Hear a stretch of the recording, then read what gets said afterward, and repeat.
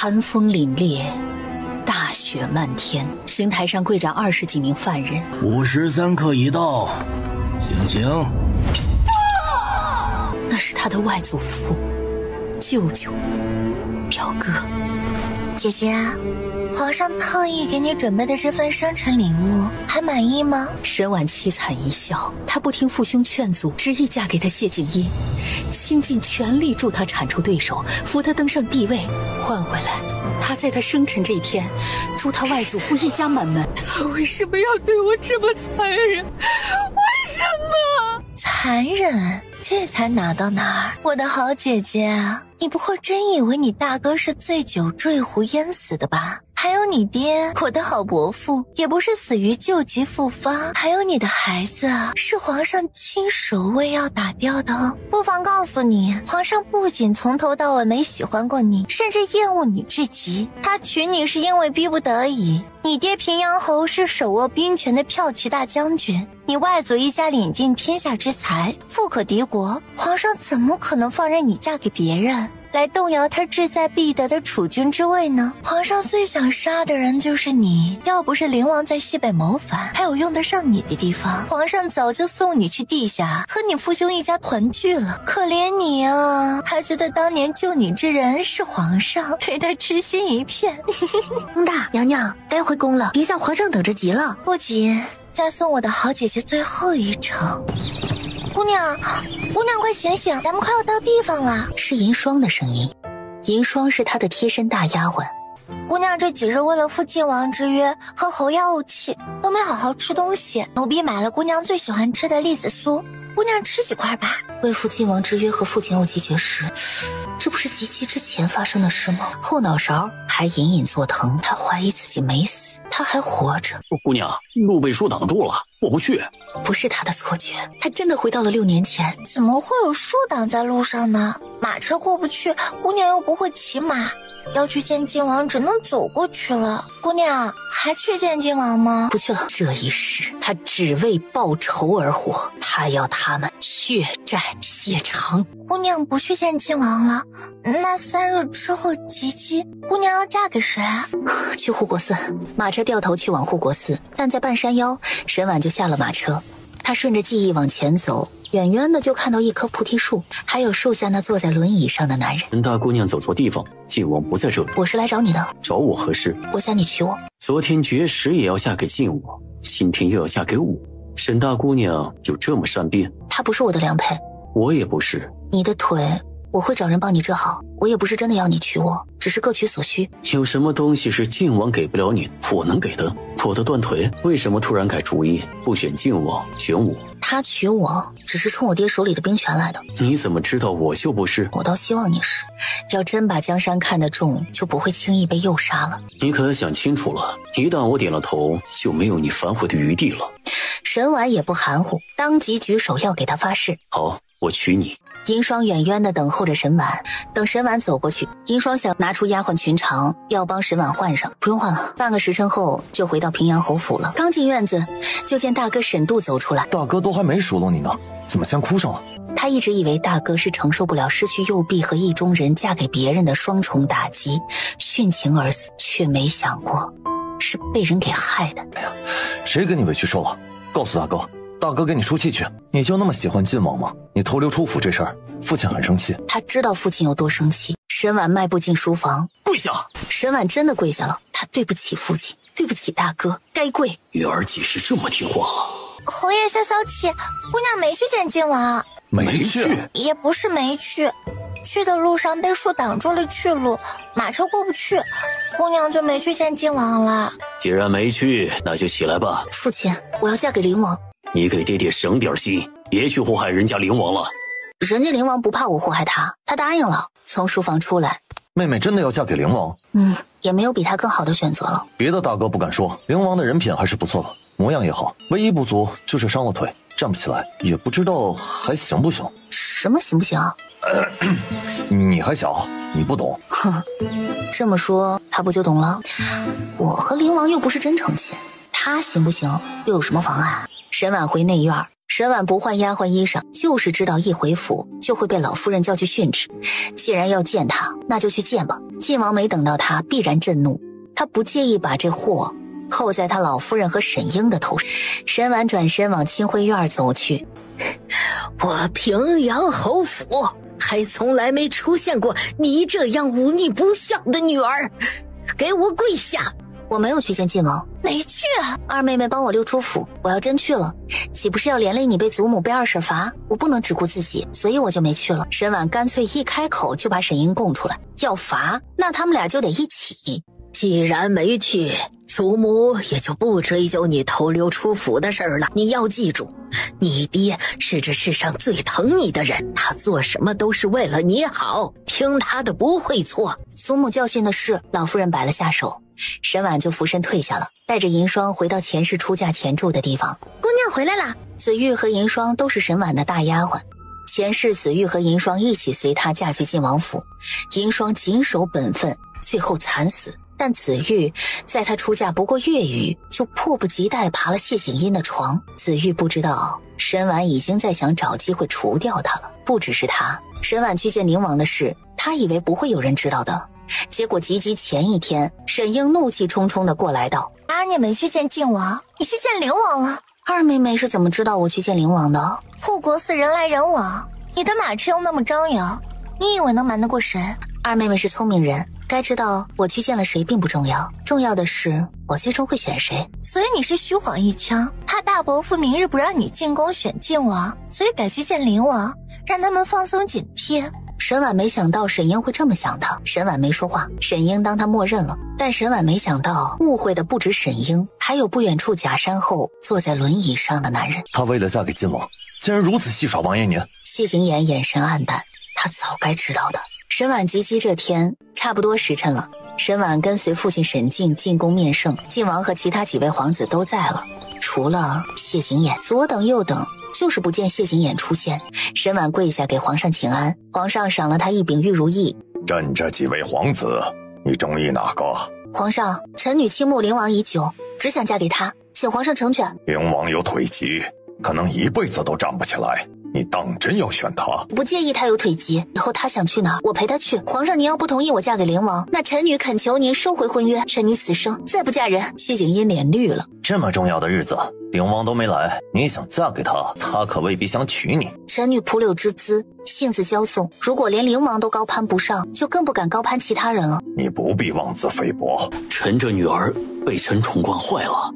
朕金口玉言，给了他选择的权利，就不会收回来。既然他如此中意灵王，非他不嫁，朕就给他们二人赐婚。谢皇上成全。谢恩后就出宫了，去灵王府。从马车上下来，你们王爷在不在府里？在。他病了？没有，我家王爷好得很。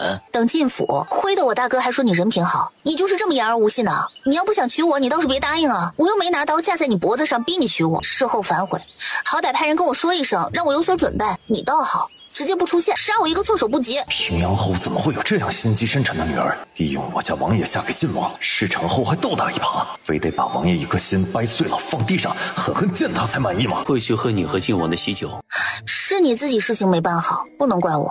我不怪你。回头我爹他们问起来，你就说你觉得自己配不上我，才反悔的，不能让我丢脸。好。沈婉还想说什么，但实在找不到话说，他就走了。至于拒婚，谢景琰自己来吧。王爷看在平阳侯世子的面子上，才没有揭穿他。他还真当王爷什么都不知道了，还要王爷贬低自己，欺人太甚。陈峰话还没说完，那边跑过来一小厮。王爷，皇上派人来宣旨。宣什么旨啊？当然是赐婚的圣旨啊！皇上把平阳侯府大姑娘赐给王爷做王妃了。沈婉带着一肚子气闷回到平阳侯府，沈度从书房过来。妹妹不是去了灵王府了吗？怎么一个人回来的？灵王没送你？灵王就是个言而无信的小人，大哥以后少和他往来。皇上才给你和妹夫赐婚，你们就吵架了？妹夫怎么招惹你了？听到有车轮滚动声传来，沈度回头就见谢景琰。你怎么惹我妹生气了？有点误会。你不去跟皇上退婚，来我平阳侯府做什么？我昨天来过平阳侯府。来过吗？没人禀告他这事儿啊。怕你和晋王闹了不愉快，一时意气，给你最后反悔的机会。不巧正好听到你和你二妹妹在说话。昨天你为何不解释？真有别人误会你，认识我食言了。那皇上的赐婚，我不退婚。这可是你说的。你得答应把你灵王正妃之位借给我1年。我尽量只占用半年。这时候有丫鬟过来禀告神都道：世子爷，云大少爷来了。我去迎大表哥。谢景琰就那么目送沈婉走远。收收你那一副怨妇的表情。不过沈婉回来的很快。怎么就一个人回来了？大表哥呢？别提了，白跑一趟。大表哥忙的连亲自给我送吉吉礼的时间都没有，刚进府就又有事走了。这一时他一定会拦着大表哥再去护国寺。我该走了。大哥还有事吗？妹妹你送灵王出府。不等沈婉答应，沈都已经跑没影了。快到二门处，谢景琰把锦盒递给沈婉。这是什么？送你的吉吉礼物。锦盒里是一支碧玉莲花簪，你给我戴上吧。沈婉弯下腰，她将玉簪插在她发髻间。远处沈英看到这一幕，等沈婉送走谢景琰回来，沈英拦住了她的去路。大姐姐和灵王藏的可真够深的，所有人都以为你属意靖王，结果你选了灵王。不知道靖王有没有后悔那年寒冬腊月把大姐姐你从莲花池里捞了起来？二妹妹就这么希望我嫁给靖王？大姐姐要嫁给谁是大姐姐的事，我只是不想被人说我们平阳侯府的姑娘性子凉薄，知恩不报而已。祖母那么知恩图报的人，这回都让我听父亲的，没帮我劝过父亲半句。难不成在二妹妹眼里，祖母也知恩不报，性子凉薄？就算不选靖王，你也不能选断了腿的灵王。灵王断了腿，不会参与楚军争斗，我只有嫁给他，才不会把平阳侯府拖入楚军争斗中去，你们才能高枕无忧。不想和沈英多费唇舌，沈婉说完就抬脚走了。真是愚不可及，大伯父手握重兵，岂是他想不参与楚军争斗就能幸免的？大伯父救过皇上的命，皇上在世一天，能保平阳侯府荣华富贵不断，可皇上总有驾崩那一天。一朝天子一朝臣，没有从龙之功，新皇还会重用平阳侯府吗？所有皇子中，靖王是最有希望夺嫡的，要是再能加上平阳侯府的兵权，袁家的残力，储君之位就是靖王的囊中之物了。这么好的机会不接着，替靖王选他人，还选个最没用的，这才是真正把平阳侯府拖入万劫不复之地。也是我大意了。不过你沈婉未免也太不了解靖王的为人，被靖王盯上的人，就算插翅也难逃。我倒是要看看断了腿的灵王如何护得住你。沈婉回到青兰院，银霜把手里拿着的锦盒放下，这锦盒正是沈婉的大表哥送她的吉吉礼。这东珠又大又圆，真好看，云家上下每一个人都疼极了姑娘。前世这一盒东珠，她就留了一颗大的，其余的全送人了。想到这里，吴妈妈就进来了。姑娘首饰多，这些东珠不妨给二姑娘他们分一点。这回二姑娘冒着老夫人罚的风险帮姑娘溜出府，姑娘都还没有好好谢谢她，下回有事儿还得指着府里的姑娘帮你呢。吴妈妈总是这么关心我，为我出谋划策。奴婢是姑娘的人，自然要事事为姑娘着想。这玉簪就赏给你了。那这些东珠我另有用处，以后再有再送给二妹妹她们不迟。等吴妈妈走后，那玉簪是灵王才送给姑娘的，姑娘就这么送人了，灵王知道了会不会生气啊？前世她手上就没沾过血，这一世就从吴妈妈开始吧。皇上把她赐婚给谢景琰，除了不能不送的侯府姐妹，没人来给她送吉吉礼了。其他人早早就把吉吉礼送来了，除了四房四姑娘沈薇来晚了，大姐姐见谅。经历过前世，沈婉知道只有四房对他们一家是真心的。前世沈薇就是在她及笄之后没几天出的事。大姐姐，四妹妹绣工精湛，这屏风我很喜欢。理不得大姐姐，在大姐姐面前献丑了。你出伤手了？我怕赶不及送大姐姐吉吉礼，心急戳了几次，不疼。沈婉当即让银霜拿药膏来，小心翼翼帮沈薇抹上。怎么哭了？我上药弄疼你了？我没想到大姐姐对我这么好，给她上个药就好了。她怎么不想想以前不待见她的时候呢？晚上睡前再抹一次，明天就好了。沈薇连连点头。做了1刻钟，沈薇就回去了。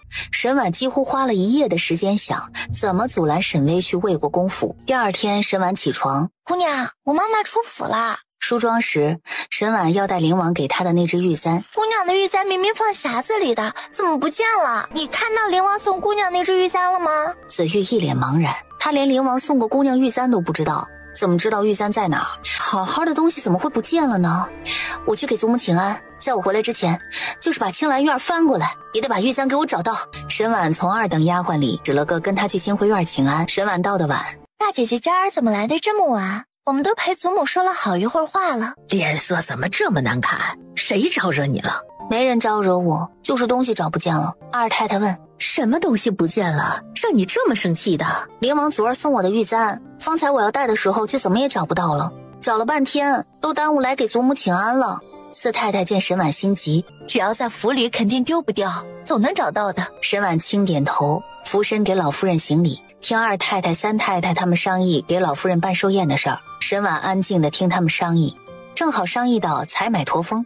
三太太道：驼峰不好买，尤其一下要买这么多，看来只能找云家帮。话还没说完，外面银霜快步进来道：姑娘，玉簪找到了，还好没丢。沈英就问：在哪儿找到的？银霜欲言又止。二太太冷道：玉簪是从哪里找到的都不知道吗？是在吴妈妈屋子里的枕头底下翻出来的。我的玉簪怎么会跑吴妈妈的枕头底下去？玉簪是奴婢亲手放到匣子里去的，但怎么都找不到了。子玉怀疑是被人顺手牵羊走了，便让人把昨儿进过姑娘屋子里的都搜了一遍，然后就在吴妈妈屋子里把玉簪找到了。二太太道：吴妈妈是老夫人给大姑娘的，不该是这样手不干净的人呢，这其中莫不是有什么误会？许是我粗心，把玉簪丢哪儿，让吴妈妈捡了去吧。吴妈妈人呢？把她带过来。吴妈妈一早就出府了，还没回来，派人去侧门等着。吴妈妈一回来就带来祖母这儿，又等了小2刻钟，吴妈妈就进屋来了。那玉簪明明是姑娘赏给奴婢的，姑娘怎么反诬来是我偷拿的？我什么时候赏给你的？银霜能给奴婢作证。吴妈妈说什么胡话呢？那玉簪是灵王送给姑娘的吉吉礼，姑娘怎可能把玉簪送给你？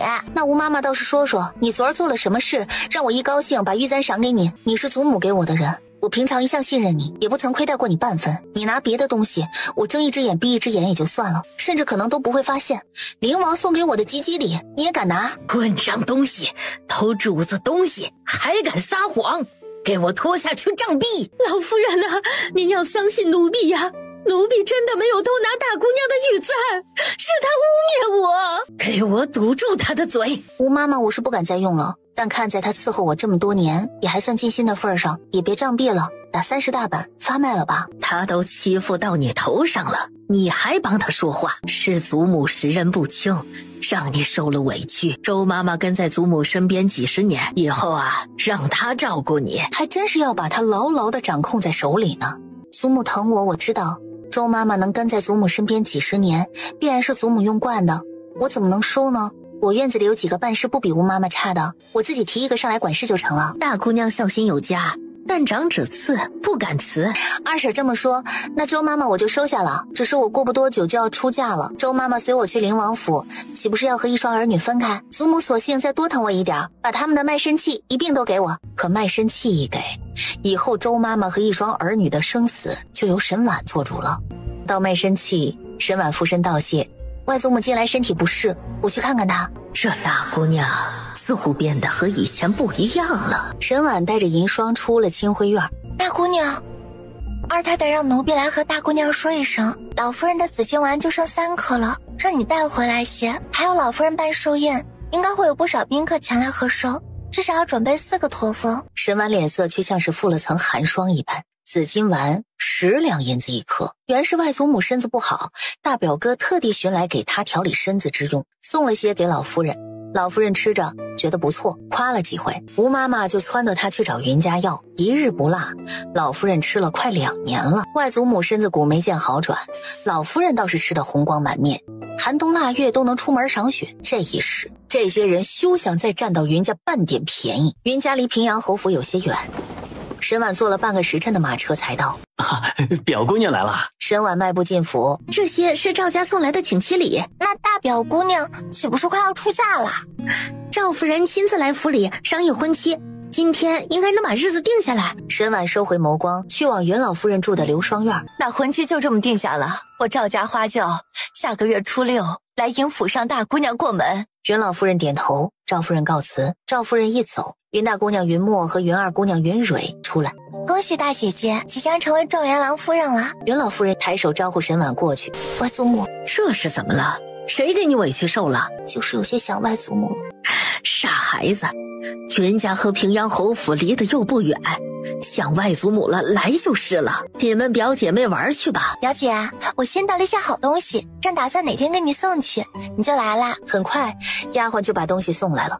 这是二哥前儿才派人送回来的扣单，涂在指甲上遇水不化，比一般的扣单好用多了。你不喜欢太鲜艳的颜色，我特意把这瓶淡雅的留给你。这个涂的时候要小心哦，不小心涂到手指上，只用水洗，没有10天半个月都洗不掉。这扣单有大红的吗？有啊，那我要大红的。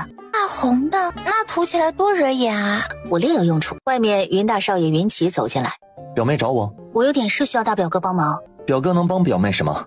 云家生意遍布大楚，表哥帮我找画像上的人，他好像在东南一带，是位名医，姓陶。我找他进京给灵王治腿，还有外祖母的陈年旧疾，他应该也有办法医治。表妹都知道那陶姓大夫的模样了，怎么不知道他人在何处？表哥再帮我找一下这2味药材，好像绵州就有。我传消息下去，让人尽快帮你找到。多谢表哥了。和表哥还客气什么？见云奇离开，银霜以为沈婉忘了二太太交代的事儿。姑娘，紫金丸和驼峰为了一群白眼狼让表哥奔前跑后，他们不配。但云家的生意越做越大，就是块香喷喷的肥肉，是个人都想来叼一口。没有保全自己的实力，这钱终究是给别人挣的呀。吃过午饭，沈婉方才离开，回到侯府，沈婉去见了老夫人，见她空着手进来。紫金丸呢？买的紫金丸在带进京的路上被笨手笨脚的小厮打翻了，不好再给祖母。表哥已经派人重新去买了，估计要些日子才能送来。还有驼峰，今儿赵家登门送请妻礼，云家忙得厉害，我没找到机会开口，下次去再说。姑娘这些天实在是奇怪，好像对老夫人和二姑娘他们一下子就不热忱了，甚至冷淡了起来。下回可别忘了说，不能让祖母的寿宴办得不风光。对祖母的事，我什么时候没上心过？回到青兰院，刚坐下，周妈妈就带着女儿雪梅走了进来。周妈妈该知道，我本来没打算收你，是二婶逼着我收下了你。老奴愚笨，入不了大姑娘的眼。吴妈妈是我用计赶走的，我身边不需要吃里扒外的人，心不在青兰院，人也没必要在。周妈妈是聪明人，该懂我这话的意思吧？奴婢从此就是大姑娘的人。好，我给你半个月的时间，把我青兰院里吃里扒外的都给我清干净了。吃过早饭，沈婉和往常一样去清辉院给老夫人请安。大姐姐，我们一会儿要去护国寺，你去不去啊？去护国寺给你爹祈福，也别忘了给灵王点盏长明灯。沈婉看向银霜，低声吩咐了2句，银霜就退下了。过了1刻钟，丫鬟进来道：马车准备妥当了，出去玩别忘了时辰，早点回府。是。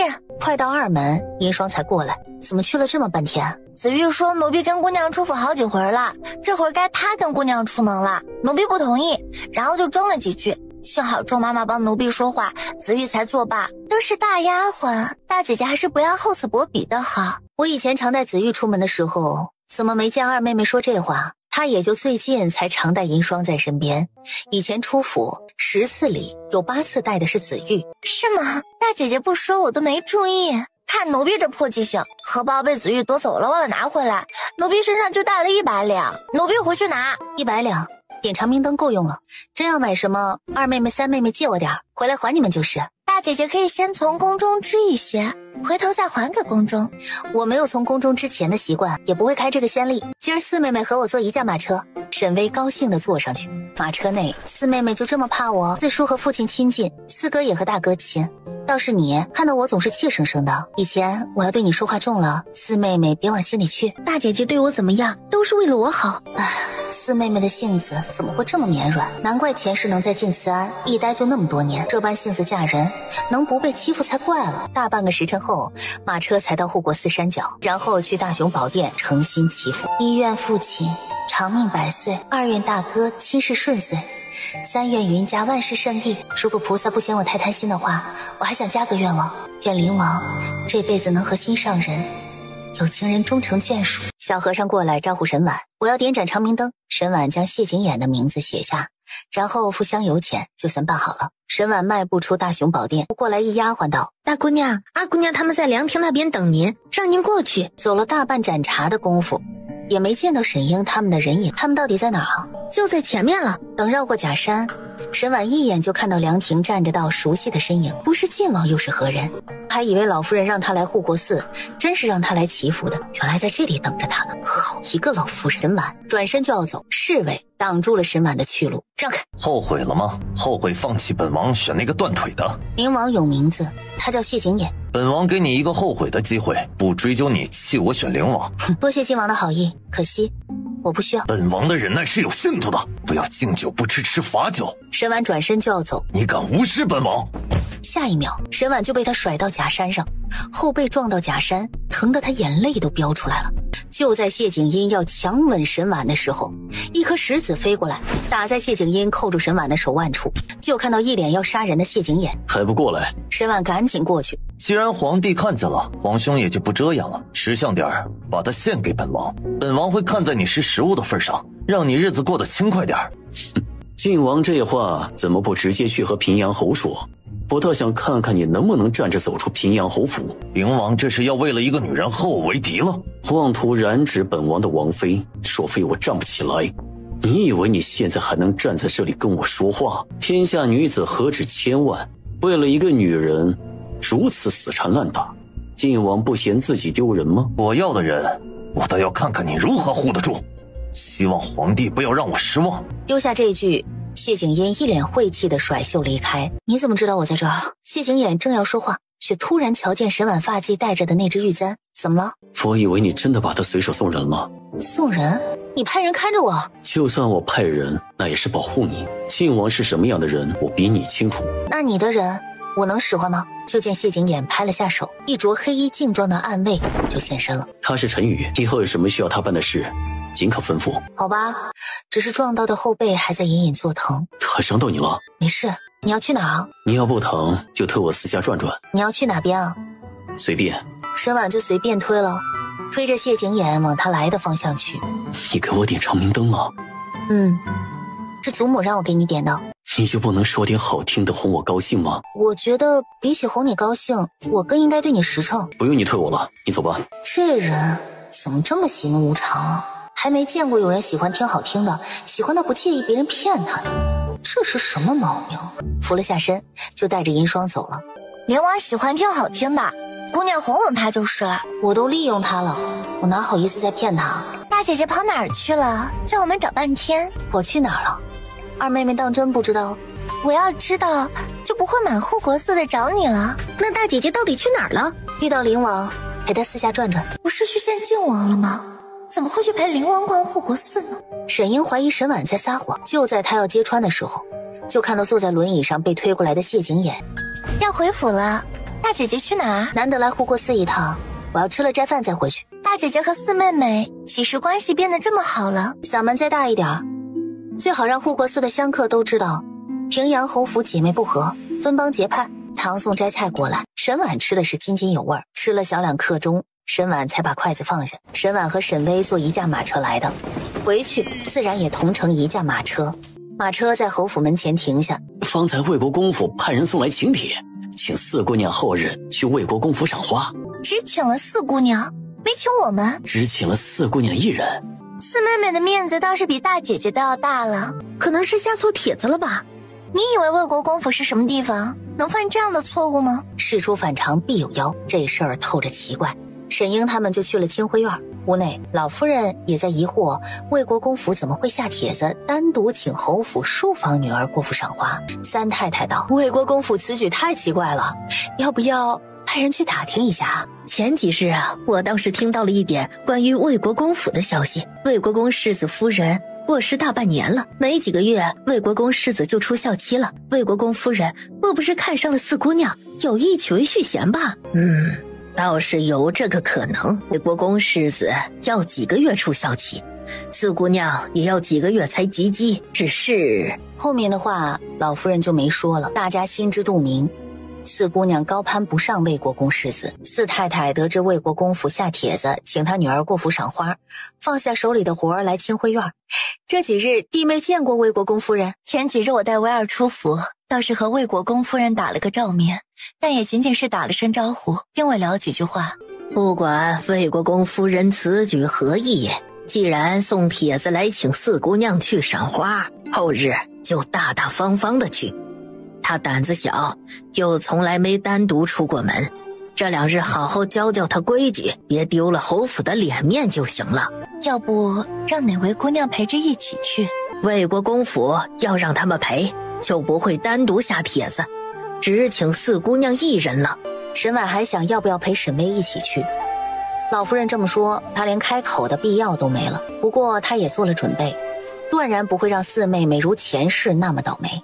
夫人问了问他们去护国寺的情况，以后我还是别和大姐姐一起去护国寺了。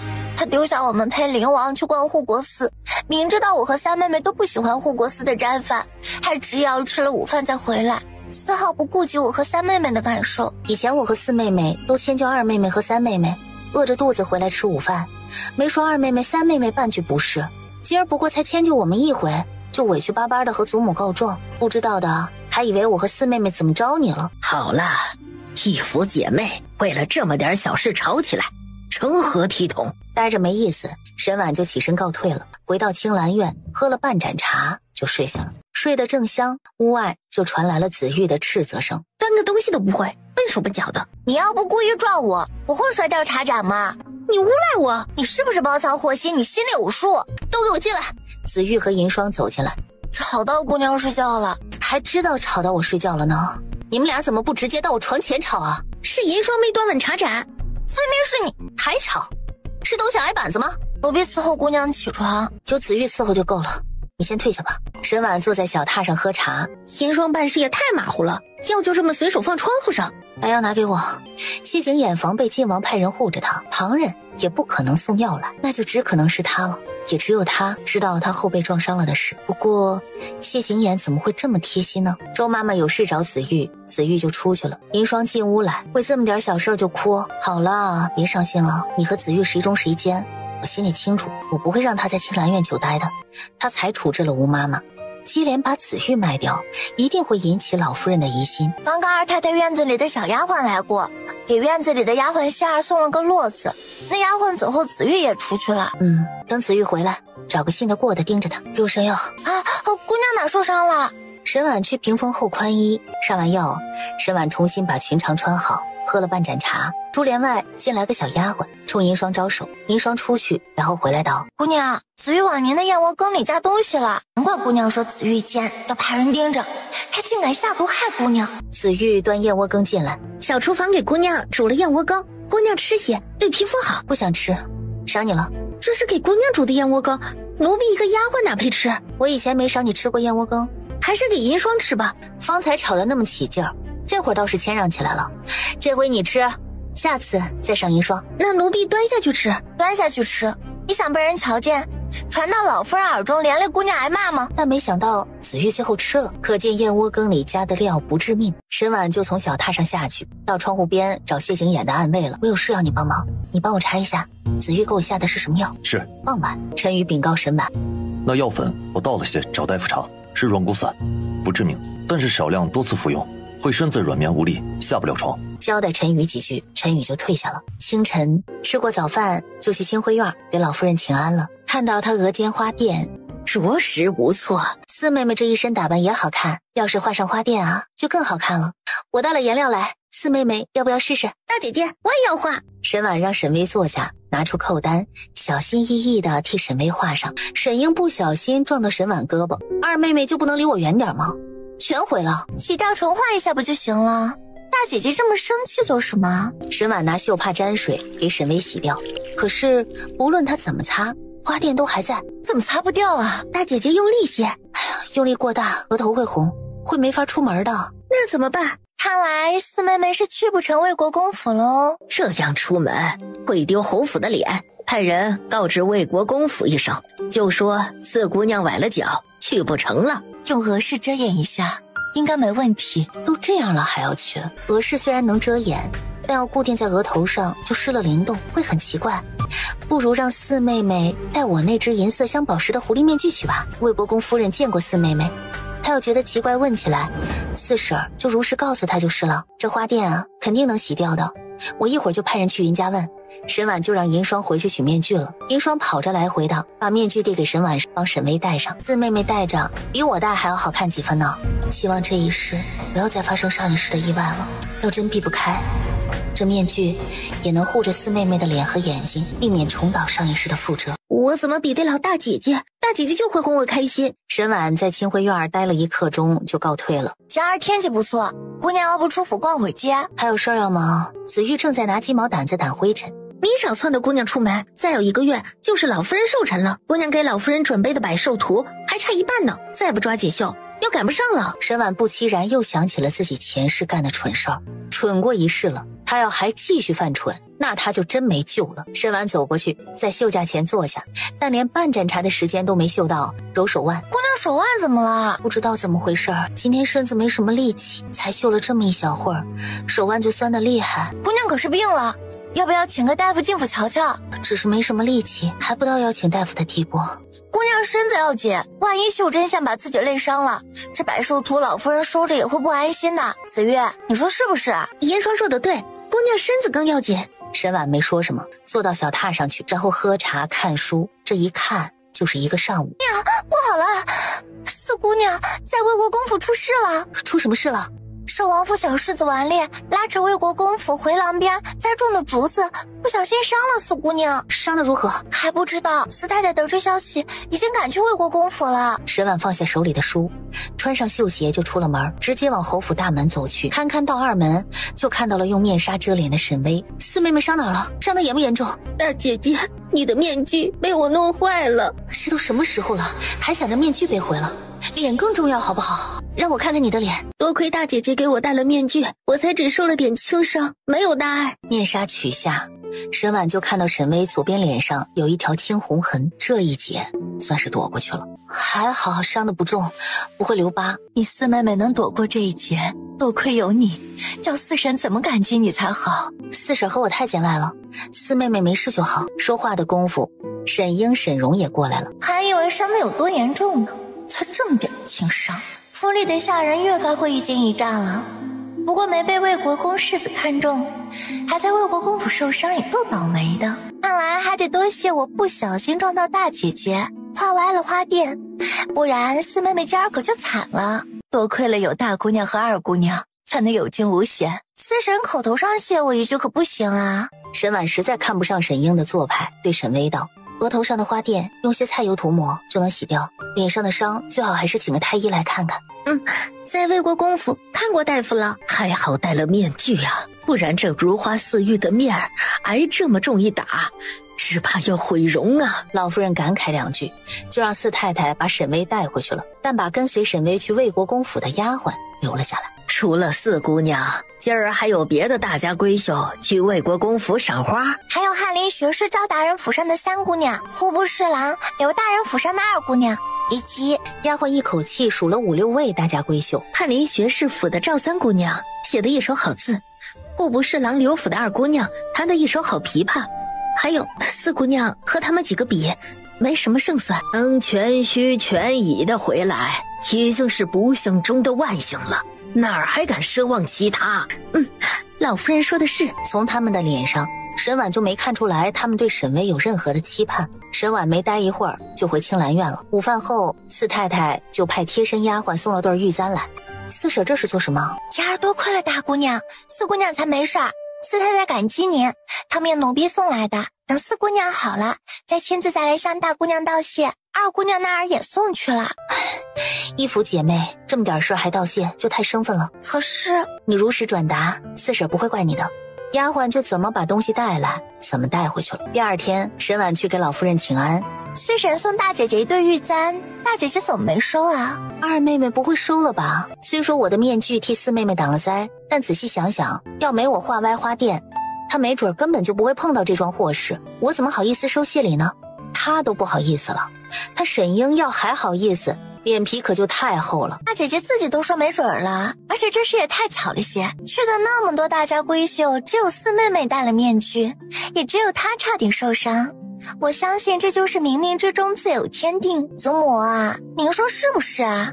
是，你四妹妹都是托了你的福，才平安无事。沈婉鸡皮疙瘩涌出来2胳膊，早上刚吃的饭都快恶心吐了。老夫人，魏国公夫人来了。请魏国公夫人进来。不多会儿，魏国公夫人就进来了。昨儿请府上四姑娘去我魏国公府赏花，没想到会出那样的意外，让四姑娘受惊了。我这心底实在是过意不去。府上也不是故意的，万幸也没什么大碍。魏国公夫人不必内疚。我瞧这四姑娘就是个极有福气的，换个人，昨儿只怕是要被抬出我魏国公府了。既是来赔礼，少不得要带赔罪礼来。魏国公夫人带的东西不少，除了给沈巍带的补品、绫罗绸缎以及首饰外，还带了只人参和一些冬虫夏草给老夫人。前世沈巍受那么重的伤，魏国公夫人送的也是这些东西，而且只带了只人参给老夫人。这一世沈巍伤轻的多得多，却还给老夫人带了冬虫夏草，不该伤得越重补偿的越多吗？怎么反过来了？魏国公夫人走后，寿王妃也来了，为儿子顽劣险些重伤沈巍登门赔礼，送的赔罪礼和魏国公夫人差不多。从清辉院出来，沈婉先去四房探望沈巍，陪他说了会儿话，才回青兰院。屋内小丫鬟冬儿见沈婉和银霜回来，凑到银霜耳边低语了两句。银霜跟进屋，小声禀告沈婉道：子玉这会儿把药粉撒在糕点上的。沈婉拿起来一块吃起来，看来接下来他得病一遭了。他倒要看看他们葫芦里卖的到底是什么药。接下来几天，沈婉一天比一天无力，头2日还能在花园逛逛，后来只去给老夫人请安，再到后来连门儿都出不了，虚弱的需要卧床。他没去给老夫人请安的第1天，老夫人就派了丫鬟来看他，老夫人就让二太太给他请个大夫，父给沈婉把了一通脉，但说不出个所以然来，只好开了张调理方子就告辞了。那药方沈婉吃了2天，不仅没有丝毫效果，还病得更严重了。沈静和沈度来探望沈婉，当即让管事拿帖子进宫给沈婉请太医。太医来得很快，徐太医，快给小女看看到底什么情况。徐太医坐下给沈婉把脉，小女病情如何？侯爷见谅，大姑娘这病我实在无从医治。装出来的病让他怎么治啊？没法治啊！而且借他几颗胆子，他也不敢坏晋王的事儿啊。徐太医医术高超，要是你都治不好小女的病，那小女这病……大姑娘这病来得古怪，没准哪天自己就好了。怕沈静追问，徐太医赶紧拎起药箱子告辞。这好端端的，怎么就病恹恹的了？还连太医都不知道病因。爹爹别担心，我没事。再请个太医来看看，我不信太医院那么多太医，没一个能治我女儿的。这不是折腾人家太医吗？爹爹，徐太医不是说了吗？我这病的古怪，没准哪天自己就好了，您不用管我。说的什么话？你是我女儿，我不管你谁管你。沈静这话刚出口，外面进来个丫鬟道：侯爷，林王听说姑娘病了，来探望姑娘。让林王进来。探身就看到谢景琰推着轮椅进来，这动作灵活的，一点也不像虚弱的样子。伯父，林王有心了，既然来了，你就多陪婉儿说几句话吧。啊！屋子里就只剩下沈婉和谢景琰。你怎么来了？谢景琰看着沈婉那张苍白的脸，伸手抹了下，一手白粉。你病了，我来看看你。别人不知道我是装病，你还不知道吗？可别人又不知道我知道。未婚妻病了，我这个未婚夫不来探望一下，岂不太凉薄了？你爹或许不怪我，但你大哥肯定饶不了我，我可不敢不来。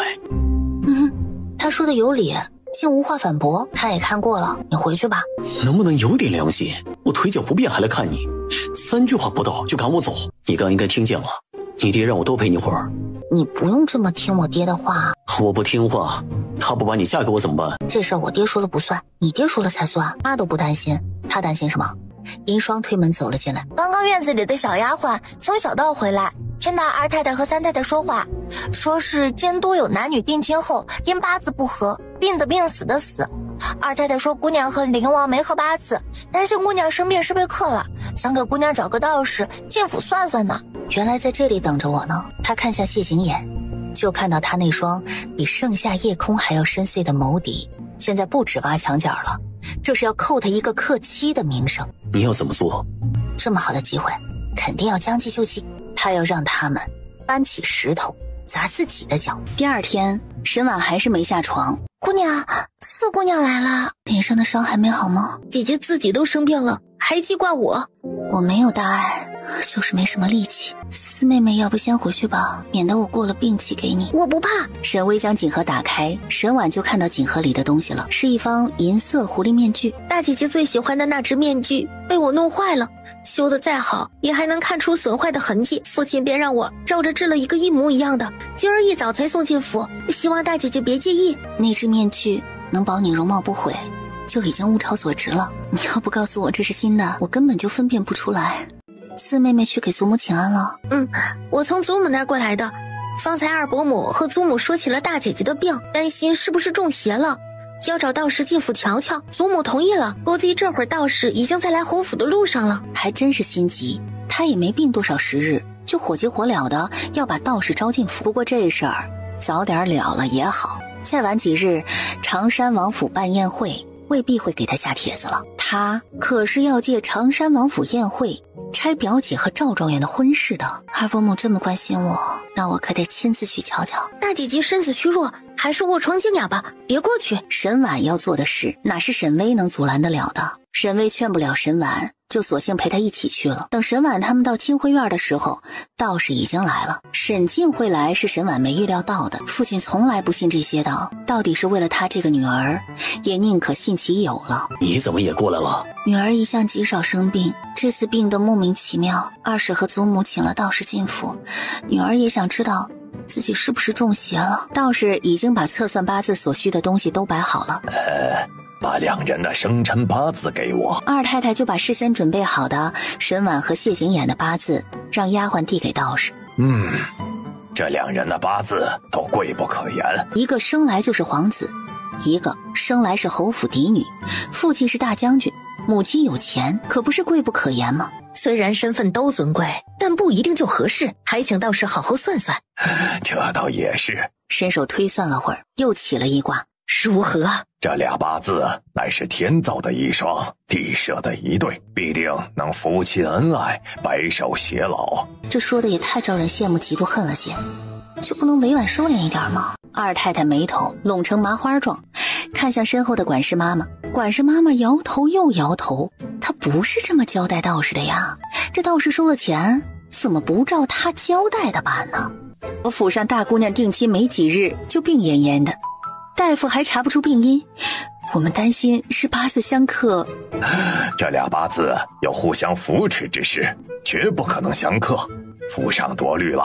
至于病恹恹的，从卦象上看，应该是误食了什么东西，饮食上多加注意，要不了几日就会没事。但是道士什么？方才我来的路上就注意到侯府上空西北方向隐隐有乌云笼罩，再看老夫人和这位夫人印堂发黑，怕是要走一段时间的霉运，甚至可能有血光之灾呀。可有化解之法？既然来府上了，也点到这儿了，自然要帮着化解一二。请说。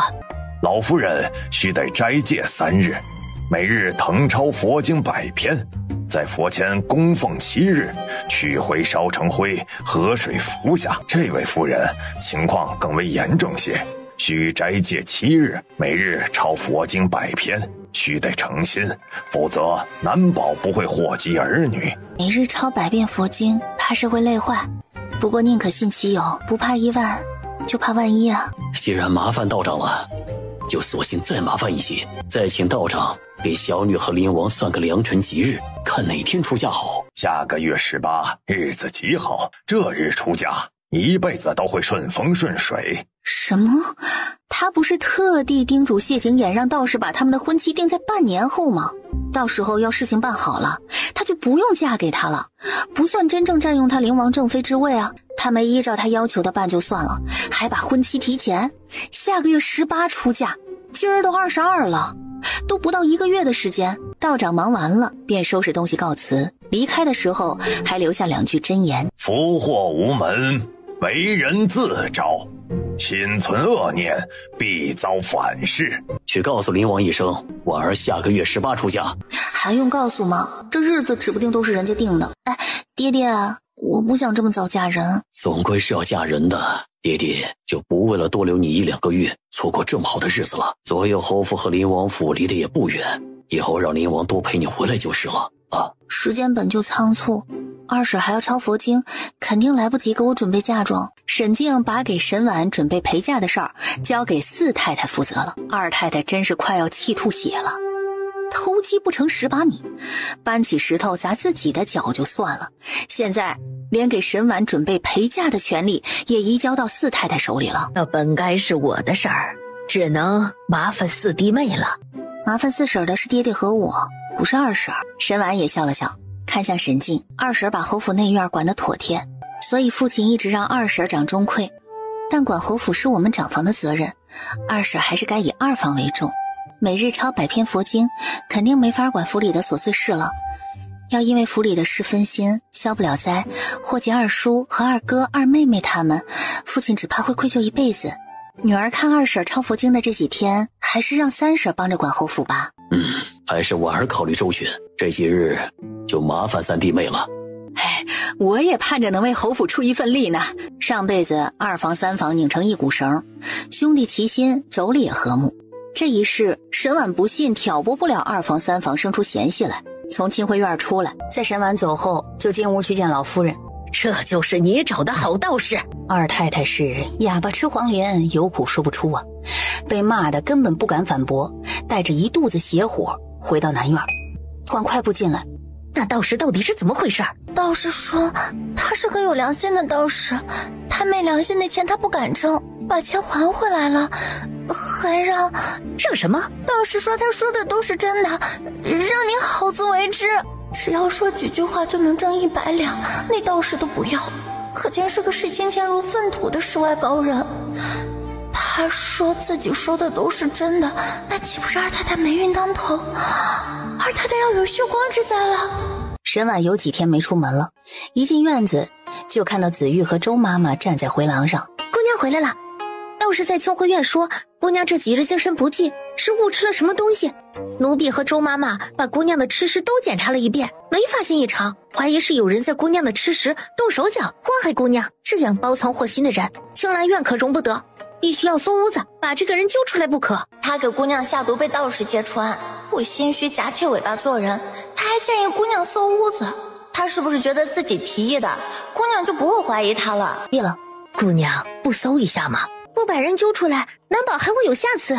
周妈妈和紫玉都觉得该搜，姑娘就该搜一下吧。沈婉知道银霜天真，但没想到会这么天真。紫玉既然让她搜，显然这把火只会烧别人，不会烧到她身上去。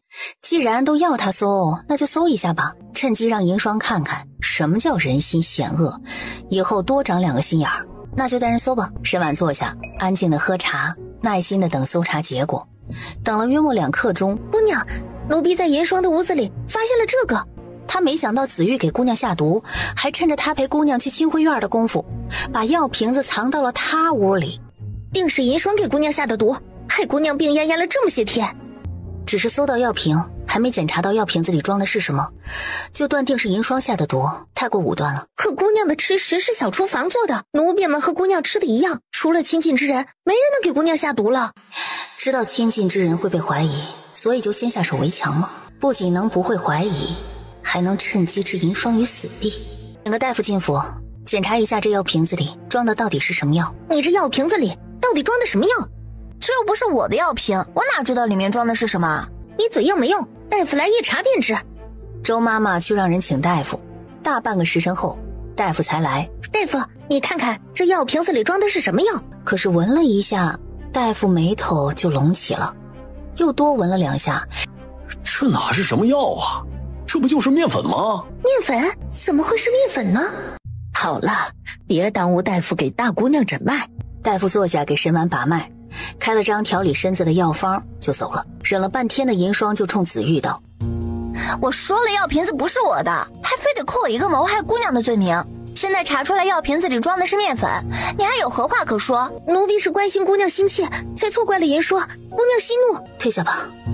姑娘为何不揪出紫玉？这么好的机会错过可惜了。太容易把紫玉揪出来，二太太肯定会猜到是她让道士反口，坏她的算计，必会对她起戒心。她有别的法子把紫玉赶出去，何必打草惊蛇？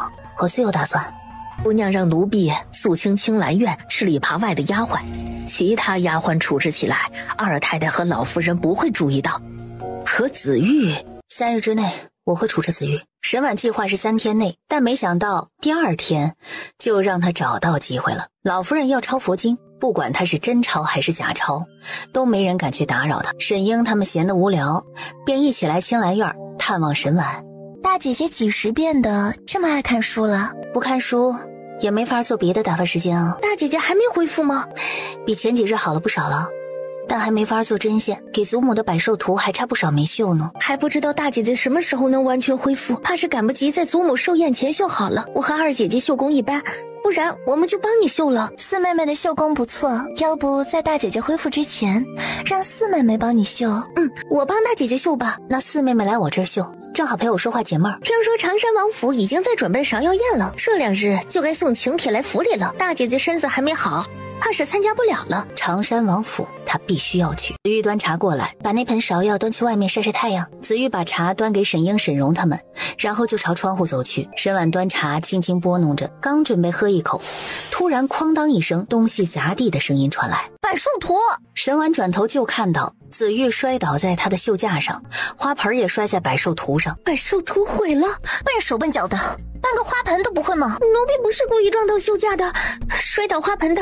刚刚奴婢抱着花盆转身，突然看到窗外站着个人，奴婢吓到了，受惊之下才不小心毁了姑娘给老夫人绣的百寿图。你毁了姑娘绣的百寿图，还吓唬姑娘？大白天的，窗外怎么会有人？奴婢没有撒谎，刚刚是有个男人站在窗外。给我张嘴！银霜没有犹豫，上去就是一巴掌。奴婢没有撒谎。你当我们平阳侯府守卫是吃素的吗？让人随便就闯进府，还大白天就来我的闺房，这话传扬出去，不止我的名声毁尽，二妹妹、三妹妹的名声都要受我牵连。大姐姐，消消气，别气坏身子。念在你我主仆一场的份上，我今日不杖毙你。来人，给我堵住他的嘴，杖责30大板，迈出府去。奴婢对姑娘忠心耿耿，姑娘就看在奴婢无情的份上，饶了奴婢这一回吧。3两下就把嘴堵上，拖了出去。很快，啪啪的板子声就传了过来。祖母知道大姐姐给她绣百寿图，很高兴，还等着过寿的时候收到。就算大姐姐没日没夜的绣，也不可能在祖母寿宴前再重绣一幅百寿图了。今年只能另外准备礼物贺寿了，不过来年绣也一样。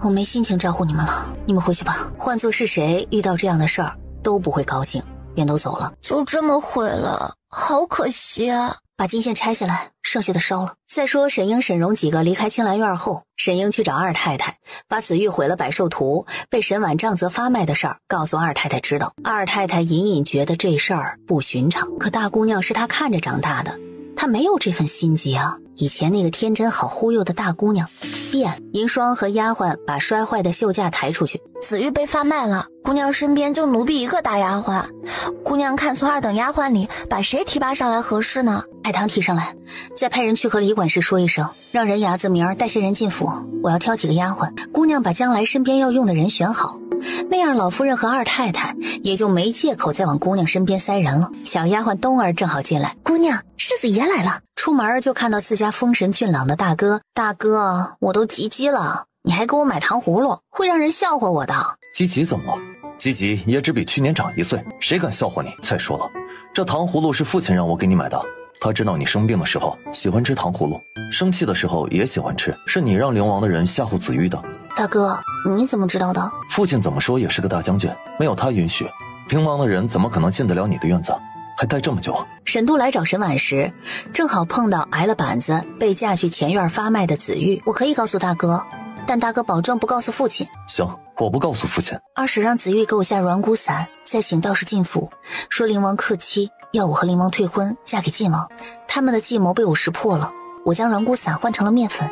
这些天我都是在装病的，紫玉还要栽赃银霜，我才设计将他撵出府的。二叔三叔看似敬重父亲，为父亲马首是瞻，实则对父亲阳奉阴违，我怕他们会对父亲不利。还有大哥，你也要小心。妹妹是怎么发现的？就那么发现的呗，你妹妹我又不笨。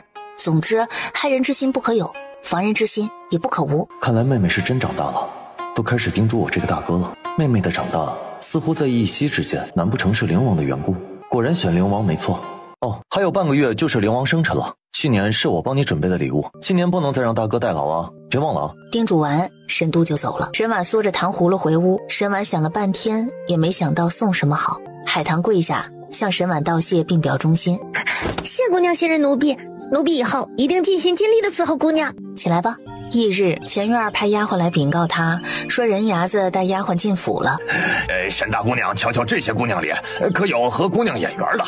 这些都是我筛选过一遍才带来的，要模样有模样的，有手脚勤快的啊，还有会识得几个字的，要什么样的丫鬟都有。简单的问了丫鬟们几句话，然后选了2个勤快的，2个会识点字儿的，模样清秀的也选了2个，拿到他们6个的卖身契。负责训诫丫鬟的管事妈妈就要把丫鬟带下去教规矩，沈婉没让。这几个丫鬟的规矩我亲自教。这不合规矩。你是在教我规矩？奴婢不敢。不敢就把路让开。程妈妈只是按照规矩办事，大姐姐何必为难她呢？要人人都如大姐姐一般任性不守规矩，这府里岂不是要乱套了？大姐姐还是别让程妈妈为难了。大伯父手握重兵，万一将细作混进了府，可是疑惑无穷了，谨慎些好。程妈妈不过就是教丫鬟规矩，什么时候盘查细作也归程妈妈管了。几位姑娘放心，我带进府供挑选的这些丫鬟，身家都清白，经得起考验的，绝不可能是细作。我敢用项上人头做担保。你不说话，没人当你是哑巴。所有进内院的丫鬟都得先学过规矩。今日程妈妈要通融了，万一哪天这些丫鬟不长眼犯了家规，没得连累程妈妈受罚。那就不用三妹妹操心了，我亲自教导的丫鬟，她们要真犯了家规，是我御下不严，我自会请罚，不会牵连任何人。到时候可就不会这么说了。看来你们是觉得我这个即将嫁去灵王府，成为灵王府当家主母的人，连几个丫鬟都管不了，还不如一个管事妈妈了。大姐姐为何一定要自己管教这些丫鬟，顾着到不惜和我们起争执？你们又为何一定要程妈妈训诫我的丫鬟？或许我们的目的正好相反呢。我们哪有什么目的啊？不过是维护侯府家规罢了。就是，大姐姐何必以小人之心夺君子之腹呢？两人一唱一和，非要和沈婉作对到底。李管事过来道：发生什么事了？姑娘选了6个丫鬟，想亲自教导。2姑娘、3姑娘说这不合规矩，一定要姑娘把人交给程妈妈管。李管事可有什么两全之美的办法？大家各退一步，大姑娘把丫鬟带回青兰院，程妈妈去青兰院教导这些丫鬟规矩。沈婉没有意见，沈英、沈荣可就不满了，但不满也不能再说什么。沈婉要带丫鬟走，这时候那边过来一个小厮：姑娘、3姑娘，长山王府派人送来请帖，请你们过几日去参加芍药宴。沈婉眉头微拢，真是怕什么来什么。果然因为她的病，长山王府不给她送请帖了。长山王府怎么没给大姐姐送请帖？大姐姐生病了，长山王府怎么会邀请大姐姐去呢？芍药宴上可是会有不少大家闺秀和世家少爷的，万一过了病气给别人可怎么办？我的首饰都佩戴过了，我们去逛街吧，买些首饰，芍药宴上戴。让人准备马车。站住！大姐姐叫住我们做什么？2妹妹、3妹妹不是最守规矩吗？我可清楚的记得，未经长辈允许擅自出府，回来可是要受罚的。你们没得到允许就擅自出府，要在府外出点什么意外，这2个放你们出去的小厮必定会被杖毙。话是他们先说的，他们连反驳的话都找不到。上回大姐姐偷溜出府，去见晋王，大伯父和祖母可没罚你。3妹妹记性这么差吗？父亲和祖母都要罚我，因为我听话没去见晋王，才没有受罚。要人人都这么任性，侯府岂不是要乱套？去和我娘请示一下又不难，正好身上也没带什么钱，回去拿。说完，沈英抬脚就走，沈荣紧随身后，没能要沈婉把丫鬟留在外院训诫，还反被沈婉逼着不得不回内院请示才能出府，气死他了。姑娘竟然能要2姑娘、3姑娘乖乖回去请示，然后再出府，这是以前想都不敢想的事儿。姑娘不仅不会再被他们占便宜了，还能让他们栽跟头。哎呀，姑娘现在是越发的厉害了。回到青兰院，她记得前世去长山王府参加芍药宴，有一株极好看的芍药花叫风雨落金池。丹阳郡主向人介绍时说，差点错过这株芍药，她去迟了，这株风雨落金池被别人买走了。她实在是喜欢，就花了双倍的价格买下来，移栽到长山王府的花园里，大家才能看到她。或许她可以去碰碰运气。姑娘，4姑娘来了。长山王府没给大姐姐下帖子，也没给我下。别失落了，明儿陪我去街上逛逛。大姐姐，你身子骨还没好全呢。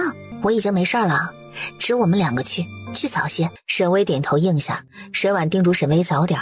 结果第2天他起床洗漱完才坐下，沈巍就来了。四妹妹吃过了？我吃完才来的，大姐姐慢点吃，小心噎着。沈婉只用了平常1半的时间就把早饭解决了，漱口净完手就和沈巍出了门，坐上马车直奔百惠坊。沈婉只知道前世常山王府丹阳郡主会来百惠坊，但不知道具体哪天。他来就是碰个运气，要是能碰到丹阳郡主最好，要是不能，他可以提前把凤羽落金池那株芍药预定下来，回头将花派人送去给丹阳郡主，丹阳郡主肯定会给他下帖子。他一进百惠坊，不知道2位姑娘想买些什么花呀？有芍药凤羽落金池吗？姑娘想要凤羽落金池？姑娘来的不巧啊，刚有1盆被人买了，那位客人还没走呢。你去帮我问一下那位客人，我能不能出3倍价格，请他忍痛割爱。小伙计去帮忙问了。大姐姐为何一定要凤羽落金池？也不是非要不可，他的目的是常山王府芍药宴的请帖。没一会儿，小伙计就回来了。我没见到那位客人，他的跟班小厮说多少钱都不卖。没有凤羽落金池，姑娘也可以看看有没有别的花入眼。沈婉正在看一株兰花，突然被沈巍撞了一下，就看到魏国公世子走过来，然后注意力就被他身后跟着的小厮抱着的凤羽落金池吸引住了。方才听小厮说，有2位姑娘想高价从我手里买凤羽落金池，是你们？我们不知道买主是魏国公世子，才做出这样让人笑话的事儿。沈四姑娘脸已经恢复了？已经好了。上回让沈四姑娘受惊了，这盆芍药就当是给姑娘赔礼了。这多谢魏国公世子。魏国公世子轻点了下头，又看了沈巍一眼，就迈步走了。这盆兰花我买了。说着，沈婉把兰花抱起来塞给沈巍。我们不能白要魏国公世子的花，你把这盆兰花送去给他，算作交换。大姐姐，我不想去。哎呀，你就是太胆小了，要多练练。沈巍被迫接住沈婉塞过来的兰花，被沈婉推着往前走了几步。很快，熟悉的脚步声就传来了。沈婉侧头就看到沈巍红着脸回来。花呢？大姐姐不是让我把花送给魏国公世子吗？他没推辞就收了。沈巍点头。大姐姐在笑什么？沈婉可不敢说魏国公世子看上他了。四妹妹还是回去问四婶吧。大姐姐就不能告诉我吗？沈婉摇头，沈婉也没说半个字儿。沈婉和沈巍一人选了2盆花，沈婉便让银霜结账，准备去逛街了。结果一出百惠坊，就看到常山王府的马车停下。不是说沈大姑娘病了，沈四姑娘伤了脸吗？之前是有些身体不适，不过已经好了。四妹妹脸上轻微，好得更快。我不知道你们都没事啦，便没给你们送请帖。我一会儿回去让人给你们送去。义府姐妹给沈婉补帖子，肯定不好把沈巍落下，这就是沈婉要沈巍陪她来百惠坊的原因。丹阳郡主盛情相邀，我肯定会去的。方才我们得了株凤羽落金池，就送给丹阳郡主了。我府里正缺一株凤羽落金池，你把它送给我，那我就不推辞了。但是我也不能白要，芍药宴那日啊，我府上芍药花，不论你看上哪一株，我都送给你。丹阳郡主客气了，借常山王府的光，我们才能一次欣赏到那么多种芍药。让我带走其中一株，我于心何忍啊？百惠楼门口不是说话的地方。沈婉和丹阳郡主只是寒暄了2句，就和沈巍走了，坐上马车。大姐姐好不容易才得到那株芍药，怎么送给丹阳郡主了？那株凤羽落金池，我本来就是为了送给丹阳郡主才要买的，花是魏国公世子送给你的，按理我不该转送丹阳郡主的。大姐姐说的哪儿的话？要不是大姐姐要，我就不会收那花，就不是送的呀，不是拿兰花换了吗？等回到青兰院，姑娘，常山王府给您和四姑娘送了请帖来，把请帖拿给我。小丫鬟把请帖递到沈婉手里，沈婉看了好几遍，才让银霜收好。翌日吃过早饭，沈婉就带着银霜去了清辉院。沈婉进去，不等她给老夫人请安，沈英就发难道：大姐姐让我和三妹妹一定要请示过才许出府，她自己却不用，只许州官放火，不许百姓点灯。我怎么没请示？我问过了，这几天你就没见到过大伯父，也没问祖母。身为长姐，更要以身作则。我不比你，二婶还在，随时能请示。祖母忙着抄佛经，我不敢来打扰。父亲公务繁忙，早出晚归，我经常见不到他人，让我如何请示？我约四妹妹去逛街，四婶同意四妹妹去，自然也就同意我去了。四婶同意都不行，难不成二妹妹要我去母亲牌位前请示？虽然沈婉是冲着沈英说的，但说的话怎么听都像是她纵容沈英欺负她没娘护着。快别伤心了，这叫侯爷知道得心疼坏不可。冤枉你大姐姐了，还不快道歉？大姐姐，是我没有弄清楚，对不起。义府姐妹要和睦相处，以后不许再因为这些芝麻绿豆大的事起嫌隙，互相针对，听见没有？是，银儿谨遵祖母教诲。沈婉也应下，还有沈荣和沈薇。老夫人抄了3天佛经，还没缓过劲儿来，没坐一会儿就回屋歇着了。沈婉他们就告退了。出了门，昨儿大姐姐让我回来问娘，但娘也不说，你们到底在卖什么关子？四婶不告诉你，那我就更不能告诉你了。转眼4天过去，到了常山王府举办芍药宴的日子，吃过早饭，沈婉就带着银霜去清辉院。在府里，你们姐妹闹点不和，我睁一只眼闭一只眼也就算了，出了府你们要谨记，一府姐妹一荣俱荣，一损俱损，要传出姐妹不和的流言，回来我必重罚。这是要他们心底再有不满，就是装也要装出姐妹和睦来了。就是因为这般擅长伪装，骗了他，骗了大哥，也骗过了父亲。明面上兄友弟恭，背后给父亲捅刀子。老夫人训诫完，时辰也差不多了，沈婉他们便俯身告退。常山王府离得有些远，待马车停下，平阳后府几位姑娘到了，快请入府。丫鬟领着沈婉、沈英他们进府，往花园走去。沈婉他们跟着丫鬟去见丹阳郡主。你们可算是来了，来头一只。沈婉对这些都不感兴趣，小声吩咐银霜道：去找找看，国子监祭酒陈家大姑娘来没来？沈婉看丹阳郡主他们玩了好一会儿，银霜回来，陈大姑娘来了，在那边凉亭里赏锦鲤。和前世一样来了就好。沈婉往凉亭方向看了一眼，眼底闪过一丝期待。沈薇玩得很开心。大姐姐，不一起玩吗？不了，你们玩吧，我去那边转转。常山王府的芍药花可真多啊！主仆俩沉浸在海棠花海中，不知不觉就走远了。姑娘，有人过来了。有人过来就有人过来，有什么好大惊小怪的？沈大姑娘怎么独自在这里赏花？秦王，当今皇上的大皇子谢景祺。秦王是皇上的嫡长子，可惜先皇后早几年就去世了，皇上又立了继后，也就是晋王谢景殷的生母。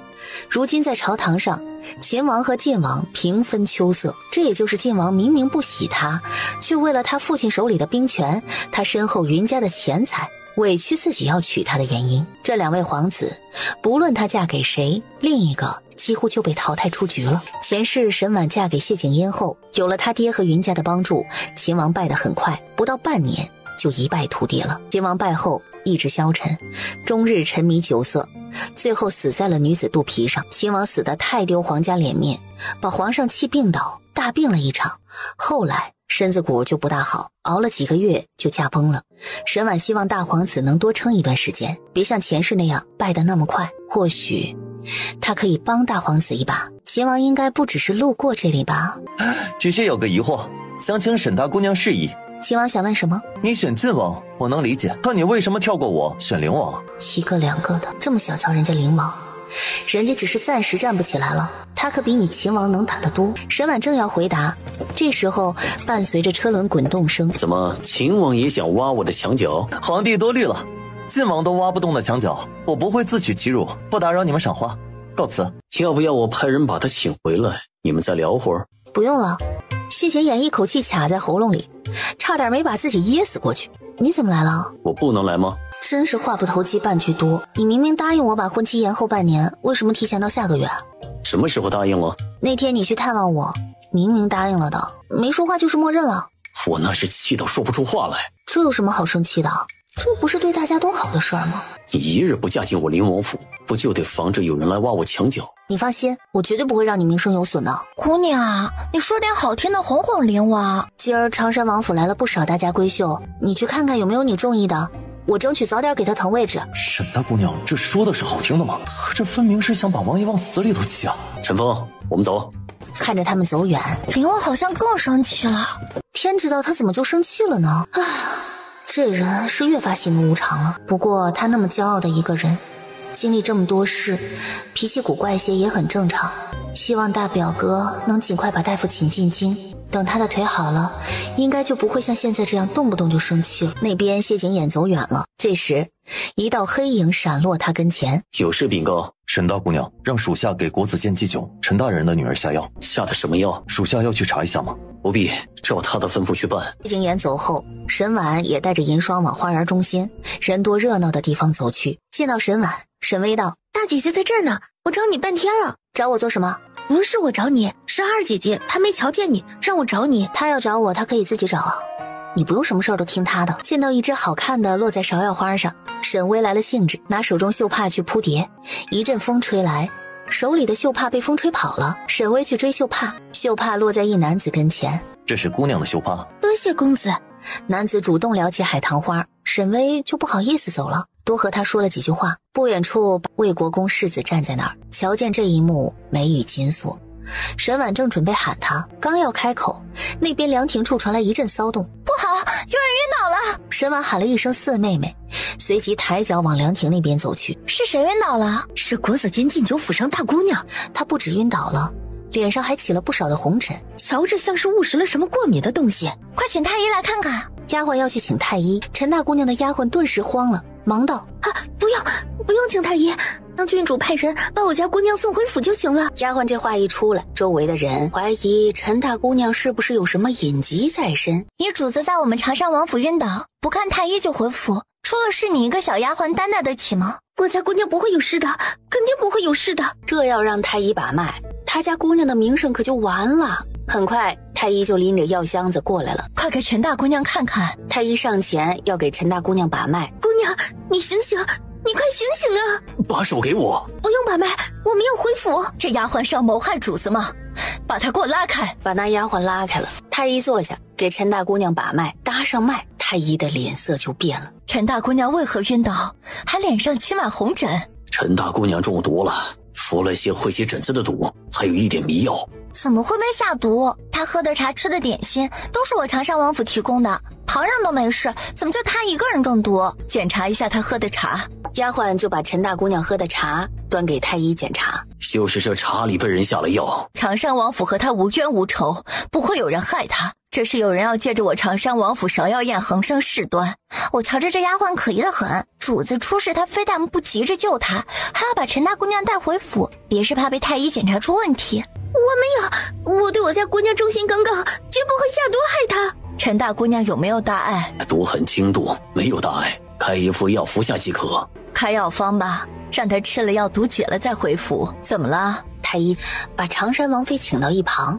陈大姑娘有2个月身孕，解药里有味药，恐会伤及她腹中胎儿，不宜服药，最好是能放血逼毒。国子监祭酒之女尚未一千，怎么会有身孕呢？把他们主仆送回去。沈婉让陈大姑娘当众晕倒，就是要把事情闹大。事情都办到这一步了，沈婉不可能让自己功亏一篑的。前世把她表姐害得那么惨，今天她一定要他们身败名裂。陈大姑娘人还没被抬出花园，她未婚先孕的事儿就不胫而走了，一阵风就传遍了整个长山王府。应该不会吧？都传开了，没见太医和长山王妃帮着澄清一句，你就该知道这事是真是假的，就是不知道这肚子里的孩子是谁的。太医怀疑是长山王妃泄露，长山王妃怀疑太医嘴不牢靠的时候，陈大姑娘怀了金科状元孩子的消息就传得沸沸扬扬。王妃，大家都在传陈大姑娘腹中胎儿是金科状元的。赵状元不是和云家大姑娘有婚约吗？岂止是有婚约，我听说呀，婚期都定下了，下个月初6办喜事。不管这事是不是真的，成亲前听到这样的流言也够糟心的了。有人看到赵状元经常出入国子监祭酒府上，这事未必是空穴来风。这事要是真的，那赵状元只怕不会娶云大姑娘了。不会说话就闭嘴。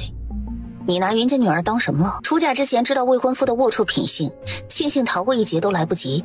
你倒是挺惋惜嫁不了这样品性不端之人。三叔三婶就是这么教你的？看人只重权势地位，品性好不好一点都不重要，是吗？三妹妹只是不小心说错了话而已。大姐姐大庭广众之下如此严厉地训斥她，全然忘了出府前祖母的叮嘱。不需要你提醒，祖母的话我记得清楚。二妹妹要觉得我不该训斥三妹妹，回府之后我会把父亲和大哥一起叫去祖母那儿，我倒要看看祖母会不会数落我半句不是。平阳侯府真正当家做主的人是谁？不提醒他们一声，真当是老夫人了。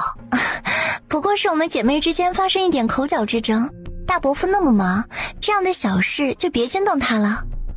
是我说错了话，大姐姐别或一般见识。沈婉也就没揪着不放了，转身往那边凉亭走去。他不止训斥我，他还抬大伯父出来压祖母。谁让现在平阳侯府还是大伯父说了算，再生气也只能忍着。凉亭内，大姐姐先别气，这事儿不一定就像他们说的那样。虽然她没把握云墨这一世一定能嫁得如意郎君，幸福一辈子，但至少这个火坑她可以迈过去了。希望四妹妹能觅得一个如意郎君。姐姐，你又打趣我。两人在凉亭说笑，闲得没事便拿了鱼饵喂锦鲤，正喂着呢，一丫鬟道：沈大姑娘，灵王让您去那边见他。怎么又要见他？难道是为了他让他的暗卫给陈大姑娘下药的事儿？沈婉便对沈微道：我去一下就回。出了凉亭，走了好一会儿，灵王在哪儿见我？就在前面不远处的竹屋，就快到了。又走了会儿，再走近一些，就看到竹屋外放着个空轮椅，但不见谢景琰的人。奴婢就送到沈大姑娘这儿了。沈婉带着银霜朝竹屋走去，走到门前，沈婉就听到屋子里有动静传来，偶尔还夹杂着一两声呢喃娇喘。正要推门进去，突然被人抓住。沈婉下意识要惊叫，就被捂住了嘴，再下一秒就被凌空带飞。别叫，是我！你放开我，你的腿！然而沈婉话还没说完，谢景琰就朝他倒了过来。我腿疼，抱紧我！沈婉这才发现谢景琰把他从竹屋前带到竹屋左后侧假山旁了，没看到银霜，应该是被陈风带走了。突然竹屋里传来一阵让人面红耳赤的声音。老天爷呀，他活了2世，还是第一次遇到这么尴尬的情况。这声音是谢景音，谢景音怎么会在竹屋里？不是你约我来的？谢景琰摇头，好一个晋王，当真是为达目的不择手段，在护国寺没能得手，用克期算计他退婚不成，就想生米煮成熟饭。他竟然真的以为是谢景琰约他，傻乎乎的就过来了，差点中了他的算计。可是屋子里和谢景音在一起的又是谁？床板吱嘎声太大，他实在听不出来，只隐隐觉得有些耳熟。沈婉在走神，没注意到谢景琰在靠近他，结果一侧头，正好和谢景琰撞上，直接撞他鼻子上了。谢景琰闷哼出声：对不起。话还没说完，嘴就被堵住了。他竟然亲他！就在沈婉震惊到回不过神来的时候，一阵脚步声传了来。嘘，别说话。你们确定我大姐姐往这边来了？灵王约她在这里见面的。看，那是灵王的轮椅，他们应该在竹屋里。沈荣迈步上台阶，没敲门，直接把门推开了。沈荣惊叫出声，飞快地退出门外。婆子往屏风后看了一眼，看到床上累晕过去的2人。晋王，沈二姑娘，屋子里明明是大姐姐，这婆子怎么说是二姐姐？这婆子连平阳侯府姑娘的排行都弄不清楚，要叫二姐姐知道，我得气死。不过二姐姐到底跑哪儿去了？说好的一起捉奸，她却不见了人影儿。婆子发现是晋王和沈二姑娘，让人去请常山王和常山王妃。常山王听说晋王和沈英在竹屋出事，匆匆赶来。谢景音醒来，发现自己要的是沈英，一脸阴郁。等了好一会儿，谢景音才脸色阴沉的出来。在你常山王府，本王竟然被人算计了，这事儿我一定会查清楚，给晋王一个交代。谢景音出来后，常山王妃就进屋了。二姐姐，怎么会是你？我也不知道，丫鬟说晋王找我就往这边来，走得好好的，脖子一疼，人就晕了过去。等醒来，就在这间竹屋里看到了说胡话的晋王。沈荣帮沈英穿好衣服，重新梳理发髻，扶她离开。方才还热闹的竹屋很快又恢复了平静。哎，你快放开我！沈婉挣扎了2下，身下压着的人就发出了沙哑痛苦的声音：别动！你无耻！我一个正常男人，听一场活春宫，还被未婚妻抱着，我要是一点反应都没有，我不就废了？你还要压我多久？真的，谢景琰得庆幸一旁没棍子石头，不然沈婉气头上真得给他一闷棍不可。就在沈婉要撑不住摇摇欲坠的时候，陈峰才把轮椅推回来，一起的还有银霜。刚刚你是怎么救我的？我能走几步，只是走多了，或是多站一会儿，双腿会钻心的疼。难怪前世他断腿，在陶大夫给他医治后会好得那么快了。赵状元虽然有几分才学，但应该还不到状元之才。他与国子监祭酒府上陈大姑娘有染，陈老大人又巧是这次春闱的主考官，我怀疑此次科举存在舞弊情况。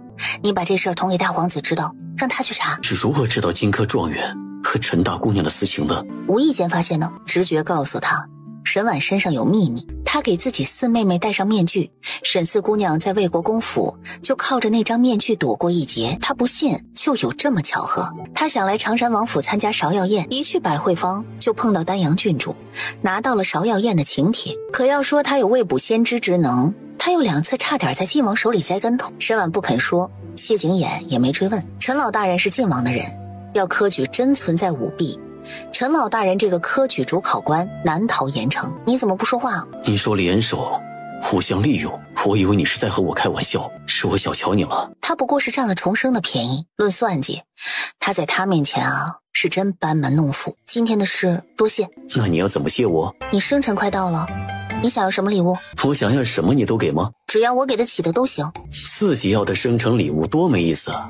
我等着你给我的惊喜。问了等于白问，还是得自己准备。天知道他喜欢什么，不成要找陈宇打听。嘿，这倒是个好主意。我生辰还早呢，不急。今天你要怎么谢我？那你要我怎么谢你啊？自己想。让我大哥请你吃饭。怕谢景琰挑剔说不行。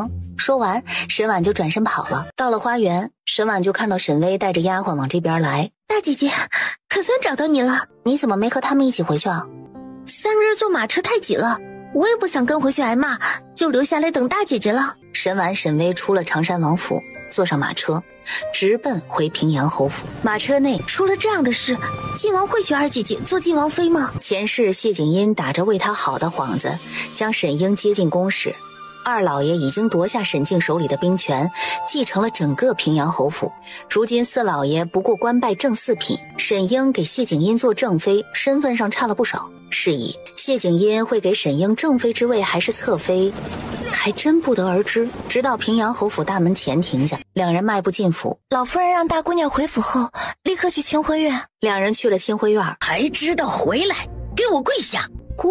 那是不可能的。我犯了什么错需要跪下认错？大姐姐到现在还不知道自己犯了什么错。你去见灵王，二姐姐去找你，才被人算计，失身于晋王。这屎盆子扣的真是利索呀！常山王妃告诉我是有丫鬟给二妹妹传话，让她去见晋王，她才出的事。怎么到三妹妹嘴里成去找我了？我倒是想知道，是你在撒谎，还是常山王妃在骗我？兼听则明，偏听则暗。祖母要罚我，也得先弄清楚二妹妹到底去找谁才出的事。我会请父亲去找常山王，问个清楚明白。沈荣没想到常山王妃会和沈婉说这事儿，撒了谎的她心底顿时就有些慌了。是去见晋王还是去找你？没有人比二姐姐更清楚了。你的意思是二妹妹和常山王妃撒谎了？我劝三妹妹想好了再说。二妹妹和晋王搅了常山王府的芍药宴，已经惹常山王妃不快了，再传出她撒谎骗常山王妃，以后常山王府她也别去了。沈荣嗓子像是被人掐住了似的，再说不出来半个字。我与皇家有婚约在身，父亲尚且不许我与晋王走得太近，祖母也让我听父亲的话。祖母训诫我时，二妹妹三妹妹可都在场，她却去赴晋王之约。她有什么事儿和晋王好聊的？出了事还想诬赖到我头上，怂恿祖母罚我。皇上已经给我和灵王赐婚，甚至婚期都定下了，下个月就出阁了。我去见灵王，陪他赏会芍药宴，又有何不妥？沈静和沈度进来，正好听到了这一句。到底怎么回事？哎呀，侯爷息怒啊，蓉儿胆小，您别吓着她。胆小？她小小年纪，连老夫人都敢欺骗了，还能叫胆小？你和三弟就是这么管教女儿的？事情没弄清楚就禀告我，去佛堂给我跪着好好反省。沈荣没敢求饶，逃似的去佛堂反省去了。连女儿都管教不好，你也一起去反省。天儿和晋王已成事实，不嫁给晋王也不行了。只是老二的官职不高，晋王未必会给婴儿正妃之位。平阳侯府女儿绝不能给人做妾，侧妃也不行。我会尽力请皇上赐婚，但不敢保证一定能说服得了皇上。爹爹，府里要给我准备陪嫁，就无暇给二妹妹准备了。她和晋王的亲事须得尽快，我不着急，我看还是先紧着二妹妹吧。把侯府宫中给我准备的陪嫁先给二妹妹，我的婚事延后。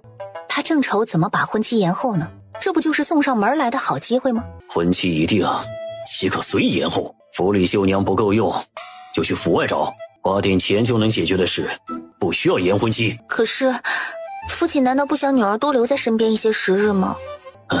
爹爹何尝不想，只是边关局势紧张，随时可能会起战乱，早点办了也能了却爹爹一桩心事。万一哪天边关传来急报，爹爹就不能送你上花轿了。可是前世半年内并没有起战事，不用着急啊。婴儿的亲事十有八九要在前面，接连办两桩喜事，怕是没那么多讲究，这事儿无需在意。没想过二妹妹会在常山王府出事，但我作为长姐，她出事的时候都不在，也没陪着回府，属实不该。我这就去佛堂抄10篇家规反省。老夫人要罚大姑娘的时候，大姑娘据理力争，老夫人不罚她了，大姑娘怎么又自行惩罚？既没错，就用不着反省。抄家规也好，就当是练练字，修身养性了。说完，沈静大步流星地离开，沈婉跟在后面。出了清辉院，沈婉瞪自家大哥，大哥都不帮我说话。父亲打定主意的事，我劝也没用。再说了，你都会提醒大哥了，要大哥和父亲都不在府里，留你一个人，大哥去边关也不会安心。灵王府人少，灵王一定能护你周全的。在别人看来，灵王自己都自身难保，大哥倒是坚信他一定能护我。要没灵王救你，你都活不到现在，大哥能不信他吗？可是我摔下树也是被他给吓的呀。沈婉8岁那年，纸鸢挂树上了，他爬树去拿，看到谢景琰过来，吓了一跳，失足从树上摔下来。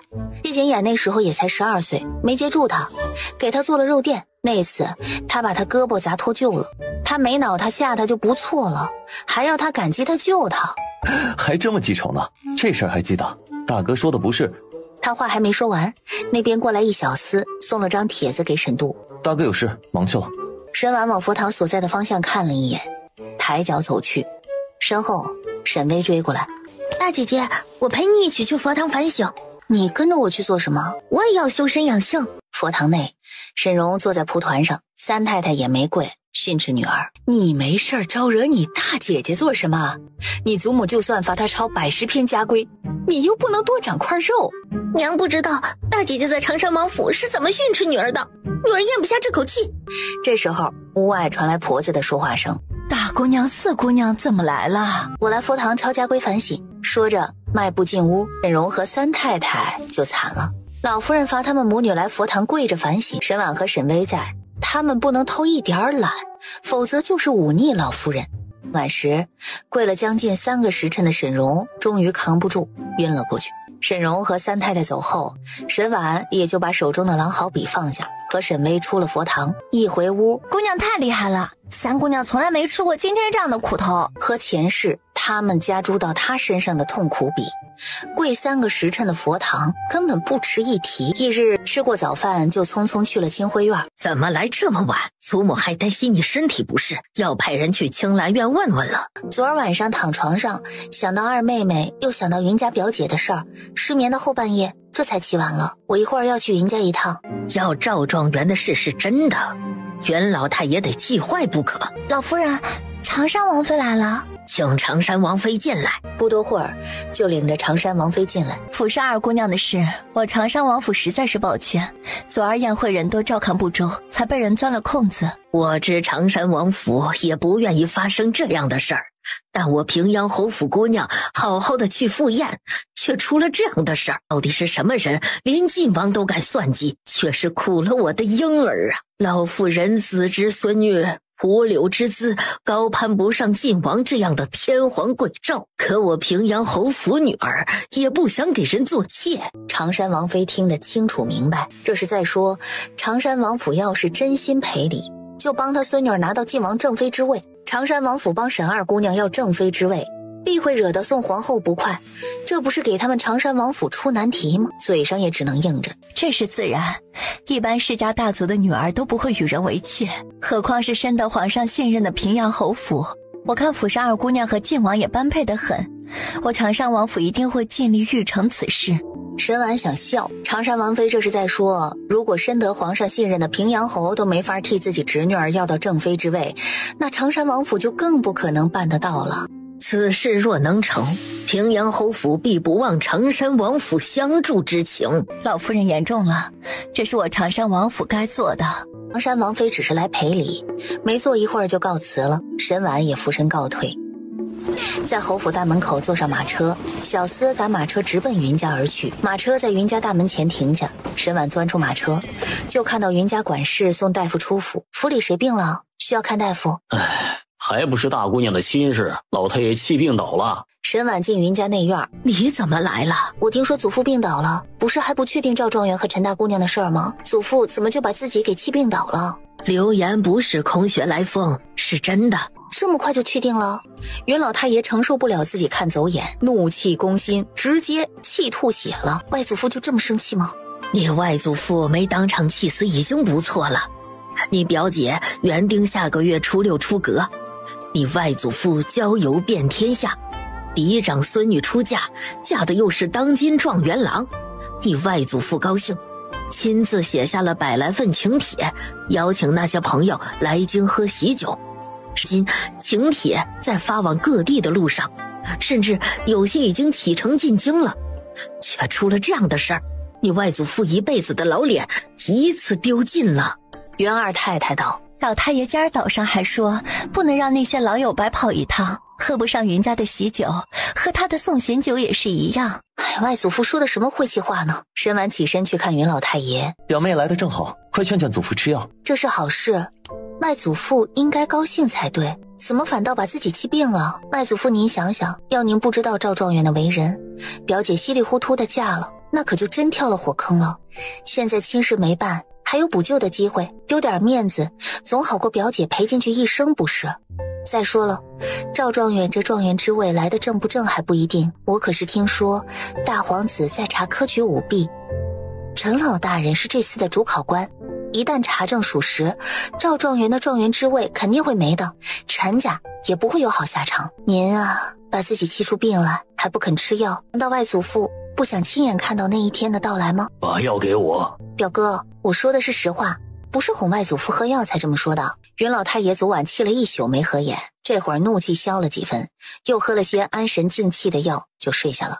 等沈婉回去，你外祖父性子倔，今儿啊，要不是你，还真没人能劝得了他。表姐还好吧？你表妹一直陪着他，肯定是气坏了。我去看看他也好。老夫人，大太太回来了。云大太太去赵家退婚了，怎么气成这样？岂止是生气啊，我手里要是有刀子，我今儿都杀人了。亲事没退掉，太太去赵家退亲，赵夫人不肯，还说大姑娘能嫁给他儿子是咱们云家高攀，还说世上哪个男人不三妻四妾，还没过门就这般善妒，等大姑娘进了赵家门，他会好好教她做一个贤妻良母。太太骂他们母子忘恩负义，赵夫人说伤人重利，要不是老太爷看中他儿子才学，知道他一定会高中，根本不可能善待他们母子，还在科举前将亲事定下，要不是怕落个忘恩负义的名声，赵家早就上门退亲了。别的状元娶高门大户，甚至公主郡主，他儿子委屈自己娶了个商贾之女，对云家已经仁至义尽，让咱们云家别不识抬举。我云家终日打雁，这回当真差点被雁啄瞎眼。赵家少爷做出这样恬不知耻的事，今日去退亲我都有心理准备，可我没想到赵夫人为了不退婚，竟然诋毁墨儿。我们袁家前日养了只吃人不吐骨头的白眼狼。他诋毁墨儿什么？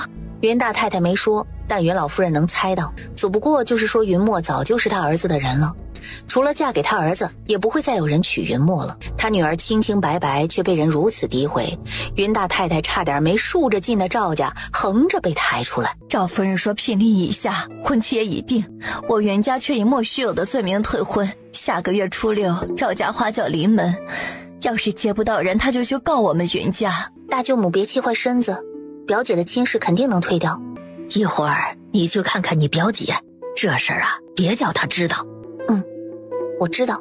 沈婉去见云墨，对一个恬不知耻的人，至于哭成这样吗？不是伤心，大姐姐是气哭的，气坏自己，亲者痛，仇者快。祖父觉得姑母嫁得好，以为我们也能。到底不是谁都像姑父位高权重，还不轻视伤苦。世上如父亲这般品性好的也不在少数，只是祖父这次看走了眼，为此都气病倒了。他要知道你们这么想，心底肯定不好受。我知道祖父都是为了我好，是我自己没这个福气。都说有福之女不入无福之门，你要真嫁了，那才是没福气。表姐说的是，得亏没嫁。这么说，我确实运气好。姐妹三人说着话，心情很快好转。大姑娘，赵大少爷跪在咱们云家大门口，让您和老太爷相信他和陈大姑娘是清白的。孩子都造出来了，还有脸说清白？不用问，肯定是大皇子在查科举舞弊的事儿，被他们知道了。这是要弃车保帅了。既然赵大少爷今天送上门来了，那就让他签了退婚书再走。去拿退婚书，丢下几个字，沈婉就往云家大门口走去。云大少爷云奇忍着要让人把赵明义扔得远远的冲动，劝赵明义起来。墨儿不信我，云家不信我，我今儿就是跪死在这里，你也不会起来。沈婉站在门外看了会儿，让丫鬟给他拿了方纱巾来。等面纱系好，云蕊也把退婚书送来了。沈婉迈步出去，赵明义一眼就看到了退婚书。我不会退婚。赵大少爷和陈家当真是打得一手好如意算盘呢。因为陈老大人是这次秋闱主考官，怕科举舞弊的事暴露，暂时不敢给陈大姑娘正妻之位，也怕高中状元就退婚被人挫脊梁骨，就想先娶云家女儿，过个1年半载，再给陈大姑娘腾位置。陈大姑娘这1年肯定不会让她白受委屈，云家给的丰厚嫁妆正好弥补她，是不是？有了云家给的钱，再加上陈家的助力，赵大少爷定能在朝堂上平步青云。沈婉声音轻柔，赵明义却是脸色大变，显然是在震惊沈婉是怎么知道的。流言传开，大皇子已经在查科举舞弊之事了吧？赵大少爷是聪明人，该知道，若是云家这时候向大皇子揭发你科举舞弊之事属实，你和陈家会是什么样的下场？我没有舞弊，云家也没有证据。这么笃定啊？那你和陈大姑娘的事又是怎么被人知道的？还在1天之内就传得沸沸扬扬，何况云家有没有证据并不重要，重要的是大皇子能不能查到证据。以云家和你的关系，你说云家说的话大皇子会不会信？会不会查到底呢？现在可以签退婚书了吗？你可以不签啊，试试看云家鱼死网破的决心。他艰难地抬起胳膊，在退婚书上签下自己的名字，然后摁下手印。云奇拿起退婚书展示给围观众人看，还请大家做个见证，舍妹与赵大少爷今日退婚，从此男婚女嫁，互不相干。沈婉转身进府。表妹知道昨天在常山王府是谁在帮我们云家？是灵王。那我们云家可得好好谢谢他。他帮云家只是顺带的，朝堂上的事儿复杂着呢。就算是顺带的，也是真帮到我们云家了，这份谢礼可不能少。何况灵王还是表妹的准未婚夫婿，我们云家的准外孙女婿。看到退婚书，云老夫人才松了口气。从此我云家和这样的白眼狼再无关系了。老夫人，赵夫人登门要云家把赵家下的聘礼还回去，把那3瓜2枣给他。外祖母消消气，为了这点小事气坏身子不值得。老夫人，赵夫人要云家按照聘礼单子退聘礼。可赵家的聘礼至少有1半是云家给的。云奇直接让人去告诉赵大少爷，要他赵家执意要依照聘礼单子退聘礼，就别怪云家言而无信。赵大少爷匆匆赶来，把他娘赵夫人拉走了。吃完饭，沈婉就告辞了。我送表妹，正好我要出府一趟，顺点路。但沈婉没想到云奇是忙着去灵王府道谢。马车在侯府大门前停下。陈宇，你帮我回去和你主子说一声，别在我表哥和大哥面前暴露是我给陈大姑娘下毒的事儿。陈宇走后，沈婉才松了一口气。姑娘，晋王不愿娶二姑娘做正妃，这是意料之中的事儿。沈婉并不诧异，没有他爹的兵权，沈英可入不了谢景英的眼。但以二房和沈英的心性，也绝不会甘心只做个侧妃的。灵王府，王爷，云家大少爷求见。那个云娇，沈大姑娘的外祖家云家，请她进来。见过灵王。云大少爷怎么会来我灵王府？我云家受灵王大恩，岂能不登门道谢？我怎么不记得我帮过云家？爷，属下有事禀告。直接把谢景琰推到一旁。昨日之事，沈大姑娘让爷帮忙瞒着云大少爷和平阳侯世子。谢景琰眉头拢紧，沈婉从何得知赵状元和陈大姑娘的事儿，就够他奇怪的了，竟然还要他帮忙瞒着自己大哥和表哥。陈宇把他推回去。刚刚云大少爷谢我什么？表妹今儿去云家说起，我才知道昨日在常山王府是灵王帮了我云家，才免上妹跳火坑。真是人在家中坐，功劳天边来。他帮了云家，却把功劳全让给他，有意思。我与婉儿下个月就成婚了，云家是他外祖家，我帮云家是应该的，连谢就太见外了。云奇待了一刻钟才告辞。云奇走后，爷有何吩咐？帮给他带句话。屋内，沈婉站在窗户旁。都这么半天了，陈宇怎么还没回来？不会没赶上吧？然而在看到陈宇回来的时候，你主子没露馅吧？回去的及时，云大少爷不知道是您帮的云家。那就好。爷让我转达沈大姑娘一句话。什么话？爷说他这辈子还没撒过谎，良心有愧，让沈大姑娘您给他绣个腰带作为弥补。这人怎么帮他一点忙都要道谢啊？还指定要绣腰带？他知不知道绣个腰带要多少时间啊？他缺腰带用吗？带着我绣的腰带，他不怕心上人瞧见了吃味儿啊？还一辈子没撒过谎。你主子说自己没撒过谎时，脸红了吗？没有。陈宇说完就跃身上树，留下沈婉站在那里郁闷。沈婉觉得她穿湖水蓝锦袍应该很好看，便选了湖水蓝的绸缎，用银线绣五福祥云。一整个下午，沈婉都在绣腰带。傍晚，沈巍来看她，灵王要知道大姐姐对她这么用心，肯定很感动。闲着没事儿做点针线活，打发时间用。晋王不肯给二姐姐正妃之位，二姐姐气得大哭，把屋子里的茶盏摔了一地，也就只能摔东西泄愤了。沈巍只待了一刻钟就回去了。第二天，沈度买了沈婉最喜欢的栗子酥来青兰院，见沈婉在绣腰带，绣给大哥了。给灵王的。妹妹，你是和灵王亲，还是和我这个大哥更亲啊？这还用问吗？当然是跟大哥更亲了。既然跟大哥更亲，那这个腰带给大哥。沈婉实在不忍心拒绝，他就先给大哥吧。见沈婉点头，沈度就高兴了。别累着自己，慢慢绣，大哥不急。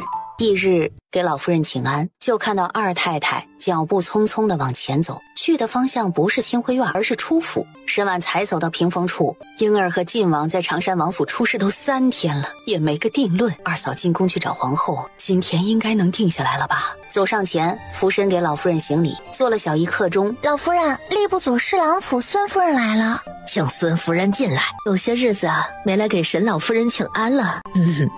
是有些日子没见了。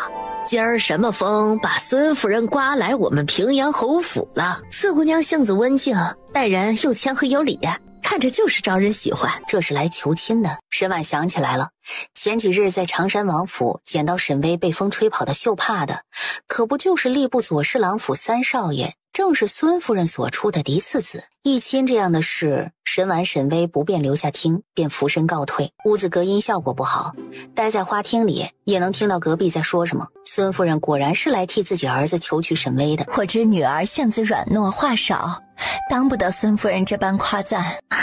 沈四太太谦虚了，我瞧四姑娘是哪哪都好啊，也不知道我那个不成器的小儿子有没有这个福分。孙夫人才是真谦虚，令郎一表人才，文采过人，这要都不成器，那京都世家子弟啊，就没几个成器的了。四太太没有说话，老夫人眉头皱了下。你是不同意？我也挺看好孙三少爷的，但威尔的亲事我一个人说了不算，得老爷点头。威尔他爹不会反对的。老夫人这么急，是想给沈英做晋王正妃添一分胜算吧？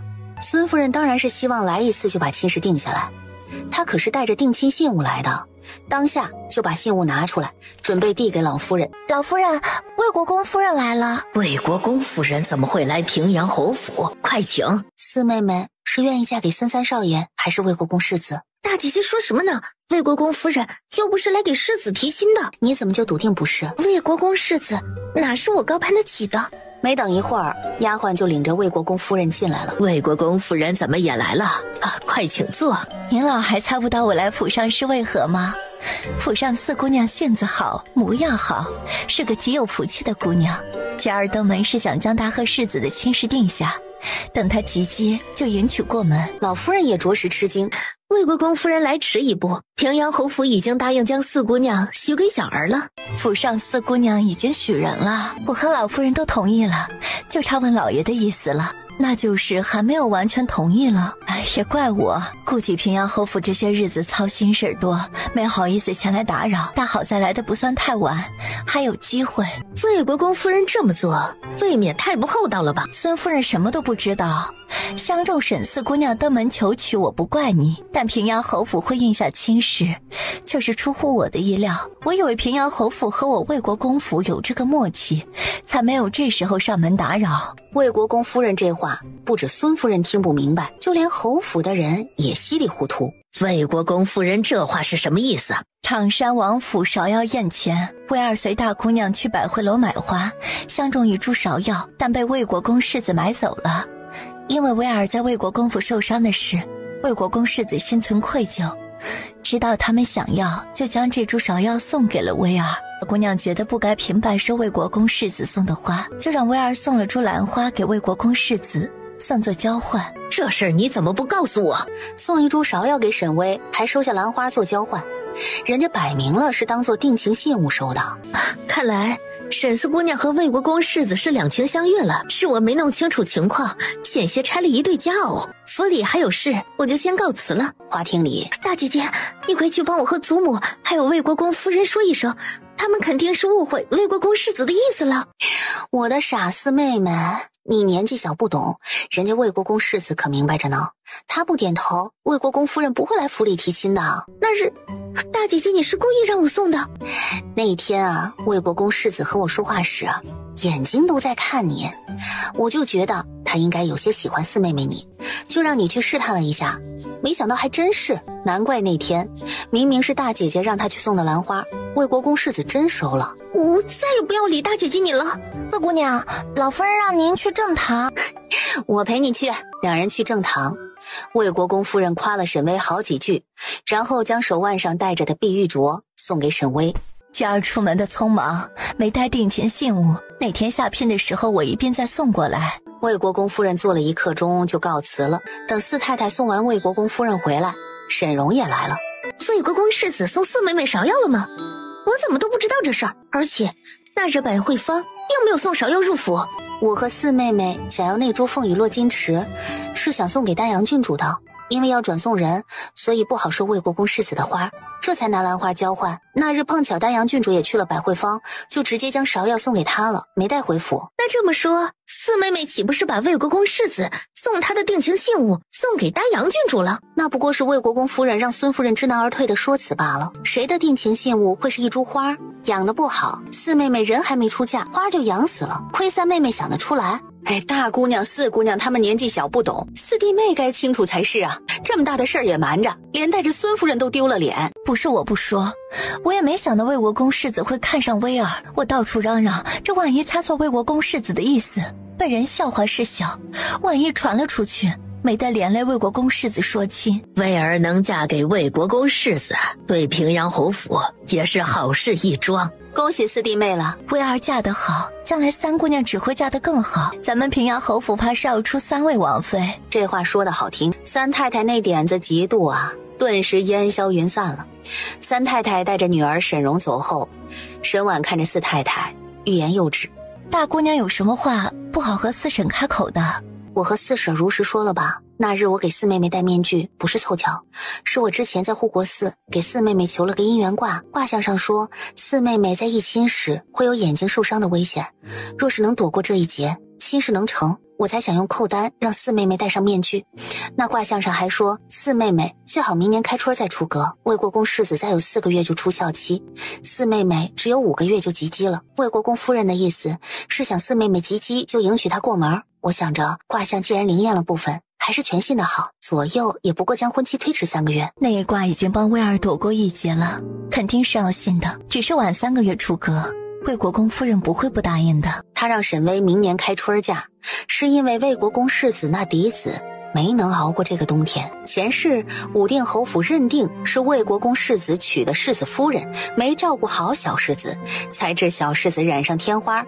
不致夭折。这其中到底如何，沈婉不知道，但武安侯府对世子夫人娘家穷追猛打，却是京都人尽皆知的事儿。为了以防这样的情况出现，沈婉觉得还是避开这个冬日的好。见四太太答应了，沈婉也就松了口气。娘和大姐姐才是亲母女吧？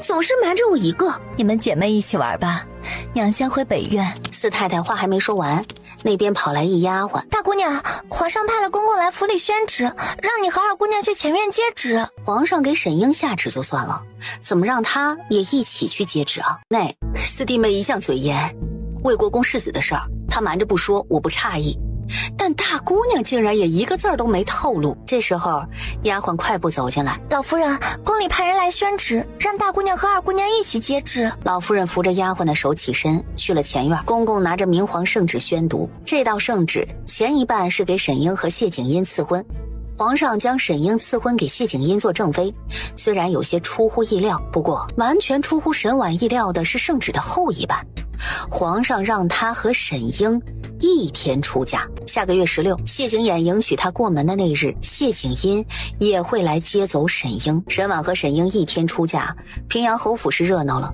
可是灵王府和晋王府呢？文武百官可没有分身之术，只能在两府里选一个去喝喜酒。不受宠的灵王和正得圣眷的晋王，百官们会怎么选？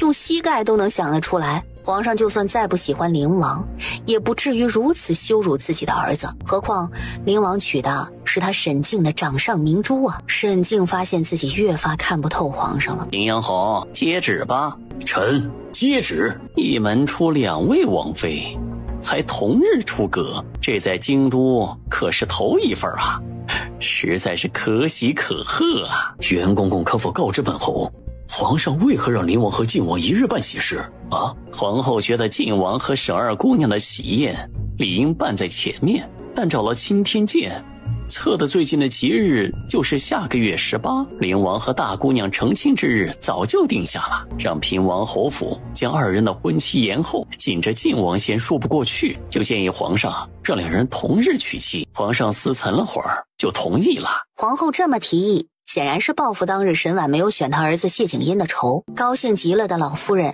赏了侯府上下2个月的月钱。二姐姐要先出嫁也就算了，和大姐姐一天出嫁，肯定要被大姐姐的嫁妆比下去。等沈静送完袁公公回来，老夫人就道：英儿和婉儿一天出嫁，她的嫁妆太少，晋王面子不好看。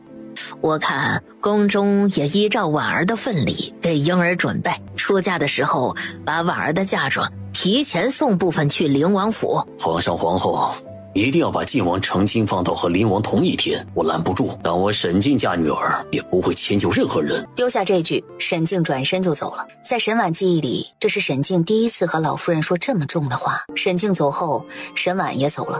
祖母，大伯父一心只有大姐姐，我嫁妆比大姐姐少一点也就算了，少那么多人会被人耻笑的。祖母还能委屈了你去？喝了半盏茶，二太太就从宫里回来了。二太太把皇后的打算一五一十禀告给老夫人知道。你也答应了？我不答应，皇后不会给婴儿正妃之位，圣旨一下，婴儿的正妃之位就板上钉钉了。我答应皇后的事可不一定能成啊。再说沈婉料到自己选谢景琰会连累她被晋王和皇后记恨上，但没想到皇后会用这样杀人诛心的方式打压她。沈婉心下愧疚，却什么都做不了，只能尽快把她要的腰带绣好了，今晚应该就能做好。娘，二太太拿回管家权了。三太太痛快交道。三太太不想交，说二姑娘出嫁在即，二太太要忙着给二姑娘准备陪嫁，她闲着没事可以多管些时日。二太太不同意，说自己管家更方便给二姑娘准备陪嫁，不然让绣房采买什么的还得去找三太太。老夫人也帮着二太太说话，三太太再不情愿，也只能把管家权交出来。听小丫鬟说，老夫人为了安抚三太太的不满，赏了她一对羊脂玉镯。第二天，带着绣好的腰带去了前院，先去找大哥把腰带送给他。这么快就绣好了？姑娘这2日一有空就绣腰带，昨晚熬夜才做好，都没顾得上去给老夫人请安，就给世子爷给送来了。大哥又不着急，妹妹要累坏自己，大哥得心疼死。大哥喜欢就好，父亲在书房。沈都点头，沈婉就去书房找沈静。这时辰怎么来爹爹这儿了？啊？女儿有点事找爹爹说。要和爹爹说什么事？女儿想让三婶管绣房。你三婶让你帮她开口的？是女儿自己的想法。前几日二婶抄佛经，才让三婶管了几天家。昨儿二妹妹婚事一定，二婶就迫不及待把管家权从三婶手里拿走。为此，三婶很不高兴，祖母还赏了一对羊脂玉镯安抚她。自母亲去世后，就一直是二婶在管钟馗。女儿担心让二婶管久了，以后大哥成亲娶了大嫂进门，二婶也不愿意把管家权让出来。你多虑了，你大哥亲事还没定，成亲还早，一旦成亲，自然是你大嫂管家。可父亲想过没有，府里管事早都不是母亲的人了，大嫂将来管家得有多困难？您和大哥都在府里还好，万一您和大哥都上了战场，那些管事不听大嫂使唤，出点什么岔子，祖母肯定收回管家权，让二婶管。也得听你的，以后让你三婶管绣房。还好父亲听得进去劝。父亲，我这身锦袍不错吧？有意中人了？我哪来的意中人？没意中人，出个府还特地换身锦袍做什么啊？妹妹刚送我的腰带，我刚穿的那身系不合适，我这才换的。妹妹的绣工一点不比母亲差了。爹爹的呢？啊？库房没找到爹爹喜欢的墨色绸缎，就先给大哥绣了。我回去就给爹爹绣，绣的比大哥的还要好看。真是爹爹的好女儿。沈婉是带着满心愧疚出的门，某位爷的腰带只能继续往后面延了。沈婉去库房拿了块墨色锦缎，然后才去清辉院给老夫人请安。大姐姐再晚点来，可以给祖母请午安了。要不是要离间三房和二房，沈婉也不愿意便宜三房，让三房染指管家权。我去外院见父亲去了。你爹忙于公务，你没事儿去打扰他做什么？为祖母去找父亲呢。为祖母去找你父亲做什么？听府里的丫鬟说，祖母想让三婶管绣房，帮二婶分担一点，但让二婶管钟馗的是父亲，您不敢为这点小事去打扰父亲，为此安抚三婶，送了他一对羊脂玉镯。正好父亲今儿休沐，我怕父亲有事出府，没请安就直接去找父亲了。父亲同意让三婶管绣房。是哪个丫头在你面前嚼的舌根？难道丫鬟说的不对？祖母不想让三婶管绣房，父亲都同意了，老夫人要说不同意，必寒三太太的心啊。祖母只是觉得你不该为了这点小事去打扰你爹。父亲忙于军务，顾虑不周，我更应该帮父亲孝顺祖母。三太太高兴得合不拢嘴，没想到沈婉和侯爷说一声，以后绣房就归他管了。沈荣看沈婉的眼神儿都破天荒的带了些惭愧。昨日三弟妹说想帮我多管些时日钟馗，让我好专心帮婴儿准备嫁妆，我当时一口回绝了。事后想想，实不该拒绝三弟妹。我也正想哪天见到侯爷向侯爷提议，没想到大姑娘就给办好了。二嫂说的哪儿话呢？我们不过都是帮长房管钟馗罢了。看着二太太三太太之间暗流涌动，沈婉觉得离间二房三房会比她想的要容易得多。老夫人乏了，就把他们打发走了。三弟妹留步。二嫂叫我做什么？有一份泼天的富贵，欲分三弟妹一杯羹。沈婉回到青兰院歇了会儿，就开始绣腰带了。绣完给父亲的，应该就可以给谢景琰绣了吧。这一忙又是3天，沈婉总算是把给父亲的腰带绣完了。沈婉就拿着腰带出门，刚出院门口，大姑娘，老夫人让你去清辉院一趟。路过花园时，瞧见三房丫鬟鬼鬼祟祟地往那边小道走去，果断带银霜往小道走去。就在沈婉觉得不对劲儿的时候，一道男子的嗓音从树后传来：“表妹是在找我吗？”就看到三太太的娘家侄儿吴大少爷，沈荣的表哥。灵王断了腿，就是个废人，怕是不能让表妹体会做女人的快乐。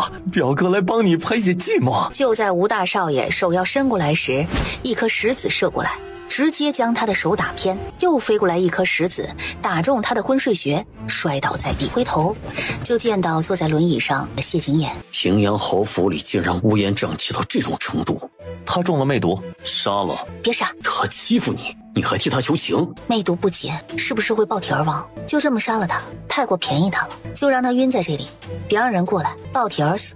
还愣在那里做什么？你是来找我大哥的？我找你大哥，用得着来内院吗？腰带给我。侯爷的腰带，给灵王看看也没关系的，对吧？绣工不错，可这腰带我戴是不是太老沉了些？腰带是给我爹的。那我的腰带呢？把腰带送给我爹，一会儿回去就给你绣。这么多天了，还没开始绣？我这些天没日没夜都在绣腰带，你还嫌我慢？你没日没夜，也不是给我绣的。还不是你，帮我点忙，还要我绣腰带。我大哥见到了，抢了去，送了大哥，我爹也要，我又给我爹绣。也就是我要一条腰带，你大哥和你爹都有了，我还没有了。你又不缺腰带，为什么要我给你绣？你大哥和你爹缺腰带吗？我回去就绣，3天就能绣好。也不用这么急，4日后我来拿。哼，多么好说话的灵王啊！还以为会给他宽限个10天半个月，结果就1天。把腰带给我。这腰带我也要了。这是给我爹的，你要了没用。等我到了你爹的年纪，就用得上了。我只答应给你绣1条腰带，你要了这条，我可就不给你绣了。谢景琰这才不甘不愿的把腰带递给沈婉。绣好看点儿。对不起啊。还没成亲，你先紧着你大哥和你爹就算了，但成亲之后可就不能这样了。是我连累你成亲大喜之日还被打压。我不在乎，反正这次也是假成亲，不作数的。等下次你成亲，晋王肯定不能压你风头了。他抿着唇不说话，他就赶紧走了，穿过花园去清辉院。爷，您别气坏身子。你说他是不是想出家前把我活活气死，他好替我守寡一辈子？沈大姑娘应该没这个意思，但爷真有被气死的可能。进了清辉院，三太太在看到沈婉的瞬间，大姑娘怎么来老夫人这里了？她不该在小道那里吗？在聊什么呢？这么高兴，我在院门口就听到。沈婉话还没说完，太太不好了，姑娘被表少爷给糟蹋了。三太太却是顾不上头晕目眩，匆匆离开。二太太赶紧跟上去，她不是让陈宇看守小道，不让吴大少爷跑，让他安静地承受魅毒爆体之痛，也不让人过去，以免牵连无辜吗？沈荣怎么过去了？也不知道等了多久，一丫鬟跑进来，凑到孙妈妈耳边低语了2句，当即小声禀告老夫人，不能请太医，请个大夫进府。出了清辉院，大姐姐，三姐姐她不会真的？这不是你2个没出阁的女儿能议论的事。三太太的娘家侄儿，京都但凡有点名望的人家都不肯嫁女儿，沈荣嫁给他，这辈子是完了。到青兰院，陈宇现身，沈荣和吴大少爷是怎么回事？您的交代我没忘记。沈三姑娘过去时，我本是要阻拦的，但她和丫鬟说话，才知道今日之事是2房3房联手，要您退掉爷的亲事，另嫁吴大少爷。我一时气愤，便没阻拦。姑娘，三姑娘听说没了半条命，三太太打了自己娘家侄儿吴大少爷10几巴掌，手都闪肿了。沈荣是被抬回去的，躺在床上昏迷不醒。到底是怎么出的岔子？大姑娘为什么没从小道走？柔儿怎么会去小道呢？大姑娘去了小道了，也碰到了表少爷。可是就在表少爷意图非礼大姑娘的时候，灵王来了，将表少爷打晕，大姑娘就和灵王一起走了。姑娘担心表少爷被灵王打死了，也没法和吴家交代，急着要过去看情况，奴婢拦不住他。谁想表少爷只是晕了，姑娘喊了他2声，表少爷就醒了，然后就跟疯了似的把姑娘扑倒，撕扯姑娘的衣服。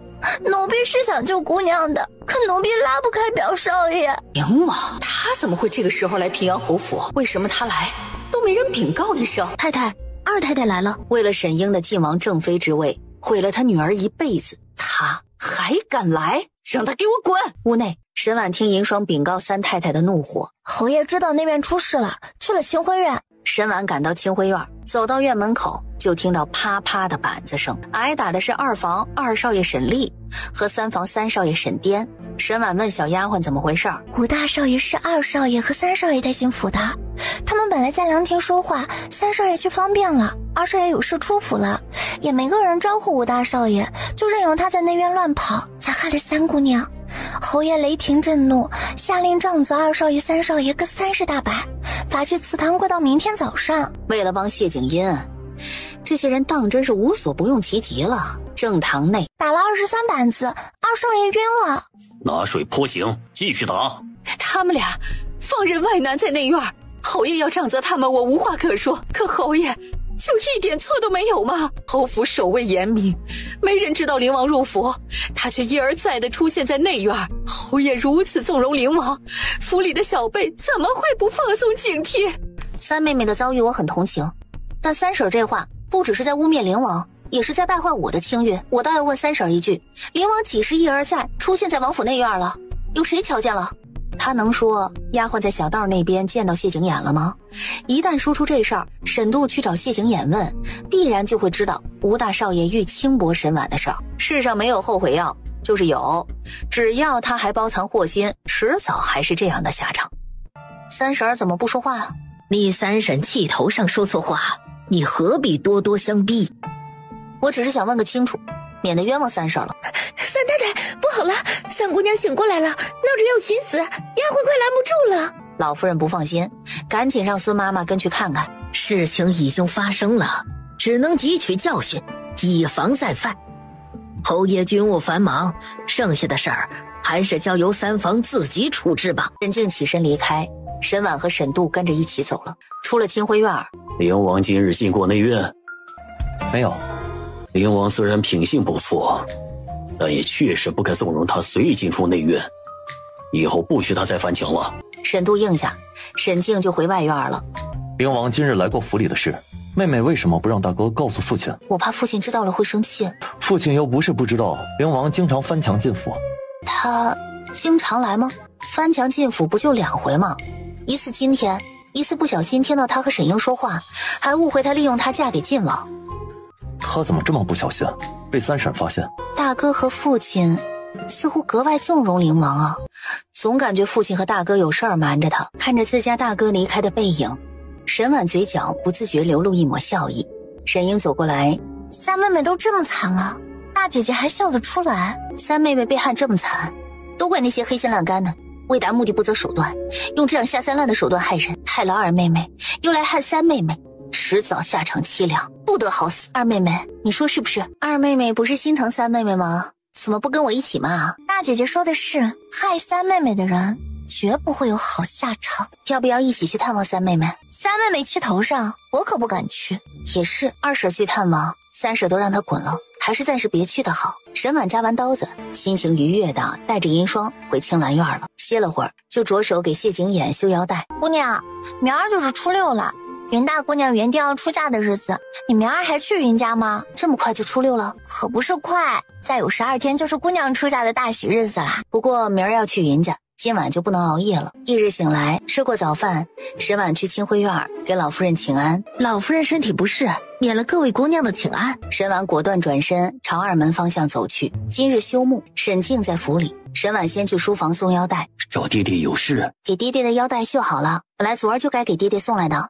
这么快就绣好了？比你娘生前绣的可快多了。女儿怎么能跟娘比呢？娘还要管钟馗，还要忙着迎来送往，女儿可什么都不用做。腰带绣的不错，不比你娘绣的差。侯爷，四老爷来了。爹爹，我要去云家一趟。外祖父因为云墨表姐的亲事气病了，也不知道怎么样了，我要去探望外祖父。你娘不在了，爹爹又不得空，你多替你娘和爹爹孝顺一下你外祖父外祖母啊。沈婉连连点头，俯身退下。四弟来的正好，婉儿出嫁在即，让四弟妹帮我教教他如何找钟馗。沈婉坐上马车，直奔云家而去。沈婉带着银霜去了流霜院，才和你俩舅母念叨，你就来了。这几日忙，都没来看您和外祖父。外祖父身子骨好些了吗？哎呦，我也不知道你外祖父怎么样了。怎么会呢？算上今儿，外祖母已经有3天没见到你外祖父人影了。他下喜帖请了一堆好友进京喝喜酒，结果你表姐的亲事取消了。你外祖父为了不让那些好友白跑一趟啊，陪着他们满京都的游山玩水。外祖父的身子骨吃得消吗？你大表哥原也有些担心，老太爷瞧见那么多好友，心情一好就百病全消了。你们姐俩去玩吧，不用守在我这儿。还好大姐姐今儿没出嫁，不然我一个人得要多无聊。她还是有些愁容。怎么了？大哥这几日一直在想该以什么名义办个宴会，府里热闹一下，也不枉外祖父那些好友跑这一趟。但祖父祖母的寿宴还早得很，昨儿我多了句嘴，想了个馊主意，还被我娘给狠狠地骂了一顿。什么馊主意？二舅母要骂你？云蕊要说，被云墨推了一下。有什么不能跟我说的？不是不能说，就是怕被表姐你笑话。这不是祖父养的那条狗花卷又要生了吗？我想要不给花卷办个宴会。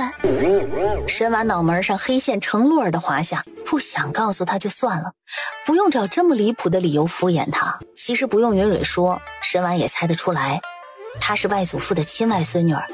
那些好友进京喝不了云墨这个亲孙女儿的喜酒，和他这个外孙女的也一样，他已经连累谢景琰被皇后和靖王打压，实在不好再做这样的事儿了。真的不能找灵王帮忙吗？他已经帮我够多了，我不能让他踩自己的脸面来帮我。坐下喝了盏茶，丫鬟就拎来个包袱。你祖母的紫金丸应该早吃完了吧？上回你来忘了给你，一会儿你带回去。他孝敬老夫人，老夫人也会多疼他些。云家处处为沈婉着想，不带了。祖母不知道从哪儿听说紫金丸吃多了不好，已经决定不吃了。云老夫人正要说话，老夫人，朝廷派人把赵大少爷下狱了，还派人包围了国子监，祭酒府上。是因为科举舞弊吗？十有八九是大皇子卖谢景琰一个薄面，帮云家挣面子。之前一直没听说找到证据，怎么突然就抓人了？天网恢恢，疏而不漏。大皇子的人在赵家柴房的柴垛里找到了一团赵大少爷用过的废纸，上面写的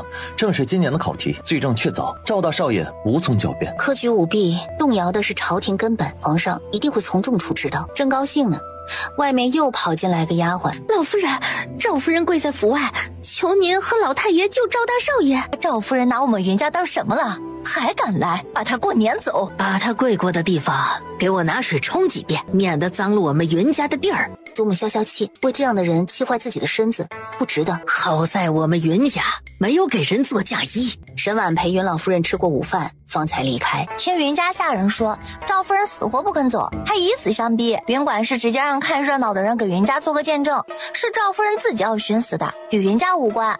赵夫人拿金簪抵着脖子，半晌也没撕下去。不知道人群里谁扔了颗臭鸡蛋，赵夫人才灰溜溜的走了。自私自利的人会格外惜命，谁寻死赵夫人也不会的。这桩亲事到这里也算告一段落了。沈婉前脚回青兰院，才喝了半盏茶，三房的事儿就传过来了。老夫人把三姑娘许给了吴大少爷，三姑娘知道后悲愤欲绝，撞了柱子。三姑娘撞死了？没死，丫鬟防备着呢。三姑娘撞柱子的时候，丫鬟抱住了三姑娘的腰，不过抱迟了一步，三姑娘脑袋还是磕到了柱子上，撞破了皮。心疼沈荣，那就是和自己过不去。喝了茶，沈婉就继续绣腰带了。我也让四太太教姑娘管家，姑娘怕是没法在4天内绣完腰带了。然而到第4天，她上午去北院和沈薇跟四太太学完管家，回来的路上，远远的就看到陈峰推谢景琰出来。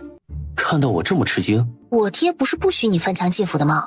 你沈大姑娘是不是不知道平阳侯府有大门可以走？这人嘴巴怎么这么毒啊？以后能不能指人来，不要带嘴了。我的腰带呢？还没绣好，我已经有时间就抓紧绣了，但父亲让我跟四婶学管家。学管家要紧。你不生气？你学管家也是为了管好我灵王府，我生什么气呢？这话怎么听着像是要把灵王府中馈给他管？我这就回去给你绣腰带。不等谢景琰开口，沈婉已经跑远了。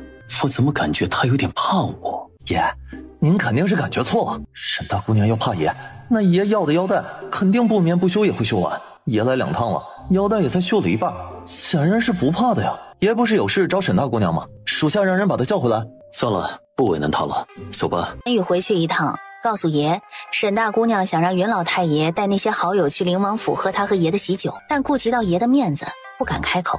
爷主动送上门来，让沈大姑娘求他就算了，他还怕让沈大姑娘为难，连开口都省了。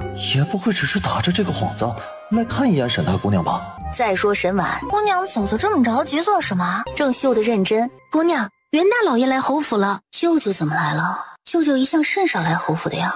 放下手中绣绷子，沈婉就带着银霜去往前院。进了书房，沈婉没见到云大老爷。爹爹，舅舅呢？你舅舅已经走了。舅舅好不容易来一趟侯府，都不等我就走了。爹爹找我，是你让灵王请你外祖父那些好友去灵王府喝喜酒的。灵王请外祖父那些好友去灵王府喝喜酒？你舅舅就是为这事儿来的。云老太爷哪敢真带那群好友去灵王府喝喜酒，让灵王被人笑话，只能让云大老爷来找沈静了，让沈静帮忙回绝灵王的好意。女儿没和灵王提过这事。灵王处处为你着想，你嫁给他，爹爹放心。妹沈度走进来，父亲找我。虽然这是灵王自己的意思，但你们外祖父觉得还是不去的好。你去和灵王说一声啊。他都直接找表哥说了，肯定不会改主意的。尽量劝，实在劝不动就算了。沈静让沈度去找谢景琰，沈度就去了。沈度看着沈婉，大哥想和我说什么？大哥刚刚只是想问问你有没有什么话要带给灵王的。准备问的时候，突然想起来灵王上午才来过，就没问了。我这准妹夫还真是不错，为了妹妹你高兴，连自己的面子都不要了。哎，大哥话还没说完呢，妹妹你走什么呀？不等大哥把话说完，他就脚底抹油，赶紧走了。和沈度说的那样，谢景琰直接找云大少爷邀请了，就不会改主意。沈静便让沈度去告诉云老太爷一声，让他多留那些至交在京都些时日。18那日去灵王府喝喜酒，沈婉花了2天时间，才总算是把腰带绣好。腰带一绣完，沈婉就让陈宇给谢景琰送去。别的事，沈大姑娘让我做都行，但腰带还是您亲自送给爷吧。你主子急着要。沈婉话还没说完呢，陈宇已经纵身一跃上了树，再不下来了。主子奇怪，带出来的暗卫都格外的奇怪。准备马车，既然要去灵王府，肯定要把生辰礼一并带去。小半个时辰后，马车在灵王府大门前停下。王在哪儿？王爷这会儿正在泡。王爷请沈大姑娘进屋。银双要跟在沈婉身后进屋，被陈峰拦下了。沈婉进屋后过来，然而绕过屏风，就看到谢景琰泡在浴桶里。你混蛋，你在泡澡还叫我进来？我在泡药浴。泡澡还是泡药浴，不都是脱光了泡在浴桶里，有区别吗？你以前又不是没见过我泡澡。什么？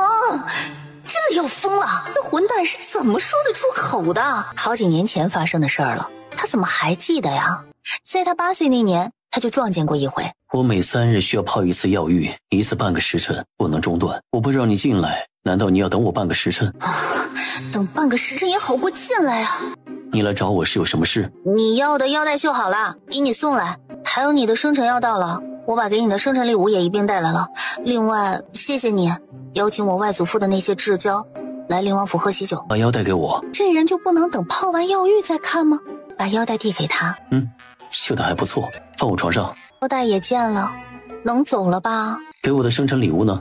在外面。拿进来。我一个人拿不动。谢景琰就喊陈峰了，把东西拿进来。陈峰就2手拖着大箱子，把箱子里的东西拿出来。那是一株珊瑚树。这就是你给我准备的生辰礼物？这不很显然吗？去年皇上寿宴，你也进宫贺寿了，可还记得我送给皇上的是什么寿礼？想起来了？想起来了又怎么样？你能送给皇上珊瑚，我就不能送你了吗？我送皇上珊瑚树是为了不出错，并不带一丝感情。我倒是好奇沈大姑娘为何送我这么贵重的珊瑚树。你帮我那么多忙，我又不知道你的喜好，我就把我最喜欢的东西送给你了。这话倒是不假的。要不是极喜欢，珊瑚树早被沈英、沈荣他们划了到老夫人手里去了。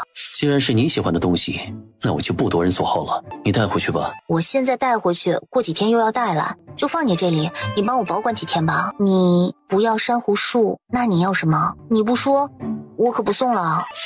送我个荷包。价值不菲的珊瑚树他不要，要荷包？这是有多缺心眼啊！你生辰那天应该会有大家闺秀去给我送天装，我没法亲自给你送来，你也不便去平阳侯府拿，到时候我让陈宇带给你。不急，成亲之后再给我也一样。来一趟，该送的送了，也道过谢了。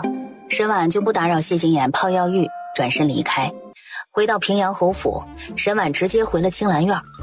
老夫人受不了沈荣出事的打击，病倒了。谢景琰要的荷包，沈婉花了1个下午就绣好了。接下来3天，沈婉白天都是在北院度过的，和沈巍一起学管家。但四太太的管家之法比云家教她的差太远了，实在没忍住，然后反过来教四太太了。3天时间，四太太管家水平突飞猛进。四老爷问四太太教沈婉的怎么样？我教不了她。婉儿那么聪明，怎么教不了啊？你和侯爷让我教大姑娘之前，也不先问问她，人家早就教过她了，哪里还用跟我学呀？这几日都是婉儿教我管家，婉儿还教我怎么管铺子，确实是轻松了不少，获益匪浅。这些天侯府过得风平浪静，但越是安静，沈婉就越觉得不对劲儿。到了谢景琰生辰这日，有大家闺秀陆续来侯府给她和沈英送天装了。沈婉和沈英招呼那些大家闺秀，然后沈婉就看到前世那些原本送给她的天装都到了沈英的手里。不过沈英的得意随着云家姐妹的到来戛然而止。云墨、云蕊两姐妹一人给沈婉送了套价值3000两的头饰，还有云家3位少爷，每一个送的天装都格外丰厚。2位舅舅一人给了沈婉2个铺子1个庄子，外祖父云老太爷给的送给沈婉48台天装，外加6间铺子4个庄子，还有500亩良田2个别院。云家的天装一送来，沈英脸上就没了笑容。这日沈婉吃过早饭，去清辉院给老夫人请安，走到屏风处，整个大厨也就一个云家，云家又只有你大姐姐一个外孙女，多疼她些也很正常。祖母您多疼我些。好，祖母多疼你。等沈婉走进去，侯府给你的陪嫁比你二妹妹多，袁家又给了不少，你的嫁妆是你二妹妹双倍不止，祖母就不给你添妆了。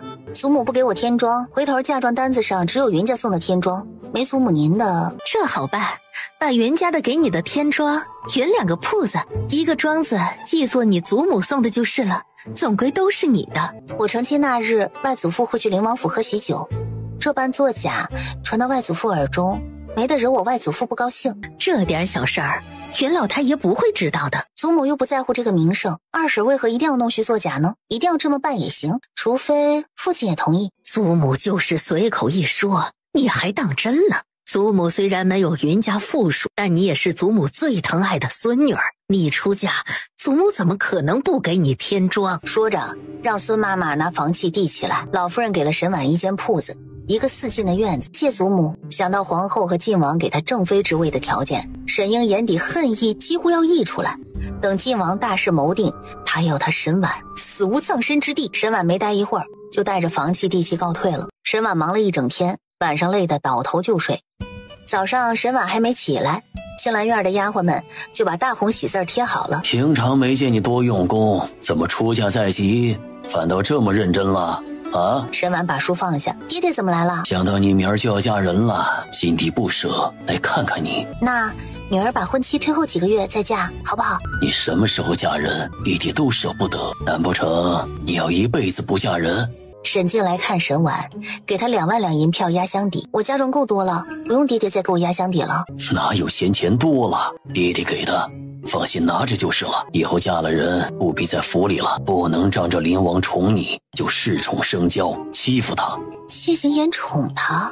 父亲哪只眼睛看到谢景琰宠他了呀？谢景琰是他能欺负的吗？也不担心灵王欺负女儿，反倒担心女儿欺负他。女儿还是不是爹爹您亲生的了？灵王不会欺负你的。大哥呢？怎么没和爹爹一起来啊？你大哥一早就被你二哥他们拉着出府了，也不知道忙什么去了。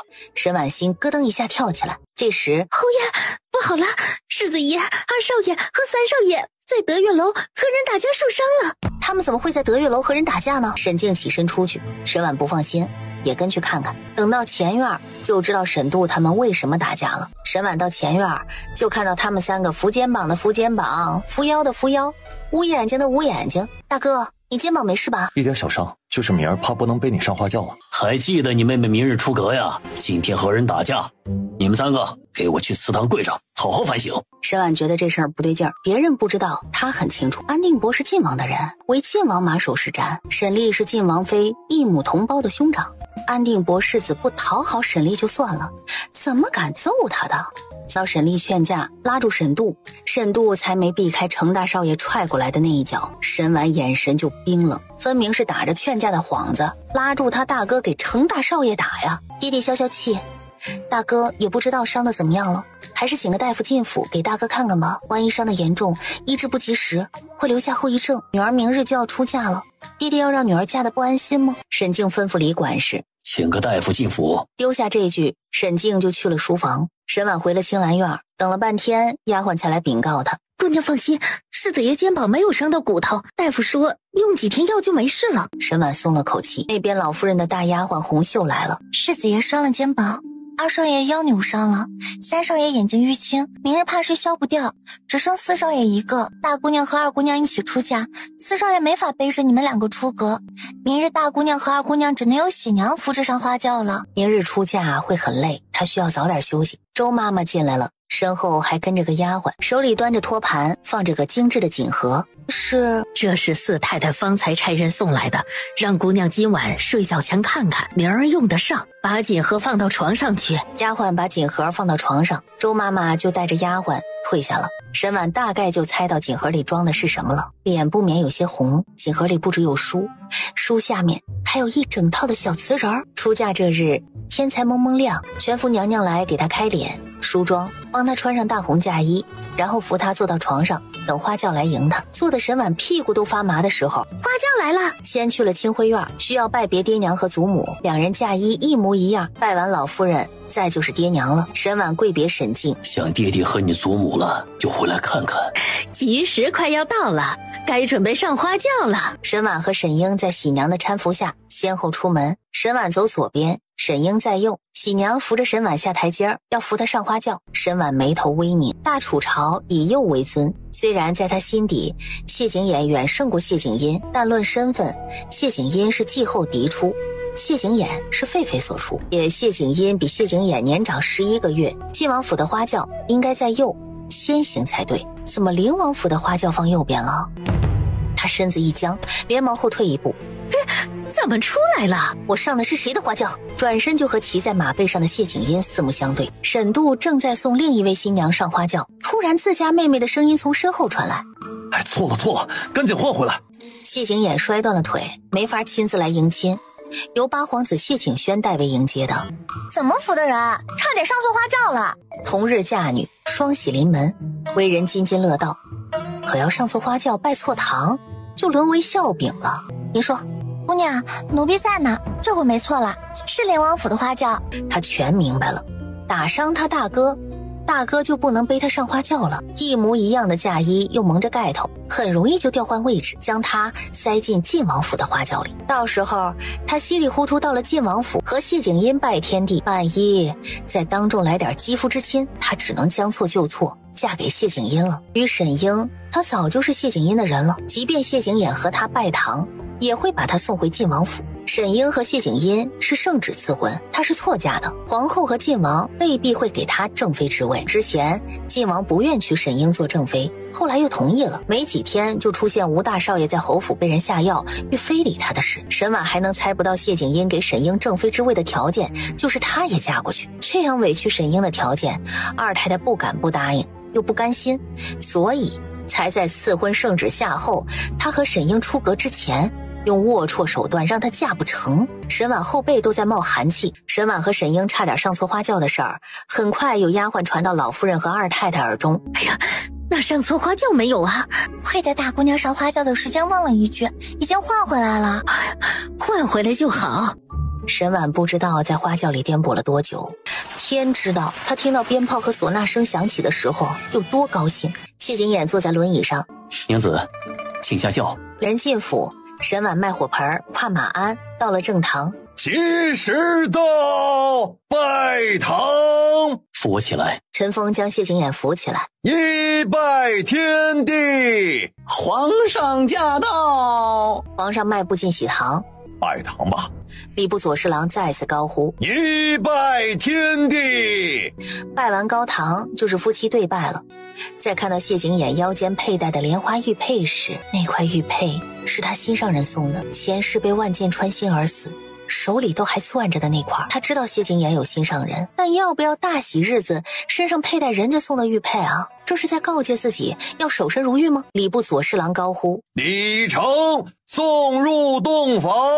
沈婉被喜娘扶着，扶坐到喜床上，刚坐下，车轮滚动声就传了来。喝交杯酒，这辈子长长久久。挽过胳膊，两人离近的都能听到彼此的心跳声。喝完交杯酒，喜娘一口一个吉利话，沈婉听得脸通红，谢景琰却是很高兴。赏。娘连连道谢，然后都退下了。六哥，你怎么还不出来啊？大家都在等你呢。进来。见过六嫂。然后推着谢景琰离开。六嫂，我先把六哥带走了啊。出门时，谢景琰问：前面如何了？有父皇在的地方哪有不拘谨呢？也就六哥你不怕父皇了。不过我还真没想到父皇会来六哥这儿，二哥肯定气炸了。文武百官和夫人都等着跪迎皇上，结果喊的只是皇后驾到。母后，父皇呢？你父皇得知灵王府喜宴轻了，怕委屈了沈大姑娘，改道去灵王府了。谢景琰去了前院，很快喜宴就热闹起来。等了足足大半个时辰，才听到门外丫鬟们的请安声。谢景琰回来了，皇上走了。刚走。晚上我们怎么睡啊？你说怎么睡？我打地铺睡。洞房花烛夜，我让你打地铺，你是想你大哥知道了揍死我吧？啊？那你打地铺？你说什么？你再说一遍。我打地铺睡没事的，我大哥知道了，我和他说实话就是了。你不怕你大哥知道？那你爹呢？皇上呢？你想好怎么向他们解释了？只要你的人嘴严，他们不会知道的。世上没有不透风的墙，封口令只能封住对我忠心的人。那你说怎么办？这么大的床，又不是睡不下2个人。这怎么行呢？你放心，我不碰你。我不是不放心你，只是什么？我睡觉不大老实。这你不用担心，我睡觉也不老实。2个不老实的睡在一张床上，想想都觉得可怕。心口发闷的他不再理会沈婉，直接躺下了。他呼吸匀称，好似睡熟了一般。他小心翼翼地爬上床，生怕惊扰了谢景琰，却不知某个装睡的人见他上床，嘴角勾起一抹弧度。要是我脚边，你还是下去打地铺吧。为什么不能睡这一边啊？没有为什么。沈婉瞥向他的腿，然后目光就凝住了。袜子没遮住的地方似乎是黑色的。你的腿？谁准你碰我的腿了？你的腿怎么会黑成这样？我不需要你同情我。你的腿会治好的。谢景琰笑了，他知道他看过多少大夫太医吗？沈婉小心翼翼地躺下，不起啊。刚刚我是不是吓到你了？我睡了。把脚遮住。陈峰，你叫陈峰进来做什么呀？刚刚喜宴上被人灌了不少酒。谢景琰腿脚不便，陈峰又没出现，需要我帮忙吗？他没拒绝，算是默认了，抱着他的腰往屏风后走去。辛苦点就算了，尴尬的是他一会儿那啥，他要怎么办啊？爷，丫鬟说您叫属下。快点进来帮你主子。走到床榻边，猛然反应过来，飞似的出门去了。等沈婉回屋，谢景琰已经躺下了，被褥勾到了锦盒。沈婉拉被子盖时，不小心把锦盒带了下来，锦盒里的东西撒了一床。怎么了？看到沈婉手上拿的东西，沈婉手忙脚乱的把东西收进锦盒里，干脆放得远远的，拉过被子把整个人直接盖起来装死。那了一个。沈婉不止想死，他想杀人灭口的心都有了。他赶紧起来找辣的那一个在哪儿？谢景琰把被子掀开一点，他伸手要去拿，谢景琰也伸了手。沈婉就像是碰到了烧得滚烫的炭火。夜深了，睡觉吧。清晨，沈婉醒来，发现被人抱着。沈婉一起来，自然就把被子带开了，然后更尴尬的画面就出现了。某人某处，沈婉只恨自己眼睛没瞎，回头就看到谢景琰睁着眼睛看着他。你什么时候醒的？你说你睡觉不老实，我没想到你会不老实到这种程度。偏说睡觉不老实的是他自己，想否认都否认不了。给我捏捏肩膀。你说什么？胳膊被你压麻了，给我捏捏。你怎么不推开我？你怎么知道我们试着推开过你？这是努力过，但是推不开的意思吗？比起你踹我，还是让你抱着我睡更安全一点。心下打定主意，今晚说什么也不睡一张床了。沈婉见到谢景琰身下压着的圆帕，恍惚想起来一会儿宫里的嬷嬷会来检查。沈婉将圆帕抽出来，沈婉把心一横，举起手指用力一咬，沈婉抹到圆帕上去。我不作假，皇后那一关过不去。这样还不够吗？不够吗？差不多了。谢景琰伸手把沈婉拉过去，他就亲在了她雪白的藕颈处，到脖颈处传来细微刺疼。沈婉才想起来推开谢景琰。你无耻！这样任谁见了都不会怀疑我们昨晚没有圆房。我这样怎么出去见人啊？我把正妃之位借给你，你总不能让人怀疑我不行吧？还有你大哥那儿，关我大哥什么事啊？赐婚之前，你大哥可是专程来找过我。他以为大哥没来找他，没想到还真来了。你怎么打发我大哥的？我说不会耽误他做舅舅，你大哥才满意的离开的。沈婉在银霜伺候下穿好裙裳，然后洗漱。你不起床吗？你不扶我，我起不来。沈婉看向海棠，你去扶他。海棠飞快地摇头，他不敢。沈婉郁闷地起身去扶谢景琰起床，珠帘外就传来一阵脚步声。奴婢见过灵王，灵王妃。起身时瞥见沈婉脖颈处敷了粉，也遮掩不住的红印儿。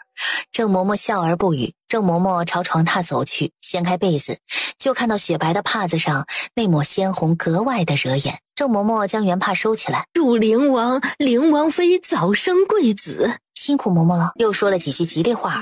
才退了下去。我的荷包呢？海棠已经有眼色的把沈婉秀的双面绣荷包取了来。等我回来，帮我系上，先推我出去。沈婉只将谢景琰推到门口，陈峰将他推走了。也不知道大表哥有没有找到陶大夫，寻到那2味药材，得尽快把他的腿治好，不然太不方便了。谢景琰洗漱更衣去了，腰间依旧佩戴着那块莲花玉佩。见沈婉看玉佩，这块玉佩雕工不错，我很喜欢。沈婉手里还拿着荷包，给我戴上。已经佩戴玉佩了，就别带荷包了。荷包和玉佩又不妨碍。可谢景琰坐在轮椅上，为了能把荷包系上，他只能靠近点儿，再靠近点儿。好不容易把荷包系好，两人已经近到呼吸都纠缠到一起了。他站起身来，就把谢景琰的下巴给撞了。对不起啊，我不是故意的。脑袋有没有撞疼？疼。他人还没反应过来，脑袋就低下了。谢景琰长了老茧的手附在他的头顶上，轻轻地揉着。本来就不聪明了，再装笨一点，你大哥饶不了我。你有这么怕我大哥吗？你大哥与我有救命之恩，你是他嫡亲的妹妹，只要你的要求不过分，我都会应允。让你睡书房也行吗？你说呢？吃饭吧，一会儿还要进宫。吃完早饭，出了府，坐马车进宫。等马车停下，早有宫人等候在那儿，领他们去太后的寿康宫，去给太后还有皇上皇后敬茶。快走到寿康宫，远远的就看到大皇子走过来。还没恭喜六弟六弟妹新婚大喜，昨儿皇兄身体不适，没喝上晋王府的喜酒，也没看到灵王府的热闹，实在是可惜啊。谢景英和沈英也来寿康宫敬茶，走过来时正好听到大皇子的话：秦王的病来得猛，去得也快，除了不能出府喝喜酒，别的事儿倒是一点没耽误。进了大殿，沈婉就看到坐在凤椅上的太后。谢景英和沈英先跪下给太后敬茶，然后是沈婉和谢景琰。太后喝了茶，赐了沈婉和沈英一人一套头饰，希望你们能早日为皇家开枝散叶。经过太后，然后敬皇上皇后。皇上倒没说别的，一人赏了秉玉如意，宋皇后赏了沈英一只血玉镯，赏了沈婉一块玉佩。敬完茶，皇上还有奏折要批阅，就先走了。谢景琰和沈婉也告退了。出了寿康宫，你要逛街，我陪不了你。你要去御花园转转，我可以陪你去。沈婉摇头。四下无人，谢景琰问：昨儿你是怎么发现自己上错花轿的？停在平阳侯府右边的花轿肯定是晋王府的，我可能会走错，但花轿不会停错。关键时间挺聪明。陈峰赶马车出宫，到了闹街，谢景琰道：停下。怎么停下了？陪你逛街。什么？不是说没法陪他逛街吗？怎么又要陪他逛街了？这人怎么变得这么快啊？这都不是喜欢了，分明是爱惨了。王妃应该会很感动吧？你腿不方便，还是不逛了？捅一回刀子还不够，还接着捅。王妃当真是不把爷气死不罢休吗？我的意思是等你腿好了再陪我逛街。下去。爷，回王府。沈婉看着马车走远，气得直跺脚。世上怎么会有这样稍不顺着他就发脾气的混蛋呢？沈婉越想越气，走着走着，表妹，表哥，刚看背影像是你，没想到还真是表妹你。你怎么一个人在街上，连个丫鬟都不带？啊，我让丫鬟买东西去了。以后出门还是多带2个丫鬟，即便是天子脚下，也不见得就有多安全，还是谨慎些的好。外祖父的心事消了吗？岂止是消了，祖父是扬眉吐气。昨儿喝完喜酒回府，对灵王是赞不绝口。两表兄妹就在街上说着话，不远处一架马车停在那儿。谢景琰见两人有说有笑，脸色要多难看就有多难看。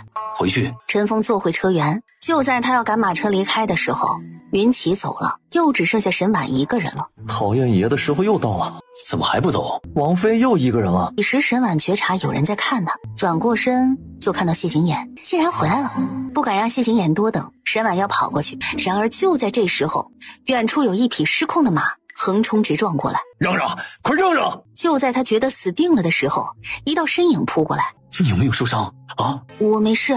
这么多人看着呢，快起来！陈峰赶马车回王府，马车内，你怎么了？脚用力过猛，这会儿钻心蚀骨的疼。有什么想说的就说吧。方才谢谢你救我，这么看着我做什么？你原本想要和我说什么？我这不是怕你又误会我。误会？你的腿疾真的能治好，我不是宽慰你，是真的。你怎么就断定我的腿能治好？我梦到的。你还梦到过我？这不是重点好吗？好不容易才找到一个说得过去的借口，结果他理解成这样。梦都是反的。不会的，我表哥已经找到，只是他话还没说完，谢景琰后背撞到轮椅上，这一打岔，这个话题就不了了之了。陈峰赶马车回灵王府，见谢景琰脸色苍白，下派人去请太医。一点皮外伤，不需要看太医。你哪受伤了？进屋后给我后背上药。等礼衣脱下，沈婉就看到他后背上有2片淤青，应该是救他的时候被地上的石头硌到了，有点疼，你忍忍。爷，平阳侯世子来了，让他进来。沈度走进来，大哥怎么来了？我和父亲从军营回府的路上，听说你在街上差点出事，是妹夫救了你，父亲不放心，让我来看看。大哥，我没事。父亲不担心你，他担心的是妹夫。我也无碍，让岳父大人担心了。哼，岳父大人，他喊的可真顺口。都没事就好，那我就先回去了，免得父亲担心。你们明日要回不了门，就改日再回去。大哥肩膀处的伤好些了没有？一点小伤，不碍事。这次是小伤，下次呢？昨天我差点上错花轿，不是意外，是他们有意为之。大哥肩膀受伤也是他们计划的一部分，就连三妹妹出事也原本是冲着我来的。亲王野心勃勃，心狠手辣，二叔也不遑多让，都是为达目的不择手段的人。他们一定会想尽一切办法拿到父亲手里的兵权。大哥和父亲一定要小心再小心。大哥知道了，会提醒父亲防备的。沈度走后，屋子里又只剩沈婉和谢景琰2个人了。吃完饭，谢景琰去书房看书，沈婉站在湖畔吹风。那边过来一个小丫鬟，王妃，王爷找您。沈婉回了莫玉轩，结果人在内屋，而且在泡药浴。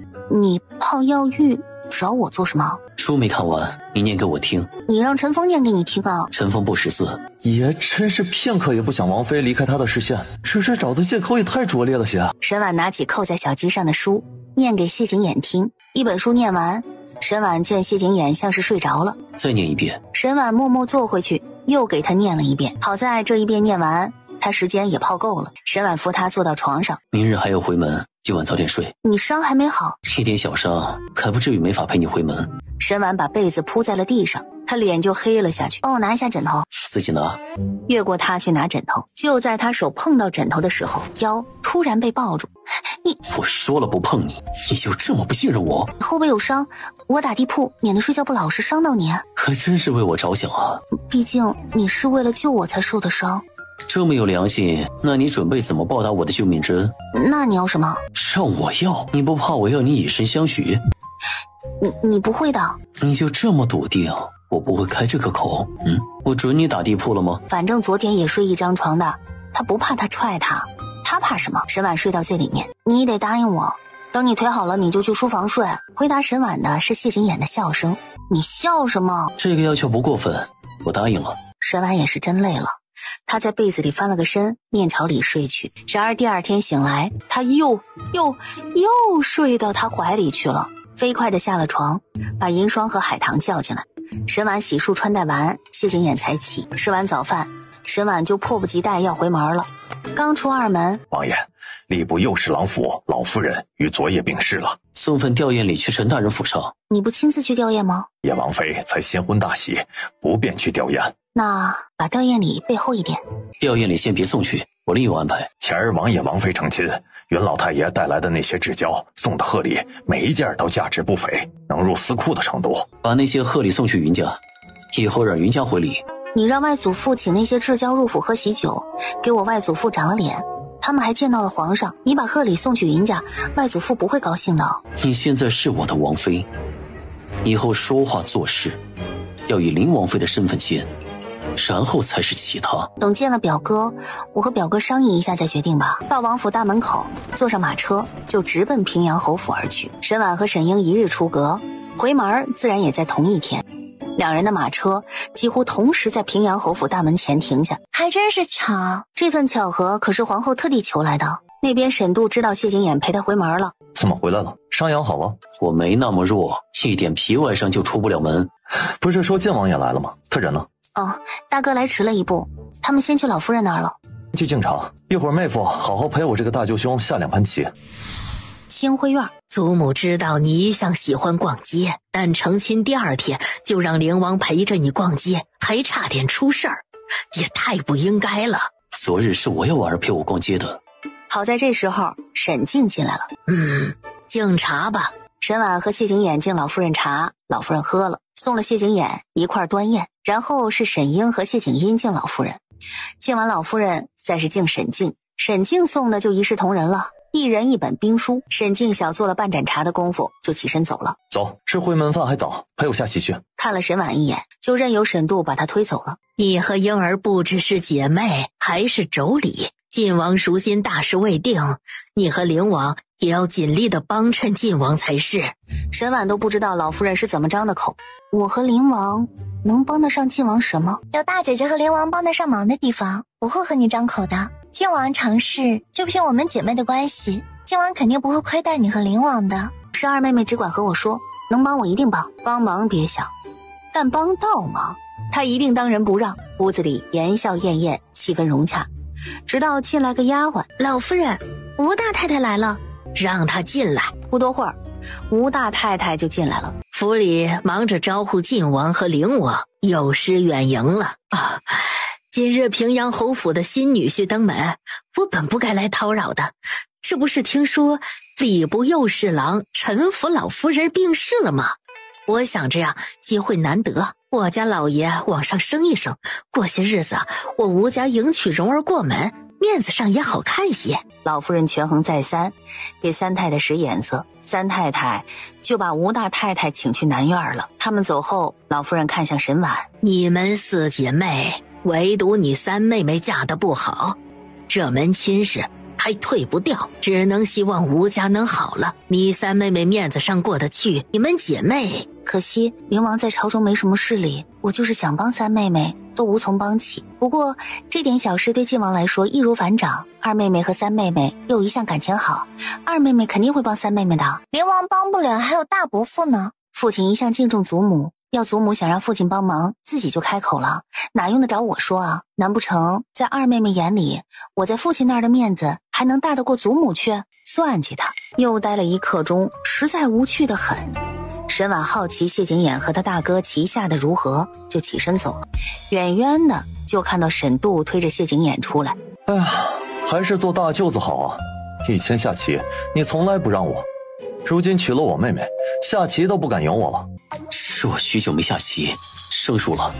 我虽棋艺不及你，但你让没让我，我还是知道的。哎呀，真想把大哥的嘴缝起来。这么快就下完棋了？军营有点事，副将来找父亲，又快吃午饭了，就没下了。在花园待了会儿，差不多吃午饭的时辰才去清辉院。一顿回门饭吃了大半个时辰才歇。沈静军营还有事儿，吃完就走了。沈婉和谢景琰回灵王府，沈度送他们出府。大哥，你答应我件事。让我答应你什么事？大哥答应我以后再不与人赛马。为什么？他总不能说怕大哥重蹈前世覆辙吧？昨晚我梦到娘了，娘让我提醒大哥以后不许再与人赛马。娘为什么不直接入我的梦告诉我？大哥，你到底答不答应我？好，大哥答应你不再与人赛马。等坐上马车，这么看着我做什么？为什么不让你大哥赛马？我不都说了吗？你找的借口太拙劣了，你大哥都不信，何况是我。我知道大哥喜欢与人赛马，但我怕他们会在马上动手脚。他们真要在马身上动手脚，不是非要在赛马的时候。马车停下。王妃，您的表哥云大少爷来王府了，已经等您一刻钟了。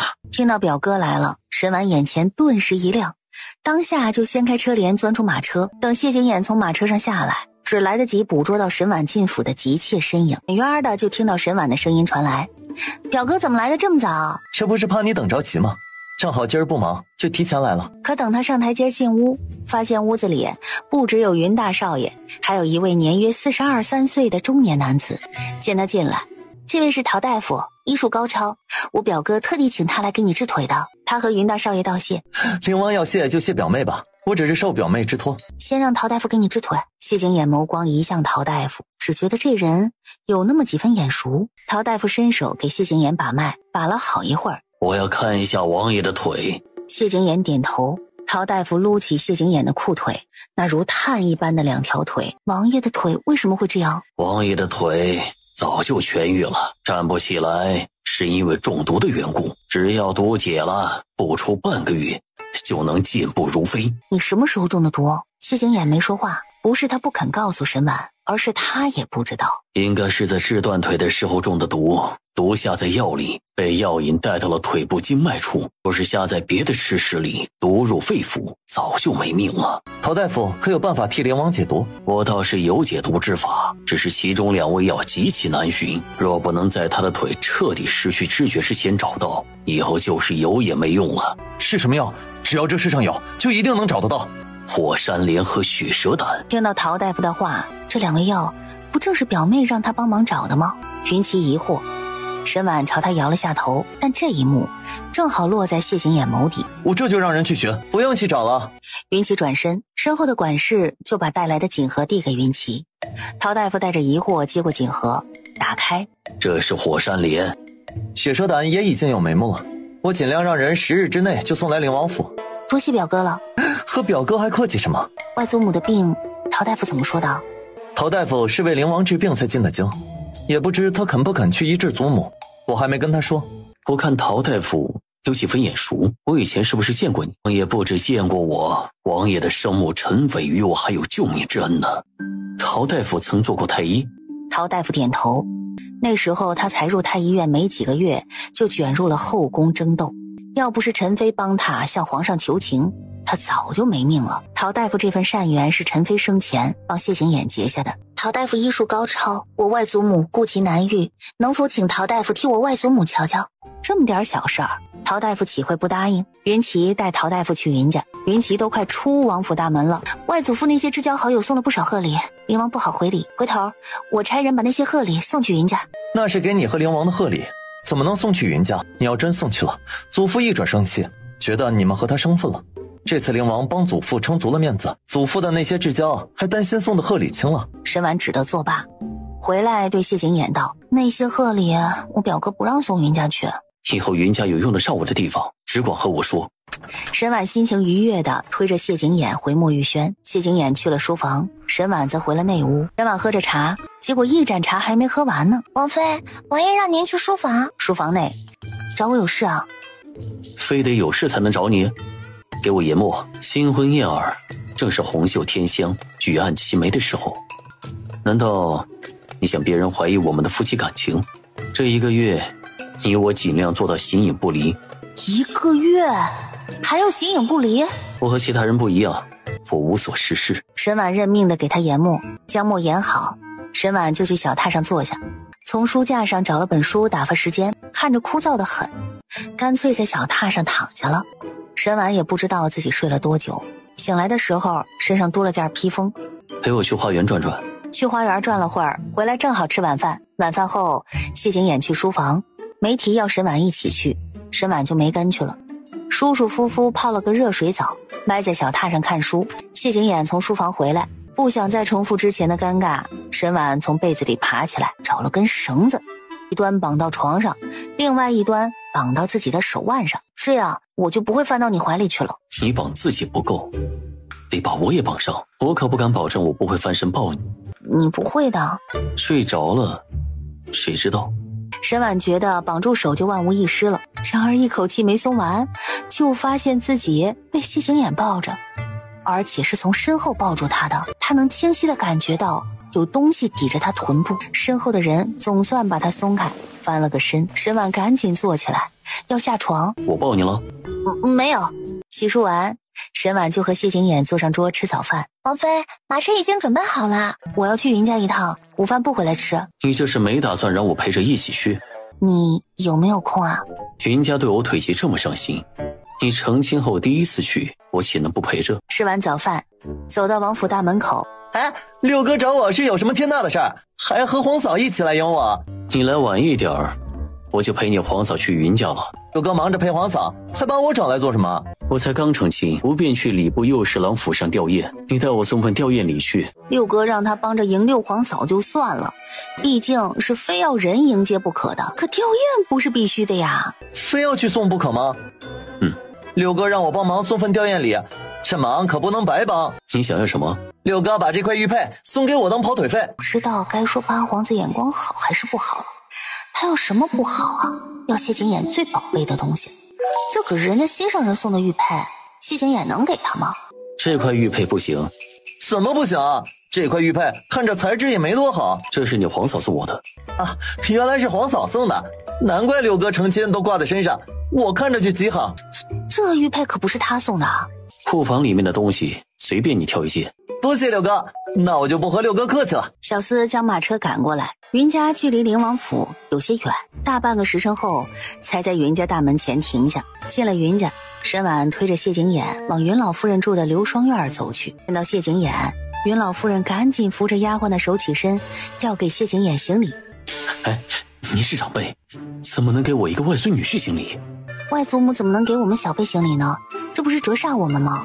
外祖母气色瞧着比上回见好了许多。外祖母是托了灵王的福，陶大夫昨儿来府里给外祖母看过，开了药方，急对外祖母的病症，才喝了一剂药，昨晚一觉睡到天亮。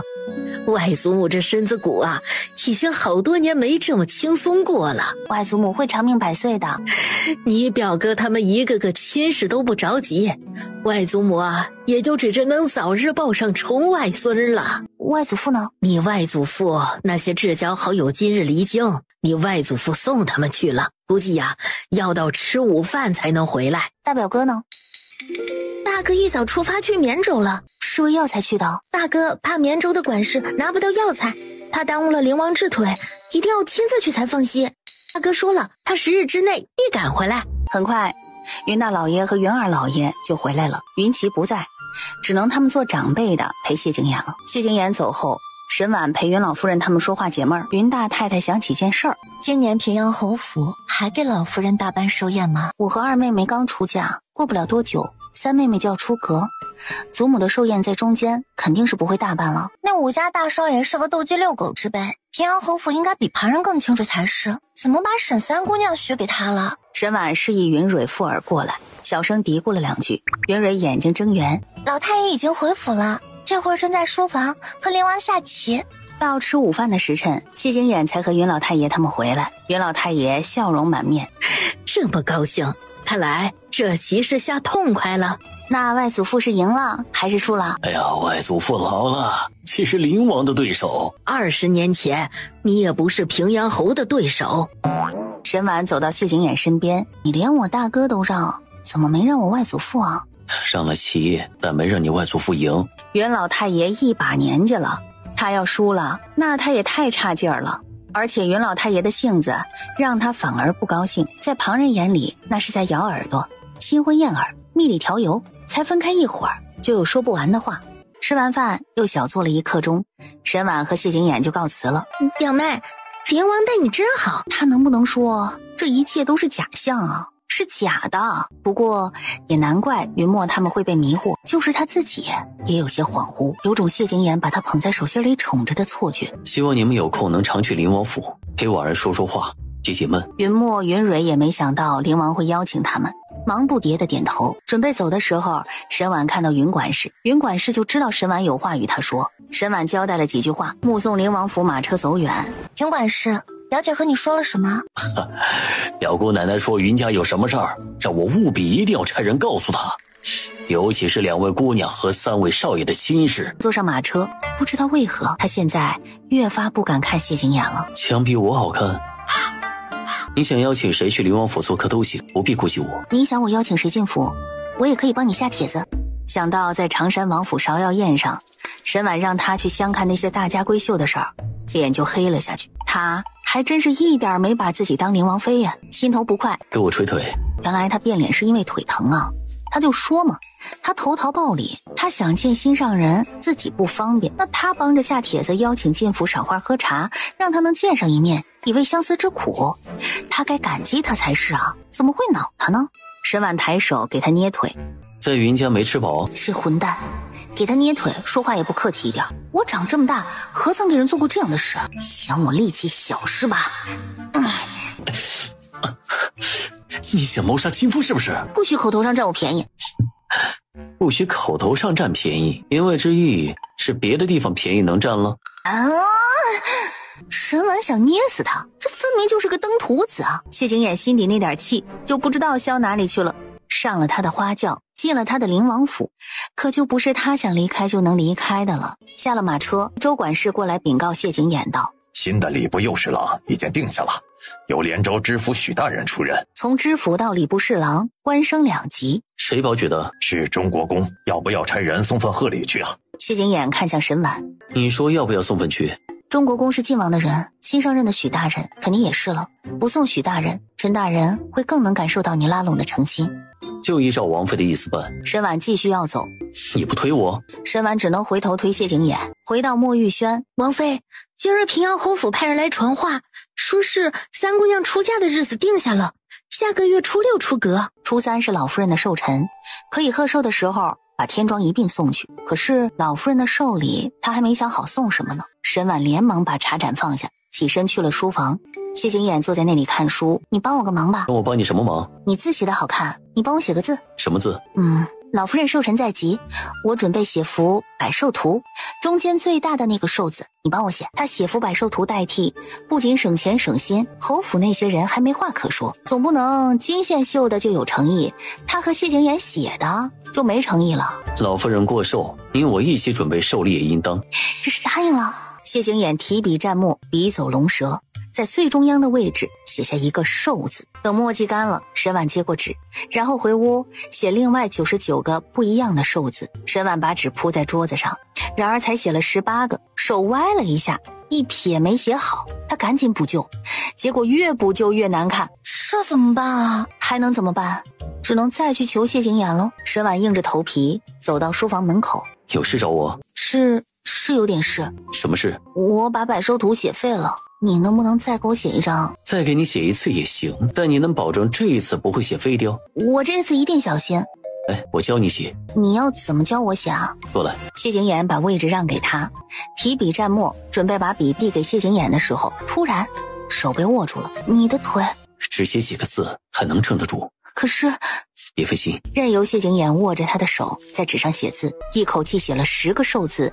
谢景琰有些站不住了，坐到轮椅上。一次能写10个，每天能写2次，到时候你来找我。一次就尴尬半死了，还要再经历9次，他甚至不敢回头看向谢景琰，抬脚就走了。4天过去，就剩最后10个寿字没写了。第2天吃完早饭，谢景琰见天气不错，要沈婉推他去花园转转。没几天就老夫人寿辰了，装裱还需要时间，要不先写完最后10个寿字，我再推你去花园。这么着急？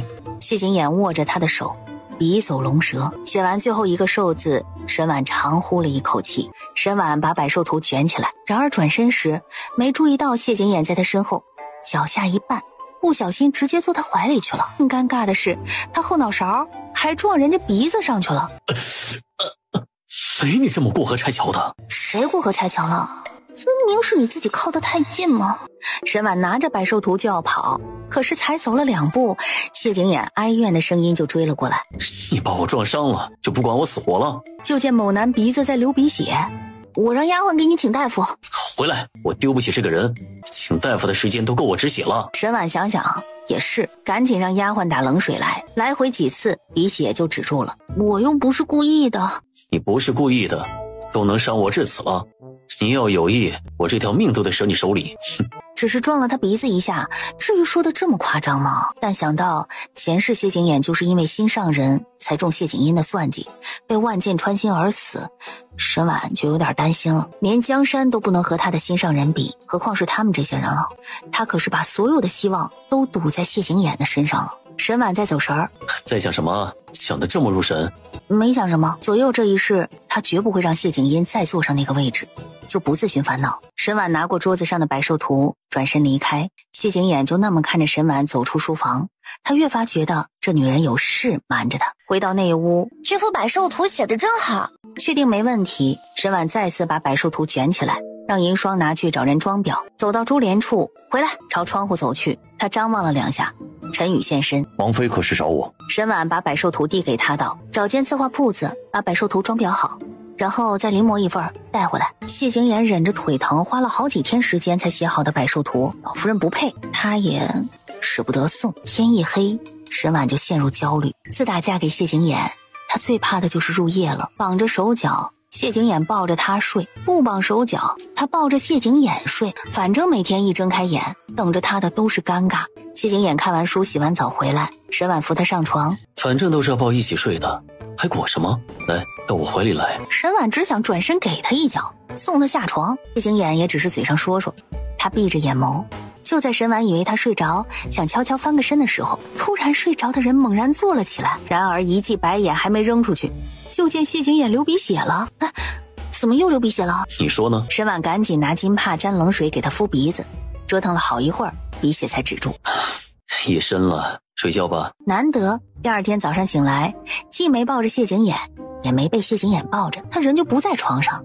等沈婉洗漱完，谢景琰就回来了。吃完早饭，谢景琰去书房，需要我给你研墨吗？谢景琰没说话，算是默认了。研墨很快，一会儿就好，就随手从书架上拿了本书，坐到小榻上翻看，看到有趣处笑出声来。换茶。林爽走后，谢景琰一直在看着沈婉，好不容易才把人娶回来，每晚同床共枕，却只能看不能吃。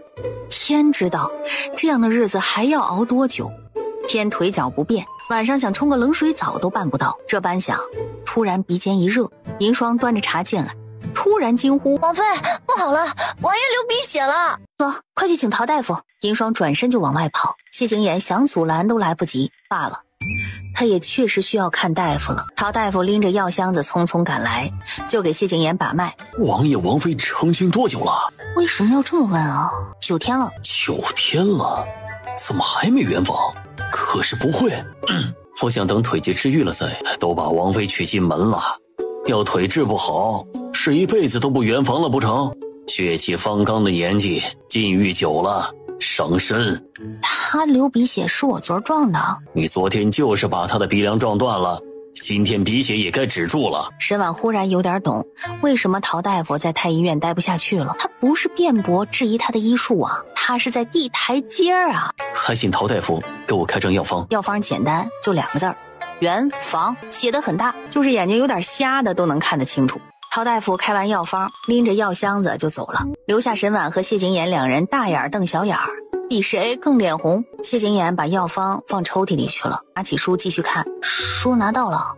怎么还不走？你想说什么就说。你要不要我帮您？你敢给，我就敢要。那院子里的丫鬟你有没有中意的？还是我直接给你选？你说的帮我就是给我纳妾？不然呢？你过来。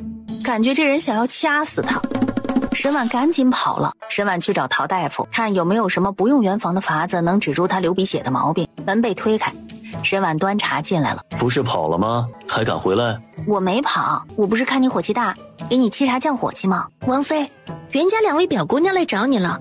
沈婉只觉得来的不是表姐表妹，来的是她的救星。沈婉转身离开。沈婉去迎云墨云蕊。宁王府好气派。皇上因陈妃迁怒谢景琰，不待见他，却又把离皇宫最近的灵王府赐给了谢景琰，就连喝喜酒也是来的灵王府。他更愿意相信皇上心底是疼爱谢景琰的。沈婉带他们私下转了转。已经来半个时辰了，我们该回去了。这么快就要走吗？来之前祖母交代，表姐要陪灵王，不许我们多留，但允许我们以后常来。你们直接就回府？我们上街逛会儿街再回去。袁老夫人的话不能违逆，但是沈婉可以出府逛街啊。沈婉果断吩咐银霜，你去和王爷说一声，我和表姑娘去逛街了。你不陪灵王吗？哪用时时都陪着，我嫁进灵王府10天还不到，以前不都过来了吗？书房。王爷，王妃让奴婢来和您说一声，她和2位表姑娘出府逛街去了，午饭不回来吃。事宜禀告完就赶紧退下了。陈宇也有什么吩咐？以后王妃出府你都暗中跟着。再说沈婉和云墨云蕊坐马车上街，云蕊看着道路两旁鳞次栉比的商铺，沿街叫卖的小摊贩，络绎不绝的行人，3人从这间铺子逛到那间铺子，这个小摊子看到那个小摊子，几人往前逛。我要买些胭脂水粉，我们去那儿看看。云蕊拉着沈婉和云墨进了胭脂铺，可是走进去，看到正在铺子里挑胭脂的姑娘，来的不巧碰到表姐的死对头了。我们换个铺子逛吧。中国公府大姑娘傅淑听到云墨的话，沈大姑娘啊，不，现在是灵王妃了。灵王妃就这么怕和我碰上？老实说，沈婉还真有点怕的。前世他和傅叔因为谢景音斗了好些年，傅叔对谢景音一往情深，知道他倾慕谢景音，又有皇上给的择婿权，处处针对他，只要碰上必会掐起来。前世谢景音登基后纳的第一个妃子就是傅叔，毕竟中国公有从龙之功，谢景音纳傅叔为妃合情合理，他阻拦不了。他们从宫外斗到宫内，他怀胎不易，还小产了。傅叔倒是怀得顺利，没少在他面前炫耀，可惜生的时候难产，生了2天2夜都没能把孩子生下来。为了皇子能顺利出生，稳婆生生剖开了傅叔的肚子。沈婉到现在还记得那凄厉的惨叫声，可惜皇子生下来只啼哭了几声就夭折了。傅大姑娘这话说的让我觉得你很想见到我。我以为你会选晋王的，我可高攀不起晋王，没想到你还有这样的自知之明，可惜你二妹妹没有。傅叔说话难听，沈婉看在他前世死的那么凄惨的份上，不与他计较，把云墨云蕊都看愣住了。两人总担心傅叔会突然发难，直到傅叔买完东西带着丫鬟离开，两人才敢相信这是真的。云蕊挑完胭脂，沈婉他们也出了胭脂铺，继续往前逛。正在一小摊子前看着香包，忽然一群人往前跑去。前面发生了什么事？哎，前面望月楼有人出了对子，对上的人有1000两的彩头。可惜我们不能去看，没什么好看的。难道表姐都不好奇吗？沈婉告诉他们，那是新上任的礼部右侍郎府许大少爷为杨明弄出来的阵仗，做提亲之用。是假的？要许家登门提亲，祖父和舅舅千万不能答应。表姐说什么呢？那可是礼部侍郎府上的少爷，怎么会看上我们？有几个人上门提亲是奔着人去的，不都是冲着权势地位？云家的钱可没几个不眼热的，见他们还好奇得很。我们去翠玉阁。我怎么把翠玉阁忘了？翠玉阁就在望月楼对面，我们去翠玉阁不仅可以挑首饰，望月楼发生的事情还能第一时间知道。走到望月楼跟前，守在门外的小伙计热情地招呼他们，领着他们上2楼。然而才走到2楼楼梯口，沈婉就听到一声清脆响亮的东西摔碎的声音。你怎么地的东西？摔碎了算谁的？是沈英的说话声。往前一看，之前没和他起争执的傅叔和沈英对上了，地上是摔碎的羊脂玉镯。玉镯我递给你了，是你自己没接完，你说算谁的？他们怎么吵起来的？中国公府傅大姑娘刚抢了靖王妃一只玉簪，傅大姑娘挑中了这只玉镯，靖王妃抢先买下，傅大姑娘就把玉镯递给她，不知道是没递好还是没接好，玉镯给摔了。沈英看到她了。大姐姐。沈英看着傅叔，中国公府就这么缺钱吗？一只玉镯不过300两，傅大姑娘摔碎玉镯都不认，这玉镯算我账上便是。我倒要看看你晋王妃是多有钱。这些我都要了。傅叔买的更多，沈婉就站在那儿看着两人争。最后傅叔败下阵来，沈英昂着脖子得意洋洋，沈英就来找沈婉了。大姐姐，我身上钱没带够，你借我点儿。钱不够你还买这么多首饰？那我不能叫他看清了。你让翠玉阁把首饰送去晋王府再拿钱。傅叔直接结的账，我要送去晋王府再拿钱，那我岂不是输了他一头？沈婉吩咐银霜去结账。这时候那对子许大少爷对出来了。哪个许大少爷？就是新上任的礼部右侍郎府许家大少爷。云墨云蕊互望一眼，闪过一丝鄙夷。听说礼部右侍郎是中国公保举的，是真的吗？傅叔糟糕的心情瞬间又灿烂了起来，可不就是他爹保举的？他爹是中国公，可不是区区平阳侯府二老爷能比的。傅叔昂着脖子离开了，小伙计把首饰装好，沈英的丫鬟去接，被银霜抢了先。这是我家王妃买的首饰，你拿着做什么？首饰是你家王妃的，但钱是我家王妃付的。大姐姐这是什么意思？妹妹派人送银票去灵王府，我再把首饰给你。大姐姐是担心我不还你的钱吗？毕竟你借钱不还也不是1次2次了。气得沈英云袖一甩，转身走。沈婉和云墨云蕊进翠玉阁，只是想着知道望月楼的热闹。现在望月楼的热闹没了，三人便出了翠玉阁，又逛了半个时辰的街，有些累乏了，方才分开。进了灵王府，沈婉往内院走，刚走到莫玉轩院门口，王妃，平阳侯府派人来传话，让您回去一趟。都这个时辰了，侯府怎么派人找王妃回去？除了为沈英出气，还能是为了什么事儿？沈婉吩咐银霜，你回平阳侯府一趟，就说灵王腿疾发作，我走不开，等灵王腿好些了我再回去。银霜走后，沈婉迈步进莫玉轩，陈峰推着谢景琰从书房过来。还知道回来？你没流鼻血了吧？他还敢提这事儿？沈婉迈步进屋，王爷都气成这样了，王妃竟然一句话都不哄一下就自己进屋了。王爷很好哄的呀，说句好听的就行了。回书房。银霜从平阳侯府回来时已经是傍晚时分了。侯府派人来找王妃，没出什么事吧？亏得王妃没回去，我回去一趟都气得够呛。那你倒是快说呀，到底为什么事？没二姑奶奶那样会告状的了。王妃借给他钱撑面子，只是没让他把首饰直接带走，他就回到平阳侯府找老夫人告状，说他和中国公府傅大姑娘起争执，全是为了给王妃出气。以前傅大姑娘找王妃的茬，他想帮王妃，有心无力。现在他是见王妃了，碰到傅大姑娘就想好好给王妃出口恶气，结果被傅大姑娘算计，摔碎了玉镯，赔了几百两。他说自己好心好意帮王妃，王妃不领情，还当众落他的面子，说他借钱不还，防他一手。他还说以前是借过王妃钱，他没想过不还，是王妃说算了，他想着义父姐妹也不需要那么见外。结果王妃自己说不要了，又和他翻旧账。听清辉院的丫鬟说，二姑奶奶说的时候哭得可伤心了，老夫人气坏了，这才派人来王府传话，要姑娘回去。幸亏王妃没回去，这要真回去了，不挨老夫人一通训斥才怪了。老夫人这回气得够呛。老夫人怎么了？奴婢回去的时候正巧碰上了侯爷，奴婢就把王妃交代奴婢的话一字不落的全和侯爷说了。侯爷就问过了一下，知道是二姑奶奶和老夫人告状，老夫人才找王妃回去的。侯爷说王妃要照顾灵王，让老夫人以后别为这样的小事找王妃，也不许任何人打着王妃的幌子与人生事。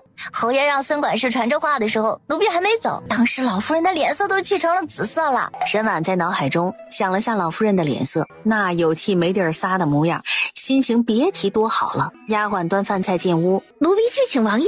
沈婉坐在那里等，很快海棠就回来了。沈婉见他一个人回来，直呢。王爷脸色不好看，没搭理奴婢。不过王爷的护卫陈峰悄悄地告诉奴婢，让王妃您去哄一下王爷，还说王爷很好哄的。灵王喜欢听好听的，王妃将好听的说就是了。再不吃晚饭，这一会儿饭菜就要凉了。人在屋檐下不得不低头。沈婉起身去了书房，沈婉在书房外来回打转。别在门外转了，进来。沈婉走进去，敢进来？没有不敢，只是我还没想好怎么哄你。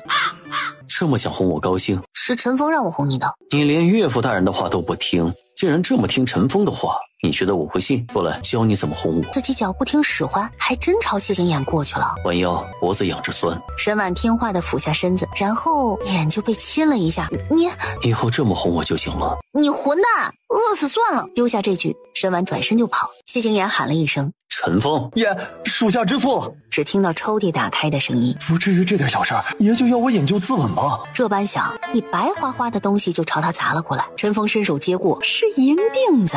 属下谢爷赏赐。陈峰起身推谢景琰出书房。再说沈婉，王妃哄好王爷了吗？他不饿，才吃2口，车轮滚动声就传了来。谢景琰拿起筷子，这些菜是你让厨房做的？陶大夫让你吃的清淡点，还有从今晚起你睡书房。你这么听陶大夫的话？他是大夫，他的话我能不听吗？那陶大夫让我们圆房，你怎么就不听呢？两人谁也没再说话。吃完饭，谢景琰去了书房，到平常就寝的时辰也没回来。沈婉觉得他是听进去了，困乏了。沈婉宽衣准备上床睡觉，可真躺下了却怎么也睡不着，心底莫名有些空落落的，也不知道过了多久。突然一阵车轮滚动声传了来。你不是睡书房吗？认床，睡不着。谢景琰躺床上去，沈婉扯被子。你做什么？我去书房睡。他胳膊一伸，沈婉人还没反应过来，就从床边被他带着上了床，而且紧紧地抱在怀里。你快放开！闭嘴！就这么睡。可是要还流鼻血，我就打地铺睡。沈婉笃定自己肯定会失眠，然而多闻了2下，突然就有了困意，就像是服了安眠散一般，眼皮子粘得快睁不开，心底思绪乱糟糟的。因为他觉察自己好像并不是特别抗拒被谢景琰抱着睡，甚至有那么点喜欢。他不会喜欢上他了吧？沈婉晃晃脑袋，试图把这些乱七八糟的念头从脑海中甩得远远的，这是让某个本就极力隐忍的男人咬紧了牙关。睡觉。沈婉也是真困了，这一夜沈婉睡得挺香。翌日沈婉醒来，可谢景琰平躺睡的，还没盖被子。你做什么？那个，你真的不需要纳妾吗？他伸手抓住沈婉的手，轻轻一拽，沈婉就倒他怀里去了，直接就亲了上来。他拼命地抵着他胸口，咬破他舌头，谢景琰才松开他。沈婉气哭了：“你无耻！你不是要给我纳妾吗？我是要给你纳妾，不是要你欺负我。你我是圣旨赐婚，在你没怀身孕之前，我岂敢纳妾？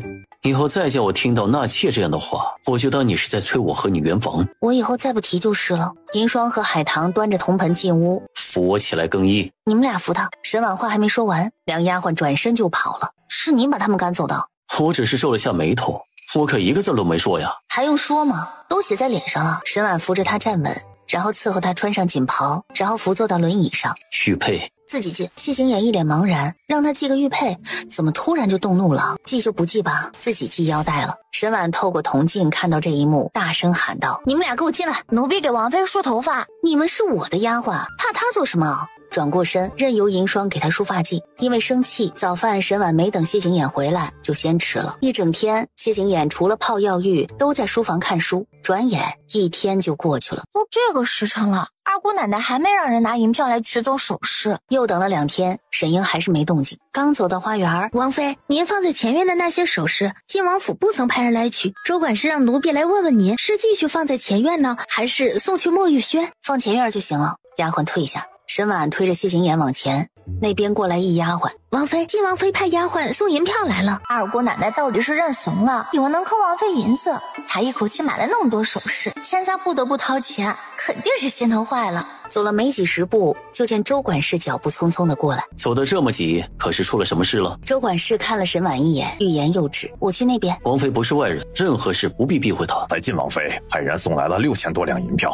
取走了王妃放在前院的首饰。我不在，小厮收的钱，其中有5000两银票是假的，银票过了2手。晋王妃又是王妃的堂妹，不好派人去追啊。这事儿可不小，更重要的是丢人呐，不是王爷丢人，就是王妃丢人。陈宇，王妃找我，追上晋王府马车，把首饰给我悄悄带回来。沈婉已经没法容忍了，竟然还想拿假银票算计他。沈婉推着谢景琰回墨玉轩，喝了半盏茶，陈宇就回来了。陈宇递过来个小包袱，小包袱一打开，就看到翠玉阁小伙计小心翼翼装进锦盒里的首饰，凌乱地摆在包袱里。说好，这些首饰就只能压箱底了，压不了多久的，真需要拿去当铺，5000两绝不在话下。再说沈英坐在屋子里，气定神闲地喝茶，将茶盏放下时，绿柳就拎着翠玉阁独有的包袱走进来。在包袱打开，看到锦盒里装着的石头时，奴婢怕大姑奶奶在首饰上动手脚，每一个都打开检查了呀，怎么会是石头？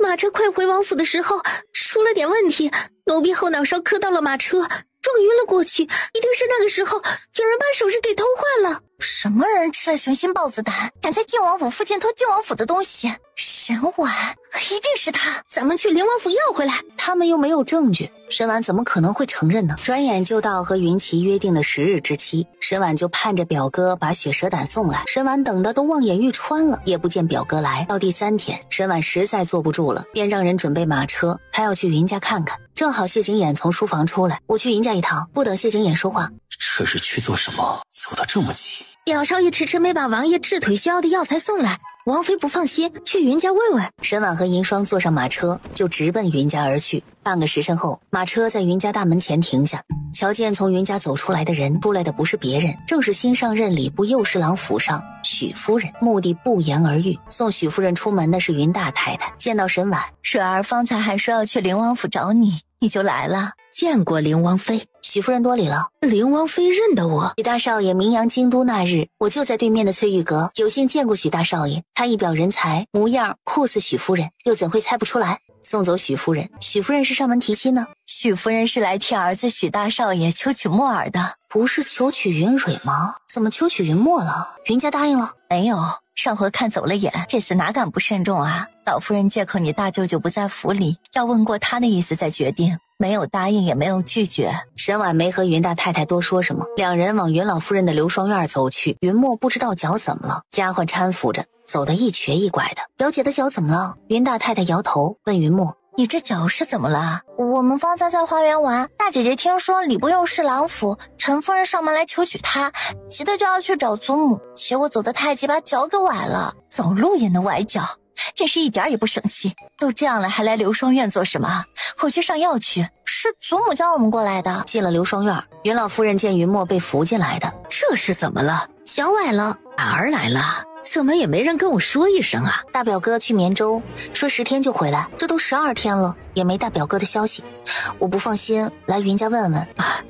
是迟了2日，不过你大表哥做事稳住，不用担心，他肯定会把灵王治腿的药材带回京的。云老夫人摆了下手，等丫鬟婆子退下，云老夫人才看向云墨云蕊。许大少爷人品不好，你们俩怎么知道的？许大人才被提拔为礼部右侍郎，许大少爷才学过人，颇有赞词。你们从哪儿知道许大少爷人品不行的？从表妹那儿知道的。前几日我和大姐姐不是去灵王府找表姐吗？祖母只许我们在灵王府待半个时辰，表姐和我们都不敢忤逆祖母，就一起出去逛街了。正巧望月楼里设了彩头对子，我们都很好奇。表姐说没什么好看的，那是许大少爷为扬名京都方便提亲设的场子。后来证实确实是如此，表姐还特意叮嘱，要是许家上门提亲，不能答应。云大太太方才还高兴有侍郎夫人看上她女儿，现在一盆冷水泼下来，将她浇了个透心凉。云老夫人望着沈婉，你早就知道许家会登门求亲。沈婉点头。灵王虽然腿疾未愈，但消息很灵通。许大人并不像中国宫保举的那样清廉为民，相反，他没少搜刮民脂民膏，只是山高皇帝远，京都没什么人知道他在任上的所作所为。许大人升任礼部右侍郎，灵王都没送贺礼去，我觉得诧异，就多问了一句，才知道许大少爷素柳棉花，是个吃喝嫖赌样样精通的人。许夫人有意趁着京都没人知道他儿子的本性，准备扬一波名声，火速将亲事定下来。许夫人分明是要坑个姑娘跳火坑，权势在许大人之上的，许家不敢招惹，差太多的肯定看不上。而外祖父最喜欢有才学的人，我就有些担心，所以提醒了一句，我云家上辈子是刨了这些人的祖坟吗？一个个盯着我云家女儿祸害。外祖父和舅舅表哥他们一个比一个会挣钱，怎么会不招人惦记呢？我早说过，太多的钱会变成祸根，连你外祖父他们别的不感兴趣，就喜欢挣钱，要守不住这些钱，最后还不定是给谁挣的。灵王还提醒我，让大表哥成亲之前尽量别去护国寺，现在想来怕是那些人要把主意打到大表哥身上。那些人算计我还不够，还要算计我大哥。算计你只能图一点陪嫁，算计大表哥那可是要整个云家。许家毕竟是礼部侍郎府上，又正得圣宠，云家直接拒婚，怕是会被人说云家眼高于顶。许大少爷才学是装的，装不了多久，云家最多拖延个10天半个月，许家自然就知难而退了。云老夫人点头。这时候，老夫人，大少爷从绵州回来了。表哥回府了没有？大少爷送东西去灵王府了，随行的小厮先回来了。那我先回去了，改日再来给外祖母请安。云墨云蕊还没反应过来，沈婉就已经跑出门了。表姐走得这么急是做什么？给灵王治腿是大事，怎能不急呢？等回到灵王府，刚走到院门口，就见谢景琰送云琪出来。妹不是去云家了吗？怎么这么快就回来了？表哥一向信守承诺，这次晚了2天回来，我担心表哥出事，去云家问问。表哥平安回来就好。让表妹久等了，本来9天就能赶回来，只是不巧路过青州时遇到下暴雨，官道塌方走不了，只能临时改水路回京，这才耽搁了2天。本来灵王是打算送我回云家，顺带接表妹，既然表妹已经回来了，那就不用送我了，我就先走了。表妹有事只管派人去云家告诉表哥。沈婉目送表哥走远，药材被齐了，今天就能解毒了吧？明日。今天不行吗？我怎么感觉你比我还急？有吗？陶大夫随时能给爷解毒，但爷担心今日解毒，明日没法陪王妃回平阳侯府贺寿，这才……治腿要紧，不能陪我回去贺寿，没关系的。明日晋王肯定会去平阳侯府，我不陪着不放心。这有什么不放心的？沈婉还要再劝，然而谢景琰根本不给他开口的机会，直接让陈峰推他回去。翌日天气晴好，吃过早饭，沈婉就和谢景琰回平阳侯府给老夫人贺寿。车内，我脸上有脏东西吗？过来，我给你擦一下。沈婉赶紧把暗屉打开，拿出铜镜，根本没看到脏东西啊。马车不知道从什么上面滚过去，狠狠晃了一下。爷，你没事吧？我没事。他没事儿，可是他有事啊，扑人家怀里去，走不掉了。差点又被你撞到鼻子了，你就坐我怀里，别乱动。很快，马车就到平阳侯府了。沈度在大门口迎客，就有那么巧，一阵风吹来，将车帘吹开了小半边。沈度看到沈婉坐在谢景琰的怀里，这轮椅质量不错。沈婉被大哥揶揄的脸红脖子粗，好在这时候谢景英和沈英回来了，只是见到沈婉和谢景琰，脸色有些阴郁。嫁个连路都走不了，就只能坐轮椅上的男人，也不知道他怎么高兴着起来。几人进府，去清辉院给老夫人请安。连王腿脚不便，大姑奶奶忙着照顾，我还以为今儿你们不会回府给老夫人贺寿了呢。前几日祖母为二妹妹找我，恰好碰到相公腿疾发作，走不开，不至于让二婶觉得连祖母过寿我都回不来了吧？怎么突然腿疾发作了？之前给祖母准备的用金线绣的百寿图，因为丫鬟疏忽给毁了，时间仓促，来不及另外准备一份，今年只能从简。我准备写一幅百寿图，但又觉得太简单，不足以表达对祖母的敬意，就想和相公合写一份。相公觉得每一个寿字都要出自我们俩之手才行，但他腿疾未愈，为了配合我，他只能站起来撑着桌子写，结果一不小心把自己累得腿疾发作了。你们有这份心就够了，为了给我准备贺寿礼，把自己累出病来，叫祖母如何心安？我也觉得相公该以治腿为重，可相公不听啊。最近新请了个大夫，得了张新药方治相公的腿，为了凑齐药材，表哥奔波许久，本来昨儿就可以试药的，但相公怕影响今儿回府给祖母贺寿，愣是不肯。为了老夫人过寿都不顾自己了，还要被数落。皇帝该以自己身子骨为重，只是晚一日而已，也未必有用。大姐姐，我们去看三妹妹吧。沈婉今日回来，除了给老夫人贺寿，还要给沈荣送天妆。沈婉就和沈英一起走了，出了清辉院儿。大姐姐借我一点钱，收的利息未免也太重了。我几时收你利息了？让我的人带走首饰，又叫人把首饰偷回去。大姐姐当真是好算计。我不懂你在说什么。大姐姐何必和我装傻充愣呢？自己不说清楚，倒说我装傻充愣。我的丫鬟从林王府拿走首饰，在回府的路上被人给偷了。那可是好几千两的首饰啊，就这么被偷了？我知道是你，这么笃定是我，二妹妹怎么不报官啊？你想让满京都的人都知道我们姐妹不和吗？你把首饰还给我，我可以当做什么都没有发生过。你那点首饰啊，我看不上。你那些首饰是我从翠玉阁买的，不少人都知道，拿了也不能带出去。哪天被我逮到，我一定会让他身败名裂。一路无话，到了沈荣住的清医院。姑娘，大姑奶奶、二姑奶奶来给您送天妆了，让他们进来。三妹妹总算肯见我们了，这是我给三妹妹你准备的天妆。沈英送完，然后就望着沈婉。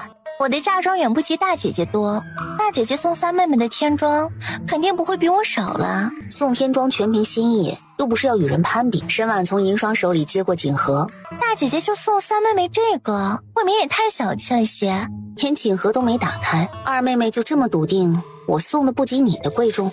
然而打开，沈荣愣住了。锦盒里装的不是什么首饰，而是一张银票，5000两。林王有腿疾，这些天为了照顾他，实在不得空上街给三妹妹挑选天妆，就直接给银票了。三妹妹回头自己上街选些喜欢的首饰，沈英只觉得脸上像是挨了几巴掌似的，火辣辣的。二妹妹这首饰选得精美，又是出自多宝阁，想来5000两肯定买不下来。宁王还等着我呢，我就先走了。沈婉转身离开。府里4位姑娘就属二姑奶奶和三姑娘关系最亲，二姑奶奶都只送了一套首饰，王妃却送了5000两，也太大方了些。我这不是以为二妹妹会多送，怕落人话柄吗？送了就送了吧，本来我也是打算要二妹妹不拿回那些首饰，我就全送给三妹妹，让他们互相掰着去。没想到钱还能回来，我只是把她给我的钱里拿5000两送给三妹妹而已，说来算省了一笔了。王妃，你可太会宽慰自己了。主仆俩有一搭没一搭的说着话，等他们走远了，假山后走出来一抹淡粉色的身影，匆匆进了院子。再说沈婉离开西院，回到清辉院，一进院子就见谢景琰在莲池边看锦鲤。怎么不在屋子里啊？是不是很无聊啊？我要说无聊了，你现在陪我回府？耐心待着吧，一会儿有热闹看。那我就拭目以待了。他话音未落，银霜就拽沈婉云袖了。沈婉回头就见沈荣的丫鬟脚步匆匆地进正堂。走吧，看热闹去。沈婉推谢景琰进屋。三婶实在没想到你对你三妹妹这么大方，送她5000两做天妆。这就是你说的热闹？等着吧，这才刚开始。三婶，你握疼我的手了。谢景琰抓住沈婉的手，帮她轻轻揉着，揉的是手，红的是脸。这人怎么随时随地都能做些让人误会我们情比金坚的事儿？事出反常必有妖，不知道妹妹葫芦里卖的什么药。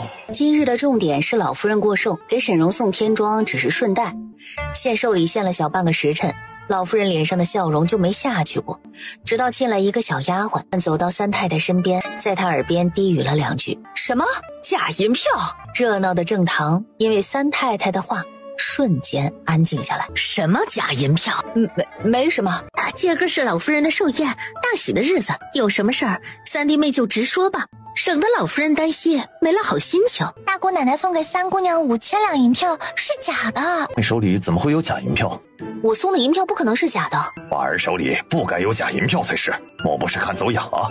不确定是假的，哪敢让丫鬟来禀告三弟妹？三妹妹接触过几张5000两的银票，她凭什么就断定我送的银票是假的？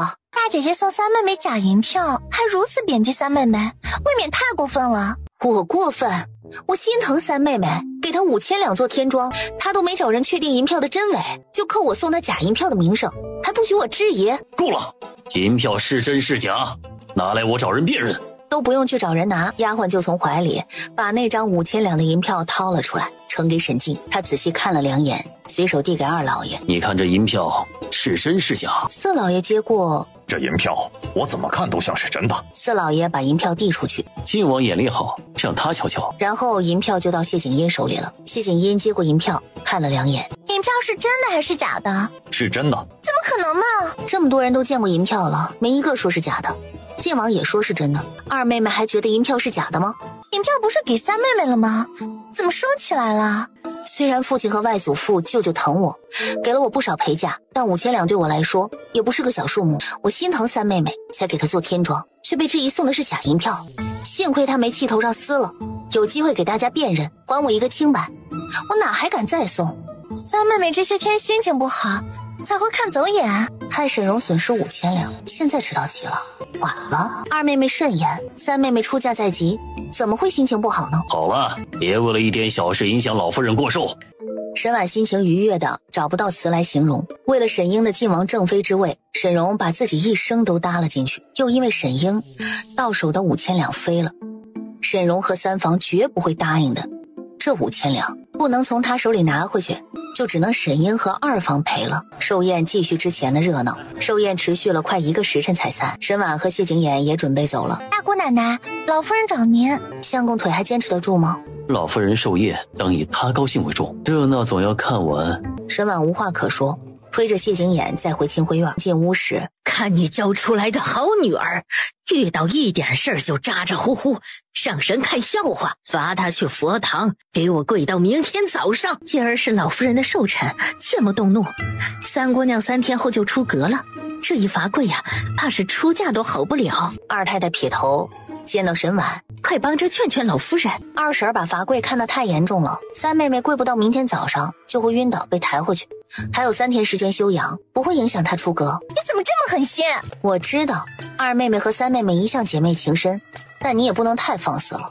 对祖母罚三妹妹心有不满，不敢发作，就借我指桑骂槐，骂祖母心狠，骂得这么明显，你以为祖母听不出来吗？你二妹妹呀，最是敬重老夫人了，方才不过是话赶话的，倒是没想到啊，大姑奶奶出嫁不过半个月，就变得这么牙尖齿利。二太太是在责怪本王带歪了婉儿。是你三妹妹太不懂事了，你原也心疼她，就帮她劝劝老夫人吧。我对三妹妹的疼爱如何跟祖母比？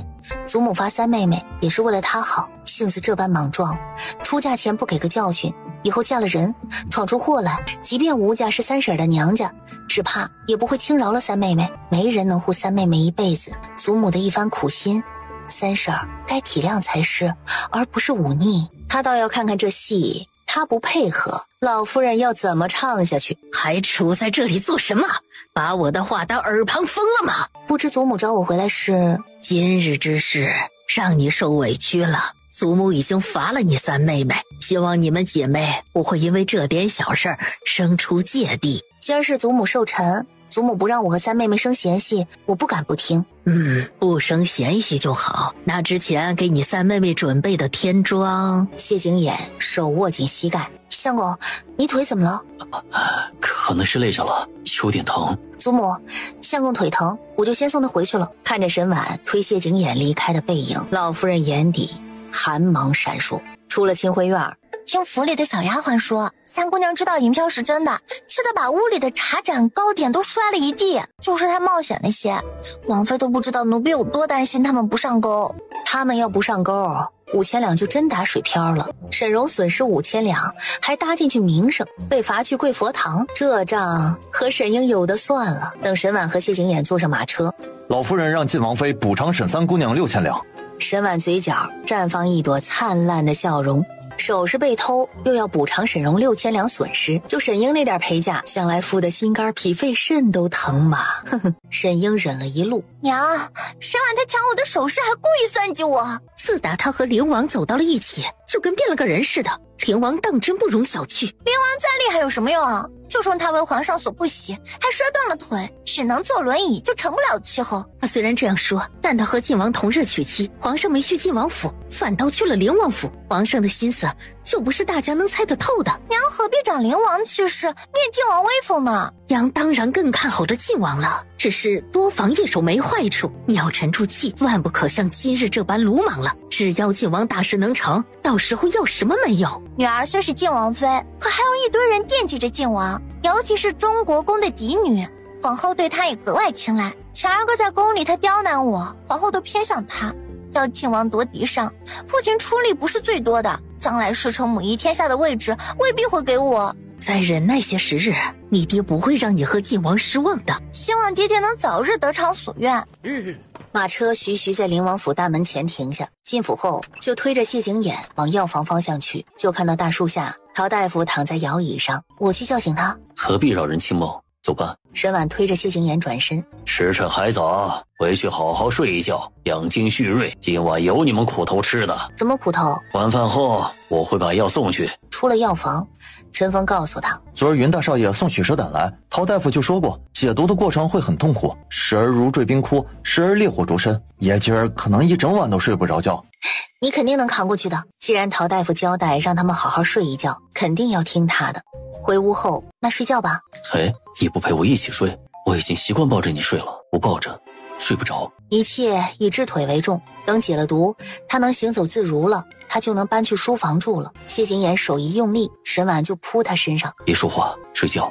我今晚也熬不过去，你就得给我守寡一辈子了。在他怀里拢了个舒服点的位置，把眼睛闭上，让自己睡过去。这一觉睡了1个多时辰，吃过晚饭，陶大夫就把药端了来，乌漆麻黑的药汁，他把药喝完。半个时辰内药效就会发作，剩下的我也帮不上什么忙的，全靠王爷自己了。有劳陶大夫了。陶大夫转身出门，沈婉追了出去。大夫留步！王妃找我。解毒会有性命危险。熬过来了毒解，熬不过去命就没了。有没有办法能确保万无一失？只能尽人事，听天命，这是唯一的解毒之法，他躲不掉的。现在服用，胜算还有5成，等到逼不得已时，可能就只有1-2成把握了。陶大夫走后，怎么站在门口发呆？沈婉抬手擦眼泪。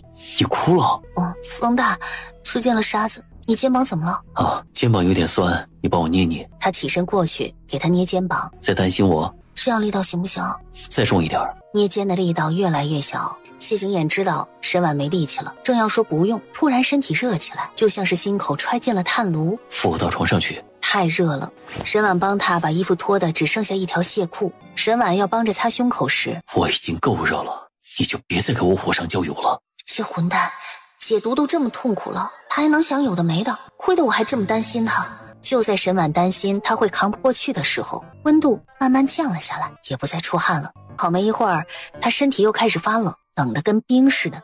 见加再多的被褥都没用，最后把心一横，脱掉裙长，钻进被褥，从身后抱紧他，给他取暖。很快，谢景琰就没那么冷了，冷热交替，将谢景琰折磨得精疲力尽，最终扛不住疲惫，昏睡过去。彼时天际才泛出鱼肚白，醒来时已经日上3竿。沈婉和他的眸光对上，沈婉就脸红脖子粗了。他身上可就穿了一件肚兜，为了给他驱寒，他只能想到这个办法。更尴尬的是，谢景琰醒了，沈婉脱的衣服就在脚边，在被窝里穿起来，穿好里衣。你现在感觉怎么样了？谢景琰感受了下自己的双腿，好很多了。你还睡吗？他想下床试试自己能走几步了。掀开被褥，他下了床7步，他能走7步了。别让腿太吃力，再忍半个月就好了。谢景琰推轮椅出去，殷霜伺候沈婉洗漱，海棠帮着叠被褥，可放枕头时发现枕头下有封信。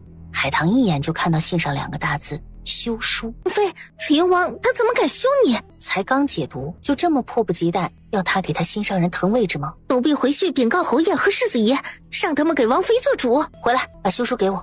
他休妻的理由是什么？把休书拆开，然而才扫了2眼，他就傻眼，这哪是什么休书啊，分明是遗书。谢景琰担心自己解毒熬不过去，留下遗言。他和他虽然成亲了，但没有夫妻之实。他死后不需要沈婉替他守寡，请皇上再给他另赐一门亲事。没想到灵王对王妃这么好。这时候门外有车轮声传来，海棠赶紧把休书放回沈婉的枕头底下。怎么了？好在这时候丫鬟端早饭进屋，沈婉坐下来和谢景琰一起吃早饭。这是要和我说什么？半个月你就没事了，但你答应我的事你得信守承诺，不能对我卸磨杀驴。我第一次听人有人把自己形容成驴的。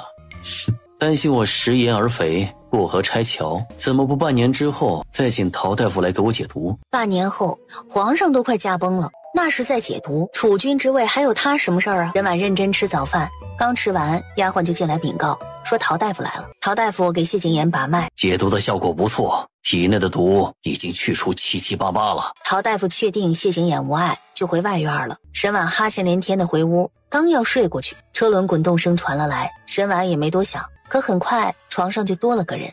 你怎么上床了？我也困。你之前答应过我，腿接好了就去书房睡的，你这人怎么能这样？胳膊一伸，再一个翻身，沈婉就再一次被他压在身下了。我怎么样？你说话不算数。不等他把话说完，嘴就被堵住了。我这个人有仇必报，有恩也必还。你请来陶大夫治好我的腿疾，这般恩情不以身相许，我心底过意不去。你要谢的人是陶大夫和我表哥，不是我。你要真想谢我，那你就搬去书房住。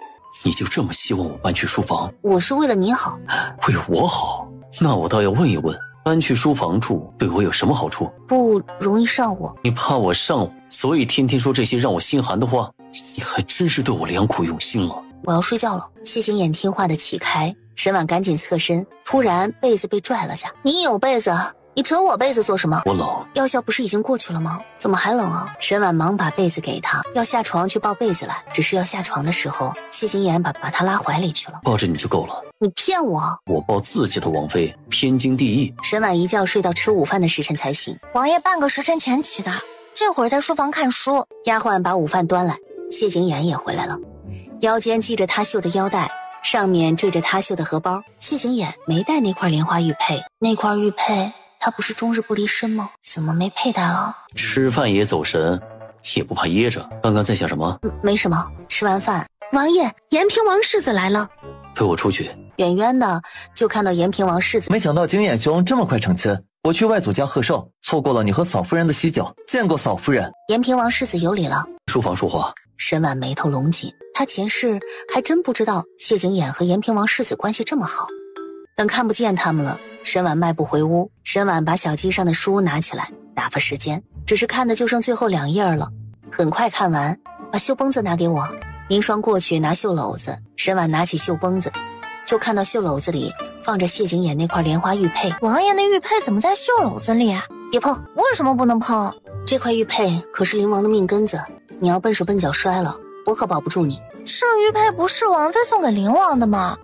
你寸步不离的跟着我，什么时候见我送过灵王玉佩？可是灵王说是王妃送给他的。八皇子帮他的忙，要他一块玉佩不过分，他不拿我做借口，就保不住这块玉佩了。总之，离这块玉佩远点。一条锦鲤绣完，这时轮椅滚动声传来。你的玉佩怎么会跑到我的绣篓子里？我放的，玉佩的烙子坏了，你给我打个新的。不过就是缀着的流苏散了2根。沈婉拿起剪刀，将那2根流苏剪了，随手递给谢景琰了。就不能给我打个新的吗？不合适。有什么不合适的？我不擅长打烙子，我让丫鬟给你打一下。只要是你打的，酬我也不嫌弃。谢景琰伸手从身后拿出一锦盒，递给沈婉。这是送你的。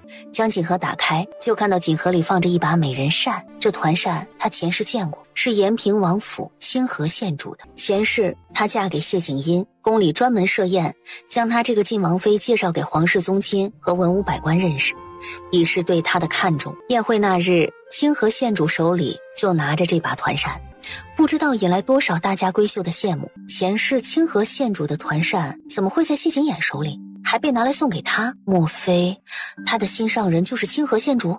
他正要拒绝，外面进来一丫鬟：“王爷，主管是有事找您。”谢景琰便推着轮椅出去。早点帮我把烙子打好。沈婉看着小机上放着的玉佩和团扇，久久出神。妃，宫里派人来传话，说是4天后，宫里设宴将您和晋王妃介绍给皇室宗亲和文武百官。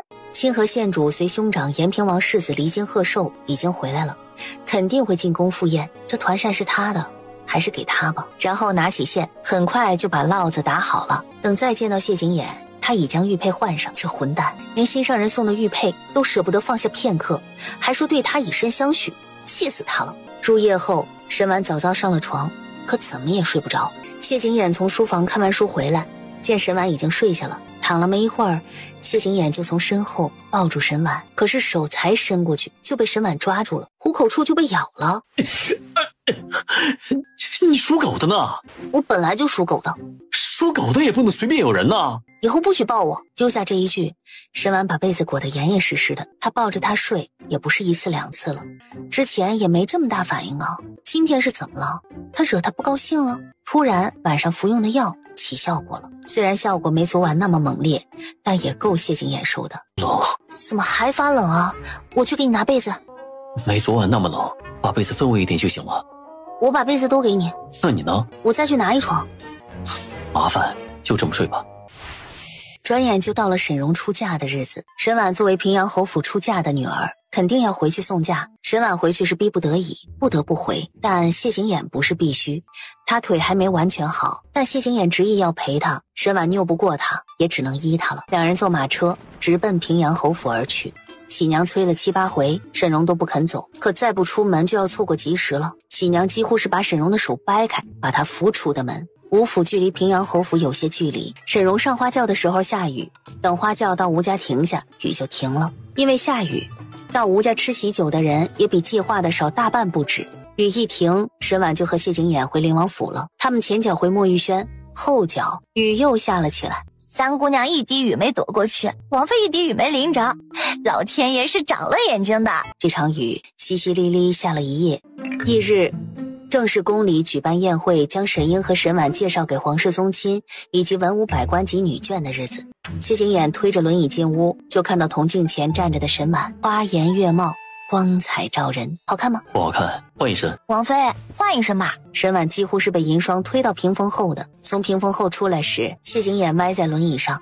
这些裙长都是谁给做的？一套比一套招摇，嫌挖他墙角的少了吗？就这套吧。吃完早饭，沈婉推谢景琰出府，两人坐马车进宫。他们下马车，就有宫女和公公过来带路。大家闺秀和贵夫人去御花园，大臣和世家少爷另有去处。妹夫就交给大哥吧，妹妹去御花园。御花园内，宋皇后在花园凉亭招呼那些贵夫人。沈婉朝凉亭走去，宋皇后几乎把对沈婉的不喜刻在脸上。本宫听说灵王府新请了位陶大夫，医术很不错。最近几天都是这位陶大夫给灵王治腿，可有效果？相公说服了陶大夫开的药，腿松快了不少。我也不知道相公是不是怕我担心，故意宽慰我的。正好有别的贵夫人进凉亭，沈婉就趁机退下了。一堆大家闺秀围着宋皇后所出寿春公主玩投壶的游戏，想离得远远的。那边过来一宫女：灵王妃，寿春公主有请。沈婉走过去：本公主知道你会是我的皇嫂，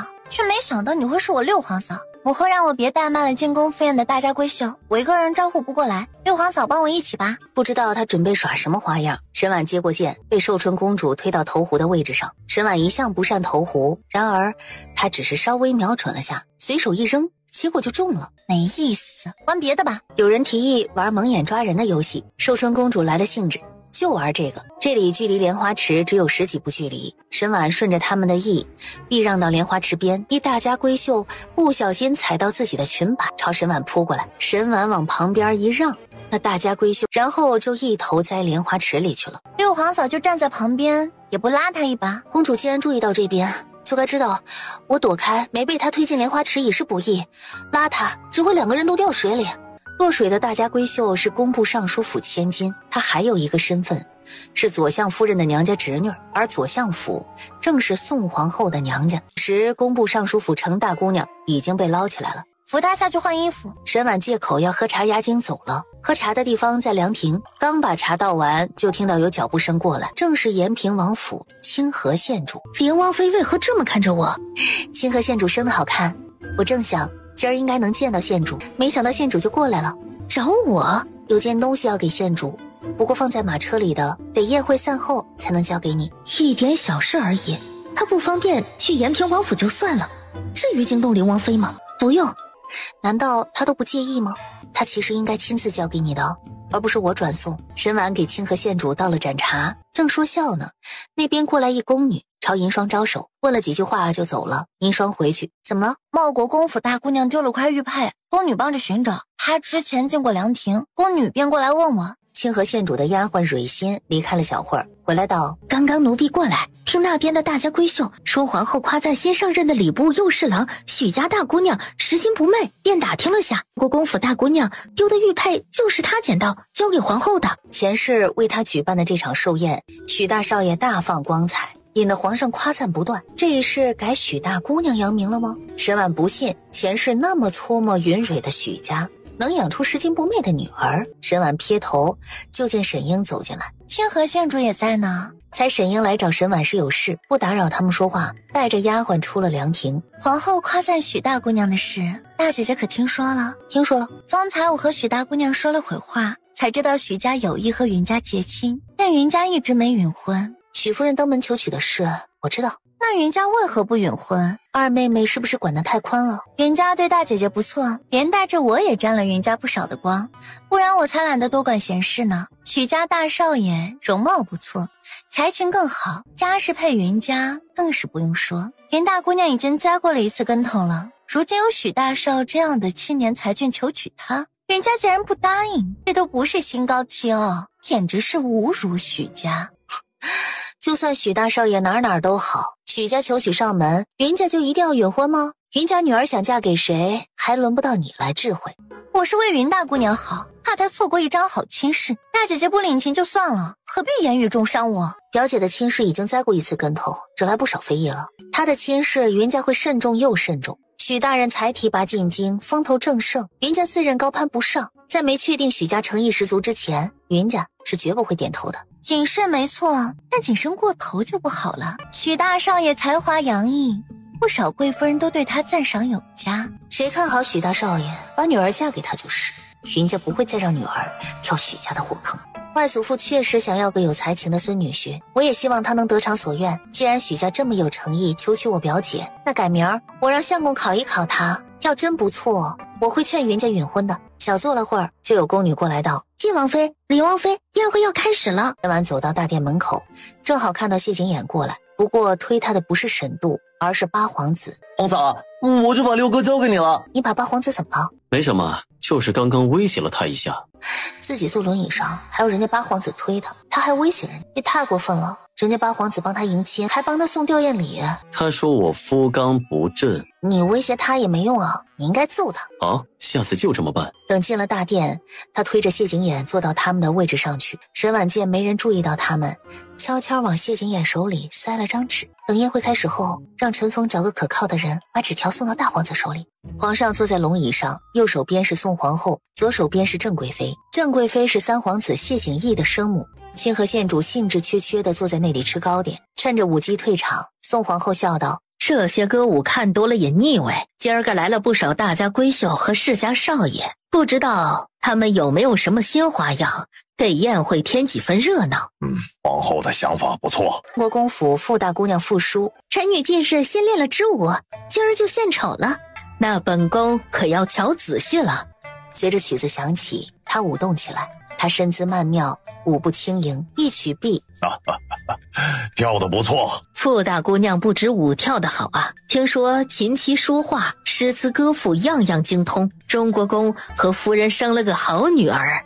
皇后娘娘谬赞了，小女还有许多不足之处，当不得这般夸赞呢。听说晋王妃善跳舞，我方才是在班门弄斧，不知可有幸能看到晋王妃的舞姿？傅叔还真是谁喜欢晋王他就跟谁过不去。沈英虽然舞跳的也不错，但比起傅叔还差得远呢。沈英输人不输阵，但有志气是好事儿，长眼睛的都能看得出来，沈英的舞姿比傅叔差一大截儿。许久没练舞，生疏了。不过我大姐姐跳的舞远胜傅大姑娘。如此，那凌王妃也献舞一支吧。妹子不善跳舞。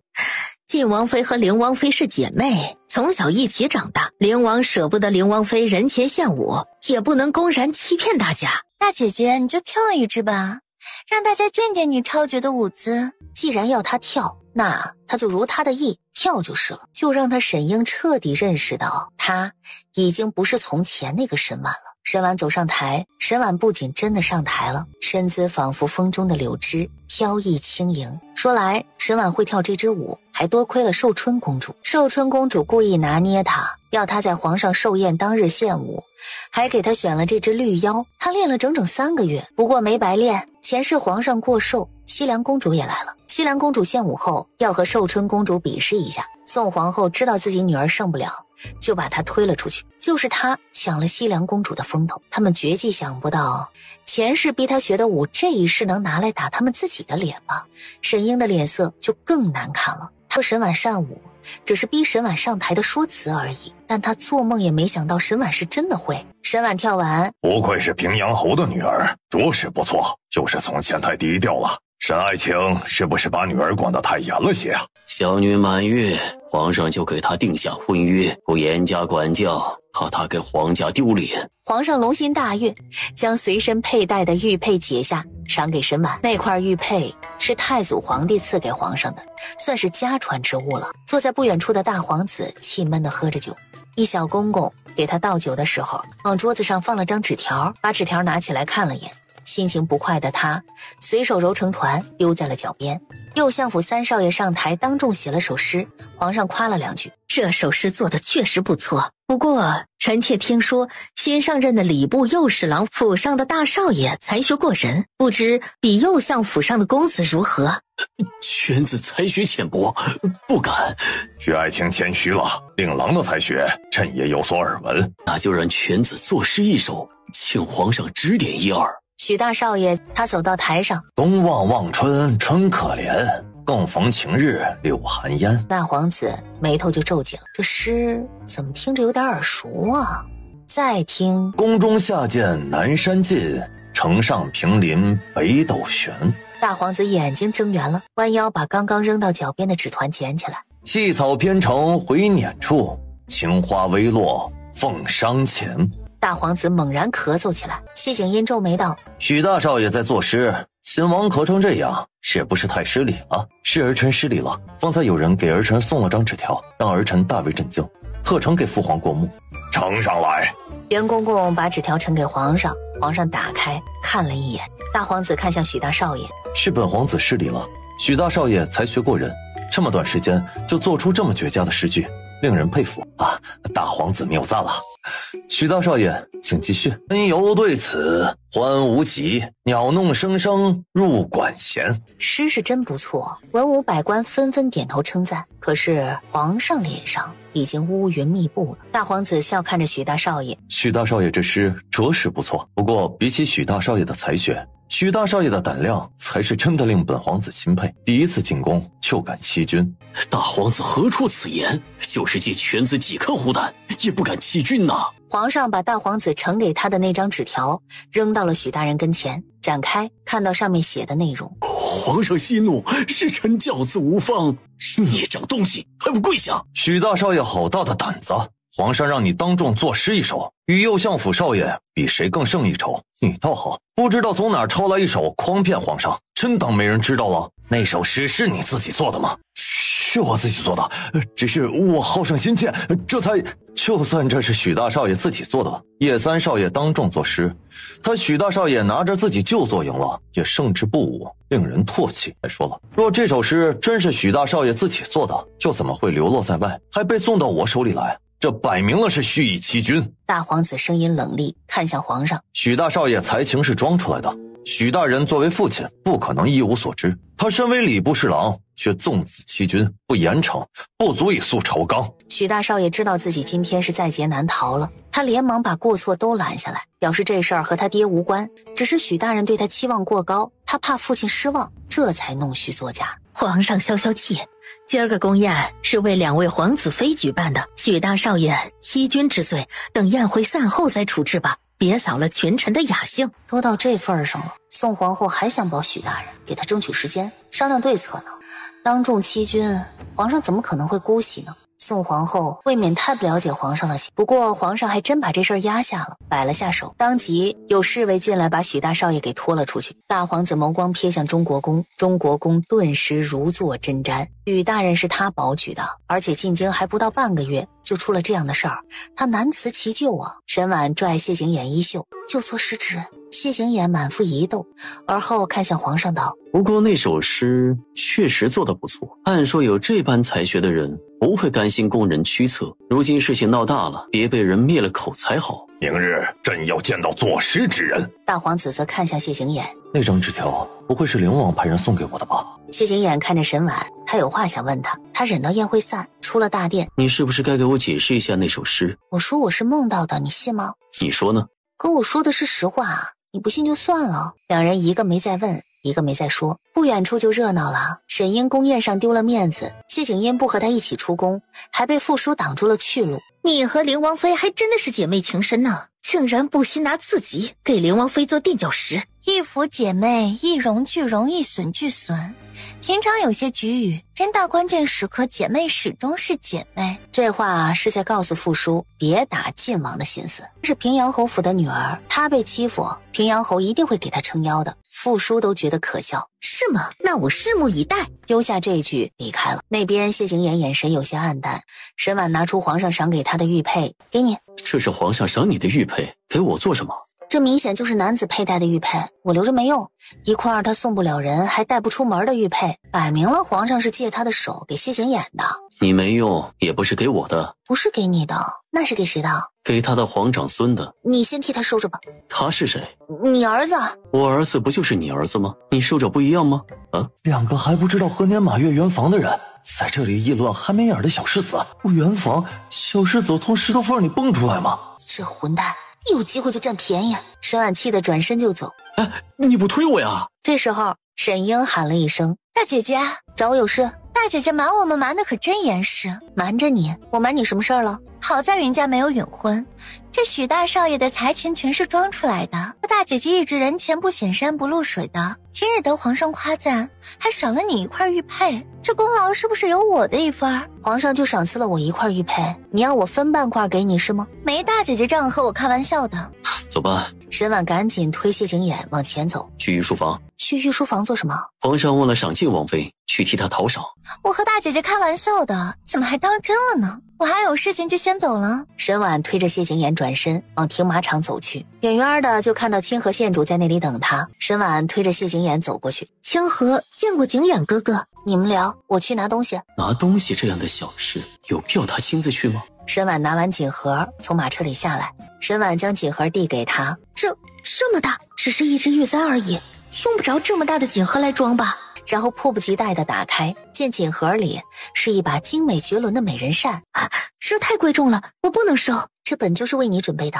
大哥还在等我就先走了，帮我跟他说一声谢谢。谢景琰不就在这里吗？自己当面谢不就行了？怎么还让我转达？你不是一直想要一把那样的团扇吗？怎么把它送给清河了？你怎么知道我想要那样的团扇？听你大哥说的。沈婉想多问一句，谢景琰已经让陈峰推他上马车了。沈婉跟上去，不远处延平王世子等清河县主。不就是一把团扇，有什么不能给大哥看的？大哥怎么知道是团扇？他亲自去荆州买的，他能不知道吗？兄妹俩一个不敢多问，一个不敢多说，很有默契地打道回府了。马车内，谢景琰眸光一直落在沈婉的脸上。清河县主让我帮他谢谢你。团扇是你送给他，谢我做什么？他知道是你送给他的。我送给的是你，他从哪儿知道我是送给他的？这次的团扇就算了，以后我送你的东西，即便不喜欢，也得收好。马车一路畅通无阻，到灵王府大门前停下。一个时辰前，云家2位姑娘来王府找王妃，吃到王妃进宫赴宴就走了。可说找我什么事？他们没说。明日我陪你去趟云家。不用你陪，我自己去就行。表哥帮我这么大的忙，我理应亲自去道谢。两人回墨玉轩，宫里就传来了许大少爷的消息，他赋诗舞弊，皇上杖责了他40大板，被抬出宫了。第二天吃过早饭，沈婉和谢景琰出发去云家，刚走到大门口，今儿早朝，好几位大人上折子弹劾许大人在任上贪墨，收受贿赂。皇上雷霆震怒，已经将许大人停职，并让吏部严查。沈婉和谢景琰坐上马车，直奔云家而去。我还想哪天见到表妹，问问灵王的腿疾情况，没想到你们就来了。王爷体内的毒已经解去778了，很快就能行走自如。谢景琰侧头看沈婉，别叫我王爷，不叫你王爷，我叫你什么？叫我相公。才走到二门，云墨云蕊就过来了。祖母知道你们来很高兴，然后把我和大姐姐训斥了一顿。外祖母骂你们做什么？我和大姐姐昨儿去灵王府找你是临时起意，没和祖母说。祖母猜到你们来，是因为我和大姐姐昨儿去灵王府的缘故，然后就训斥我们了。能见到沈婉和谢景琰，云老夫人和云家上下都很欢喜。外祖母就知道你是个有福的，岂止是有福，连带着咱们云家都跟着沾了光，尤其是墨儿。我陪表妹去花园转转，说说体己话。出了流霜院，这是有话单独和我说。大哥有意中人了。真的吗？上次表姐来府里，不是提醒我们看着点大哥，让大哥成亲之前别去护国寺吗？我和大姐姐就偷偷收买了大哥的贴身小厮。小厮告诉我们，大哥偷偷藏了个姑娘的耳坠，就藏在枕头下。小厮帮着收拾床铺时发现的。我们担心是有人给大哥使用美人计。昨儿去灵王府，就是想要告诉表姐这事。小厮不知道那耳坠是谁的吗？那耳坠，我们趁大哥不在的时候偷偷去看了，很精致，不像是寻常姑娘能有的。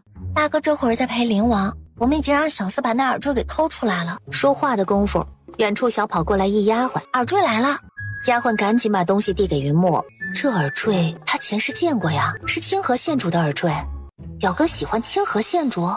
阎王府虽然不是掌兵权风的异姓王，可也是实打实的皇亲贵胄。云家和延平王府之间有着天堑鸿沟，而且还不止一条的那种。更重要的是，清河县主是谢景琰的心上人啊！表哥喜欢清河县主，这不是注定要伤情吗？表姐可知道这耳坠是哪家姑娘的？沈婉很确定是清河县主的，但借他几个胆子也不敢把表哥的心思捅给云墨云蕊知道，他只能摇头。大哥既然喜欢那姑娘，总是会露出蛛丝马迹的。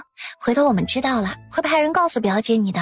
三人在花园逛了会儿，然后回流霜院。远远的看到云奇陪谢景琰过来，两人相谈甚欢的样子，这会儿聊得开心，回头叫你们知道喜欢的是同一个人，看你们还能不能笑得出来。表哥为谢景琰治腿奔前跑后，谢景琰就算知道了，应该不会揍表哥吧。进了流霜院，我有点急事，今儿只能失陪了，改日我登门赔礼。有什么10万火急的事需要现在出府的？灵王能陪婉儿来云家，是给云家脸面。铺子上的事再急，也没陪灵王重要。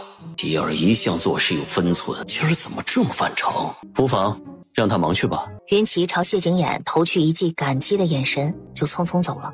杰儿一向稳重，今儿怎么这么没规矩？表哥一向忙，我来云家能见到表哥，已经是托相公的福了。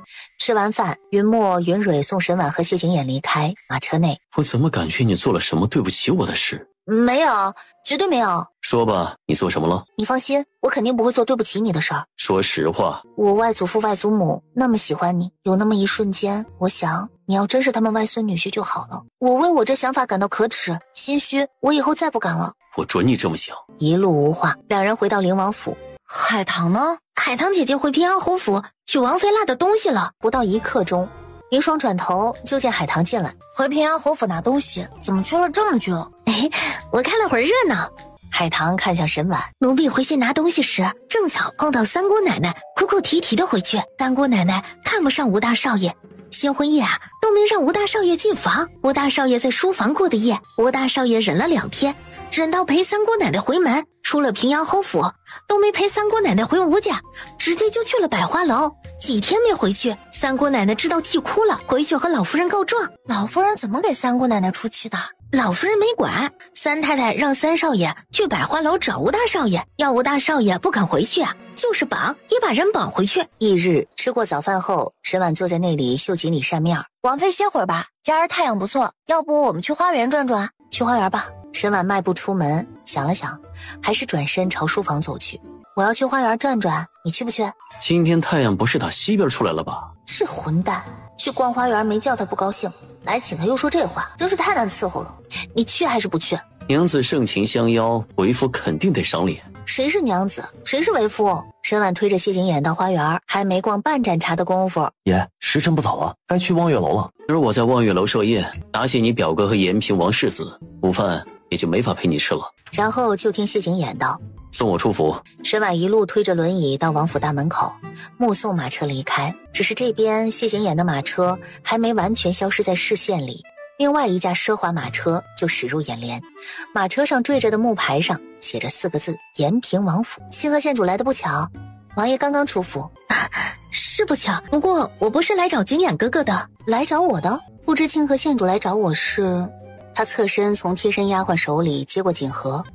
我不知道凌王妃为何要将那团扇送给我，但我是误会了才收下的，今日特来送还。我以为是袁大少爷托你转送给我的。袁大少爷？袁大少爷没告诉你吗？袁大少爷帮景琰哥哥找治腿的药材，回行途中遇到山体滑坡，不得已改水路，只是当时没空船了，花钱都不行，他怕你和景琰哥哥等着急了，知道我延平王府包的船最快启程，就找到了我大哥。大哥知道他是为景琰哥哥送药，就带上他了。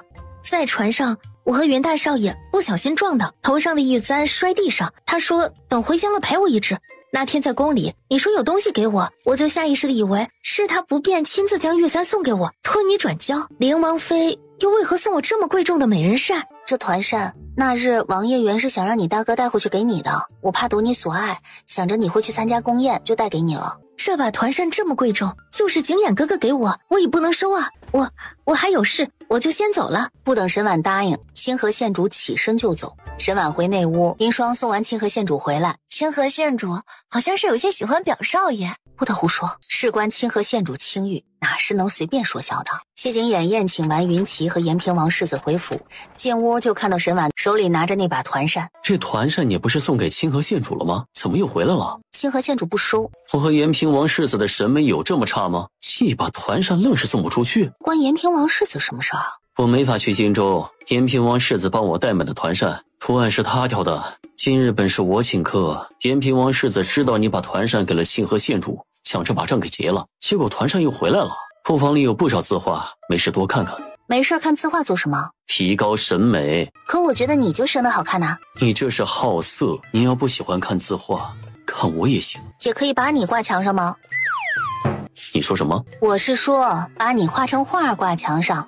挂墙上之前，先给我过目。谢景琰推着轮椅出去，吩咐陈峰道：从库房取4坛酒酿春，送去给延平王世子。这些酒都是贡酒，皇上逢年过节赏下的。另外再给云老太爷送4坛去。陈峰当即差人去办这事儿。谢景琰去了书房，陈宇闪身进屋，欲言又止。有话就说。云大少爷似乎对清河县主有意。我说他怎么对延平王世子格外殷勤，原来是看上了清河。谢景琰说完，屋子里已经不见陈宇的人影了。虽然事情陈宇禀告了，他是一个暗卫啊，但他是为了爷好啊。王妃看中云家，要爷能成云大少爷之美，王妃不得感激爷呀？感激多了，最后不就以身相许了吗？作为暗卫，他也是操碎了心喽。屋内，沈婉还在对着那把团扇走神儿，走进来一个小丫鬟。王妃，靖王妃来了。远远的就看到沈英走过来。二妹妹怎么有空来灵王府？来给大姐姐和灵王送请帖。沈婉怔了下，才反应过来，没几日就是谢景音的生辰了。这么点小事，用不着你亲自来一趟。其他皇子那儿是下人去送的，我想着有些日子没和大姐姐说提起话了，就亲自来了。靖王寿辰那日，大姐姐不会不赏脸吧？靖王生辰，灵王肯定会去，我自当陪着。三妹妹昨儿哭着回平阳侯府的事，大姐姐可知道了？三妹妹出嫁前就没少哭。我们4个姐妹从小一起长大，我们3个都嫁得好，唯独三妹妹。这事儿我们帮不了她。我知道，可我们可以从别处帮三妹妹啊。新上任的礼部右侍郎许大人被停职了，查他贪墨收受贿赂，没1-2个月查不清的，礼部不可能一直空缺，之前吴大老爷就想谋那个官职，现在机会又来了。上次我就说过，灵王帮不了吴大老爷，用不着灵王帮忙。我爹和三叔帮吴大老爷谋划，找几个权臣帮着举荐，希望很大。只是找人帮忙不能空着手去。沈婉听出来了，这是二老爷三老爷出力，他出钱的意思。求人办事自然不能空着手去。大姐姐这是愿意帮忙了，关我什么事儿啊？我爹他们想找帮吴大老爷的人，那都是风雅之人，喜好字画，吴大老爷手里没有。我想这大姐姐你的陪嫁里有不少，你对三妹妹那么好，要是能够帮到她，你肯定不会不帮的吧？字画没有，银票总有。你们要帮吴大老爷送哪个大家的画作，我让人找出来，拿去字画铺子找人估价。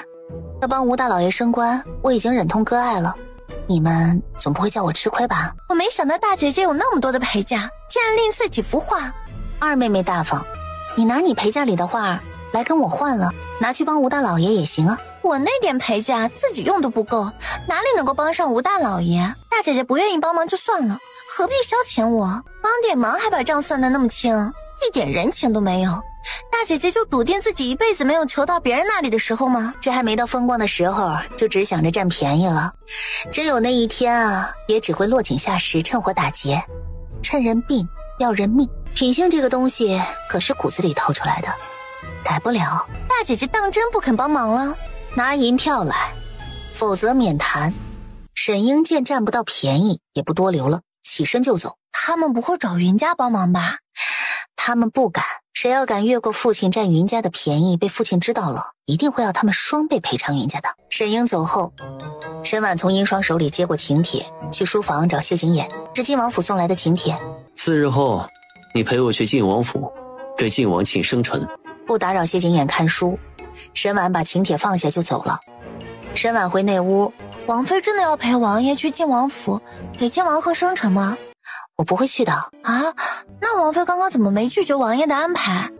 晋王和灵王是兄弟，我和晋王妃是堂姐妹，我又没病没痛，没理由说不去。没病没痛，没理由不去，可王妃又说不去，这不矛盾吗？沈婉并没把谢景英过生辰放在心上，更没把沈英帮吴大老爷谋礼部右侍郎一职放在心上，但这两件事儿偏偏都出乎他的意料。尤其是谢景英过生辰，让他和谢景琰的关系变得又亲密又疏远。这日吃过早饭，沈婉推着谢景琰去花园散步，刚走到院门口，王爷，前些日子才上任的礼部右侍郎被停职了，今儿早朝上，皇上把吴大人调去礼部，暂代礼部右侍郎一职。哪个吴大人？就是王妃您堂妹嫁的那个吴家。他为云家出气，把许大人拉下马，没想到最后竟然给吴大老爷做了嫁衣。许大人是谢景英的人，吴大老爷就更是了。谢景英在朝堂上的势力就这么难以撼动吗？只是暂代礼部右侍郎一职而已，值得你这么生气？那是许大人还没罪证确凿，只能暂代，不然礼部右侍郎一职就是吴大老爷的了。他坐不上那个位置，因为我的王妃不许。我可没那么大的本事。为什么爷宠妻总是冲马蹄子上去啊？爷不忍王妃失落，要出手帮她了，都说的这么明显了，王妃还领会不到，在懊恼自己没本事。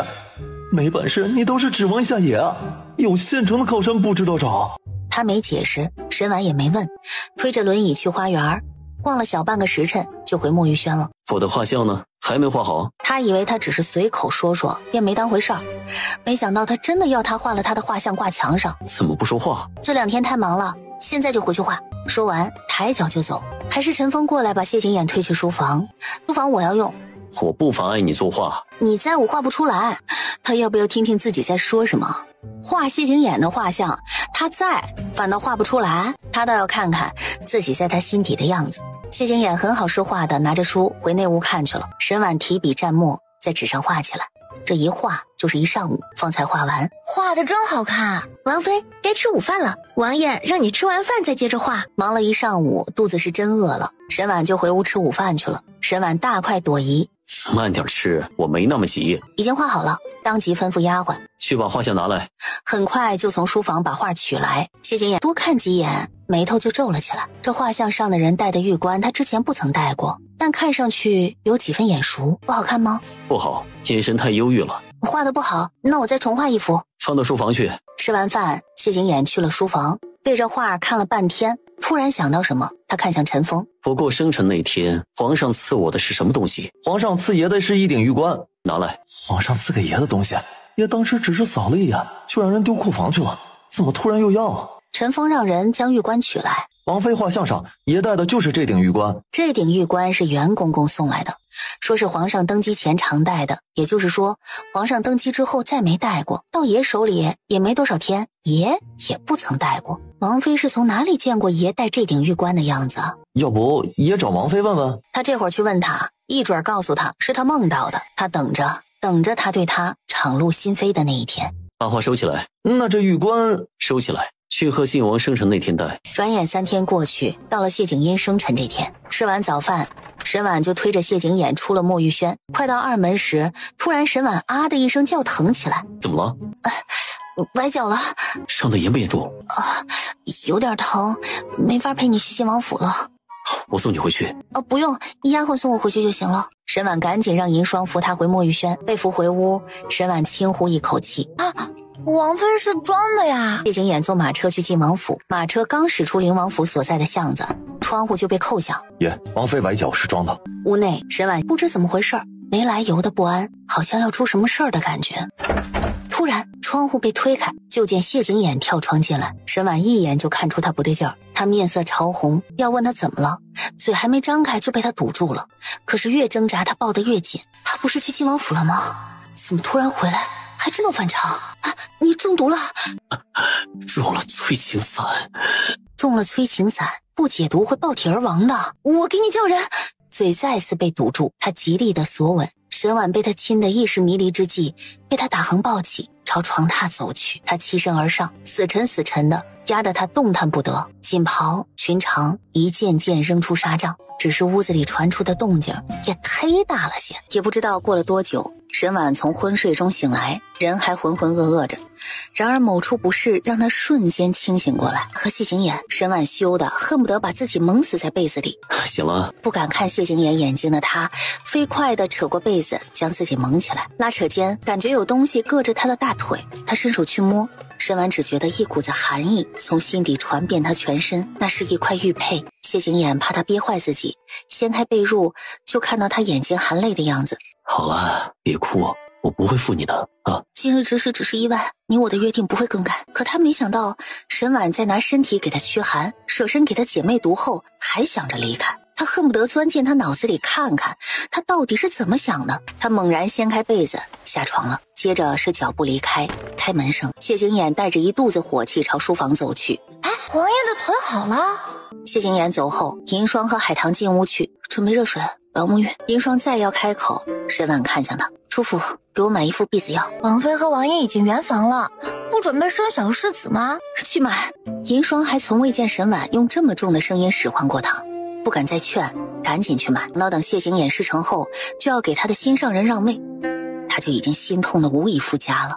再有个孩子，他还能走得掉吗？很快，海棠就把热水准备好了。沈婉把自己整个泡在浴桶里，银霜把药买回来煎上。书房内，窗户被推开，陈宇跳了进来。陈宇欲言又止，说他做什么了？王妃让丫鬟买了避子药，王爷都快气死了，他还火上浇油。王妃也是，不把王爷活活气死，他不罢休是不是啊？谢景琰脸上戾气席卷，他猛然起身，迈步回屋。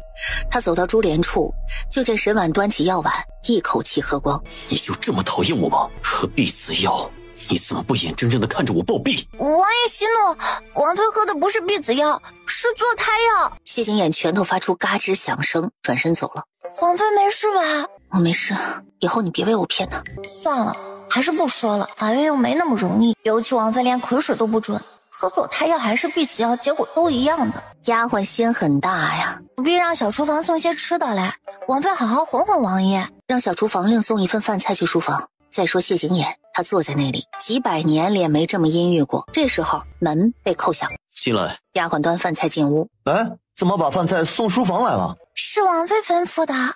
王妃肯定是知道错了，只是拉不下脸面请爷回屋吃饭，这才让丫鬟把饭菜送来。可怜陈峰话还没说完，银霜就抱着被褥枕头走了进来。王妃让他把王爷的被褥送书房来，让王爷以后睡书房。他一个丫鬟不敢不听啊。这就是他的拉不下脸。屋内，沈婉坐在那儿吃饭，明明很饿，可味同嚼蜡。刚刚奴婢去送被褥枕头去，瞧见王爷脸色很难看。他有一口没一口的吃着，心堵得连呼吸都不顺畅，正要把筷子放下。王妃，晋王府出事了。晋王府出什么事了？中国公府傅大姑娘在晋王府中了闷药，为了救她，晋王和她有了肌肤之亲。谢景琰去晋王府给谢景殷庆生辰，却在晋王府中了催情散。前他就纳闷谁会给谢景琰下催情散，现在他知道了，是沈英。沈英为了确保自己的晋王妃之位，甚至将来母仪天下的位置没人和他争，便要除掉傅叔这个隐患。谢景琰有腿疾，再加上为皇上所不喜，更重要的是谢景琰是他的夫婿。他们几次在平阳侯府里秀恩爱，让沈英误会他们间谍情深，要把傅叔塞过来给他添堵。谢景琰没掉进沈英挖的坑，傅叔手无缚鸡之力，可逃不掉。中了催情散，不行房会爆体而死。他人死在晋王府，谢景殷可没法和中国公交代。谢景殷可不是谢景琰，他看重权势胜过一切。本来宋皇后就主意傅叔，只是谢景殷和沈英是皇上赐婚，没法给傅叔正妃之位。现在生米已经煮成熟饭，傅叔已经是谢景殷的人了。中国公府会让沈英知道什么叫偷鸡不成蚀把米，搬起石头砸自己的脚。想到傅叔会嫁给谢景殷做正妃，和沈英平起平坐，沈婉就觉得心情痛快。这会儿他沈英肠子应该已经悔青了吧。第二天，沈婉睡得正沉，就听到银霜在摇晃他。王妃，王妃，你快醒醒，让我再睡会儿。皇上身边的袁公公来了。袁公公怎么会来？袁公公可是皇上身边最信任的人，能让他这么早来灵王府的，肯定是有要紧事儿。王爷起了吗？还没有。沈婉赶紧从床上下来，周管事领着袁公公进墨玉轩。王爷在哪儿啊？丫鬟看了眼书房。王爷这么早就起来看书了？王爷昨晚睡的书房，这会儿还没起呢。王爷睡书房？丫鬟点了下头。王爷王妃感情一向好，怎么会睡书房啊？照实说。昨儿白天，王爷把王妃欺负狠了，被王妃撵去书房睡的。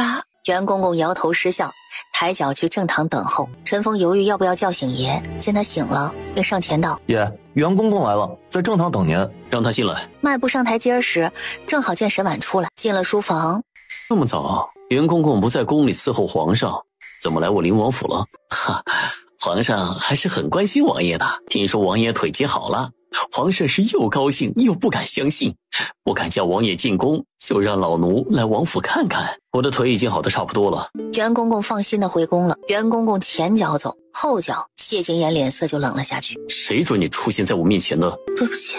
话音未落，他转身就走。沈婉红着眼睛回内屋，心底恨不得给沈英几巴掌。本来他们好好的联手，就因为沈英，他们现在关系差成这样了，要以后都不能好好说话，还谈什么联手啊？要不能联手，那她嫁给谢景琰的意义又在哪儿啊？外面小丫鬟进来，皇后要给中国公府傅大姑娘平妻之位，侯爷不同意。身为平阳侯一家之主，他必须要维护平阳侯府的名声，哪怕明知道二房三房包藏祸心，也得顾全大局，不能让人笑话了平阳侯府去。可想到沈英算计他，父亲还得帮他，沈婉就气不打一处来。安慰自己父亲的阻拦没用，只是拖延宋皇后和晋王给傅叔平妻之位几日而已。想着沈婉早上没吃多少东西，怕他会饿，银霜去小厨房端糕点。出门时正好见到一小厮进院子，直奔书房而去，走得很急。书房内，王爷，宫里人派人来传话，皇上召见陶大夫和云老太爷、云大少爷。云大少爷说让他找陶大夫的是王妃，王妃理应一起进宫，属下去请王妃。不等谢景琰答应，陈峰抬脚就走了。正好银霜端了糕点过来。皇上召见，王爷要送陶大夫进宫，让王妃也一起去。我去告诉王妃。银霜端着糕点进屋，很快又出来。王妃说她不去。云老太爷和云大少爷也会去，王妃确定不去啊？沈婉在屋内听得一清二楚，现在知道云老太爷和云大少爷也会进宫，沈婉就顾不上谢景琰看他不顺眼了。沈婉赶紧换了套裙裳，等他出门，谢景琰都快出院门了，他小跑着跟上。谢景琰没坐轮椅，再加上也不需要了。等他们到大门口，陶大夫已经等候在那儿了，给谢景琰和沈婉行了礼，就一起出了府。他们到的时候，外祖父和表哥也到了。外祖父，表哥，谢景琰就领着他们朝御书房走去。云老太爷、云奇还有陶大夫跪下给皇上行礼。眼里都起来吧。皇上看向陶大夫，怎么看怎么觉得眼熟。陶大夫是你们云家特地为治灵王腿疾找进京的。陶大夫医术高超，云家请陶大夫进京也是想碰碰运气。这灵王福泽深厚，再稀罕的药材也能很快找齐。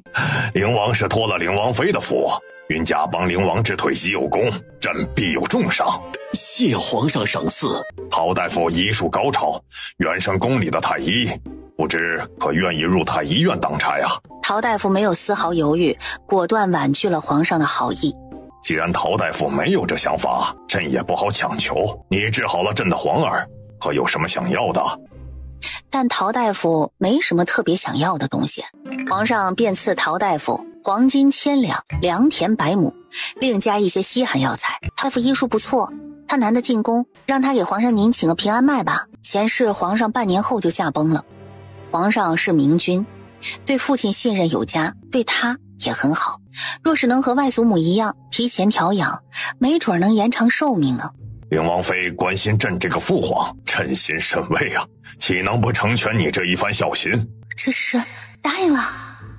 父皇的龙体自有太医院操心，他为什么要管这么多？管不上还失望。直觉告诉谢景琰有问题。陶大夫跪下给皇上把脉，把了好一会儿，还让皇上换只手。等陶大夫收手，皇上龙体无恙吧？皇上脉象强劲，龙体康健。脉象强劲，龙体康健，怎会半年之内就病来如山倒，很快就驾崩了？莫不是把出什么问题，有所顾忌，不敢明说？父皇没事就好，那样相公就安心了。雅儿这么担心父皇啊？没有的事。赏赐过了，也让陶大夫给皇上把脉了，没什么事儿就告退了。他目送他们出御书房。朕怎么瞧着他们有些不对劲儿啊？你知道？凑到皇上耳边，袁公公小声低语了2句。皇上脑门上的黑线成摞的往下掉。灵王这么努力，皇上很快就能抱上皇长孙了。再说沈婉和谢景琰他们出了御书房，这些功劳本该是表妹你的。一家人分什么你我呀？我有话和表哥说。表妹要和我说什么？表哥喜欢清河县主，这事儿关系着清河县主的声誉，不可乱说。这又没外人，只有我和表哥，表哥和我还遮掩什么？清河县主不是表哥可以高攀的。事在人为嘛，这世上没什么事儿是一定不可能的。云家在梅州可有粮铺？云家在梅州有2间粮铺。有就好，表哥务必让人在1个月之内都往梅州送粮食，不能少于5万担。为什么要这么做？表哥想娶清河县主，务必照我说的办。如果云家送不了这么多粮草，表哥一定要告诉我，这事关系着许多人的性命。表妹放心，表哥一定照办。他答应了，沈婉就放心了。1个多月后，梅州地龙翻身，死伤无数，官道塌方，粮食运不进去，各家粮铺存粮被疯抢，价格翻了10倍不止，不少穷苦百姓被活活饿死，惨绝人寰。如果表哥能帮朝廷免了这场灾祸，把人员的损伤降到最低，这份功劳应该够皇上给他赐婚了。然后兄妹俩才朝马车走去。你们表兄妹在说什么悄悄话？不带外祖父听一个？我让表哥帮我办点事儿，外祖父不能阻挠表哥。